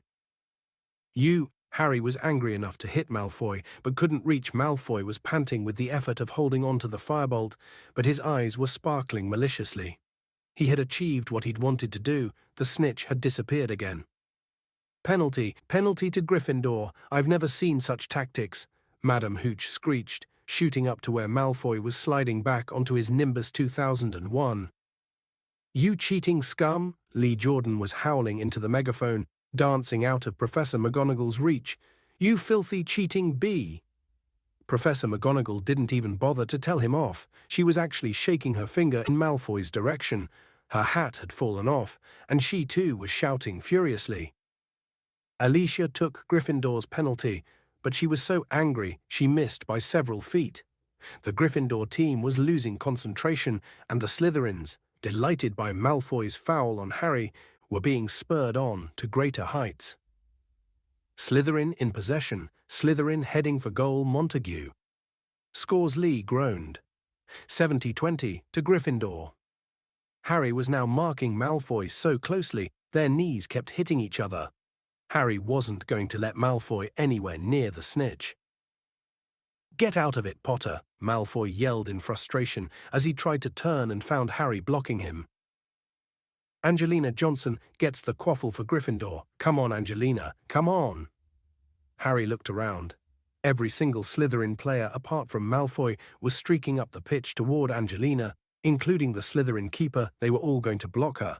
Harry wheeled the firebolt around, bent so low he was lying flat along the handle, and kicked it forward. Like a bullet, he shot toward the Slytherins. Ah!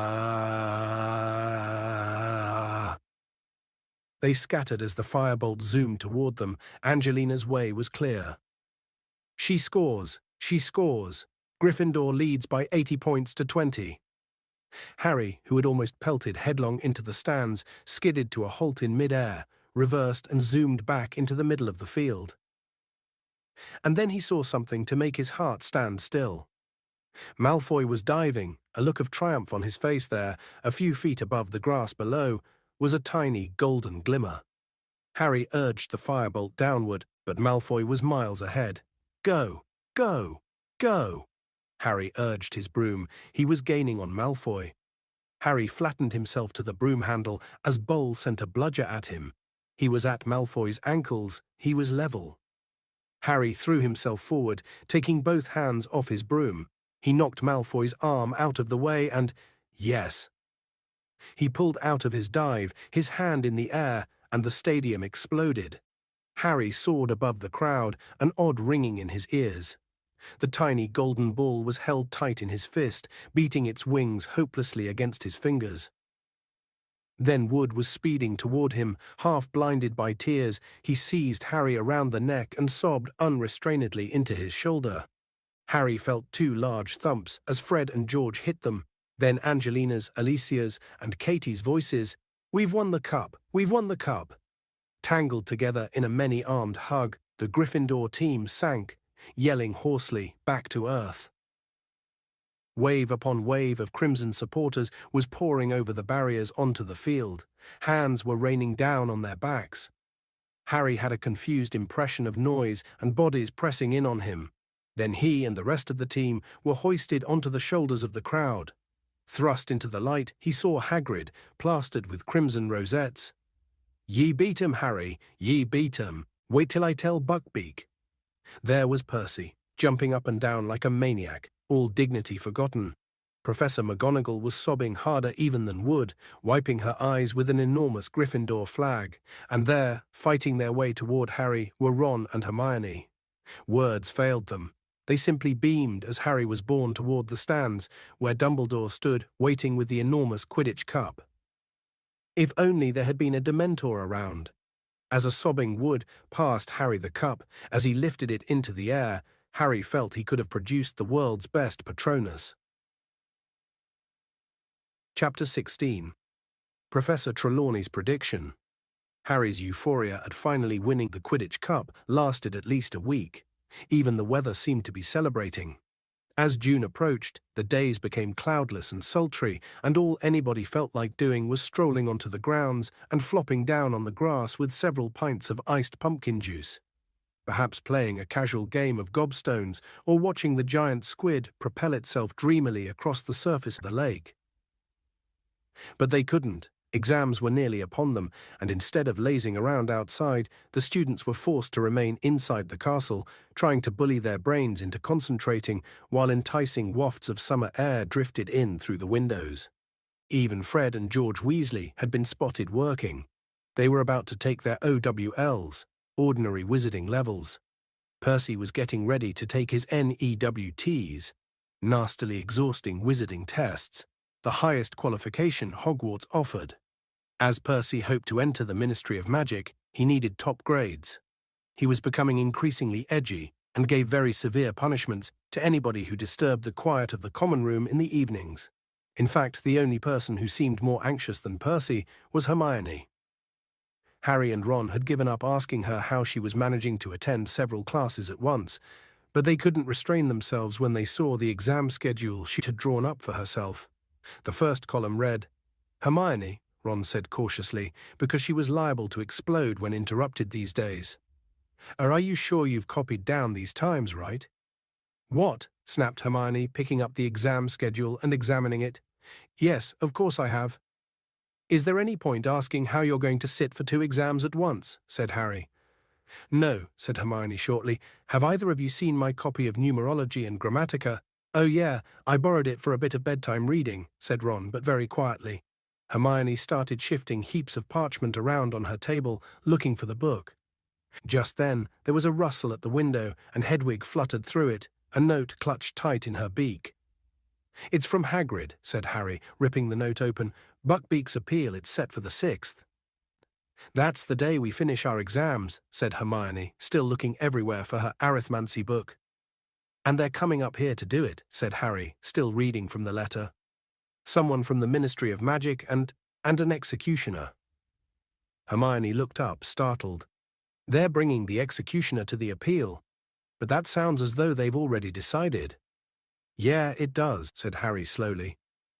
"They can't," Ron howled. "I've spent ages reading up on stuff for him.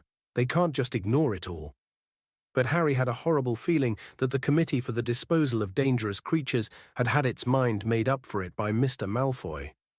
Draco, who had been noticeably subdued since Gryffindor's triumph in the Quidditch final, seemed to regain some of his old swagger over the next few days. From sneering comments Harry overheard, Malfoy was certain Buckbeak was going to be killed, and seemed thoroughly pleased with himself for bringing it about. It was all Harry could do to stop himself imitating Hermione and hitting Malfoy in the face on these occasions. And the worst thing of all was that they had no time or opportunity to go and see Hagrid.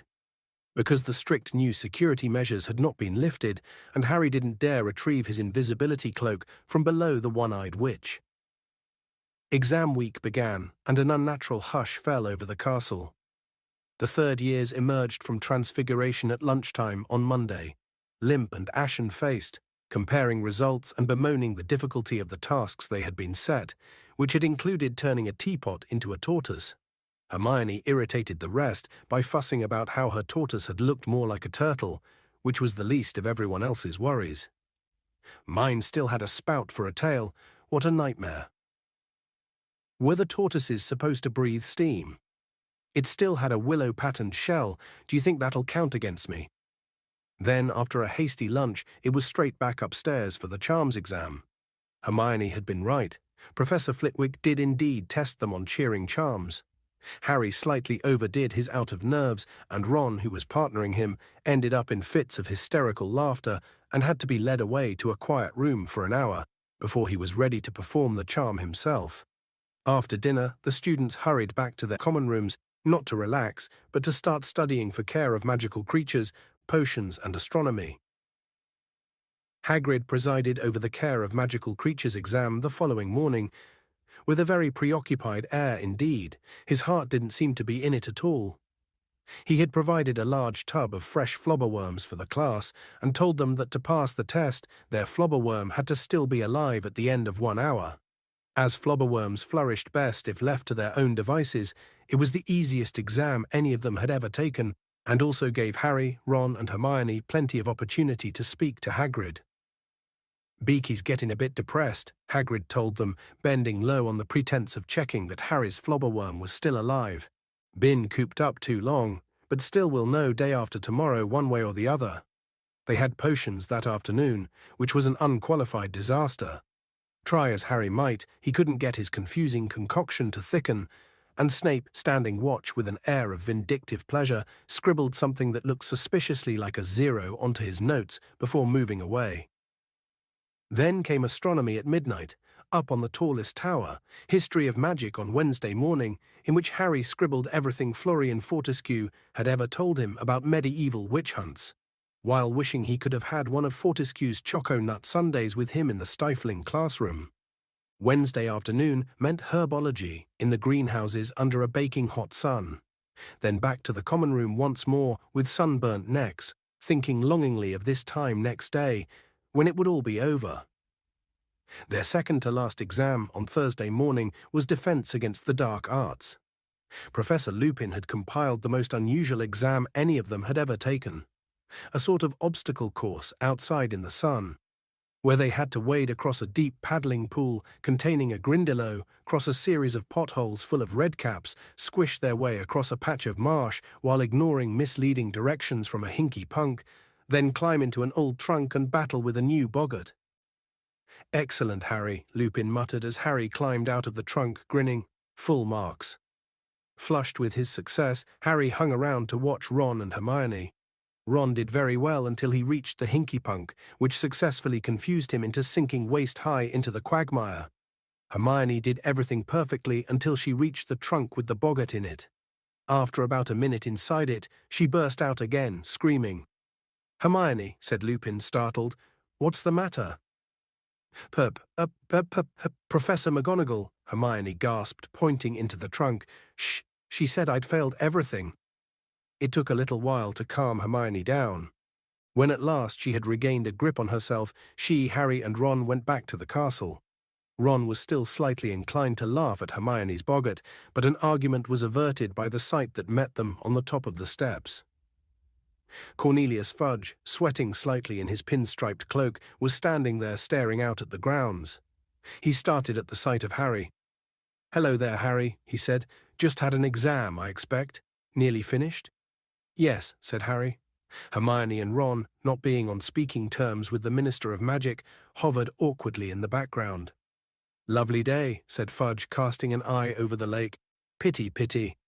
He sighed deeply and looked down at Harry. "I'm here on an unpleasant mission, Harry. The Committee for the Disposal of Dangerous Creatures required a witness to the execution of a mad hippogriff. As I needed to visit Hogwarts to check on the black situation, I was asked to step in." "Does that mean the appeal's already happened?" Ron interrupted, stepping forward.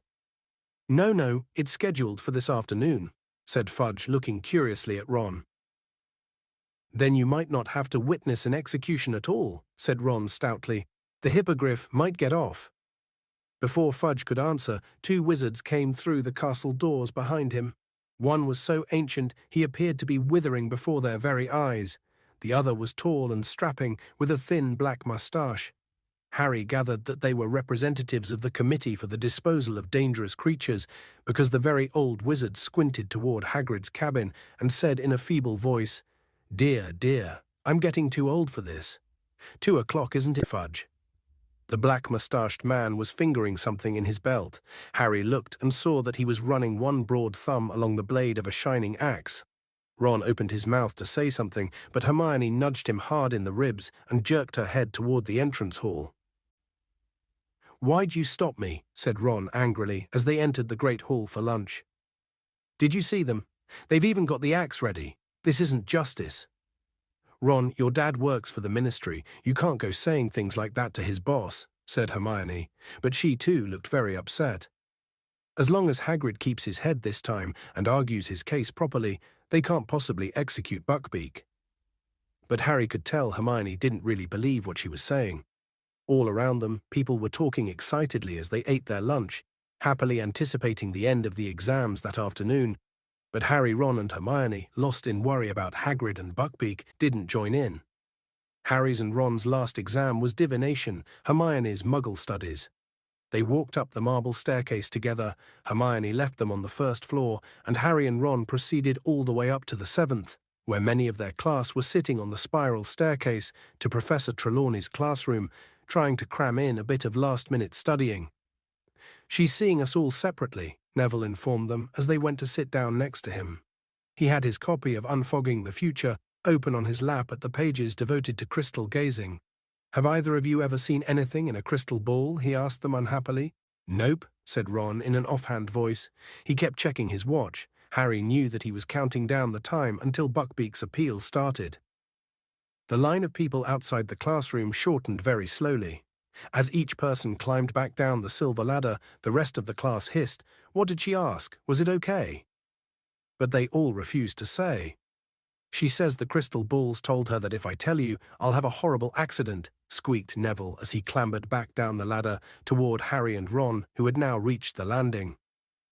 "That's convenient," snorted Ron.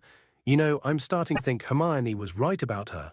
He jabbed his thumb toward the trapdoor overhead. "She's a right old fraud."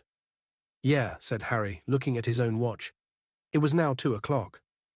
"Wish she'd hurry up." Parvati came back down the ladder, glowing with pride. "She says I've got all the makings of a true seer," she informed Harry and Ron. "I saw loads of stuff. Well, good luck." She hurried off down the spiral staircase toward Lavender. "Ronald Weasley," said the familiar, misty voice from over their heads. Ron grimaced at Harry and climbed the silver ladder out of sight. Harry was now the only person left to be tested. He settled himself on the floor with his back against the wall, listening to a fly buzzing in the sunny window, his mind across the grounds with Hagrid. Finally, after about 20 minutes, Ron's large feet reappeared on the ladder. "How'd it go?" Harry asked him, standing up. "Rubbish," said Ron. "Couldn't see a thing, so I made some stuff up. Don't think she was convinced, though." "Meet you in the common room," Harry muttered as Professor Trelawney's voice called, "Harry Potter." The tower room was hotter than ever before, the curtains were closed, the fire was alight, and the usual sickly scent made Harry cough as he stumbled through the clutter of chairs and tables to where Professor Trelawney sat waiting for him before a large crystal ball. "Good day, my dear," she said softly. "If you would kindly gaze into the orb, take your time. Now then, tell me what you see within it." Harry bent over the crystal ball and stared as hard as he could, willing it to show him something other than swirling white fog, but nothing happened. "Well," Professor Trelawney prompted delicately, "what do you see?" The heat was overpowering, and his nostrils were stinging with the perfumed smoke wafting from the fire beside them. He thought of what Ron had just said, and decided to pretend. Said Harry, "a dark shape, What does it resemble?" whispered Professor Trelawney. "Think now." Harry cast his mind around, and it landed on Buckbeak. "A hippogriff," he said firmly. "Indeed," whispered Professor Trelawney, scribbling keenly on the parchment perched upon her knees. "My boy, you may well be seeing the outcome of poor Hagrid's trouble with the Ministry of Magic. Look closer. Does the hippogriff appear to have its head?" "Yes," said Harry firmly. "Are you sure?" Professor Trelawney urged him. "Are you quite sure, dear? You don't see it writhing on the ground, perhaps, and a shadowy figure raising an axe behind it?" "No," said Harry, starting to feel slightly sick. "No blood? No weeping Hagrid?" "No," said Harry again, wanting more than ever to leave the room and the heat. "It looks fine. It's flying away." Professor Trelawney sighed. "Well, dear, I think we'll leave it there. A little disappointing, but I'm sure you did your best." Relieved, Harry got up, picked up his bag and turned to go, but then a loud, harsh voice spoke behind him. "It will happen tonight." Harry wheeled around. Professor Trelawney had gone rigid in her armchair. Her eyes were unfocused and her mouth sagging. "Sorry," said Harry. But Professor Trelawney didn't seem to hear him. Her eyes started to roll. Harry stood there in a panic. She looked as though she was about to have some sort of seizure. He hesitated, thinking of running to the hospital wing, and then Professor Trelawney spoke again, in the same harsh voice, quite unlike her own. "The Dark Lord lies alone and friendless, abandoned by his followers. His servant has been chained these 12 years. Tonight, before midnight, the servant will break free and set out to rejoin his master. The Dark Lord will rise again with his servant's aid, greater and more terrible than ever before. Tonight, before midnight, the servant will set out to rejoin his master." Professor Trelawney's head fell forward onto her chest. She made a grunting sort of noise. Then, quite suddenly, Professor Trelawney's head snapped up again. "I'm so sorry, dear boy," she said dreamily. "The heat of the day. You know I drifted off for a moment." Harry stood there still staring. "Is there anything wrong, my dear?" You just told me that the Dark Lord's going to rise again, that his servant's going to go back to him." Professor Trelawney looked thoroughly startled. "The Dark Lord, he who must not be named? My dear boy, that's hardly something to joke about. Rise again, indeed." "But you just said it. You said the Dark Lord—" "I think you must have dozed off too, dear," said Professor Trelawney. "I would certainly not presume to predict anything quite as far-fetched as that." Harry climbed back down the ladder and the spiral staircase, wondering had he just heard Professor Trelawney make a real prediction? Or had that been her idea of an impressive end to the test? 5 minutes later, he was dashing past the security trolls outside the entrance to Gryffindor Tower, Professor Trelawney's words still resounding in his head. People were striding past him in the opposite direction, laughing and joking, heading for the grounds and a bit of long-awaited freedom. By the time he had reached the portrait hole and entered the common room, it was almost deserted. Over in the corner, however, sat Ron and Hermione. "Professor Trelawney," Harry panted, "just told me." But he stopped abruptly at the sight of their faces. "Buckbeak lost," said Ron weakly. "Hagrid's just sent this." Hagrid's note was dry this time, no tears had splattered it, yet his hand seemed to have shaken so much as he wrote that it was hardly legible. "Lost appeal. They're going to execute at sunset. Nothing you can do. Don't come down. I don't want you to see it. Hagrid." "We've got to go," said Harry at once. "He can't just sit there on his own waiting for the executioner." "Sunset, though," said Ron, who was staring out the window in a glazed sort of way. "We'd never be allowed, specially you, Harry." Harry sank his head into his hands, thinking, if we only had the invisibility cloak. "Where is it?" said Hermione. Harry told her about leaving it in the passageway, under the one-eyed witch. "If Snape sees me anywhere near there again, I'm in serious trouble," he finished. "That's true," said Hermione, getting to her feet. "If he sees you, how do you open the witch's hump again?" You tap it and say, 'Descendium,'" said Harry. "But—" Hermione didn't wait for the rest of his sentence. She strode across the room, pushed open the fat lady's portrait, and vanished from sight. "She hasn't gone to get it?" Ron said, staring after her. She had. Hermione returned a quarter of an hour later with the silvery cloak folded carefully under her robes. "Hermione, I don't know what's gotten into you lately," said Ron, astounded. "First you hit Malfoy, then you walk out on Professor Trelawney." Hermione looked rather flattered. "They went down to dinner with everybody else, but did not return to Gryffindor Tower afterward. Harry had the cloak hidden down the front of his robes. He had to keep his arms folded to hide the lump. They skulked in an empty chamber off the entrance hall, listening until they were sure it was deserted. They heard a last pair of people hurrying across the hall and a door slamming. Hermione poked her head around the door. "Okay," she whispered. "No one there, cloak on." Walking very close together so that nobody would see them, they crossed the hall on tiptoe beneath the cloak, then walked down the stone front steps into the grounds. The sun was already sinking behind the forbidden forest, gilding the top branches of the trees. They reached Hagrid's cabin and knocked. He was a minute in answering, and when he did, he looked all around for his visitor, pale-faced and trembling. "It's us," Harry hissed. "We're wearing the invisibility cloak. Let us in and we can take it off." "You shouldn't have come," Hagrid whispered, but he stood back and they stepped inside. Hagrid shut the door quickly and Harry pulled off the cloak. Hagrid was not crying, nor did he throw himself upon their necks. He looked like a man who did not know where he was or what to do. This helplessness was worse to watch than tears. "Want some tea?" he said. His great hands were shaking as he reached for the kettle.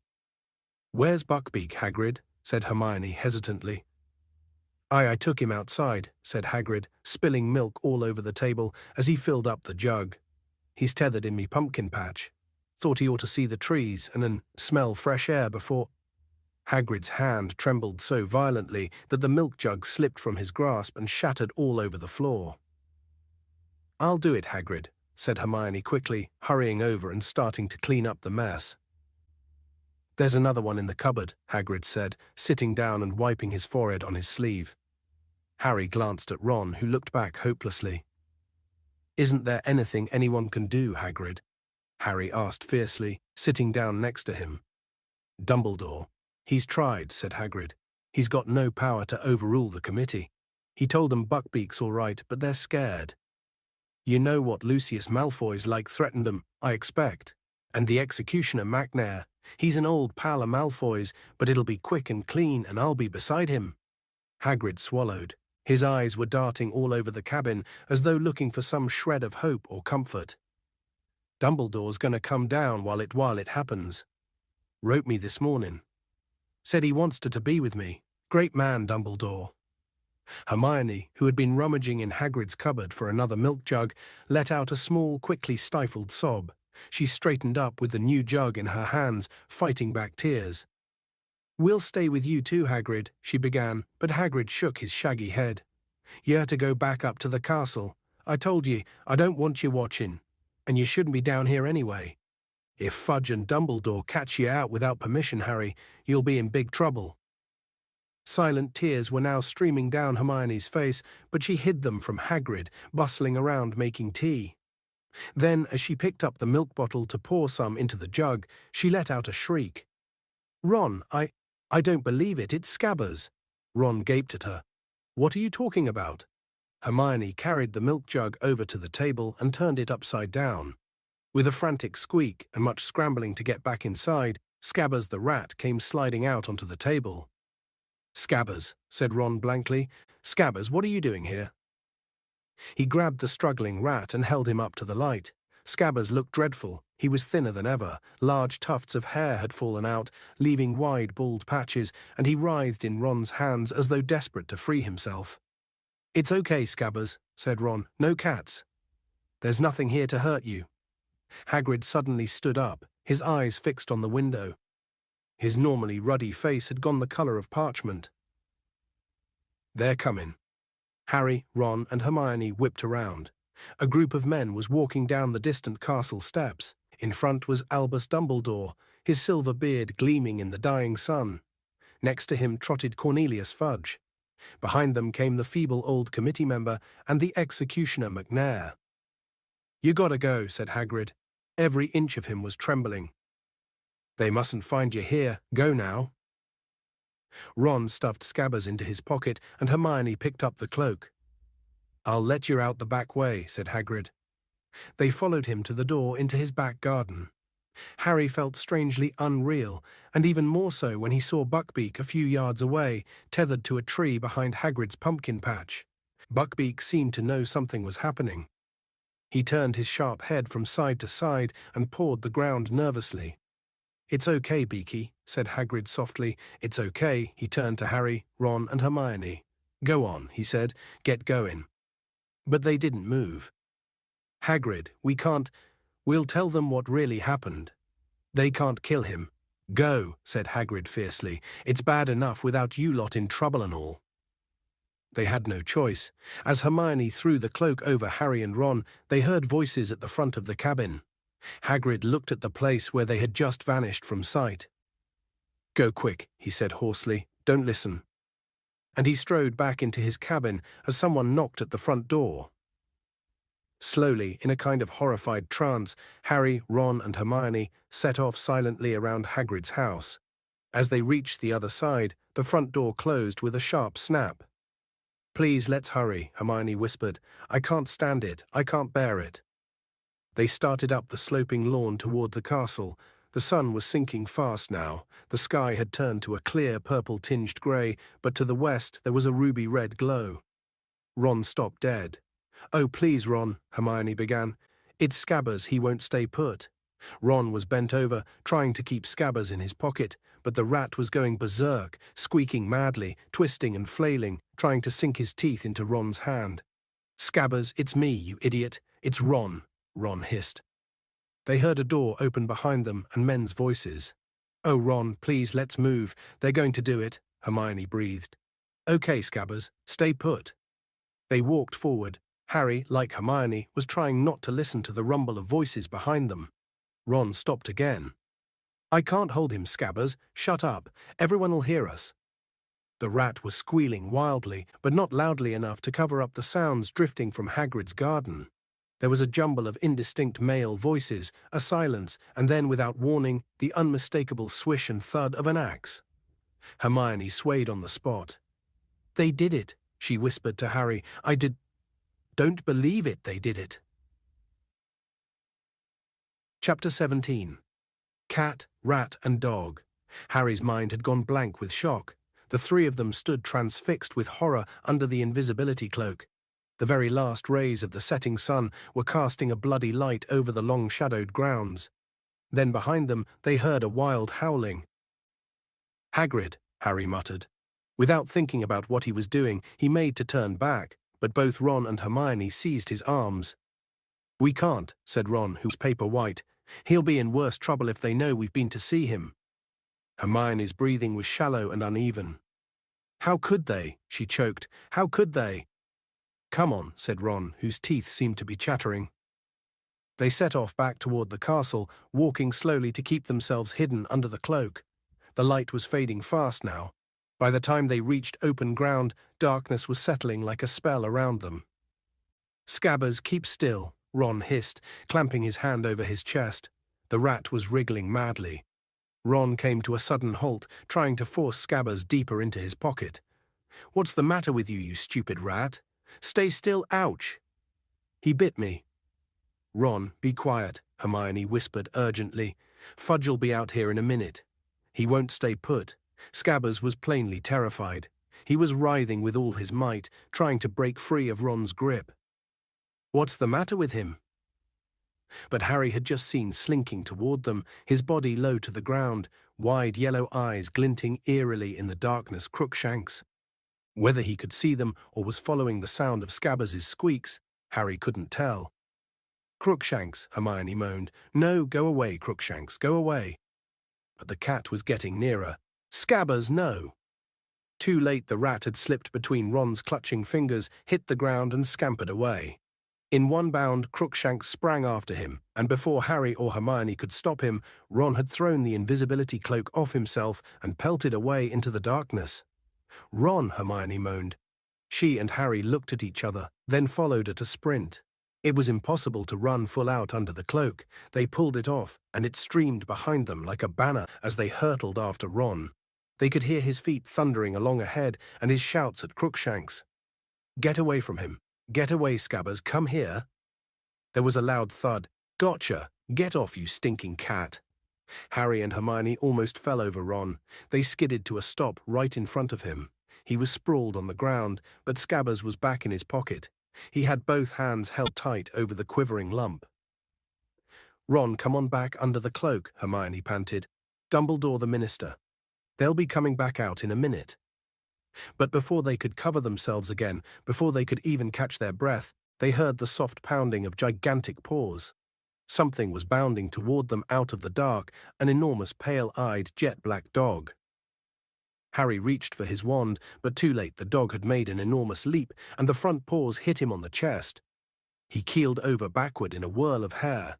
He felt its hot breath, saw inch-long teeth. But the force of its leap had carried it too far. It rolled off him. Dazed, feeling as though his ribs were broken, Harry tried to stand up. He could hear it growling as it skidded around for a new attack. Ron was on his feet. As the dog sprang back toward them, he pushed Harry aside. The dog's jaws fastened instead around Ron's outstretched arm. Harry lunged forward. He seized a handful of the brute's hair, but it was dragging Ron away as easily as though he were a rag doll. Then, out of nowhere, something hit Harry so hard across the face he was knocked off his feet again. He heard Hermione shriek with pain and fall too. Harry groped for his wand, blinking blood out of his eyes. "Lumos," he whispered. The wand light showed him the trunk of a thick tree. They had chased Scabbers into the shadow of the Whomping Willow, and its branches were creaking as though in a high wind, whipping backward and forward to stop them going nearer. And there, at the base of the trunk, was the dog, dragging Ron backward into a large gap in the roots. Ron was fighting furiously, but his head and torso were slipping out of sight. "Ron," Harry shouted, trying to follow, but a heavy branch whipped lethally through the air and he was forced backward again. All they could see now was one of Ron's legs, which he had hooked around a root in an effort to stop the dog from pulling him farther underground, but a horrible crack cut the air like a gunshot. Ron's leg had broken, and a moment later his foot vanished from sight. "Harry, we've got to go for help." Hermione gasped. She was bleeding too. The willow had cut her across the shoulder. "No, that thing's big enough to eat him. We haven't got time. We're never going to get through without help." Another branch whipped down at them, twigs clenched like knuckles. "If that dog can get in, we can," Harry panted, darting here and there, trying to find a way through the vicious, swishing branches, but he couldn't get an inch nearer to the tree roots without being in range of the tree's blows. "Oh, help! Help!" Hermione whispered frantically, dancing uncertainly on the spot. "Please." Crookshanks darted forward. He slithered between the battering branches like a snake and placed his front paws upon a knot on the trunk. Abruptly, as though the tree had been turned to marble, it stopped moving. Not a leaf twitched or shook. "Crookshanks," Hermione whispered uncertainly. She now grasped Harry's arm painfully hard. "How did he know?" "He's friends with that dog," said Harry grimly. "I've seen them together. Come on and keep your wand out." They covered the distance to the trunk in seconds, but before they had reached the gap in the roots, Crookshanks had slid into it with a flick of his bottle-brush tail. Harry went next. He crawled forward, head first, and slid down an earthy slope to the bottom of a very low tunnel. Crookshanks was a little way along, his eyes flashing in the light from Harry's wand. Seconds later, Hermione slithered down beside him. "Where's Ron?" she whispered in a terrified voice. "This way," said Harry, setting off bent-backed after Crookshanks. "Where does this tunnel come out?" Hermione asked breathlessly from behind him. "I don't know. It's marked on the Marauder's map, but Fred and George said no one's ever gotten into it. It goes off the edge of the map, but it looked like it ends up in Hogsmeade." They moved as fast as they could, bent almost double. Ahead of them, Crookshanks's tail bobbed in and out of view. On and on went the passage. It felt at least as long as the one to Honeyduke's. All Harry could think of was Ron and what the enormous dog might be doing to him. He was drawing breath in sharp, painful gasps, running at a crouch. And then the tunnel began to rise. Moments later it twisted, and Crookshanks had gone. Instead, Harry could see a patch of dim light through a small opening. He and Hermione paused, gasping for breath, edging forward. Both raised their wands to see what lay beyond. It was a room, a very disordered, dusty room. Paper was peeling from the walls, there were stains all over the floor. Every piece of furniture was broken, as though somebody had smashed it. The windows were all boarded up. Harry glanced at Hermione, who looked very frightened, but nodded. Harry pulled himself out of the hole, staring around. The room was deserted, but a door to their right stood open, leading to a shadowy hallway. Hermione suddenly grabbed Harry's arm again. Her wide eyes were traveling around the boarded windows. "Harry," she whispered, "I think we're in the Shrieking Shack." Harry looked around. His eyes fell on a wooden chair near them. Large chunks had been torn out of it. One of the legs had been ripped off entirely. "Ghosts didn't do that," he said slowly. At that moment there was a creak overhead. Something had moved upstairs. Both of them looked up at the ceiling. Hermione's grip on Harry's arm was so tight he was losing feeling in his fingers. He raised his eyebrows at her. She nodded again and let go. Quietly as they could, they crept out into the hall and up the crumbling staircase. Everything was covered in a thick layer of dust except the floor, where a wide, shiny stripe had been made by something being dragged upstairs. They reached the dark landing. "Knox," they whispered together, and the lights at the end of their wands went out. Only one door was open. As they crept toward it, they heard movement from behind it, a low moan, and then a deep, loud purring. They exchanged a last look, a last nod. Wand held tightly before him, Harry kicked the door wide open. On a magnificent four-poster bed, with dusty hangings, lay Crookshanks, purring loudly at the sight of them. On the floor beside him, clutching his leg, which stuck out at a strange angle, was Ron. Harry and Hermione dashed across to him. "Ron, are you okay?" "Where's the dog?" "Not a dog," Ron moaned. His teeth were gritted with pain. "Harry, it's a trap." "What?" "He's the dog, he's an animagus." Ron was staring over Harry's shoulder. Harry wheeled around. With a snap, the man in the shadows closed the door behind them. A mass of filthy matted hair hung to his elbows. If eyes hadn't been shining out of the deep dark sockets, he might have been a corpse. The waxy skin was stretched so tightly over the bones of his face, it looked like a skull. His yellow teeth were bared in a grin. It was Sirius Black. "Expelliarmus," he croaked, pointing Ron's wand at them. Harry's and Hermione's wands shot out of their hands, high in the air, and Black caught them. Then he took a step closer.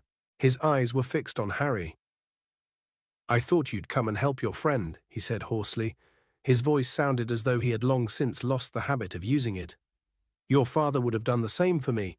Brave of you not to run for a teacher. I'm grateful, it will make everything much easier." The taunt about his father rang in Harry's ears as though Black had bellowed it. A boiling hate erupted in Harry's chest, leaving no place for fear. For the first time in his life, he wanted his wand back in his hand, not to defend himself, but to attack, to kill. Without knowing what he was doing, he started forward, but there was a sudden movement on either side of him, and two pairs of hands grabbed him and held him back. "No, Harry," Hermione gasped in a petrified whisper. Ron, however, spoke to Black. "If you want to kill Harry, you'll have to kill us too," he said fiercely, though the effort of standing upright was draining him of still more color, and he swayed slightly as he spoke.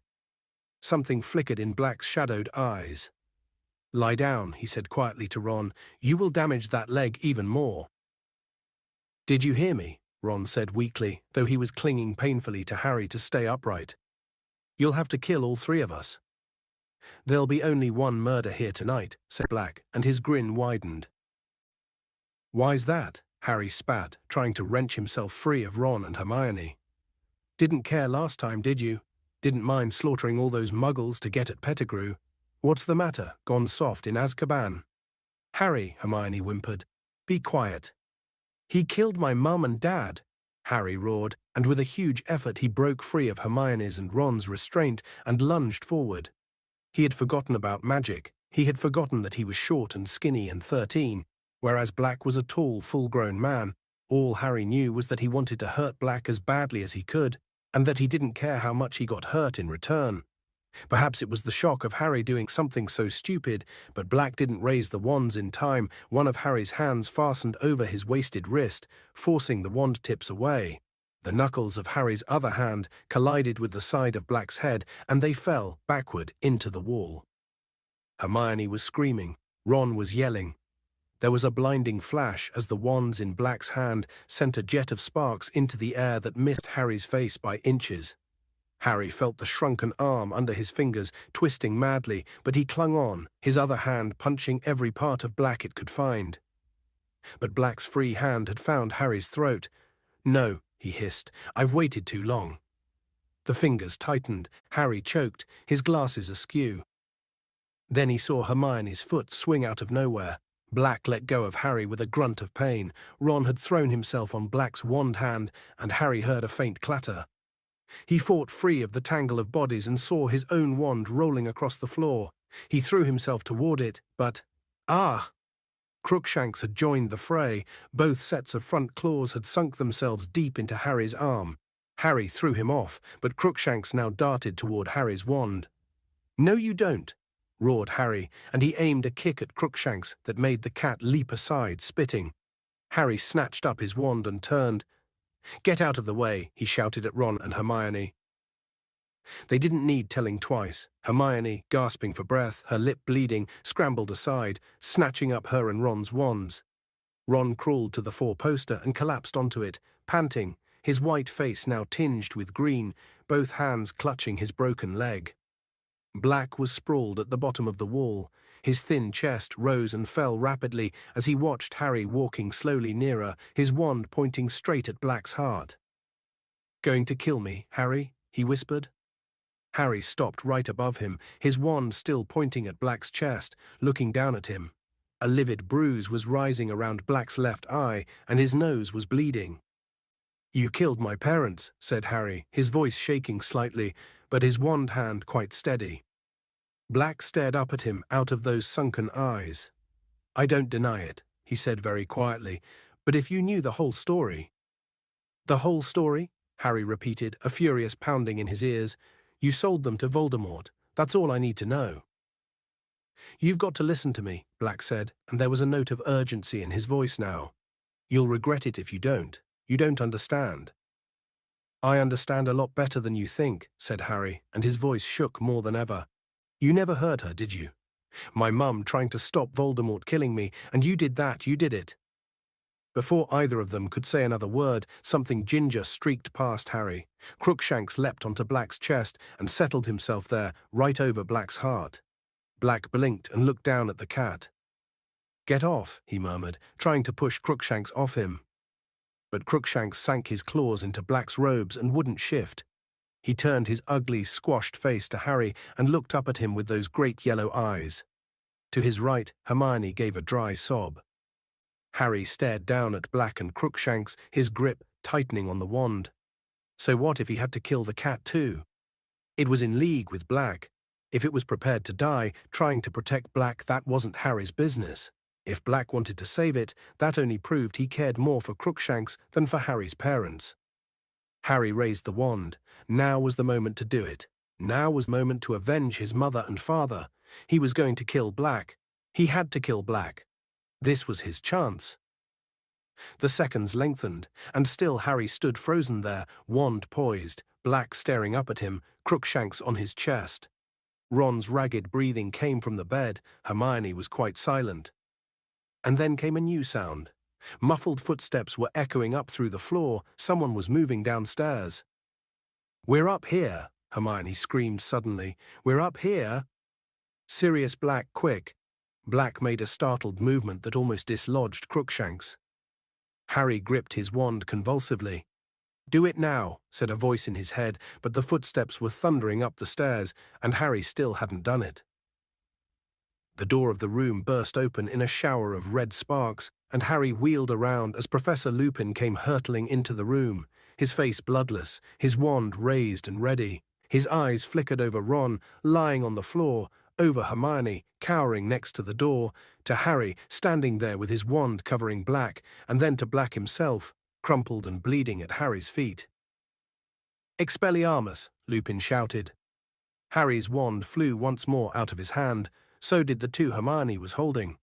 Lupin caught them all deftly, then moved into the room, staring at Black, who still had Crookshanks lying protectively across his chest. Harry stood there, feeling suddenly empty. He hadn't done it. His nerve had failed him. Black was going to be handed back to the Dementors.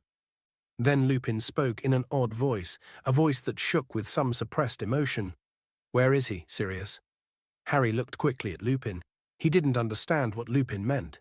Who was Lupin talking about? He turned to look at Black again. Black's face was quite expressionless. For a few seconds he didn't move at all. Then very slowly he raised his empty hand and pointed straight at Ron.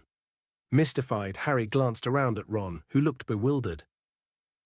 But then Lupin muttered, staring at Black so intently it seemed he was trying to read his mind, "Why hasn't he shown himself before now?"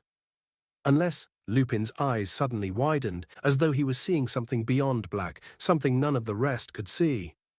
"Unless he was the one, unless you switched without telling me." Very slowly, his sunken gaze never leaving Lupin's face, Black nodded. "Professor," Harry interrupted loudly, "what's going on?" But he never finished the question, because what he saw made his voice die in his throat. Lupin was lowering his wand, gazing fixedly at Black. The professor walked to Black's side, seized his hand, pulled him to his feet so that Crookshanks fell to the floor, and embraced Black like a brother. Harry felt as though the bottom had dropped out of his stomach. "I don't believe it," Hermione screamed. Lupin let go of Black and turned to her. She had raised herself off the floor and was pointing at Lupin, wild-eyed. You, Hermione, you and him." "Hermione, calm down." "I didn't tell anyone," Hermione shrieked. "I've been covering up for you." "Hermione, listen to me, please," Lupin shouted. "I can explain."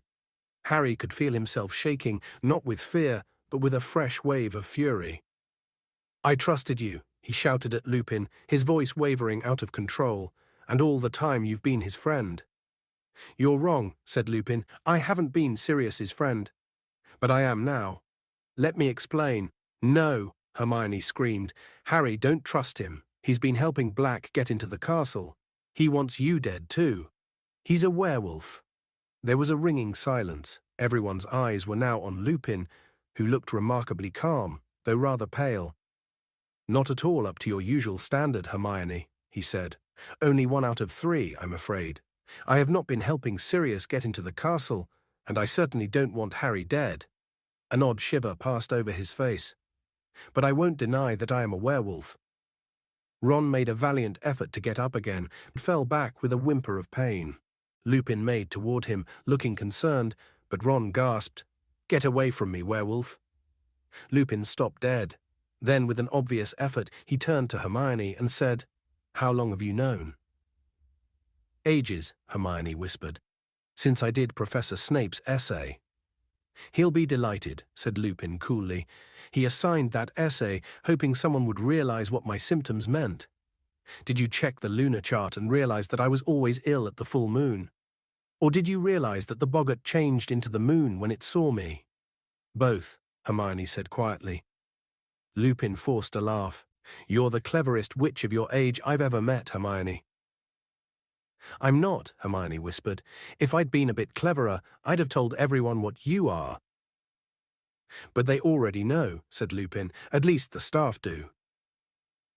Dumbledore hired you when he knew you were a werewolf, Ron gasped. Is he mad? Some of the staff thought so, said Lupin. He had to work very hard to convince certain teachers that I'm trustworthy. And he was wrong, Harry yelled. You've been helping him all the time. He was pointing at Black, who suddenly crossed to the four-poster bed and sank onto it, his face hidden in one shaking hand. Crookshanks leapt up beside him and stepped onto his lap, purring. Ron edged away from both of them, dragging his leg. I have not been helping Sirius, said Lupin. If you'll give me a chance, I'll explain. Look. He separated Harry's, Ron's and Hermione's wands and threw each back to its owner. Harry caught his, stunned. There, said Lupin, sticking his own wand back into his belt. You're armed, we're not. Now will you listen? Harry didn't know what to think. Was it a trick? If you haven't been helping him, he said, with a furious glance at Black, how did you know he was here? The map, said Lupin, the Marauder's map. I was in my office examining it. You know how to work it, Harry said suspiciously. Of course I know how to work it, said Lupin, waving his hand impatiently. I helped write it. I'm Moony, that was my friend's nickname for me at school. You wrote. The important thing is, I was watching it carefully this evening because I had an idea that you, Ron and Hermione might try and sneak out of the castle to visit Hagrid before his hippogriff was executed. And I was right, wasn't I? He had started to pace up and down looking at them. Little patches of dust rose at his feet. You might have been wearing your father's old cloak, Harry. How do you know about the cloak? The number of times I saw James disappearing under it, said Lupin, waving an impatient hand again. The point is, even if you're wearing an invisibility cloak, you still show up on the Marauder's map. I watched you cross the grounds and enter Hagrid's hut. 20 minutes later, you left Hagrid and set off back toward the castle. But you were now accompanied by somebody else. What? Said Harry. No, we weren't. I couldn't believe my eyes, said Lupin, still pacing and ignoring Harry's interruption. I thought the map must be malfunctioning. How could he be with you? No one was with us, said Harry. And then I saw another dot, moving fast toward you, labeled Sirius Black. I saw him collide with you. I watched as he pulled two of you into the Whomping Willow. One of us, Ron said angrily. No, Ron, said Lupin, two of you. He had stopped his pacing, his eyes moving over Ron. Do you think I could have a look at the rat? He said evenly. What? Said Ron. What's Scabbers got to do with it? Everything, said Lupin. Could I see him, please? Ron hesitated, then put a hand inside his robes. Scabbers emerged, thrashing desperately. Ron had to seize his long, bald tail to stop him escaping. Crookshanks stood up on Black's leg and made a soft hissing noise. Lupin moved closer to Ron. He seemed to be holding his breath as he gazed intently at Scabbers. What? Ron said again, holding Scabbers close to him, looking scared. What's my rat got to do with anything? That's not a rat, croaked Sirius Black suddenly. What do you mean, of course he's a rat? No, he's not, said Lupin quietly. He's a wizard. An animagus, said Black, by the name of Peter Pettigrew. Chapter 18. Moony, Wormtail, Padfoot and Prongs. It took a few seconds for the absurdity of this statement to sink in.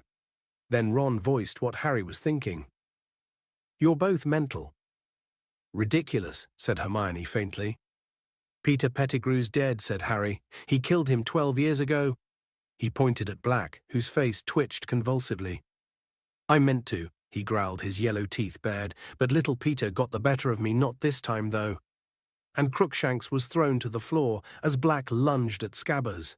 Ron yelled with pain as Black's weight fell on his broken leg. Sirius, no! Lupin yelled, launching himself forwards and dragging Black away from Ron again. Wait, you can't do it just like that. They need to understand, we've got to explain. We can explain afterwards, snarled Black, trying to throw Lupin off.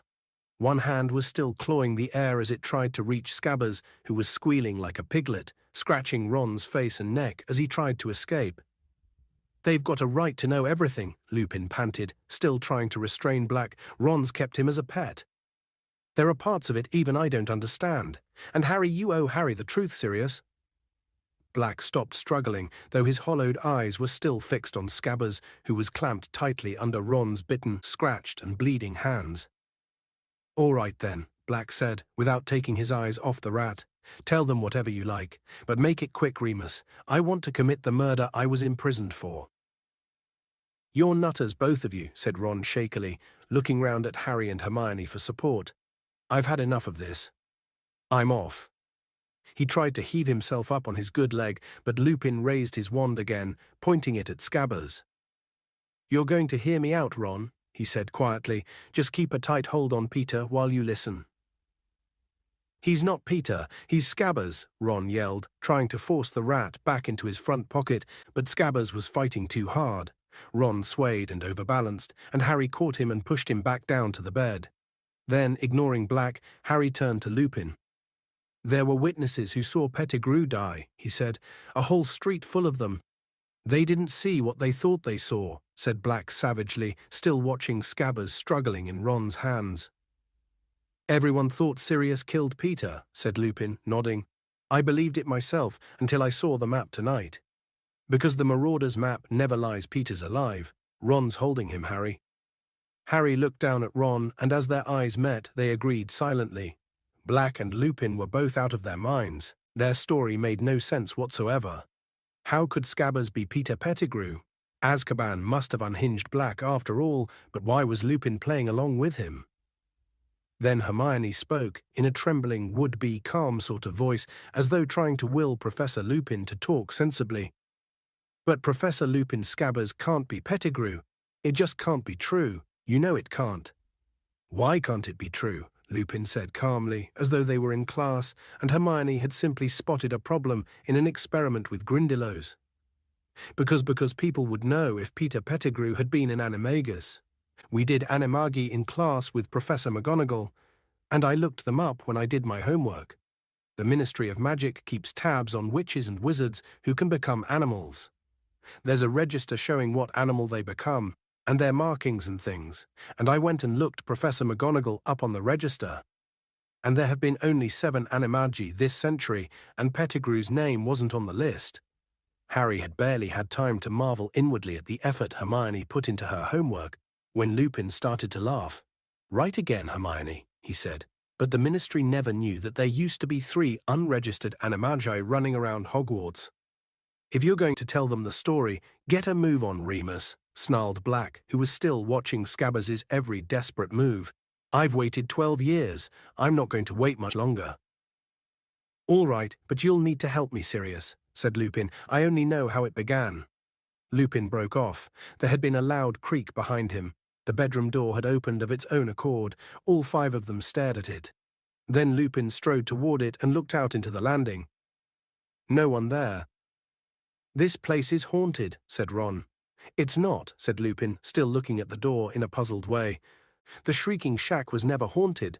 The screams and howls the villagers used to hear were made by me.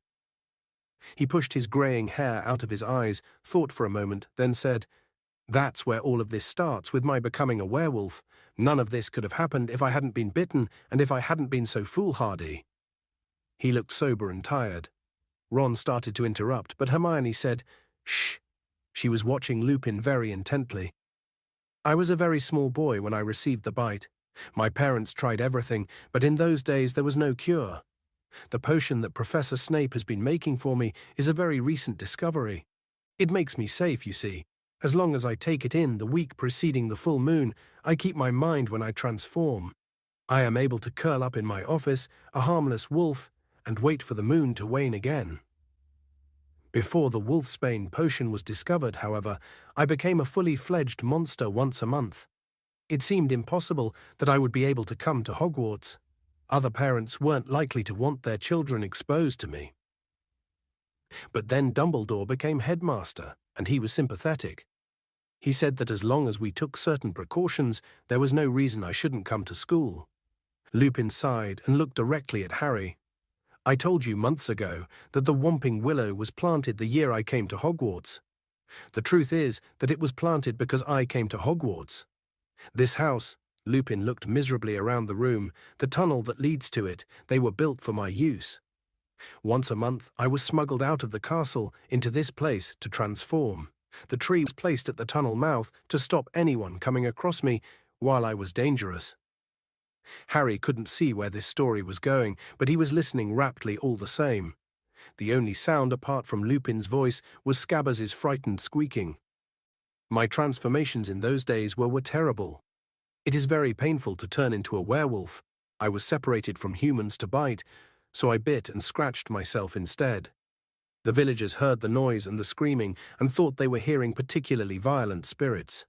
Dumbledore encouraged the rumor. Even now, when the house has been silent for years, the villagers don't dare approach it. But apart from my transformations, I was happier than I had ever been in my life.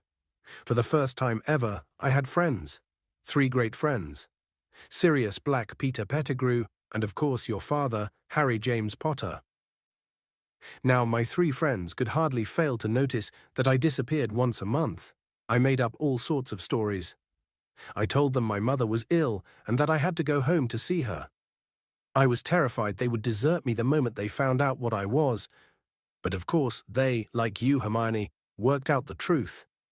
And they didn't desert me at all. Instead, they did something for me that would make my transformations not only bearable, but the best times of my life. They became animagi. My dad too, said Harry, astounded. Yes, indeed, said Lupin. It took them the best part of 3 years to work out how to do it.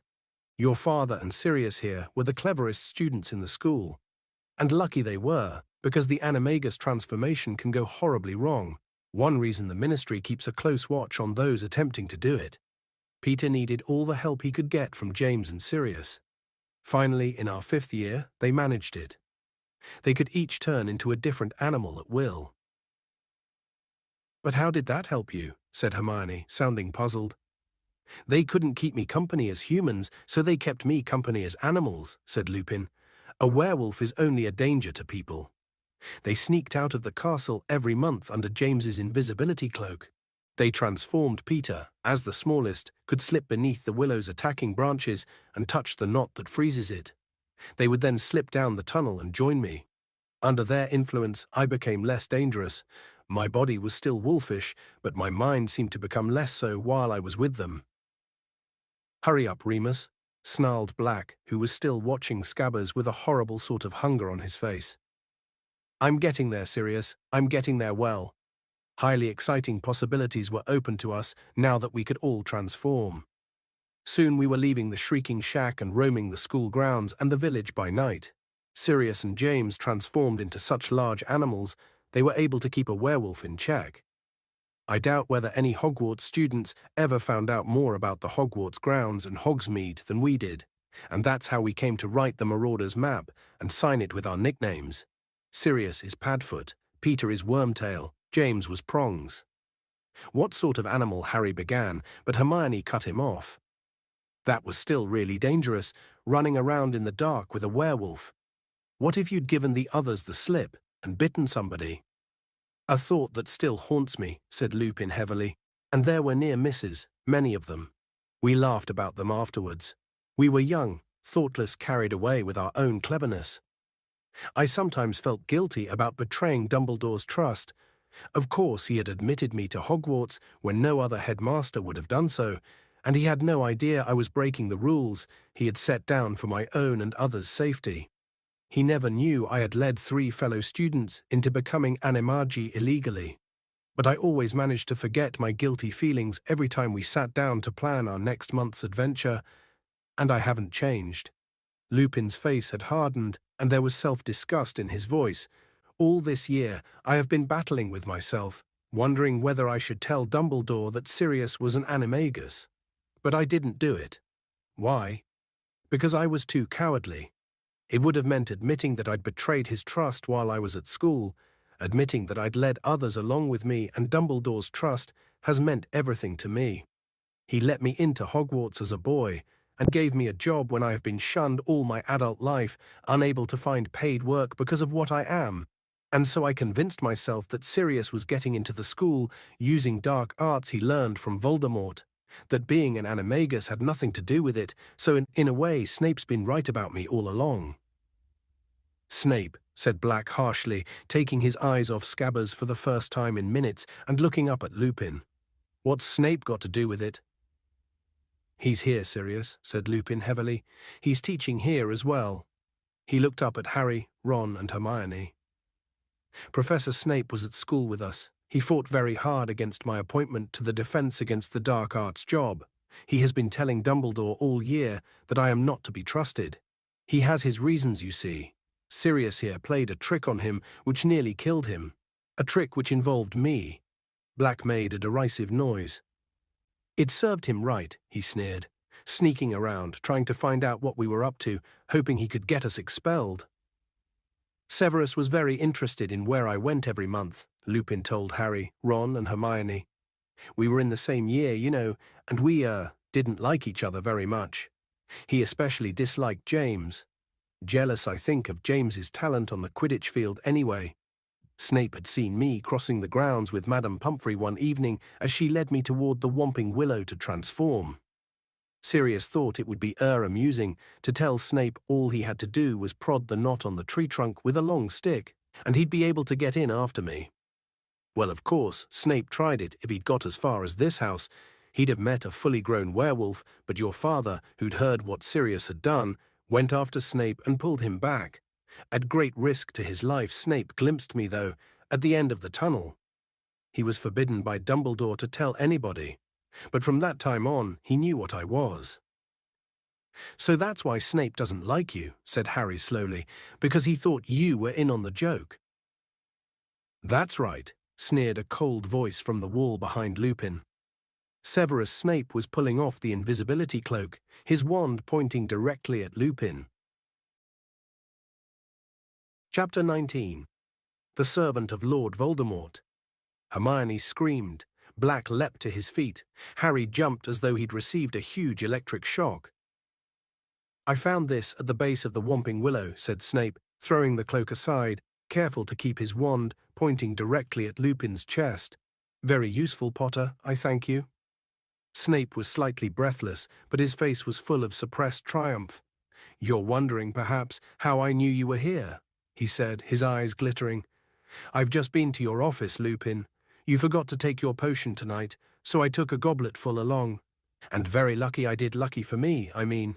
Lying on your desk was a certain map. One glance at it told me all I needed to know. I saw you running along this passageway and out of sight. Severus Lupin began, but Snape overrode him. I've told the headmaster again and again that you're helping your old friend Black into the castle, Lupin, and here's the proof. Not even I dreamed you would have the nerve to use this old place as your hideout. Severus, you're making a mistake, said Lupin urgently. You haven't heard everything I can explain. Sirius is not here to kill Harry. 2 more for Azkaban tonight, said Snape, his eyes now gleaming fanatically. I shall be interested to see how Dumbledore takes this. He was quite convinced you were harmless, you know. Lupin, a tame werewolf, you fool, said Lupin softly. Is a schoolboy grudge worth putting an innocent man back inside Azkaban? Bang! Thin, snake-like cords burst from the end of Snape's wand and twisted themselves around Lupin's mouth, wrists, and ankles. He overbalanced and fell to the floor, unable to move. With a roar of rage, Black started towards Snape, but Snape pointed his wand straight between Black's eyes. Give me a reason, he whispered. Give me a reason to do it, and I swear I will. Black stopped dead. It would have been impossible to say which face showed more hatred. Harry stood there paralyzed, not knowing what to do or whom to believe.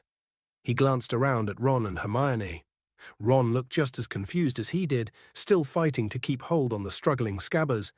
Hermione, however, took an uncertain step towards Snape and said in a very breathless voice, Professor Snape, it wouldn't hurt to hear what they've got to say, would it? Miss Granger, you are already facing suspension from this school, Snape spat. You, Potter and Weasley are out of bounds, in the company of a convicted murderer and a werewolf. For once in your life, hold your tongue. But if there was a mistake— Keep quiet, you stupid girl, Snape shouted, looking suddenly quite deranged. Don't talk about what you don't understand. A few sparks shot out of the end of his wand, which was still pointed at Black's face. Hermione fell silent. Vengeance is very sweet, Snape breathed at Black. How I hoped I would be the one to catch you.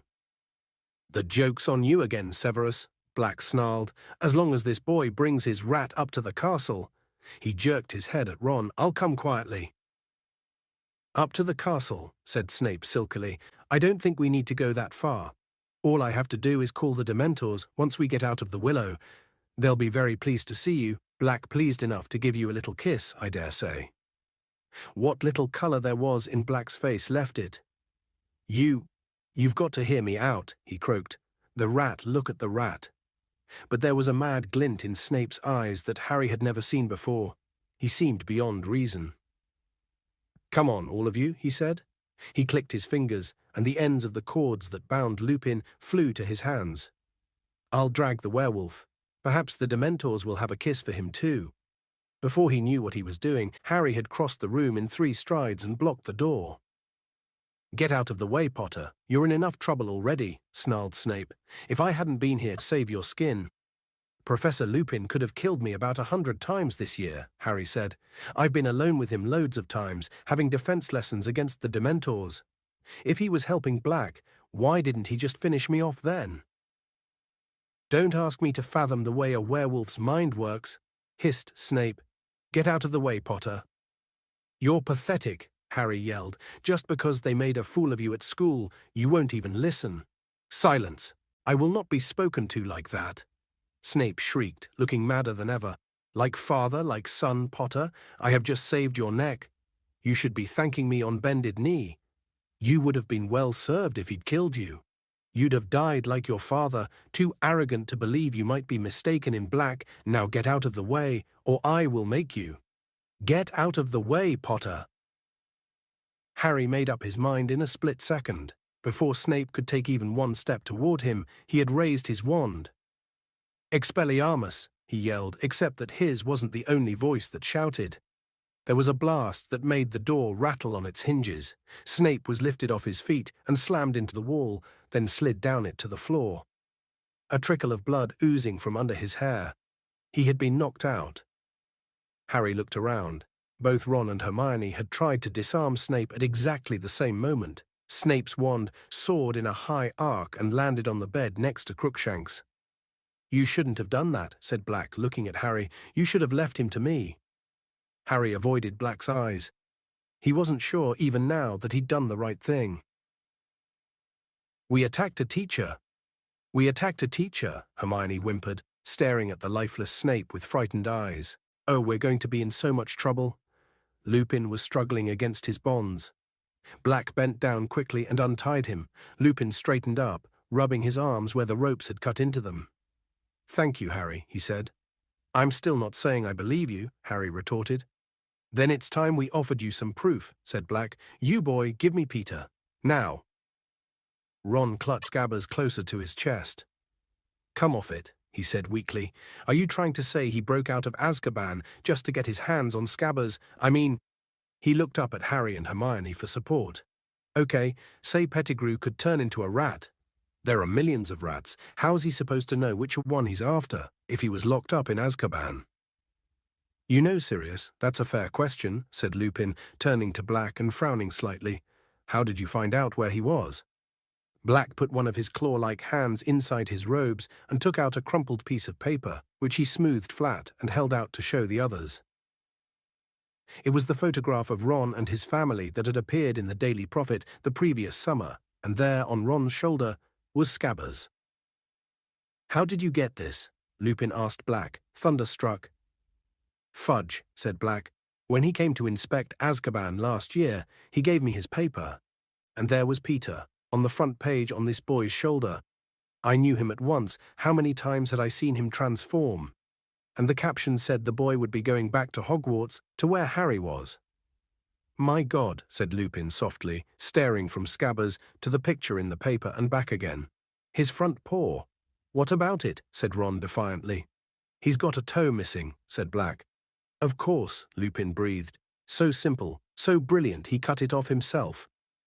"Just before he transformed," said Black. "When I cornered him, he yelled for the whole street to hear that I'd betrayed Lily and James. Then, before I could curse him, he blew apart the street. With the wand behind his back, killed everyone within 20 feet of himself, and sped down into the sewer with the other rats." "Didn't you ever hear, Ron?" said Lupin. "The biggest bit of Peter they found was his finger." "Look, Scabbers probably had a fight with another rat or something. He's been in my family for ages, right?" 12 years, in fact," said Lupin. "Didn't you ever wonder why he was living so long?" We've been taking good care of him," said Ron. "Not looking too good at the moment, though, is he?" said Lupin. "I'd guess he's been losing weight ever since he heard Sirius was on the loose again."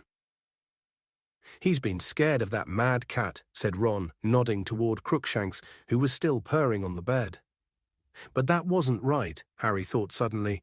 Scabbers had been looking ill before he met Crookshanks ever since Ron's return from Egypt, since the time when Black had escaped. "This cat isn't mad," said Black hoarsely. He reached out a bony hand and stroked Crookshanks's fluffy head. "He's the most intelligent of his kind I've ever met. He recognized Peter for what he was right away, and when he met me, he knew I was no dog. It was a while before he trusted me. Finally, I managed to communicate to him what I was after, and he's been helping me." "What do you mean?" breathed Hermione. "He tried to bring Peter to me, but couldn't, so he stole the passwords into Gryffindor Tower for me. As I understand it, he took them from a boy's bedside table." Harry's brain seemed to be sagging under the weight of what he was hearing. It was absurd, and yet— "But Peter got wind of what was going on and ran for it," croaked Black. "This cat, Crookshanks, did you call him? Told me Peter had left blood on the sheets. I supposed he bit himself. Well, faking his own death had worked once." These words jolted Harry to his senses. "And why did he fake his death?" he said furiously. "Because he knew you were about to kill him, like you killed my parents."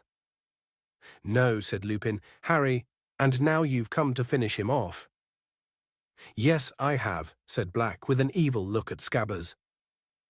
"Then I should have let Snape take you," Harry shouted. "Harry," said Lupin hurriedly, "don't you see? All this time we've thought Sirius betrayed your parents and Peter tracked him down. But it was the other way around, don't you see? Peter betrayed your mother and father. Sirius tracked Peter down." "That's not true," Harry yelled. "He was their secret keeper. He said so before you turned up. He said he killed them." He was pointing at Black, who shook his head slowly. The sunken eyes were suddenly overbright. "Harry, I as good as killed them," he croaked. "I persuaded Lily and James to change to Peter at the last moment, persuaded them to use him as secret keeper instead of me. I'm to blame. I know it. The night they died, I'd arranged to check on Peter, make sure he was still safe, but when I arrived at his hiding place, he'd gone. Yet there was no sign of a struggle. It didn't feel right. I was scared.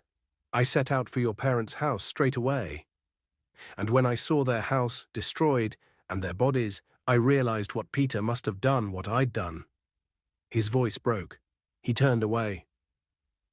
"Enough of this," said Lupin, and there was a steely note in his voice Harry had never heard before.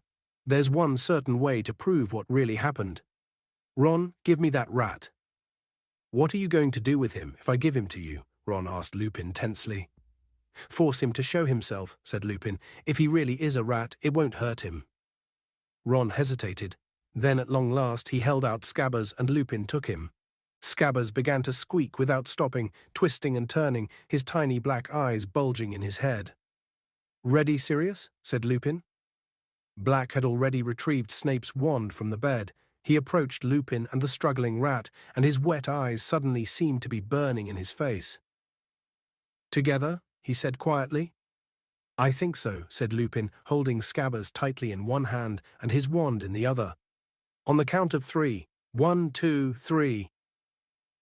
A flash of blue-white light erupted from both wands. For a moment, Scabbers was frozen in mid-air, his small grey form twisting madly.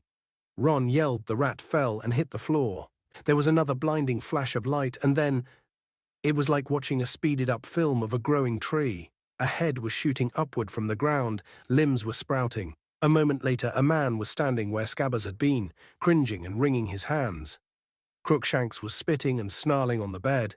The hair on his back was standing up. He was a very short man, hardly taller than Harry and Hermione. His thin, colourless hair was unkempt, and there was a large bald patch on top. He had the shrunken appearance of a plump man who has lost a lot of weight in a short time. His skin looked grubby, almost like Scabbers' fur, and something of the rat lingered around his pointed nose and his very small, watery eyes. He looked around at them all, his breathing fast and shallow.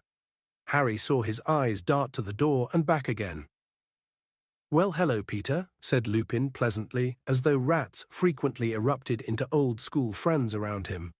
"Long time no see." Sirius R. Remus. Even Pettigrew's voice was squeaky. Again his eyes darted toward the door. "My friends, my old friends." Black's wand arm rose, but Lupin seized him around the wrist, gave him a warning look, then turned again to Pettigrew, his voice light and casual. "We've been having a little chat, Peter, about what happened the night Lily and James died. You might have missed the finer points while you were squeaking around down there on the bed." "Remus," gasped Pettigrew, and Harry could see beads of sweat breaking out over his pasty face.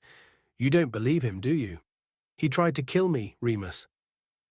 "So we've heard," said Lupin, more coldly. "I'd like to clear up one or two little matters with you, Peter, if you'd be so—" "He's come to try and kill me again," Pettigrew squeaked suddenly, pointing at Black, and Harry saw that he used his middle finger because his index was missing. "He killed Lily and James, and now he's going to kill me too. You've got to help me, Remus." Black's face looked more skull-like than ever as he stared at Pettigrew with his fathomless eyes. "No one's going to try and kill you until we've sorted a few things out," said Lupin. "Sorted things out?" squealed Pettigrew, looking wildly about him once more, eyes taking in the boarded windows, and again the only door. "I knew he'd come after me. I knew he'd be back for me. I've been waiting for this for 12 years. "You knew Sirius was going to break out of Azkaban," said Lupin, his brow furrowed, "when nobody has ever done it before. He's got dark powers the rest of us can only dream of." Pettigrew shouted shrilly. "How else did he get out of there? I suppose he who must not be named taught him a few tricks." Black started to laugh, a horrible, mirthless laugh that filled the whole room. "Voldemort, teach me tricks," he said. Pettigrew flinched as though Black had brandished a whip at him.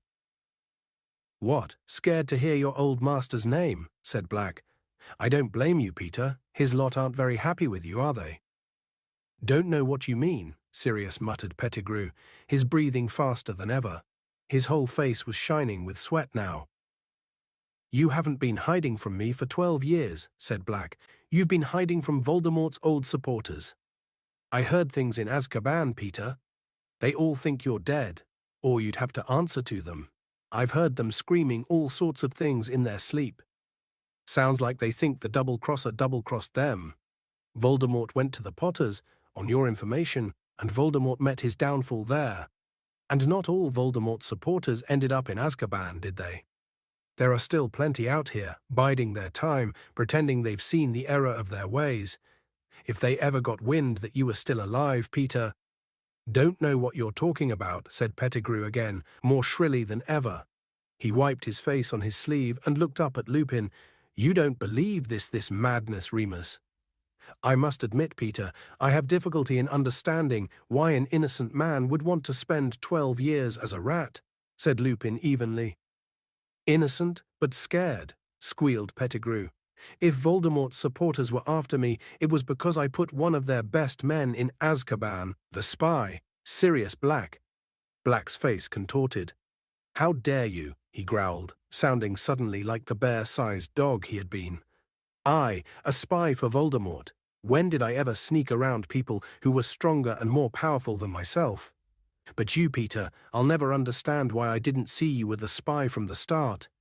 You always liked big friends who'd look after you, didn't you? It used to be us, me and Remus and James. Pettigrew wiped his face again. He was almost panting for breath. Me, a spy, must be out of your mind. Never don't know how you can say such a… Lily and James only made you secret keeper because I suggested it, Black hissed, so venomously that Pettigrew took a step backward. I thought it was the perfect plan, a bluff. Voldemort would be sure to come after me, would never dream they'd use a weak, talentless thing like you. It must have been the finest moment of your miserable life, telling Voldemort you could hand him the Potters. Pettigrew was muttering distractedly. Harry caught words like far-fetched and lunacy, but he couldn't help paying more attention to the ashen color of Pettigrew's face and the way his eyes continued to dart toward the windows and door. "Professor Lupin," said Hermione timidly, Can I say something?" "Certainly, Hermione," said Lupin courteously. "Well, Scabbers, I mean, this man, he's been sleeping in Harry's dormitory for 3 years. If he's working for you-know-who, how come he never tried to hurt Harry before now?" "There," said Pettigrew shrilly, pointing at Ron with his maimed hand. "Thank you. You see, Remus, I have never hurt a hair of Harry's head. Why should I?" "I'll tell you why," said Black, "because you never did anything for anyone unless you could see what was in it for you. Voldemort's been in hiding for 12 years. They say he's half dead. You weren't about to commit murder right under Albus Dumbledore's nose for a wreck of a wizard who'd lost all of his power, were you? You'd want to be quite sure he was the biggest bully in the playground before you went back to him, wouldn't you? Why else did you find a wizard family to take you in? Keeping an ear out for news, weren't you, Peter? Just in case your old protector regained strength and it was safe to rejoin him." Pettigrew opened his mouth and closed it several times. He seemed to have lost the ability to talk. Mr. Black serious?" said Hermione. Black jumped at being addressed like this and stared at Hermione as though being spoken to politely was something he'd long forgotten. "If you don't mind me asking, how did you get out of Azkaban if you didn't use dark magic?" "Thank you," gasped Pettigrew, nodding frantically at her. "Exactly, precisely what I…" But Lupin silenced him with a look. Black was frowning slightly at Hermione, but not as though he were annoyed with her. He seemed to be pondering his answer. "I don't know how I did it," he said slowly. "I think the only reason I never lost my mind is that I knew I was innocent. That wasn't a happy thought, so the Dementors couldn't suck it out of me. But it kept me sane, and knowing who I am helped me keep my powers, so when it all became too much, I could transform in my cell, become a dog. Dementors can't see, you know." He swallowed. "They feel their way toward people by sensing their emotions. They could tell that my feelings were less human, less complex when I was a dog, but they thought, of course, that I was losing my mind like everyone else in there, so it didn't trouble them. But I was weak, very weak, and I had no hope of driving them away from me without a wand. But then I saw Peter in that picture. I realized he was at Hogwarts with Harry perfectly positioned to act, if one hint reached his ears that the dark side was gathering strength again." Pettigrew was shaking his head, mouthing noiselessly, but staring all the while at Black as though hypnotized, ready to strike at the moment he could be sure of allies and to deliver the last Potter to them. If he gave them Harry, who'd dare say he'd betrayed Lord Voldemort? He'd be welcomed back with honors. So you see, I had to do something. I was the only one who knew Peter was still alive. Harry remembered what Mr. Weasley had told Mrs. Weasley. The guards say he's been talking in his sleep, always the same words. He's at Hogwarts. It was as if someone had lit a fire in my head, and the Dementors couldn't destroy it. It wasn't a happy feeling, it was an obsession, but it gave me strength, it cleared my mind. So one night when they opened my door to bring food, I slipped past them as a dog. It's so much harder for them to sense animal emotions that they were confused. I was thin, very thin enough to slip through the bars. I swam as a dog back to the mainland. I journeyed north and slipped into the Hogwarts grounds as a dog. I've been living in the forest ever since, except when I came to watch the Quidditch, of course. You fly as well as your father did, Harry." He looked at Harry, who did not look away. Believe me, croaked Black. Believe me, Harry. I never betrayed James and Lily. I would have died before I betrayed them. And at long last Harry believed him. Throat too tight to speak, he nodded. No. Pettigrew had fallen to his knees as though Harry's nod had been his own death sentence. He shuffled forward on his knees, grovelling, his hands clasped in front of him, as though praying. Sirius, it's me. It's Peter, your friend. You wouldn't… Black kicked out and Pettigrew recoiled. There's enough filth on my robes without you touching them, said Black. Remus, Pettigrew squeaked, turning to Lupin instead, writhing imploringly in front of him. You don't believe this? Wouldn't Sirius have told you they'd changed the plan? Not if he thought I was the spy, Peter, said Lupin. I assume that's why you didn't tell me, Sirius, he said casually over Pettigrew's head. Forgive me, Remus, said Black.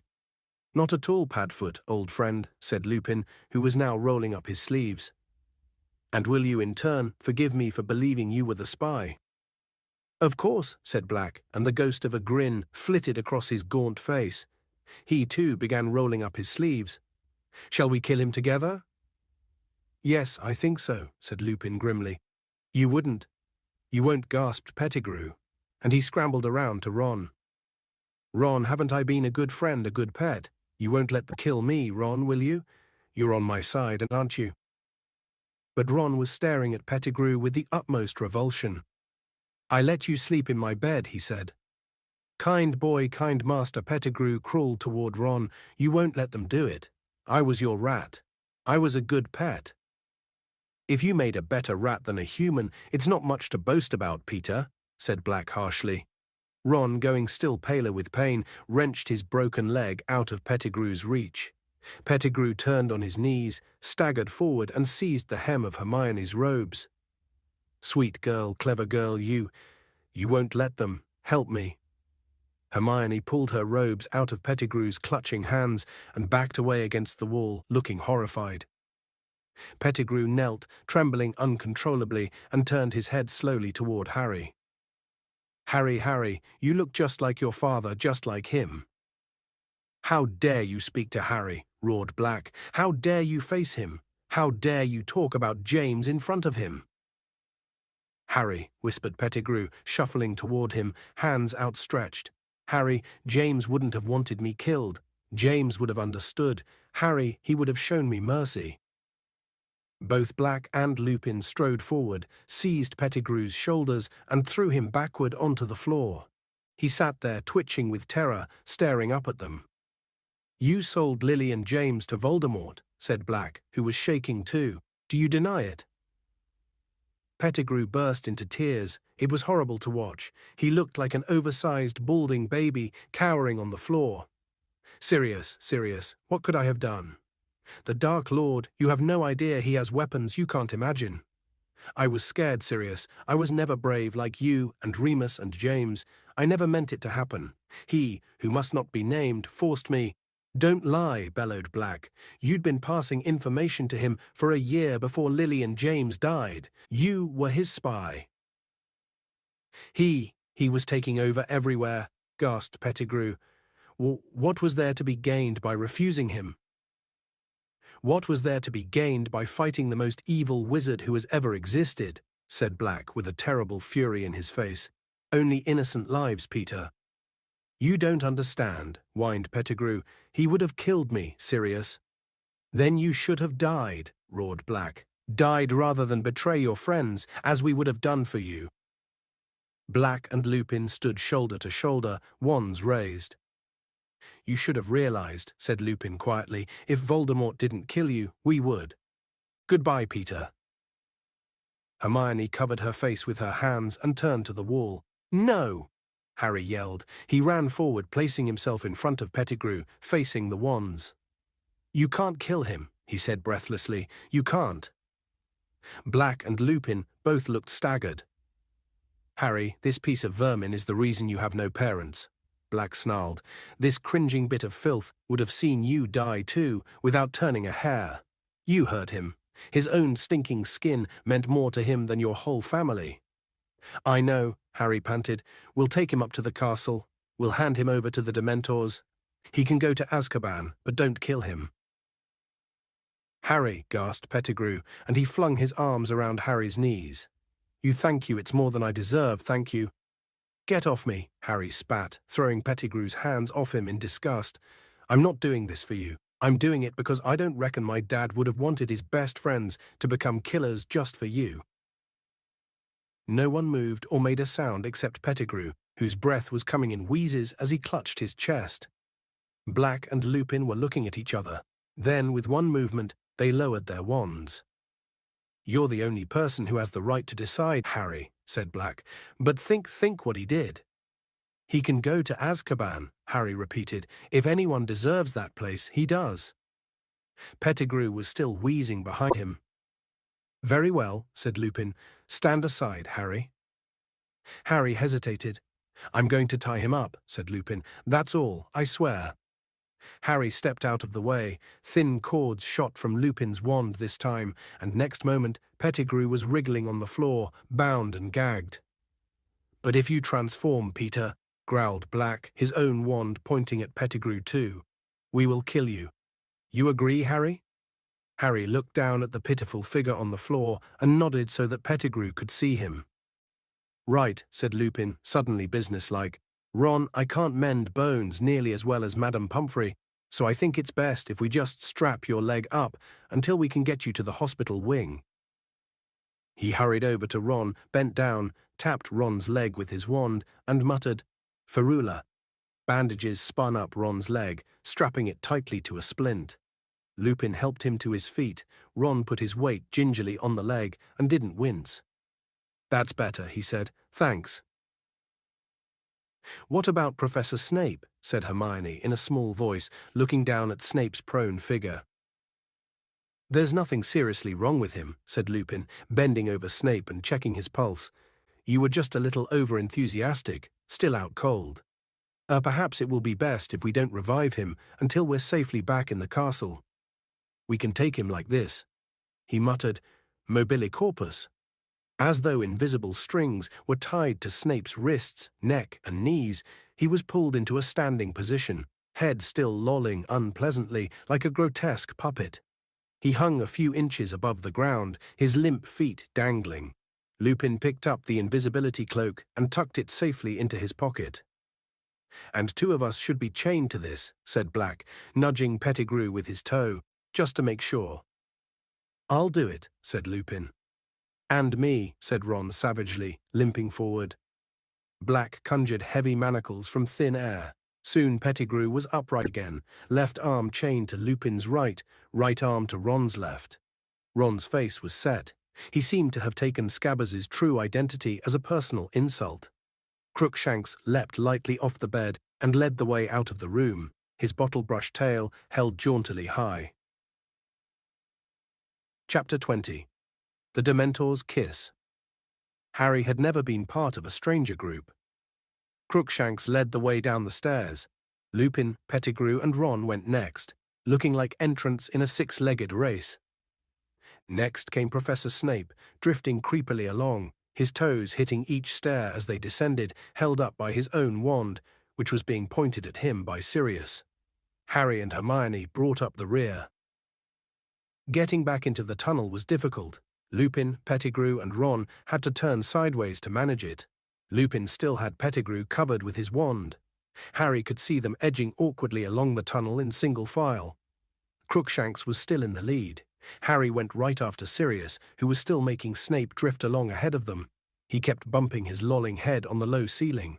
Harry had the impression Sirius was making no effort to prevent this. "You know what this means?" Sirius said abruptly to Harry as they made their slow progress along the tunnel, turning Pettigrew in. "You're free," said Harry. "Yes," said Sirius. "But I don't know if anyone ever told you I'm your godfather." "Yeah, I knew that," said Harry. "Well, your parents appointed me your guardian," said Sirius stiffly. "If anything happened to them—" Harry waited. Did Sirius mean what he thought he meant? "I'll understand, of course, if you want to stay with your aunt and uncle," said Sirius. "But we'll think about it. Once my name's cleared, if you wanted a different home." Some sort of explosion took place in the pit of Harry's stomach. "What live with you?" he said. accidentally cracking his head on a bit of rock protruding from the ceiling. "Leave the Dursleys." "Of course, I thought you wouldn't want to," said Sirius quickly. "I understand, I just thought I'd—" "Are you insane?" said Harry, his voice easily as croaky as Sirius's. "Of course I want to leave the Dursleys. Have you got a house? When can I move in?" Sirius turned right around to look at him. Snape's head was scraping the ceiling, but Sirius didn't seem to care. "You want to," he said. "You mean it?" "Yeah, I mean it," said Harry. Sirius's gaunt face broke into the first true smile Harry had seen upon it. The difference it made was startling, as though a person 10 years younger were shining through the starved mask. For a moment, he was recognizable as the man who had laughed at Harry's parents' wedding. They did not speak again until they had reached the end of the tunnel. Crookshanks darted up first. He had evidently pressed his paw to the knot on the trunk because Lupin, Pettigrew, and Ron clambered upward without any sound of savaging branches. Sirius saw Snape up through the hole, then stood back for Harry and Hermione to pass. At last, all of them were out. The grounds were very dark now. The only light came from the distant windows of the castle. Without a word, they set off. Pettigrew was still wheezing and occasionally whimpering. Harry's mind was buzzing. He was going to leave the Dursleys. He was going to live with Sirius Black, his parents' best friend. He felt dazed. What would happen when he told the Dursleys he was going to live with the convict they'd seen on television? "One wrong move, Peter," said Lupin threateningly ahead. His wand was still pointed sideways at Pettigrew's chest. Silently they tramped through the grounds, the castle lights growing slowly larger. Snape was still drifting weirdly ahead of Sirius, his chin bumping on his chest. And then a cloud shifted. There were suddenly dim shadows on the ground. Their party was bathed in moonlight. Snape collided with Lupin, Pettigrew, and Ron, who had stopped abruptly. Sirius froze. He flung out one arm to make Harry and Hermione stop. Harry could see Lupin's silhouette. He had gone rigid, then his limbs began to shake. "Oh my," Hermione gasped. "He didn't take his potion tonight. He's not safe." "Run," Sirius whispered. "Run now." But Harry couldn't run. Ron was chained to Pettigrew and Lupin. He leapt forward, but Sirius caught him around the chest and threw him back. "Leave it to me, run." There was a terrible snarling noise. Lupin's head was lengthening, so was his body. His shoulders were hunching. Hair was sprouting visibly on his face and hands, which were curling into clawed paws. Crookshanks's hair was on end again. He was backing away. As the werewolf reared, snapping its long jaws, Sirius disappeared from Harry's side. He had transformed. The enormous bear-like dog bounded forward. As the werewolf wrenched itself free of the manacle binding it, the dog seized it about the neck and pulled it backward, away from Ron and Pettigrew. They were locked, jaw to jaw, claws ripping at each other. Harry stood, transfixed by the sight, too intent upon the battle to notice anything else. It was Hermione's scream that alerted him. Pettigrew had dived for Lupin's dropped wand. Ron, unsteady on his bandaged leg, fell. There was a bang, a burst of light, and Ron lay motionless on the ground. Another bang, Crookshanks flew into the air and back to the earth in a heap. "Expelliarmus," Harry yelled, pointing his own wand at Pettigrew. Lupin's wand flew high into the air and out of sight. "Stay where you are," Harry shouted, running forward. Too late, Pettigrew had transformed. Harry saw his bald tail whip through the manacle on Ron's outstretched arm and heard a scurrying through the grass. There was a howl and a rumbling growl. Harry turned to see the werewolf taking flight. It was galloping into the forest. "Sirius, he's gone. Pettigrew transformed," Harry yelled. Sirius was bleeding. There were gashes across his muzzle and back, but at Harry's words he scrambled up again, and in an instant the sound of his paws faded to silence as he pounded away across the grounds. Harry and Hermione dashed over to Ron. "What did he do to him?" Hermione whispered. Ron's eyes were only half closed, his mouth hung open. He was definitely alive. They could hear him breathing, but he didn't seem to recognize them. "I don't know." Harry looked desperately around. Black and Lupin, both gone, they had no one but Snape for company, still hanging, unconscious, in mid-air. "We'd better get them up to the castle and tell someone," said Harry, pushing his hair out of his eyes, trying to think straight. "Come." But then, from beyond the range of their vision, they heard a yelping, a whining, a dog in pain. "Sirius," Harry muttered, staring into the darkness. He had a moment's indecision, but there was nothing they could do for Ron at the moment, and by the sound of it, Black was in trouble. Harry set off at a run, Hermione right behind him. The yelping seemed to be coming from near the lake. They pelted toward it, and Harry, running flat out, felt the cold without realizing what it must mean. The yelping stopped abruptly. As they reached the lakeshore, they saw why Sirius had turned back into a man. He was crouched on all fours, his hands over his head. "No," he moaned, "no, please." And then Harry saw them, Dementors, at least 100 of them, gliding in a black mass around the lake toward them. He spun around, the familiar icy cold penetrating his insides, fog starting to obscure his vision. More were appearing out of the darkness on every side. They were encircling them. "Hermione, think of something happy," Harry yelled, raising his wand, blinking furiously to try and clear his vision, shaking his head to rid it of the faint screaming that had started inside it. "I'm going to live with my godfather. I'm leaving the Dursleys." He forced himself to think of Sirius, and only Sirius, and began to chant, "Expecto Patronum, expecto Patronum." Black gave a shudder, rolled over and lay motionless on the ground, pale as death. "He'll be all right. I'm going to go and live with him." "Expecto Patronum. Hermione, help me. Expecto Patronum." "Expecto," Hermione whispered. "Expecto, expecto." But she couldn't do it. The Dementors were closing in, barely 10 feet from them. They formed a solid wall around Harry and Hermione and were getting closer. "Expecto Patronum," Harry yelled, trying to blot the screaming from his ears. "Expecto Patronum." A thin wisp of silver escaped his wand and hovered like mist before him. At the same moment, Harry felt Hermione collapse next to him. He was alone, completely alone. "Expecto, expecto Patronum." Harry felt his knees hit the cold grass. Fog was clouding his eyes. With a huge effort, he fought to remember Sirius was innocent. Innocent. "We'll be okay. I'm going to live with him." "Expecto Patronum," he gasped. By the feeble light of his formless Patronus, he saw a Dementor halt, very close to him. It couldn't walk through the cloud of silver mist Harry had conjured. A dead, slimy hand slid out from under the cloak. It made a gesture as though to sweep the Patronus aside. "No, no," Harry gasped. "He's innocent." Expecto, expecto Patronum. He could feel them watching him, hear their rattling breath like an evil wind around him. The nearest Dementor seemed to be considering him. Then it raised both its rotting hands and lowered its hood. Where there should have been eyes, there was only thin, grey, scabbed skin, stretched blankly over empty sockets. But there was a mouth, a gaping, shapeless hole, sucking the air with the sound of a death rattle. A paralyzing terror filled Harry, so that he couldn't move or speak. His Patronus flickered and died. White fog was blinding him. He had to fight Expecto Patronum he couldn't see. And in the distance, he heard the familiar screaming, "Expecto Patronum." He groped in the mist for Sirius and found his arm. They weren't going to take him. But a pair of strong, clammy hands suddenly attached themselves around Harry's neck. They were forcing his face upward. He could feel its breath. It was going to get rid of him first. He could feel its putrid breath. His mother was screaming in his ears. She was going to be the last thing he ever heard.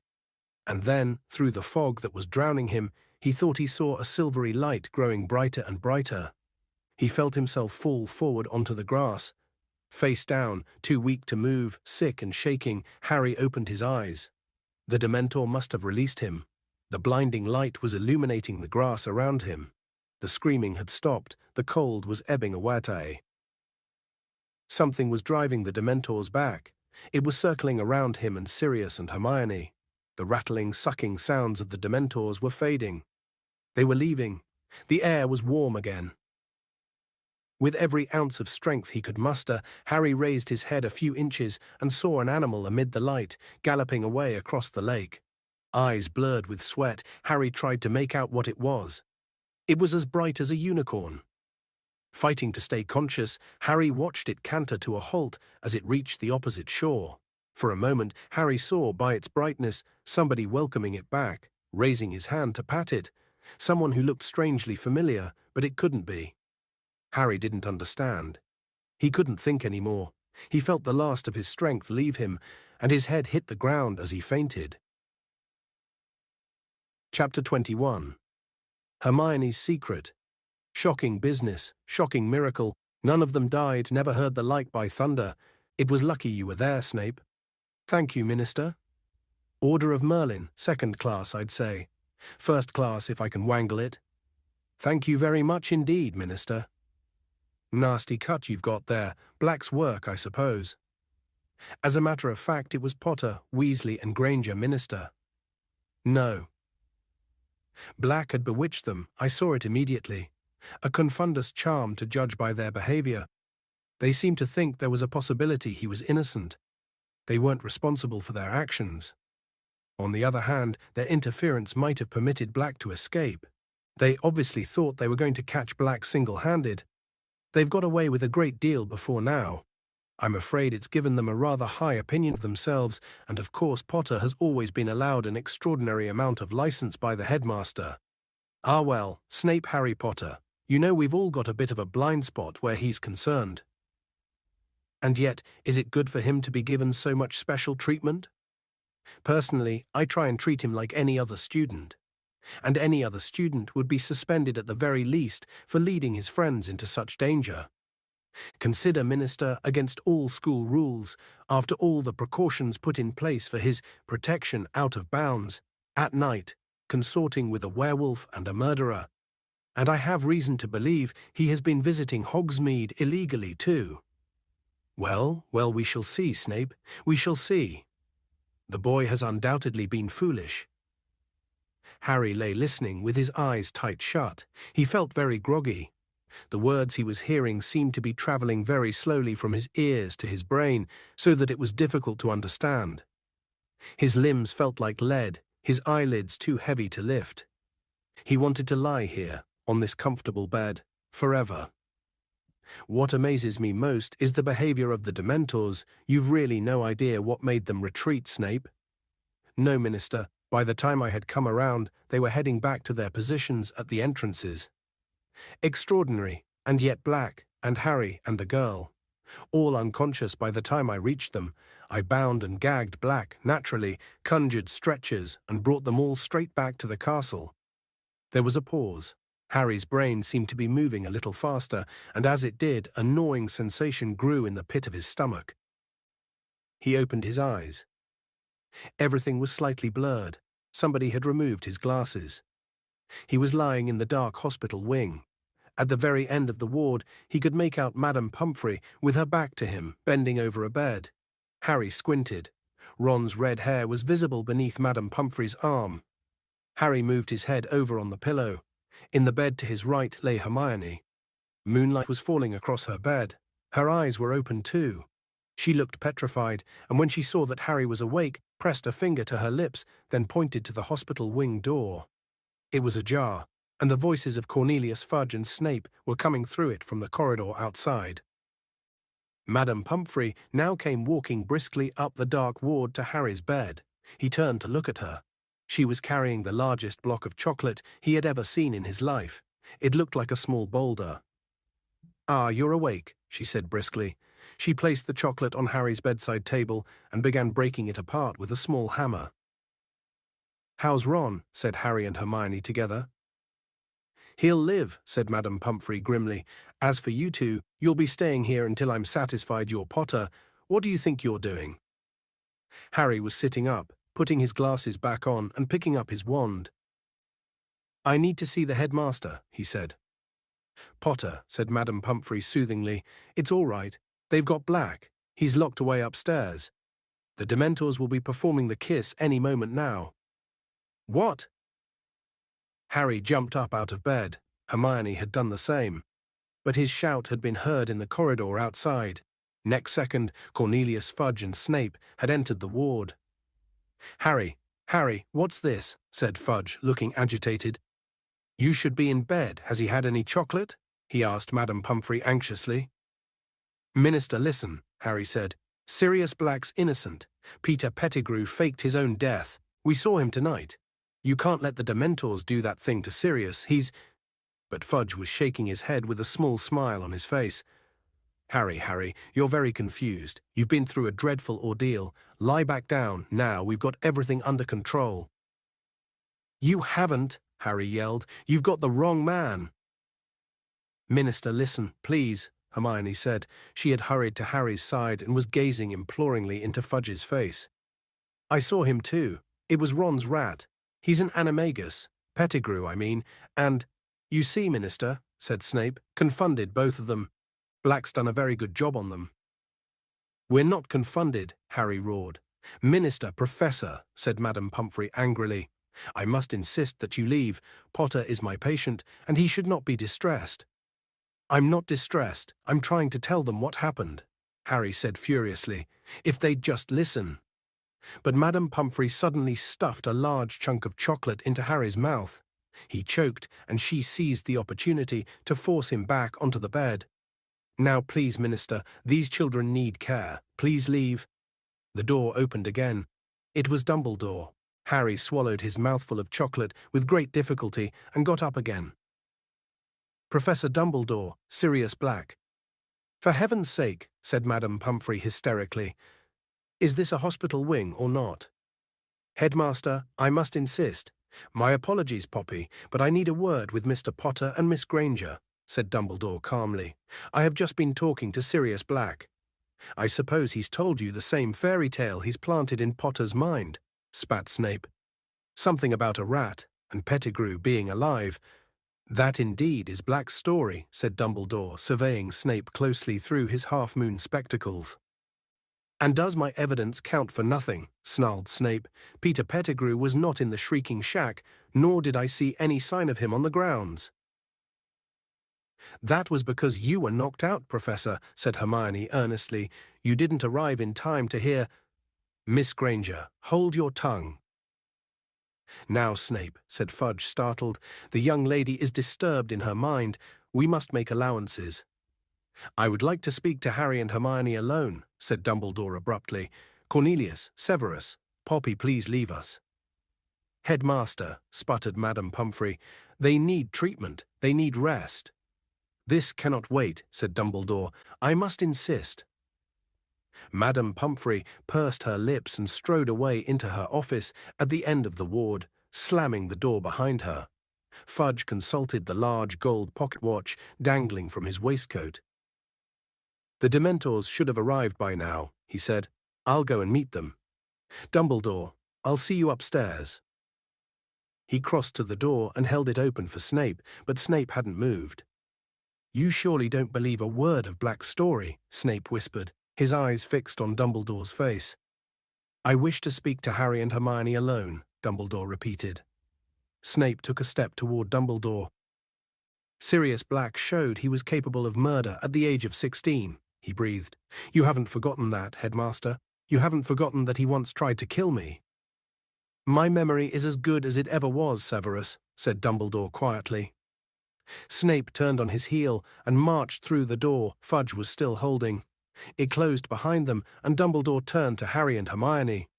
They both burst into speech at the same time. Professor, Black's telling the truth. We saw Pettigrew. He escaped when Professor Lupin turned into a werewolf. He's a rat. Pettigrew's front paw, finger, he cut it off. Pettigrew attacked Ron. It wasn't serious. But Dumbledore held up his hand to stem the flood of explanations. It is your turn to listen, and I beg you will not interrupt me, because there is very little time, he said quietly. There is not a shred of proof to support Black's story, except your word and the word of 2 13-year-old wizards will not convince anybody. A street full of eyewitnesses swore they saw Sirius murder Pettigrew. I myself gave evidence to the ministry that Sirius had been the Potter's secret keeper. Professor Lupin can tell you, Harry said, unable to stop himself. Professor Lupin is currently deep in the forest, unable to tell anyone anything. By the time he is human again, it will be too late. Sirius will be worse than dead. I might add that werewolves are so mistrusted by most of our kind that his support will count for very little, and the fact that he and Sirius are old friends. But Listen to me, Harry. It is too late, you understand me. You must see that Professor Snape's version of events is far more convincing than yours. He hates Sirius, Hermione said desperately, all because of some stupid trick Sirius played on him. Sirius has not acted like an innocent man. The attack on the fat lady entering Gryffindor Tower with a knife without Pettigrew, alive or dead, we have no chance of overturning Sirius's sentence. But you believe us? Yes, I do, said Dumbledore quietly, but I have no power to make other men see the truth or to overrule the Minister of Magic. Harry stared up into the grave face and felt as though the ground beneath him were falling sharply away. He had grown used to the idea that Dumbledore could solve anything. He had expected Dumbledore to pull some amazing solution out of the air. But no, their last hope was gone. What we need, said Dumbledore slowly, and his light blue eyes moved from Harry to Hermione, is more time. But Hermione began, and then her eyes became very round. Oh. Now pay attention, said Dumbledore, speaking very low and very clearly. Sirius is locked in Professor Flitwick's office on the 7th floor, 13th window from the right of the West Tower. If all goes well, you will be able to save more than one innocent life tonight. But remember this, both of you, you must not be seen. Miss Granger, you know the law, you know what is at stake. You must not be seen. Harry didn't have a clue what was going on. Dumbledore had turned on his heel and looked back as he reached the door. I am going to lock you in. It is he consulted his watch. 5 minutes to midnight. Miss Granger, 3 turns should do it. Good luck. Good luck? Harry repeated as the door closed behind Dumbledore. 3 turns? What's he talking about? What are we supposed to do? But Hermione was fumbling with the neck of her robes, pulling from beneath them a very long, very fine gold chain. Harry, come here, she said urgently. Quick! Harry moved toward her, completely bewildered. She was holding the chain out. He saw a tiny, sparkling hourglass hanging from it. Here, she had thrown the chain around his neck too. Ready? She said breathlessly. What are we doing? Harry said, completely lost. Hermione turned the hourglass over 3 times. The dark ward dissolved. Harry had the sensation that he was flying very fast, backward. A blur of colors and shapes rushed past him. His ears were pounding. He tried to yell, but couldn't hear his own voice. And then he felt solid ground beneath his feet, and everything came into focus again. He was standing next to Hermione in the deserted entrance hall, and a stream of golden sunlight was falling across the paved floor from the open front doors. He looked wildly around at Hermione, the chain of the hourglass cutting into his neck. Hermione, what? In here? Hermione seized Harry's arm and dragged him across the hall to the door of a broom closet. She opened it, pushed him inside among the buckets and mops, then slammed the door behind them. What? How, Hermione? What happened? We've gone back in time, Hermione whispered, lifting the chain off Harry's neck in the darkness. 3 hours back. Harry found his own leg and gave it a very hard pinch. It hurt a lot, which seemed to rule out the possibility that he was having a very bizarre dream. But, shh, listen, someone's coming. I think it might be us. Hermione had her ear pressed against the cupboard door. Footsteps across the hall. Yes, I think it's us going down to Hagrid's. Are you telling me, Harry whispered, that we're here in this cupboard and we're out there too? Yes, said Hermione, her ear still glued to the cupboard door. I'm sure it's us. It doesn't sound like more than 3 people, and we're walking slowly because we're under the invisibility cloak. She broke off, still listening intently. We've gone down the front steps. Hermione sat down on an upturned bucket, looking desperately anxious, but Harry wanted a few questions answered. Where did you get that hourglass thing? It's called a time-turner, Hermione whispered, and I got it from Professor McGonagall on our first day back. I've been using it all year to get to all my lessons. Professor McGonagall made me swear I wouldn't tell anyone. She had to write all sorts of letters to the Ministry of Magic so I could have one. She had to tell them that I was a model student, and that I'd never, ever use it for anything except my studies. I've been turning it back so I could do hours over again.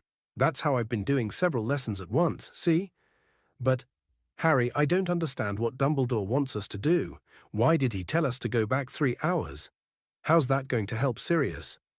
Harry stared at her shadowy face. There must be something that happened around now he wants us to change, he said slowly. What happened? We were walking down to Hagrid's 3 hours ago. This is 3 hours ago, and we are walking down to Hagrid's, said Hermione. We just heard ourselves leaving. Harry frowned. He felt as though he was screwing up his whole brain in concentration. Dumbledore just said we could save more than one innocent life. And then it hit him. Hermione, we're going to save Buckbeak. But how will that help Sirius? Dumbledore said he just told us where the window is. The window of Flitwick's office. Where they've got Sirius locked up. We've got to fly Buckbeak up to the window and rescue Sirius. Sirius can escape on Buckbeak. They can escape together. From what Harry could see of Hermione's face, she looked terrified. If we manage that without being seen, it'll be a miracle. Well, we've got to try, haven't we? Said Harry. He stood up and pressed his ear against the door. Doesn't sound like anyone's there. Come on, let's go. Harry pushed open the closet door. The entrance hall was deserted.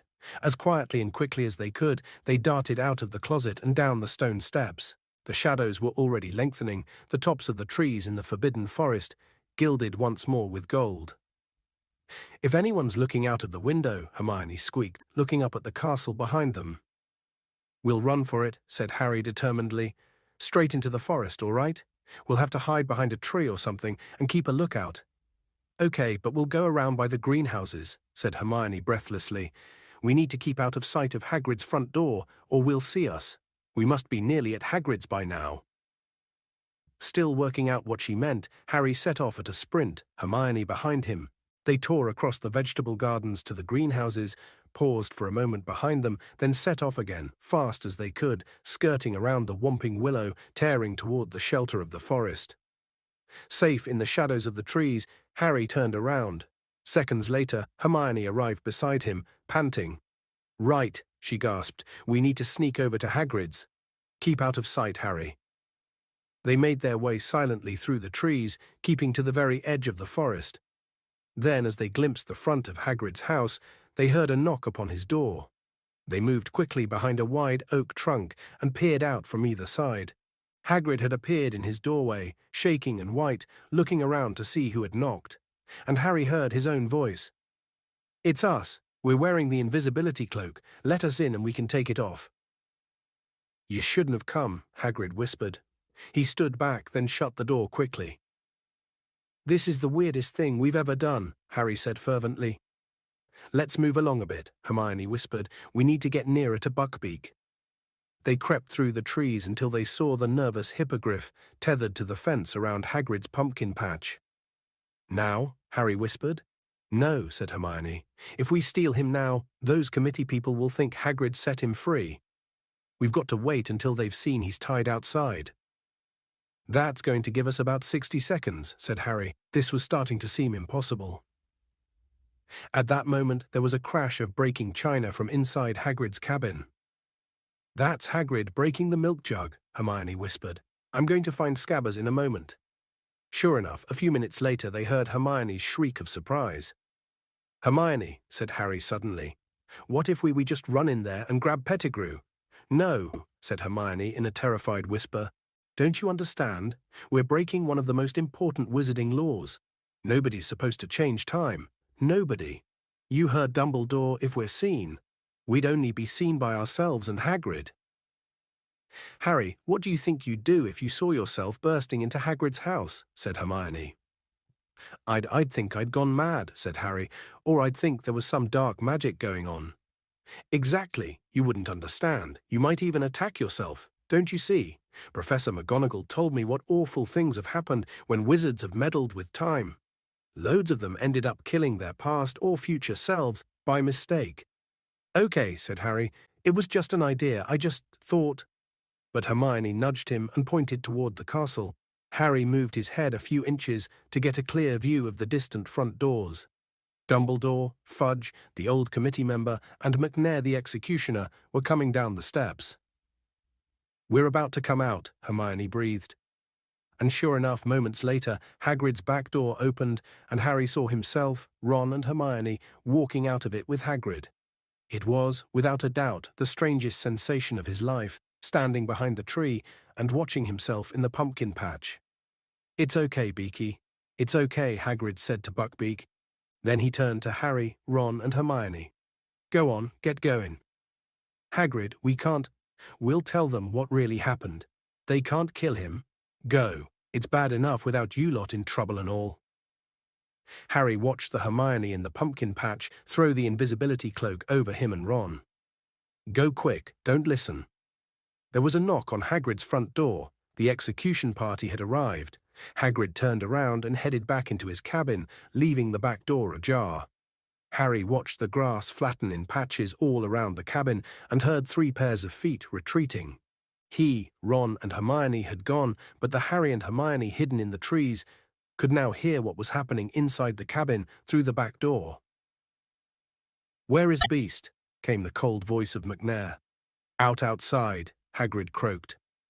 Harry pulled his head out of sight as McNair's face appeared at Hagrid's window, staring out at Buckbeak. Then they heard Fudge. "We have to read you the official notice of execution, Hagrid. I'll make it quick. And then you and McNair need to sign it.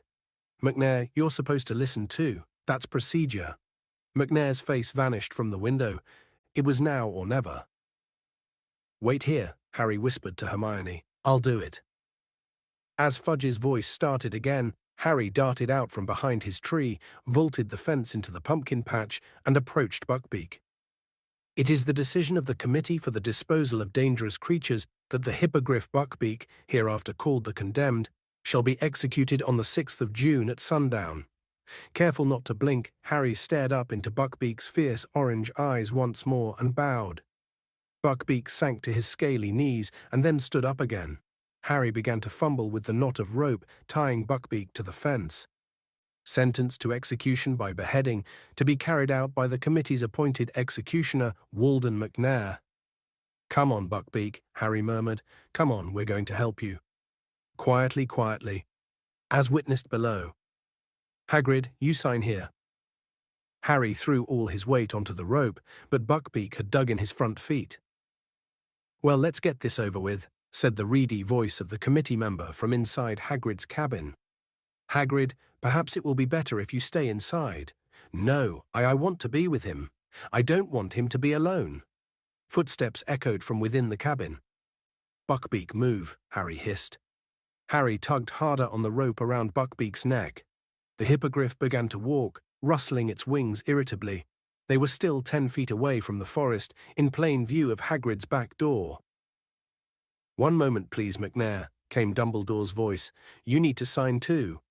The footsteps stopped. Harry heaved on the rope. Buckbeak snapped his beak and walked a little faster. Hermione's white face was sticking out from behind a tree. "Harry, hurry," she mouthed. Harry could still hear Dumbledore's voice talking from within the cabin. He gave the rope another wrench. Buckbeak broke into a grudging trot. They had reached the trees. "Quick, quick," Hermione moaned, darting out from behind her tree, seizing the rope too and adding her weight to make Buckbeak move faster. Harry looked over his shoulder. They were now blocked from sight. They couldn't see Hagrid's garden at all. "Stop," he whispered to Hermione. "They might hear us." Hagrid's back door had opened with a bang. Harry, Hermione, and Buckbeak stood quite still. Even the hippogriff seemed to be listening intently. Silence then. "Where is it?" said the reedy voice of the committee member. "Where is the beast?" "It was tied here," said the executioner furiously. "I saw it, just here." "How extraordinary," said Dumbledore. There was a note of amusement in his voice. "Beaky," said Hagrid huskily. There was a swishing noise and the thud of an axe. The executioner seemed to have swung it into the fence in anger. And then came the howling, and this time they could hear Hagrid's words through his sobs. "Gone, gone. Bless his little beak, he's gone. Muster pulled himself free. Beaky, ye clever boy." Buckbeak started to strain against the rope, trying to get back to Hagrid. Harry and Hermione tightened their grip and dug their heels into the forest floor to stop him. Someone untied him, the executioner was snarling. We should search the grounds, the forest. McNair, if Buckbeak has indeed been stolen, do you really think the thief will have led him away on foot? Said Dumbledore, still sounding amused. Search the skies, if you will. Hagrid, I could do with a cup of tea. Or a large brandy. Oh, of course, Professor, said Hagrid, who sounded weak with happiness. Come in, come in. Harry and Hermione listened closely. They heard footsteps, the soft cursing of the executioner, the snap of the door, and then silence once more. Now what? Whispered Harry, looking around. We'll have to hide in here, said Hermione, who looked very shaken. We need to wait until they've gone back to the castle, then we wait until it's safe to fly Buckbeak up to Sirius's window.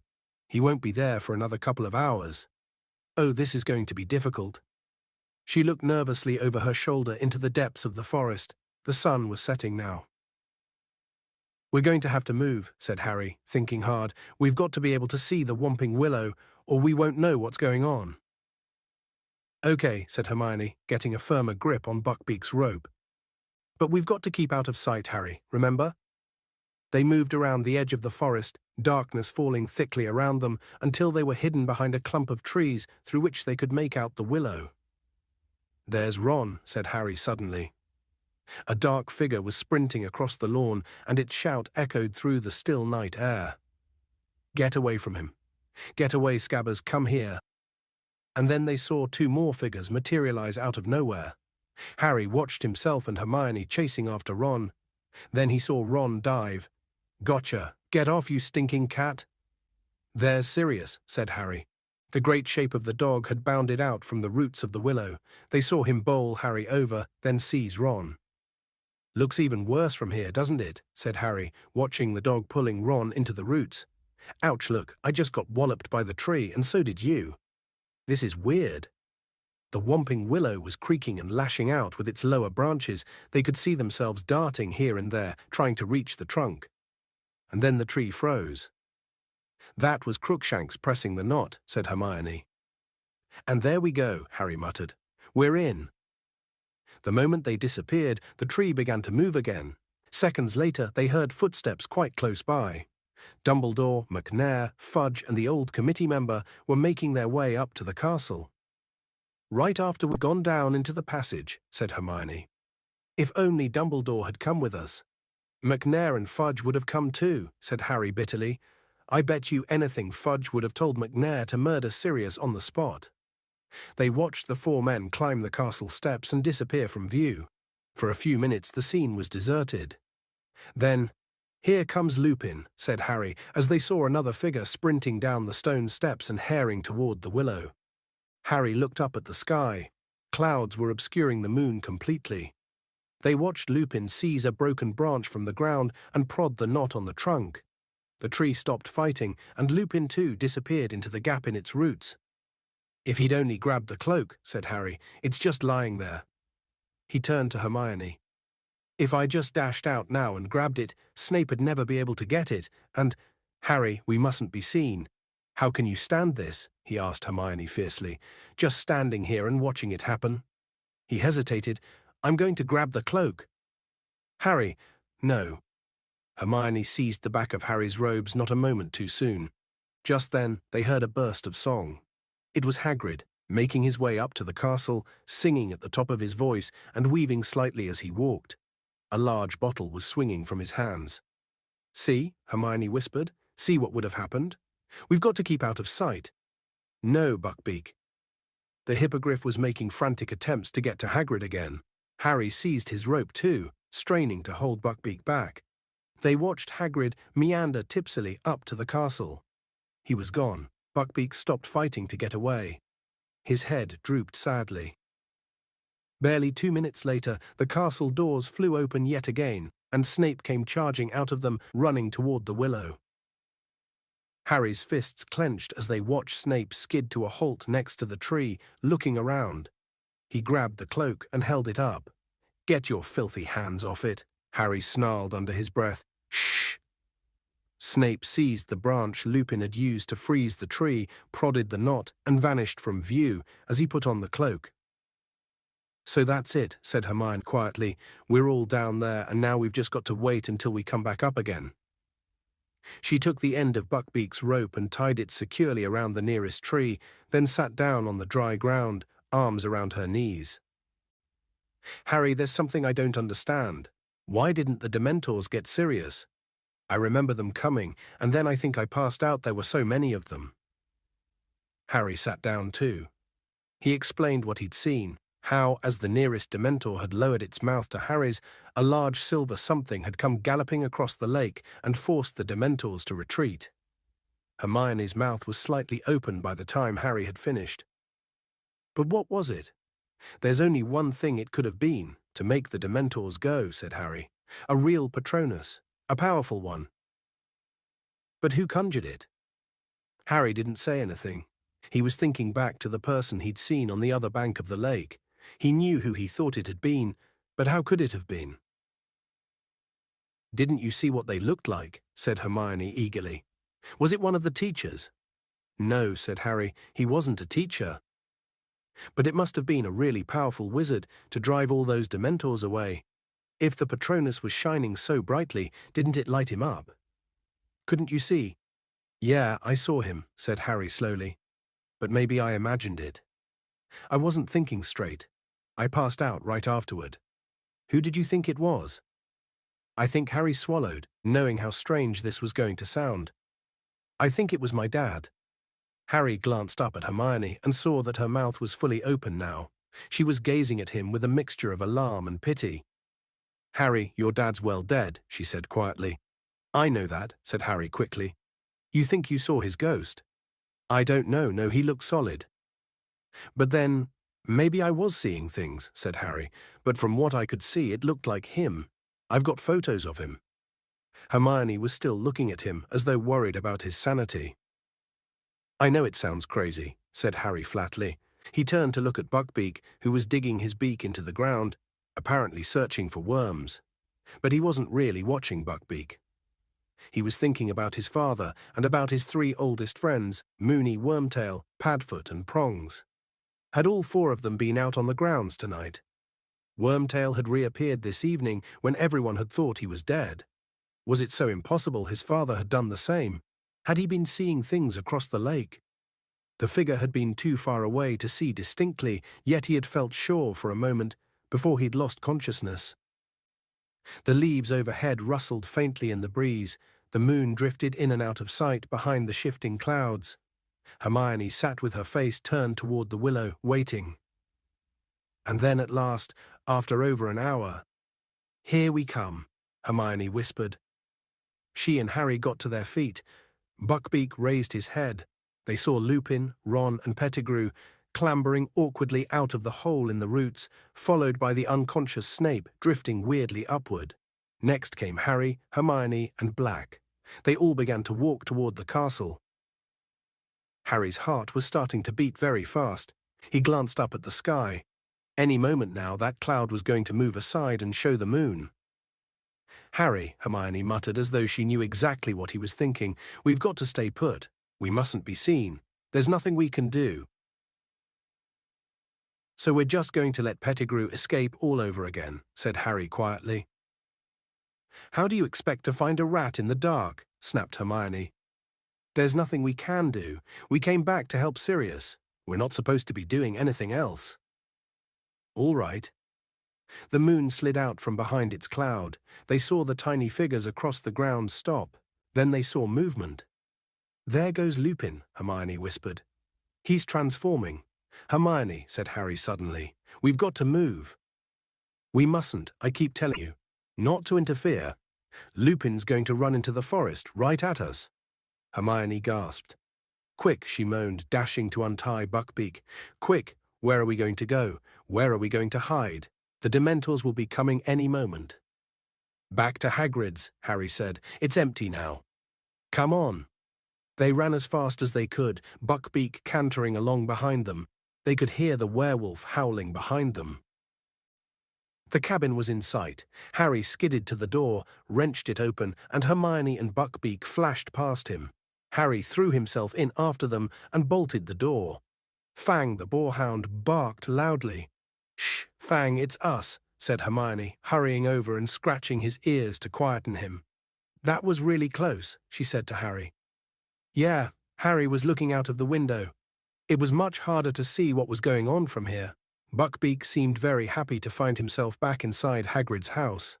He lay down in front of the fire, folded his wings contentedly, and seemed ready for a good nap. I think I'd better go outside again, you know, said Harry slowly. I can't see what's going on. We won't know when it's time. Hermione looked up. Her expression was suspicious. I'm not going to try and interfere, said Harry quickly, but if we don't see what's going on, how are we going to know when it's time to rescue Sirius? Well, okay, then I'll wait here with Buckbeak, but Harry, be careful, there's a werewolf out there and the Dementors. Harry stepped outside again and edged around the cabin. He could hear yelping in the distance. That meant the Dementors were closing in on Sirius. He and Hermione would be running to him any moment. Harry stared out toward the lake, his heart doing a kind of drum roll in his chest. Whoever had sent that Patronus would be appearing at any moment. For a fraction of a second he stood, irresolute, in front of Hagrid's door. You must not be seen. But he didn't want to be seen. He wanted to do the seeing. He had to know. And there were the Dementors. They were emerging out of the darkness from every direction, gliding around the edges of the lake. They were moving away from where Harry stood to the opposite bank. He wouldn't have to get near them. Harry began to run. He had no thought in his head except his father. If it was him, if it really was him, he had to know, had to find out. The lake was coming nearer and nearer, but there was no sign of anybody. On the opposite bank, he could see tiny glimmers of silver, his own attempts at a Patronus. There was a bush at the very edge of the water. Harry threw himself behind it, peering desperately through the leaves. On the opposite bank, the glimmers of silver were suddenly extinguished. A terrified excitement shot through him any moment now. Come on, he muttered, staring about. Where are you? Dad, come on. But no one came. Harry raised his head to look at the circle of Dementors across the lake. One of them was lowering its hood. It was time for the rescuer to appear, but no one was coming to help this time. And then it hit him, he understood. He hadn't seen his father, he had seen himself. Harry flung himself out from behind the bush and pulled out his wand. Expecto Patronum, he yelled, and out of the end of his wand burst not a shapeless cloud of mist, but a blinding, dazzling silver animal. He screwed up his eyes, trying to see what it was. It looked like a horse. It was galloping silently away from him, across the black surface of the lake. He saw it lower its head and charge at the swarming Dementors. Now it was galloping around and around the black shapes on the ground, and the Dementors were falling back, scattering, retreating into the darkness. They were gone. The Patronus turned. It was cantering back toward Harry across the still surface of the water. It wasn't a horse. It wasn't a unicorn either. It was a stag. It was shining brightly as the moon above it was coming back to him. It stopped on the bank. Its hooves made no mark on the soft ground as it stared at Harry with its large silver eyes. Slowly it bowed its antlered head. And Harry realized. Prongs, he whispered. But as his trembling fingertips stretched toward the creature, it vanished. Harry stood there, hand still outstretched. Then, with a great leap of his heart, he heard hooves behind him. He whirled around and saw Hermione dashing toward him, dragging Buckbeak behind her. What did you do? She said fiercely. You said you were only going to keep a lookout. I just saved all our lives, said Harry. Get behind here, behind this bush, I'll explain. Hermione listened to what had just happened, with her mouth open yet again. Did anyone see you? Yes. Haven't you been listening? I saw me, but I thought I was my dad. It's okay. Harry, I can't believe it. You conjured up a Patronus that drove away all those Dementors. That's very, very advanced magic. I knew I could do it this time, said Harry, because I'd already done it. Does that make sense? I don't know, Harry. Look at Snape. Together they peered around the bush at the other bank. Snape had regained consciousness. He was conjuring stretchers and lifting the limp forms of Harry, Hermione, and Black onto them. A fourth stretcher, no doubt bearing Ron, was already floating at his side. Then, wand held out in front of him, he moved them away toward the castle. Right, it's nearly time, said Hermione tensely, looking at her watch. We've got about 45 minutes until Dumbledore locks the door to the hospital wing. We've got to rescue Sirius and get back into the ward before anybody realizes we're missing." They waited, watching the moving clouds reflected in the lake, while the bush next to them whispered in the breeze. Buckbeak, bored, was ferreting for worms again. "Do you reckon he's up there yet?" said Harry, checking his watch. He looked up at the castle and began counting the windows to the right of the west tower. "Look," Hermione whispered. "Who's that? Someone's coming back out of the castle." Harry stared through the darkness. The man was hurrying across the grounds toward one of the entrances. Something shiny glinted in his belt. "McNair," said Harry. "The executioner. He's gone to get the Dementors. This is it, Hermione." Hermione put her hands on Buckbeak's back and Harry gave her a leg up. Then he placed his foot on one of the lower branches of the bush and climbed up in front of her. He pulled Buckbeak's rope back over his neck and tied it to the other side of his collar like reins. "Ready?" he whispered to Hermione.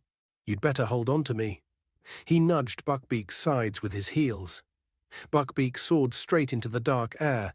Harry gripped his flanks with his knees, feeling the great wings rising powerfully beneath them. Hermione was holding Harry very tight around the waist. He could hear her muttering, "Oh no, I don't like this. Oh, I really don't like this." Harry urged Buckbeak forward. They were gliding quietly toward the upper floors of the castle.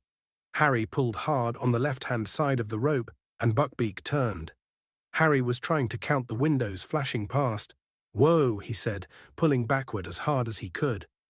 Buckbeak slowed down, and they found themselves at a stop, unless you counted the fact that they kept rising up and down several feet as the hippogriff beat his wings to remain airborne. "He's there," Harry said, spotting Sirius as they rose up beside the window. He reached out, and as Buckbeak's wings fell, was able to tap sharply on the glass. Black looked up. Harry saw his jaw drop. He leapt from his chair, hurried to the window and tried to open it, but it was locked. "Stand back," Hermione called to him, and she took out her wand, still gripping the back of Harry's robes with her left hand. "Alahomora." The window sprang open. How, said Black weakly, staring at the hippogriff. "Get on, there's not much time," said Harry, gripping Buckbeak firmly on either side of his sleek neck to hold him steady. "You've got to get out of here. The Dementors are coming. McNair's gone to get them." Black placed a hand on either side of the window frame and heaved his head and shoulders out of it. It was very lucky he was so thin.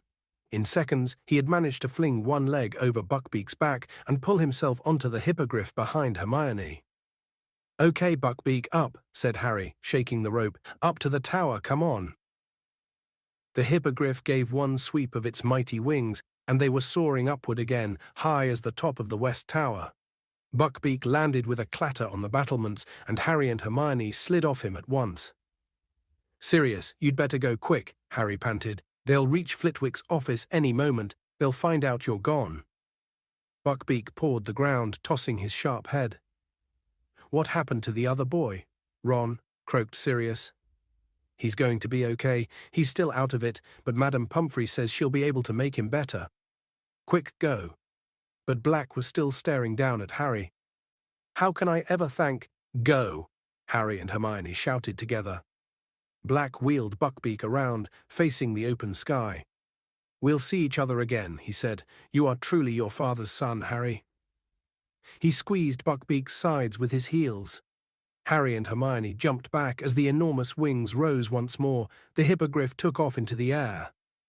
He and his rider became smaller and smaller as Harry gazed after them, then a cloud drifted across the moon.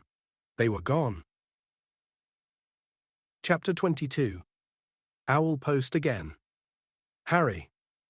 Hermione was tugging at his sleeve, staring at her watch. "We've got exactly 10 minutes to get back down to the hospital wing without anybody seeing us before Dumbledore locks the door."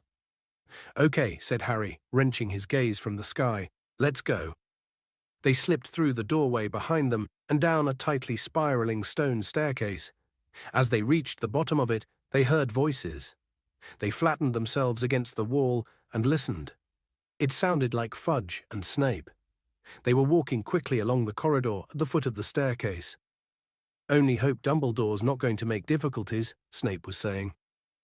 The kiss will be performed immediately. As soon as McNair returns with the Dementors, this whole black affair has been highly embarrassing. I can't tell you how much I'm looking forward to informing the Daily Prophet that we've got him at last. I dare say they'll want to interview you, Snape, and once young Harry's back in his right mind, I expect he'll want to tell the Prophet exactly how you saved him. Harry clenched his teeth. He caught a glimpse of Snape's smirk as he and Fudge passed Harry and Hermione's hiding place. Their footsteps died away. Harry and Hermione waited a few moments to make sure they'd really gone, then started to run in the opposite direction. Down one staircase, then another, along a new corridor, then they heard a cackling ahead. "Peeves," Harry muttered, grabbing Hermione's wrist. "In here."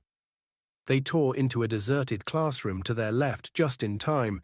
Peeves seemed to be bouncing along the corridor in boisterous good spirits, laughing his head off. "Oh, he's horrible," whispered Hermione, her ear to the door. "I bet he's all excited because the Dementors are going to finish off Sirius." She checked her watch. 3 minutes, Harry." They waited until Peeves' gloating voice had faded into the distance, then slid back out of the room and broke into a run again. "Hermione, what'll happen if we don't get back inside before Dumbledore locks the door?" Harry panted. "I don't want to think about it," Hermione moaned, checking her watch again. 1 minute. They had reached the end of the corridor with the hospital wing entrance. "Okay, I can hear Dumbledore," said Hermione tensely. "Come on, Harry." They crept along the corridor. The door opened. Dumbledore's back appeared. "I am going to lock you in," they heard him saying. "It is 5 minutes to midnight. Miss Granger, 3 turns should do it. Good luck." Dumbledore backed out of the room, closed the door and took out his wand to magically lock it. Panicking, Harry and Hermione ran forward. Dumbledore looked up, and a wide smile appeared under the long silver moustache. "Well?" he said quietly. "We did it," said Harry breathlessly. "Sirius has gone, on Buckbeak." Dumbledore beamed at them. "Well done." I think he listened intently for any sound within the hospital wing. "Yes, I think you've gone too. Get inside, I'll lock you in." Harry and Hermione slipped back inside the dormitory. It was empty except for Ron, who was still lying motionless in the end bed. As the lock clicked behind them, Harry and Hermione crept back to their own beds, Hermione tucking the time-turner back under her robes. A moment later, Madame Pomfrey came striding back out of her office. "Did I hear the headmaster leaving? Am I allowed to look after my patients now?" She was in a very bad mood. Harry and Hermione thought it best to accept their chocolate quietly. Madame Pomfrey stood over them, making sure they ate it. But Harry could hardly swallow. He and Hermione were waiting, listening, their nerves jangling. And then, as they both took a 4th piece of chocolate from Madame Pomfrey, they heard a distant roar of fury echoing from somewhere above them. "What was that?" said Madame Pomfrey in alarm. Now they could hear angry voices, growing louder and louder. Madame Pomfrey was staring at the door. "Really, they'll wake everybody up. What do they think they're doing?" Harry was trying to hear what the voices were saying. They were drawing nearer. "He must have disapparated Severus. We should have left somebody in the room with him. When this gets out—" "He didn't disapparate," Snape roared, now very close at hand. "You can't apparate or disapparate inside this castle. This has something to do with Potter." "Severus, be reasonable. Harry has been locked up." Bam! The door of the hospital wing burst open. Fudge, Snape, and Dumbledore came striding into the ward. Dumbledore alone looked calm. Indeed, he looked as though he was quite enjoying himself. Fudge appeared angry. But Snape was beside himself. "Out with it, Potter," he bellowed. "What did you do?" "Professor Snape," shrieked Madame Pomfrey, "control yourself." "See here, Snape, be reasonable," said Fudge. "This door's been locked. We just saw—" "They helped him escape. I know it," Snape howled, pointing at Harry and Hermione. His face was twisted. Spit was flying from his mouth. "Calm down, man," Fudge barked. "You're talking nonsense." "You don't know Potter," shrieked Snape. "He did it. I know he did it." "That will do, Severus," said Dumbledore quietly. "Think about what you are saying. This door has been locked since I left the ward 10 minutes ago." "Madame Pomfrey, have these students left their beds?" "Of course not," said Madame Pomfrey, bristling. "I would have heard them." Well, there you have it, Severus, said Dumbledore calmly. Unless you are suggesting that Harry and Hermione are able to be in two places at once, I'm afraid I don't see any point in troubling them further. Snape stood there, seething, staring from Fudge, who looked thoroughly shocked at his behavior, to Dumbledore, whose eyes were twinkling behind his glasses. Snape whirled about, robe swishing behind him, and stormed out of the ward. Fellow seems quite unbalanced, said Fudge, staring after him. I'd watch out for him if I were you, Dumbledore. Oh, he's not unbalanced, said Dumbledore quietly. He's just suffered a severe disappointment. He's not the only one, puffed Fudge. The Daily Prophet's going to have a field day.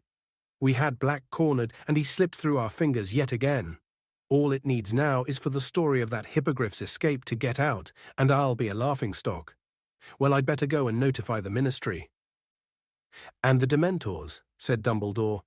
They'll be removed from the school, I trust. Oh yes, they'll have to go, said Fudge, running his fingers distractedly through his hair. Never dreamed they'd attempt to administer the kiss on an innocent boy. Completely out of control. No, I'll have them packed off back to Azkaban tonight.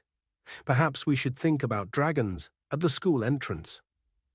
Hagrid would like that, said Dumbledore with a swift smile at Harry and Hermione. As he and Fudge left the dormitory, Madame Pomfrey hurried to the door and locked it again. Muttering angrily to herself, she headed back to her office. There was a low moan from the other end of the ward. Ron had woken up. They could see him sitting up, rubbing his head, looking around. What happened? He groaned. Harry, why are we in here? Where's Sirius? Where's Lupin? What's going on? Harry and Hermione looked at each other. You explain, said Harry, helping himself to some more chocolate. When Harry, Ron, and Hermione left the hospital wing at noon the next day, it was to find an almost deserted castle. The sweltering heat and the end of the exams meant that everyone was taking full advantage of another Hogsmeade visit. Neither Ron nor Hermione felt like going, however, so they and Harry wandered onto the grounds, still talking about the extraordinary events of the previous night and wondering where Sirius and Buckbeak were now. Sitting near the lake, watching the giant squid waving its tentacles lazily above the water, Harry lost the thread of the conversation as he looked across to the opposite bank. The stag had galloped toward him from there just last night. A shadow fell across them, and they looked up to see a very bleary-eyed Hagrid mopping his sweaty face with one of his tablecloth-sized handkerchiefs and beaming down at them. No, I shouldn't feel happy after what happened last night, he said. I mean, Black escaping again, and everything, but guess what? What? They said, pretending to look curious. Beaky, he escaped. He's free, been celebrating all night. That's wonderful, said Hermione, giving Ron a reproving look, because he looked as though he was close to laughing.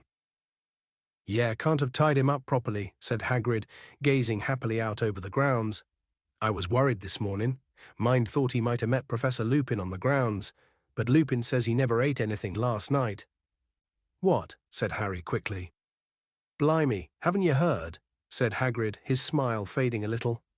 He lowered his voice, even though there was nobody in sight. Snape told all the Slytherins this morning. Thought everyone would know by now Professor Lupin's a werewolf, see? And he was loose on the grounds last night. He's packing now, of course. He's packing, said Harry, alarmed. Why? Leaving, isn't he? Said Hagrid, looking surprised that Harry had to ask. Resigned first thing this morning. Says he can't risk it happening again. Harry scrambled to his feet. I'm going to see him, he said to Ron and Hermione. But if he's resigned, doesn't sound like there's anything we can do. I don't care. I still want to see him. I'll meet you back here. Lupin's office door was open. He had already packed most of his things. The Grindylows' empty tank stood next to his battered old suitcase, which was open and nearly full. Lupin was bending over something on his desk and looked up only when Harry knocked on the door. I saw you coming, said Lupin, smiling. He pointed to the parchment he had been poring over. It was the Marauders' map. I just saw Hagrid, said Harry, and he said you'd resigned. It's not true, is it? I'm afraid it is, said Lupin. He started opening his desk drawers and taking out the contents. Why, said Harry, the Ministry of Magic don't think you were helping Sirius, do they? Lupin crossed to the door and closed it behind Harry. No, Professor Dumbledore managed to convince Fudge that I was trying to save your lives. He sighed. That was the final straw for Severus. I think the loss of the Order of Merlin hit him hard, so he, accidentally let slip that I am a werewolf this morning at breakfast. You're not leaving just because of that, said Harry. Lupin smiled wryly. This time tomorrow, the owls will start arriving from parents. They will not want a werewolf teaching their children, Harry. And after last night, I see their point. I could have bitten any of you. That must never happen again. You're the best defense against the dark arts teacher we've ever had, said Harry. Don't go. Lupin shook his head and didn't speak. He carried on emptying his drawers.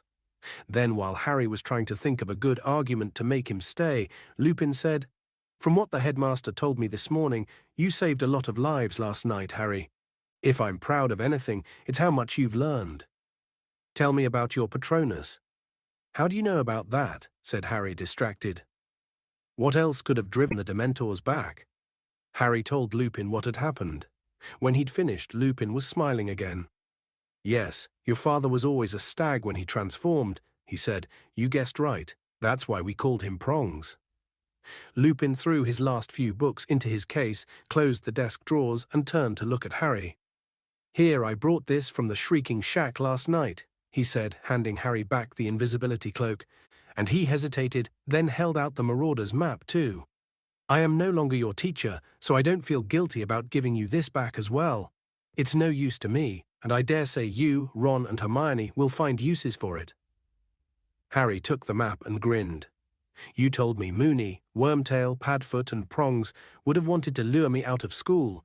You said they'd have thought it was funny. And so we would have, said Lupin, now reaching down to close his case. I have no hesitation in saying that James would have been highly disappointed if his son had never found any of the secret passages out of the castle. There was a knock on the door. Harry hastily stuffed the Marauder's map and the invisibility cloak into his pocket. It was Professor Dumbledore. He didn't look surprised to see Harry there. Your carriage is at the gates, Remus, he said. Thank you, Headmaster. Lupin picked up his old suitcase and the empty Grindylow tank. Well, goodbye, Harry, he said, smiling. It has been a real pleasure teaching you. I feel sure we'll meet again sometime. Headmaster, there is no need to see me to the gates. I can manage. Harry had the impression that Lupin wanted to leave as quickly as possible. Goodbye then, Remus, said Dumbledore soberly.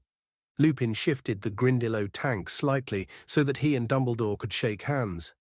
Then, with a final nod to Harry and a swift smile, Lupin left the office. Harry sat down in his vacated chair, staring glumly at the floor. He heard the door close and looked up. Dumbledore was still there.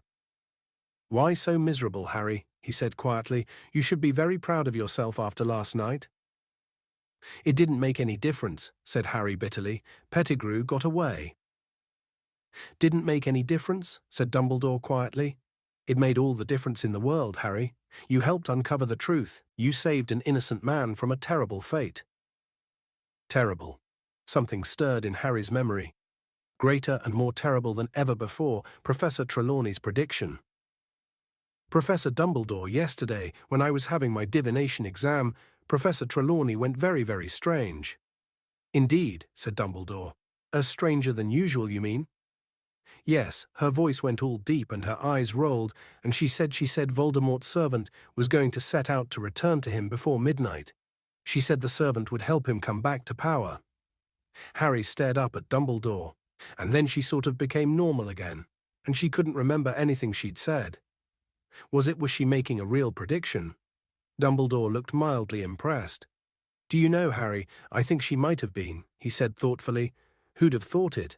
That brings her total of real predictions up to 2. I should offer her a pay raise. But Harry looked at him aghast. How could Dumbledore take this so calmly? But I stopped Sirius and Professor Lupin from killing Pettigrew. That makes it my fault if Voldemort comes back. It does not, said Dumbledore quietly. Hasn't your experience with the Time Turner taught you anything, Harry? The consequences of our actions are always so complicated, so diverse, that predicting the future is a very difficult business indeed. Professor Trelawney, bless her, is living proof of that. You did a very noble thing in saving Pettigrew's life. But if he helps Voldemort back to power, Pettigrew owes his life to you. You have sent Voldemort a deputy who is in your debt. When one wizard saves another wizard's life, it creates a certain bond between them, and I'm much mistaken if Voldemort wants his servant in the debt of Harry Potter. I don't want a bond with Pettigrew, said Harry. He betrayed my parents. This is magic at its deepest, its most impenetrable, Harry. But trust me, the time may come when you will be very glad you saved Pettigrew's life. Harry couldn't imagine when that would be. Dumbledore looked as though he knew what Harry was thinking. I knew your father very well, both at Hogwarts and later, Harry, he said gently. He would have saved Pettigrew too, I am sure of it. Harry looked up at him. Dumbledore wouldn't laugh. He could tell Dumbledore. Last night I thought it was my dad who'd conjured my Patronus. I mean, when I saw myself across the lake, I thought I was seeing him. An easy mistake to make, said Dumbledore softly. I expect you'll tire of hearing it, but you do look extraordinarily like James. Except for the eyes, you have your mother's eyes. Harry shook his head. It was stupid thinking it was him, he muttered. I mean, I knew he was dead. You think the dead we have loved ever truly leave us? You think that we don't recall them more clearly than ever in times of great trouble? Your father is alive in you, Harry, and shows himself most plainly when you have need of him. How else could you produce that particular Patronus? Prongs rode again last night. It took a moment for Harry to realize what Dumbledore had said. Last night, Sirius told me all about how they became animagi, said Dumbledore, smiling. An extraordinary achievement, not least, keeping it quiet from me. And then I remembered the most unusual form your Patronus took, when it charged Mr. Malfoy down at your Quidditch match against Ravenclaw. So you did see your father last night, Harry. You found him inside yourself. And Dumbledore left the office, leaving Harry to his very confused thoughts. Nobody at Hogwarts knew the truth of what had happened the night that Sirius, Buckbeak, and Pettigrew had vanished except Harry, Ron, Hermione, and Professor Dumbledore. As the end of term approached, Harry heard many different theories about what had really happened, but none of them came close to the truth. Malfoy was furious about Buckbeak. He was convinced that Hagrid had found a way of smuggling the hippogriff to safety, and seemed outraged that he and his father had been outwitted by a gamekeeper. Percy Weasley, meanwhile, had much to say on the subject of Sirius's escape. If I manage to get into the Ministry, I'll have a lot of proposals to make about magical law enforcement, he told the only person who would listen, his girlfriend, Penelope. Though the weather was perfect, though the atmosphere was so cheerful, though he knew they had achieved the near impossible in helping Sirius to freedom, Harry had never approached the end of a school year in worse spirits. He certainly wasn't the only one who was sorry to see Professor Lupin go. The whole of Harry's defense against the dark arts class was miserable about his resignation. Wonder what they'll give us next year, said Seamus Finnegan gloomily. Maybe a vampire, suggested Dean Thomas hopefully. It wasn't only Professor Lupin's departure that was weighing on Harry's mind. He couldn't help thinking a lot about Professor Trelawney's prediction. He kept wondering where Pettigrew was now, whether he had sought sanctuary with Voldemort yet. But the thing that was lowering Harry's spirits most of all was the prospect of returning to the Dursleys. For maybe half an hour, a glorious half hour, he had believed he would be living with Sirius from now on, his parents' best friend. It would have been the next best thing to having his own father back. And while no news of Sirius was definitely good news because it meant he had successfully gone into hiding, Harry couldn't help feeling miserable when he thought of the home he might have had, and the fact that it was now impossible. The exam results came out on the last day of term. Harry, Ron, and Hermione had passed every subject. Harry was amazed that he had got through potions. He had a shrewd suspicion that Dumbledore might have stepped in to stop Snape failing him on purpose. Snape's behavior toward Harry over the past week had been quite alarming. Harry wouldn't have thought it possible that Snape's dislike for him could increase, but it certainly had. A muscle twitched unpleasantly at the corner of Snape's thin mouth every time he looked at Harry, and he was constantly flexing his fingers as though itching to place them around Harry's throat. Percy had got his top-grade NEWTs. Fred and George had scraped a handful of OWLs each. Gryffindor House, meanwhile, largely thanks to their spectacular performance in the Quidditch Cup, had won the House Championship for the third year running. This meant that the end-of-term feast took place amid decorations of scarlet and gold, and that the Gryffindor table was the noisiest of the lot, as everybody celebrated. Even Harry managed to forget about the journey back to the Dursleys the next day as he ate, drank, talked, and laughed with the rest.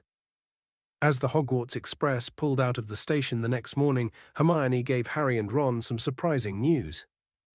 "I went to see Professor McGonagall this morning, just before breakfast. I've decided to drop Muggle studies." "But you passed your exam with 320%, said Ron. "I know," sighed Hermione, "but I can't stand another year like this one. That time turner, it was driving me mad. I've handed it in. Without Muggle studies and divination, I'll be able to have a normal schedule again." "I still can't believe you didn't tell us about it," said Ron grumpily. "We're supposed to be your friends." "I promised I wouldn't tell anyone," said Hermione severely. She looked around at Harry, who was watching Hogwarts disappear from view behind a mountain. 2 whole months before he'd see it again. "Oh, cheer up, Harry," said Hermione sadly. "I'm okay," said Harry quickly, "just thinking about the holidays." "Yeah, I've been thinking about them too," said Ron. "Harry, you've got to come and stay with us. I'll fix it up with Mum and Dad, then I'll call you. I know how to use a Felietone now." "A telephone, Ron," said Hermione. "Honestly, you should take Muggle studies next year." Ron ignored her. "It's the Quidditch World Cup this summer. How about it, Harry? Come and stay, and we'll go and see it. Dad can usually get tickets from work." This proposal had the effect of cheering Harry up a great deal. "Yeah, I bet the Dursleys be pleased to let me come, especially after what I did to Aunt Marge." Feeling considerably more cheerful, Harry joined Ron and Hermione in several games of Exploding Snap, and when the witch with the tea cart arrived, he bought himself a very large lunch, though nothing with chocolate in it. But it was late in the afternoon before the thing that made him truly happy turned up. "Harry," said Hermione suddenly, peering over his shoulder, "what's that thing outside your window?" Harry turned to look outside. Something very small and grey was bobbing in and out of sight beyond the glass. He stood up for a better look and saw that it was a tiny owl, carrying a letter that was much too big for it. The owl was so small, in fact, that it kept tumbling over in the air, buffeted this way and that in the train's slipstream. Harry quickly pulled down the window, stretched out his arm and caught it. It felt like a very fluffy snitch. He brought it carefully inside. The owl dropped its letter onto Harry's seat and began zooming around their compartment, apparently very pleased with itself for accomplishing its task. Hedwig clicked her beak with a sort of dignified disapproval. Crookshanks sat up in his seat, following the owl with his great yellow eyes. Ron, noticing this, snatched the owl safely out of harm's way. Harry picked up the letter. It was addressed to him. He ripped open the letter and shouted, "It's from Sirius." "What?" said Ron and Hermione excitedly. "Read it aloud." "Dear Harry, I hope this finds you before you reach your aunt and uncle. I don't know whether they're used to owl post. Buckbeak and I are in hiding. I won't tell you where, in case this falls into the wrong hands. I have some doubt about the owl's reliability, but he is the best I could find, and he did seem eager for the job. I believe the Dementors are still searching for me, but they haven't a hope of finding me here. I am planning to allow some Muggles to glimpse me soon, a long way from Hogwarts, so that the security on the castle will be lifted. There is something I never got around to telling you during our brief meeting. It was I who sent you the firebolt. Ha!" said Hermione triumphantly. "See, I told you it was from him." "Yes, but he hadn't jinxed it, had he?" said Ron. "Ouch." The tiny owl, now hooting happily in his hand, had nibbled one of his fingers in what it seemed to think was an affectionate way. "Crookshanks took the order to the owl office for me. I used your name, but told them to take the gold from Gringotts Vault number 711, my own. Please consider it as 13 birthdays' worth of presents from your godfather. I would also like to apologize for the fright I think I gave you that night last year when you left your uncle's house. I had only hoped to get a glimpse of you before starting my journey north, but I think the sight of me alarmed you. I am enclosing something else for you, which I think will make your next year at Hogwarts more enjoyable. If ever you need me, send word. Your owl will find me. I'll write again soon. Sirius. Harry looked eagerly inside the envelope. There was another piece of parchment in there. He read it through quickly and felt suddenly as warm and contented as though he'd swallowed a bottle of hot butterbeer in one gulp. I, Sirius Black, Harry Potter's godfather, hereby give him permission to visit Hogsmeade on weekends. That'll be good enough for Dumbledore, said Harry happily. He looked back at Sirius's letter. Hang on, there's a P.S. I thought your friend Ron might like to keep this owl, as it's my fault he no longer has a rat. Ron's eyes widened. The minute owl was still hooting excitedly. Keep him, he said uncertainly. He looked closely at the owl for a moment, then to Harry's and Hermione's great surprise, he held him out for Crookshanks to sniff.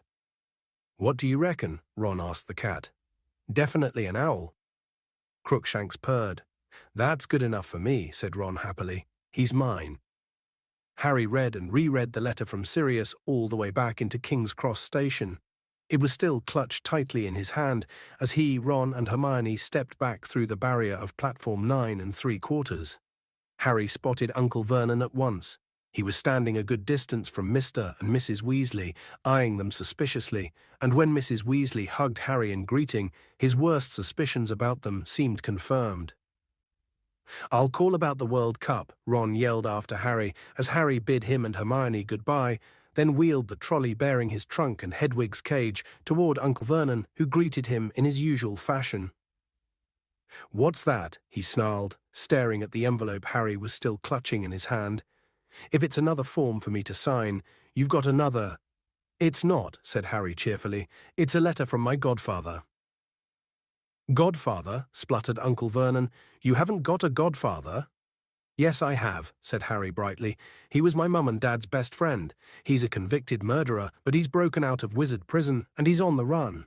He likes to keep in touch with me, though keep up with my news check if I'm happy.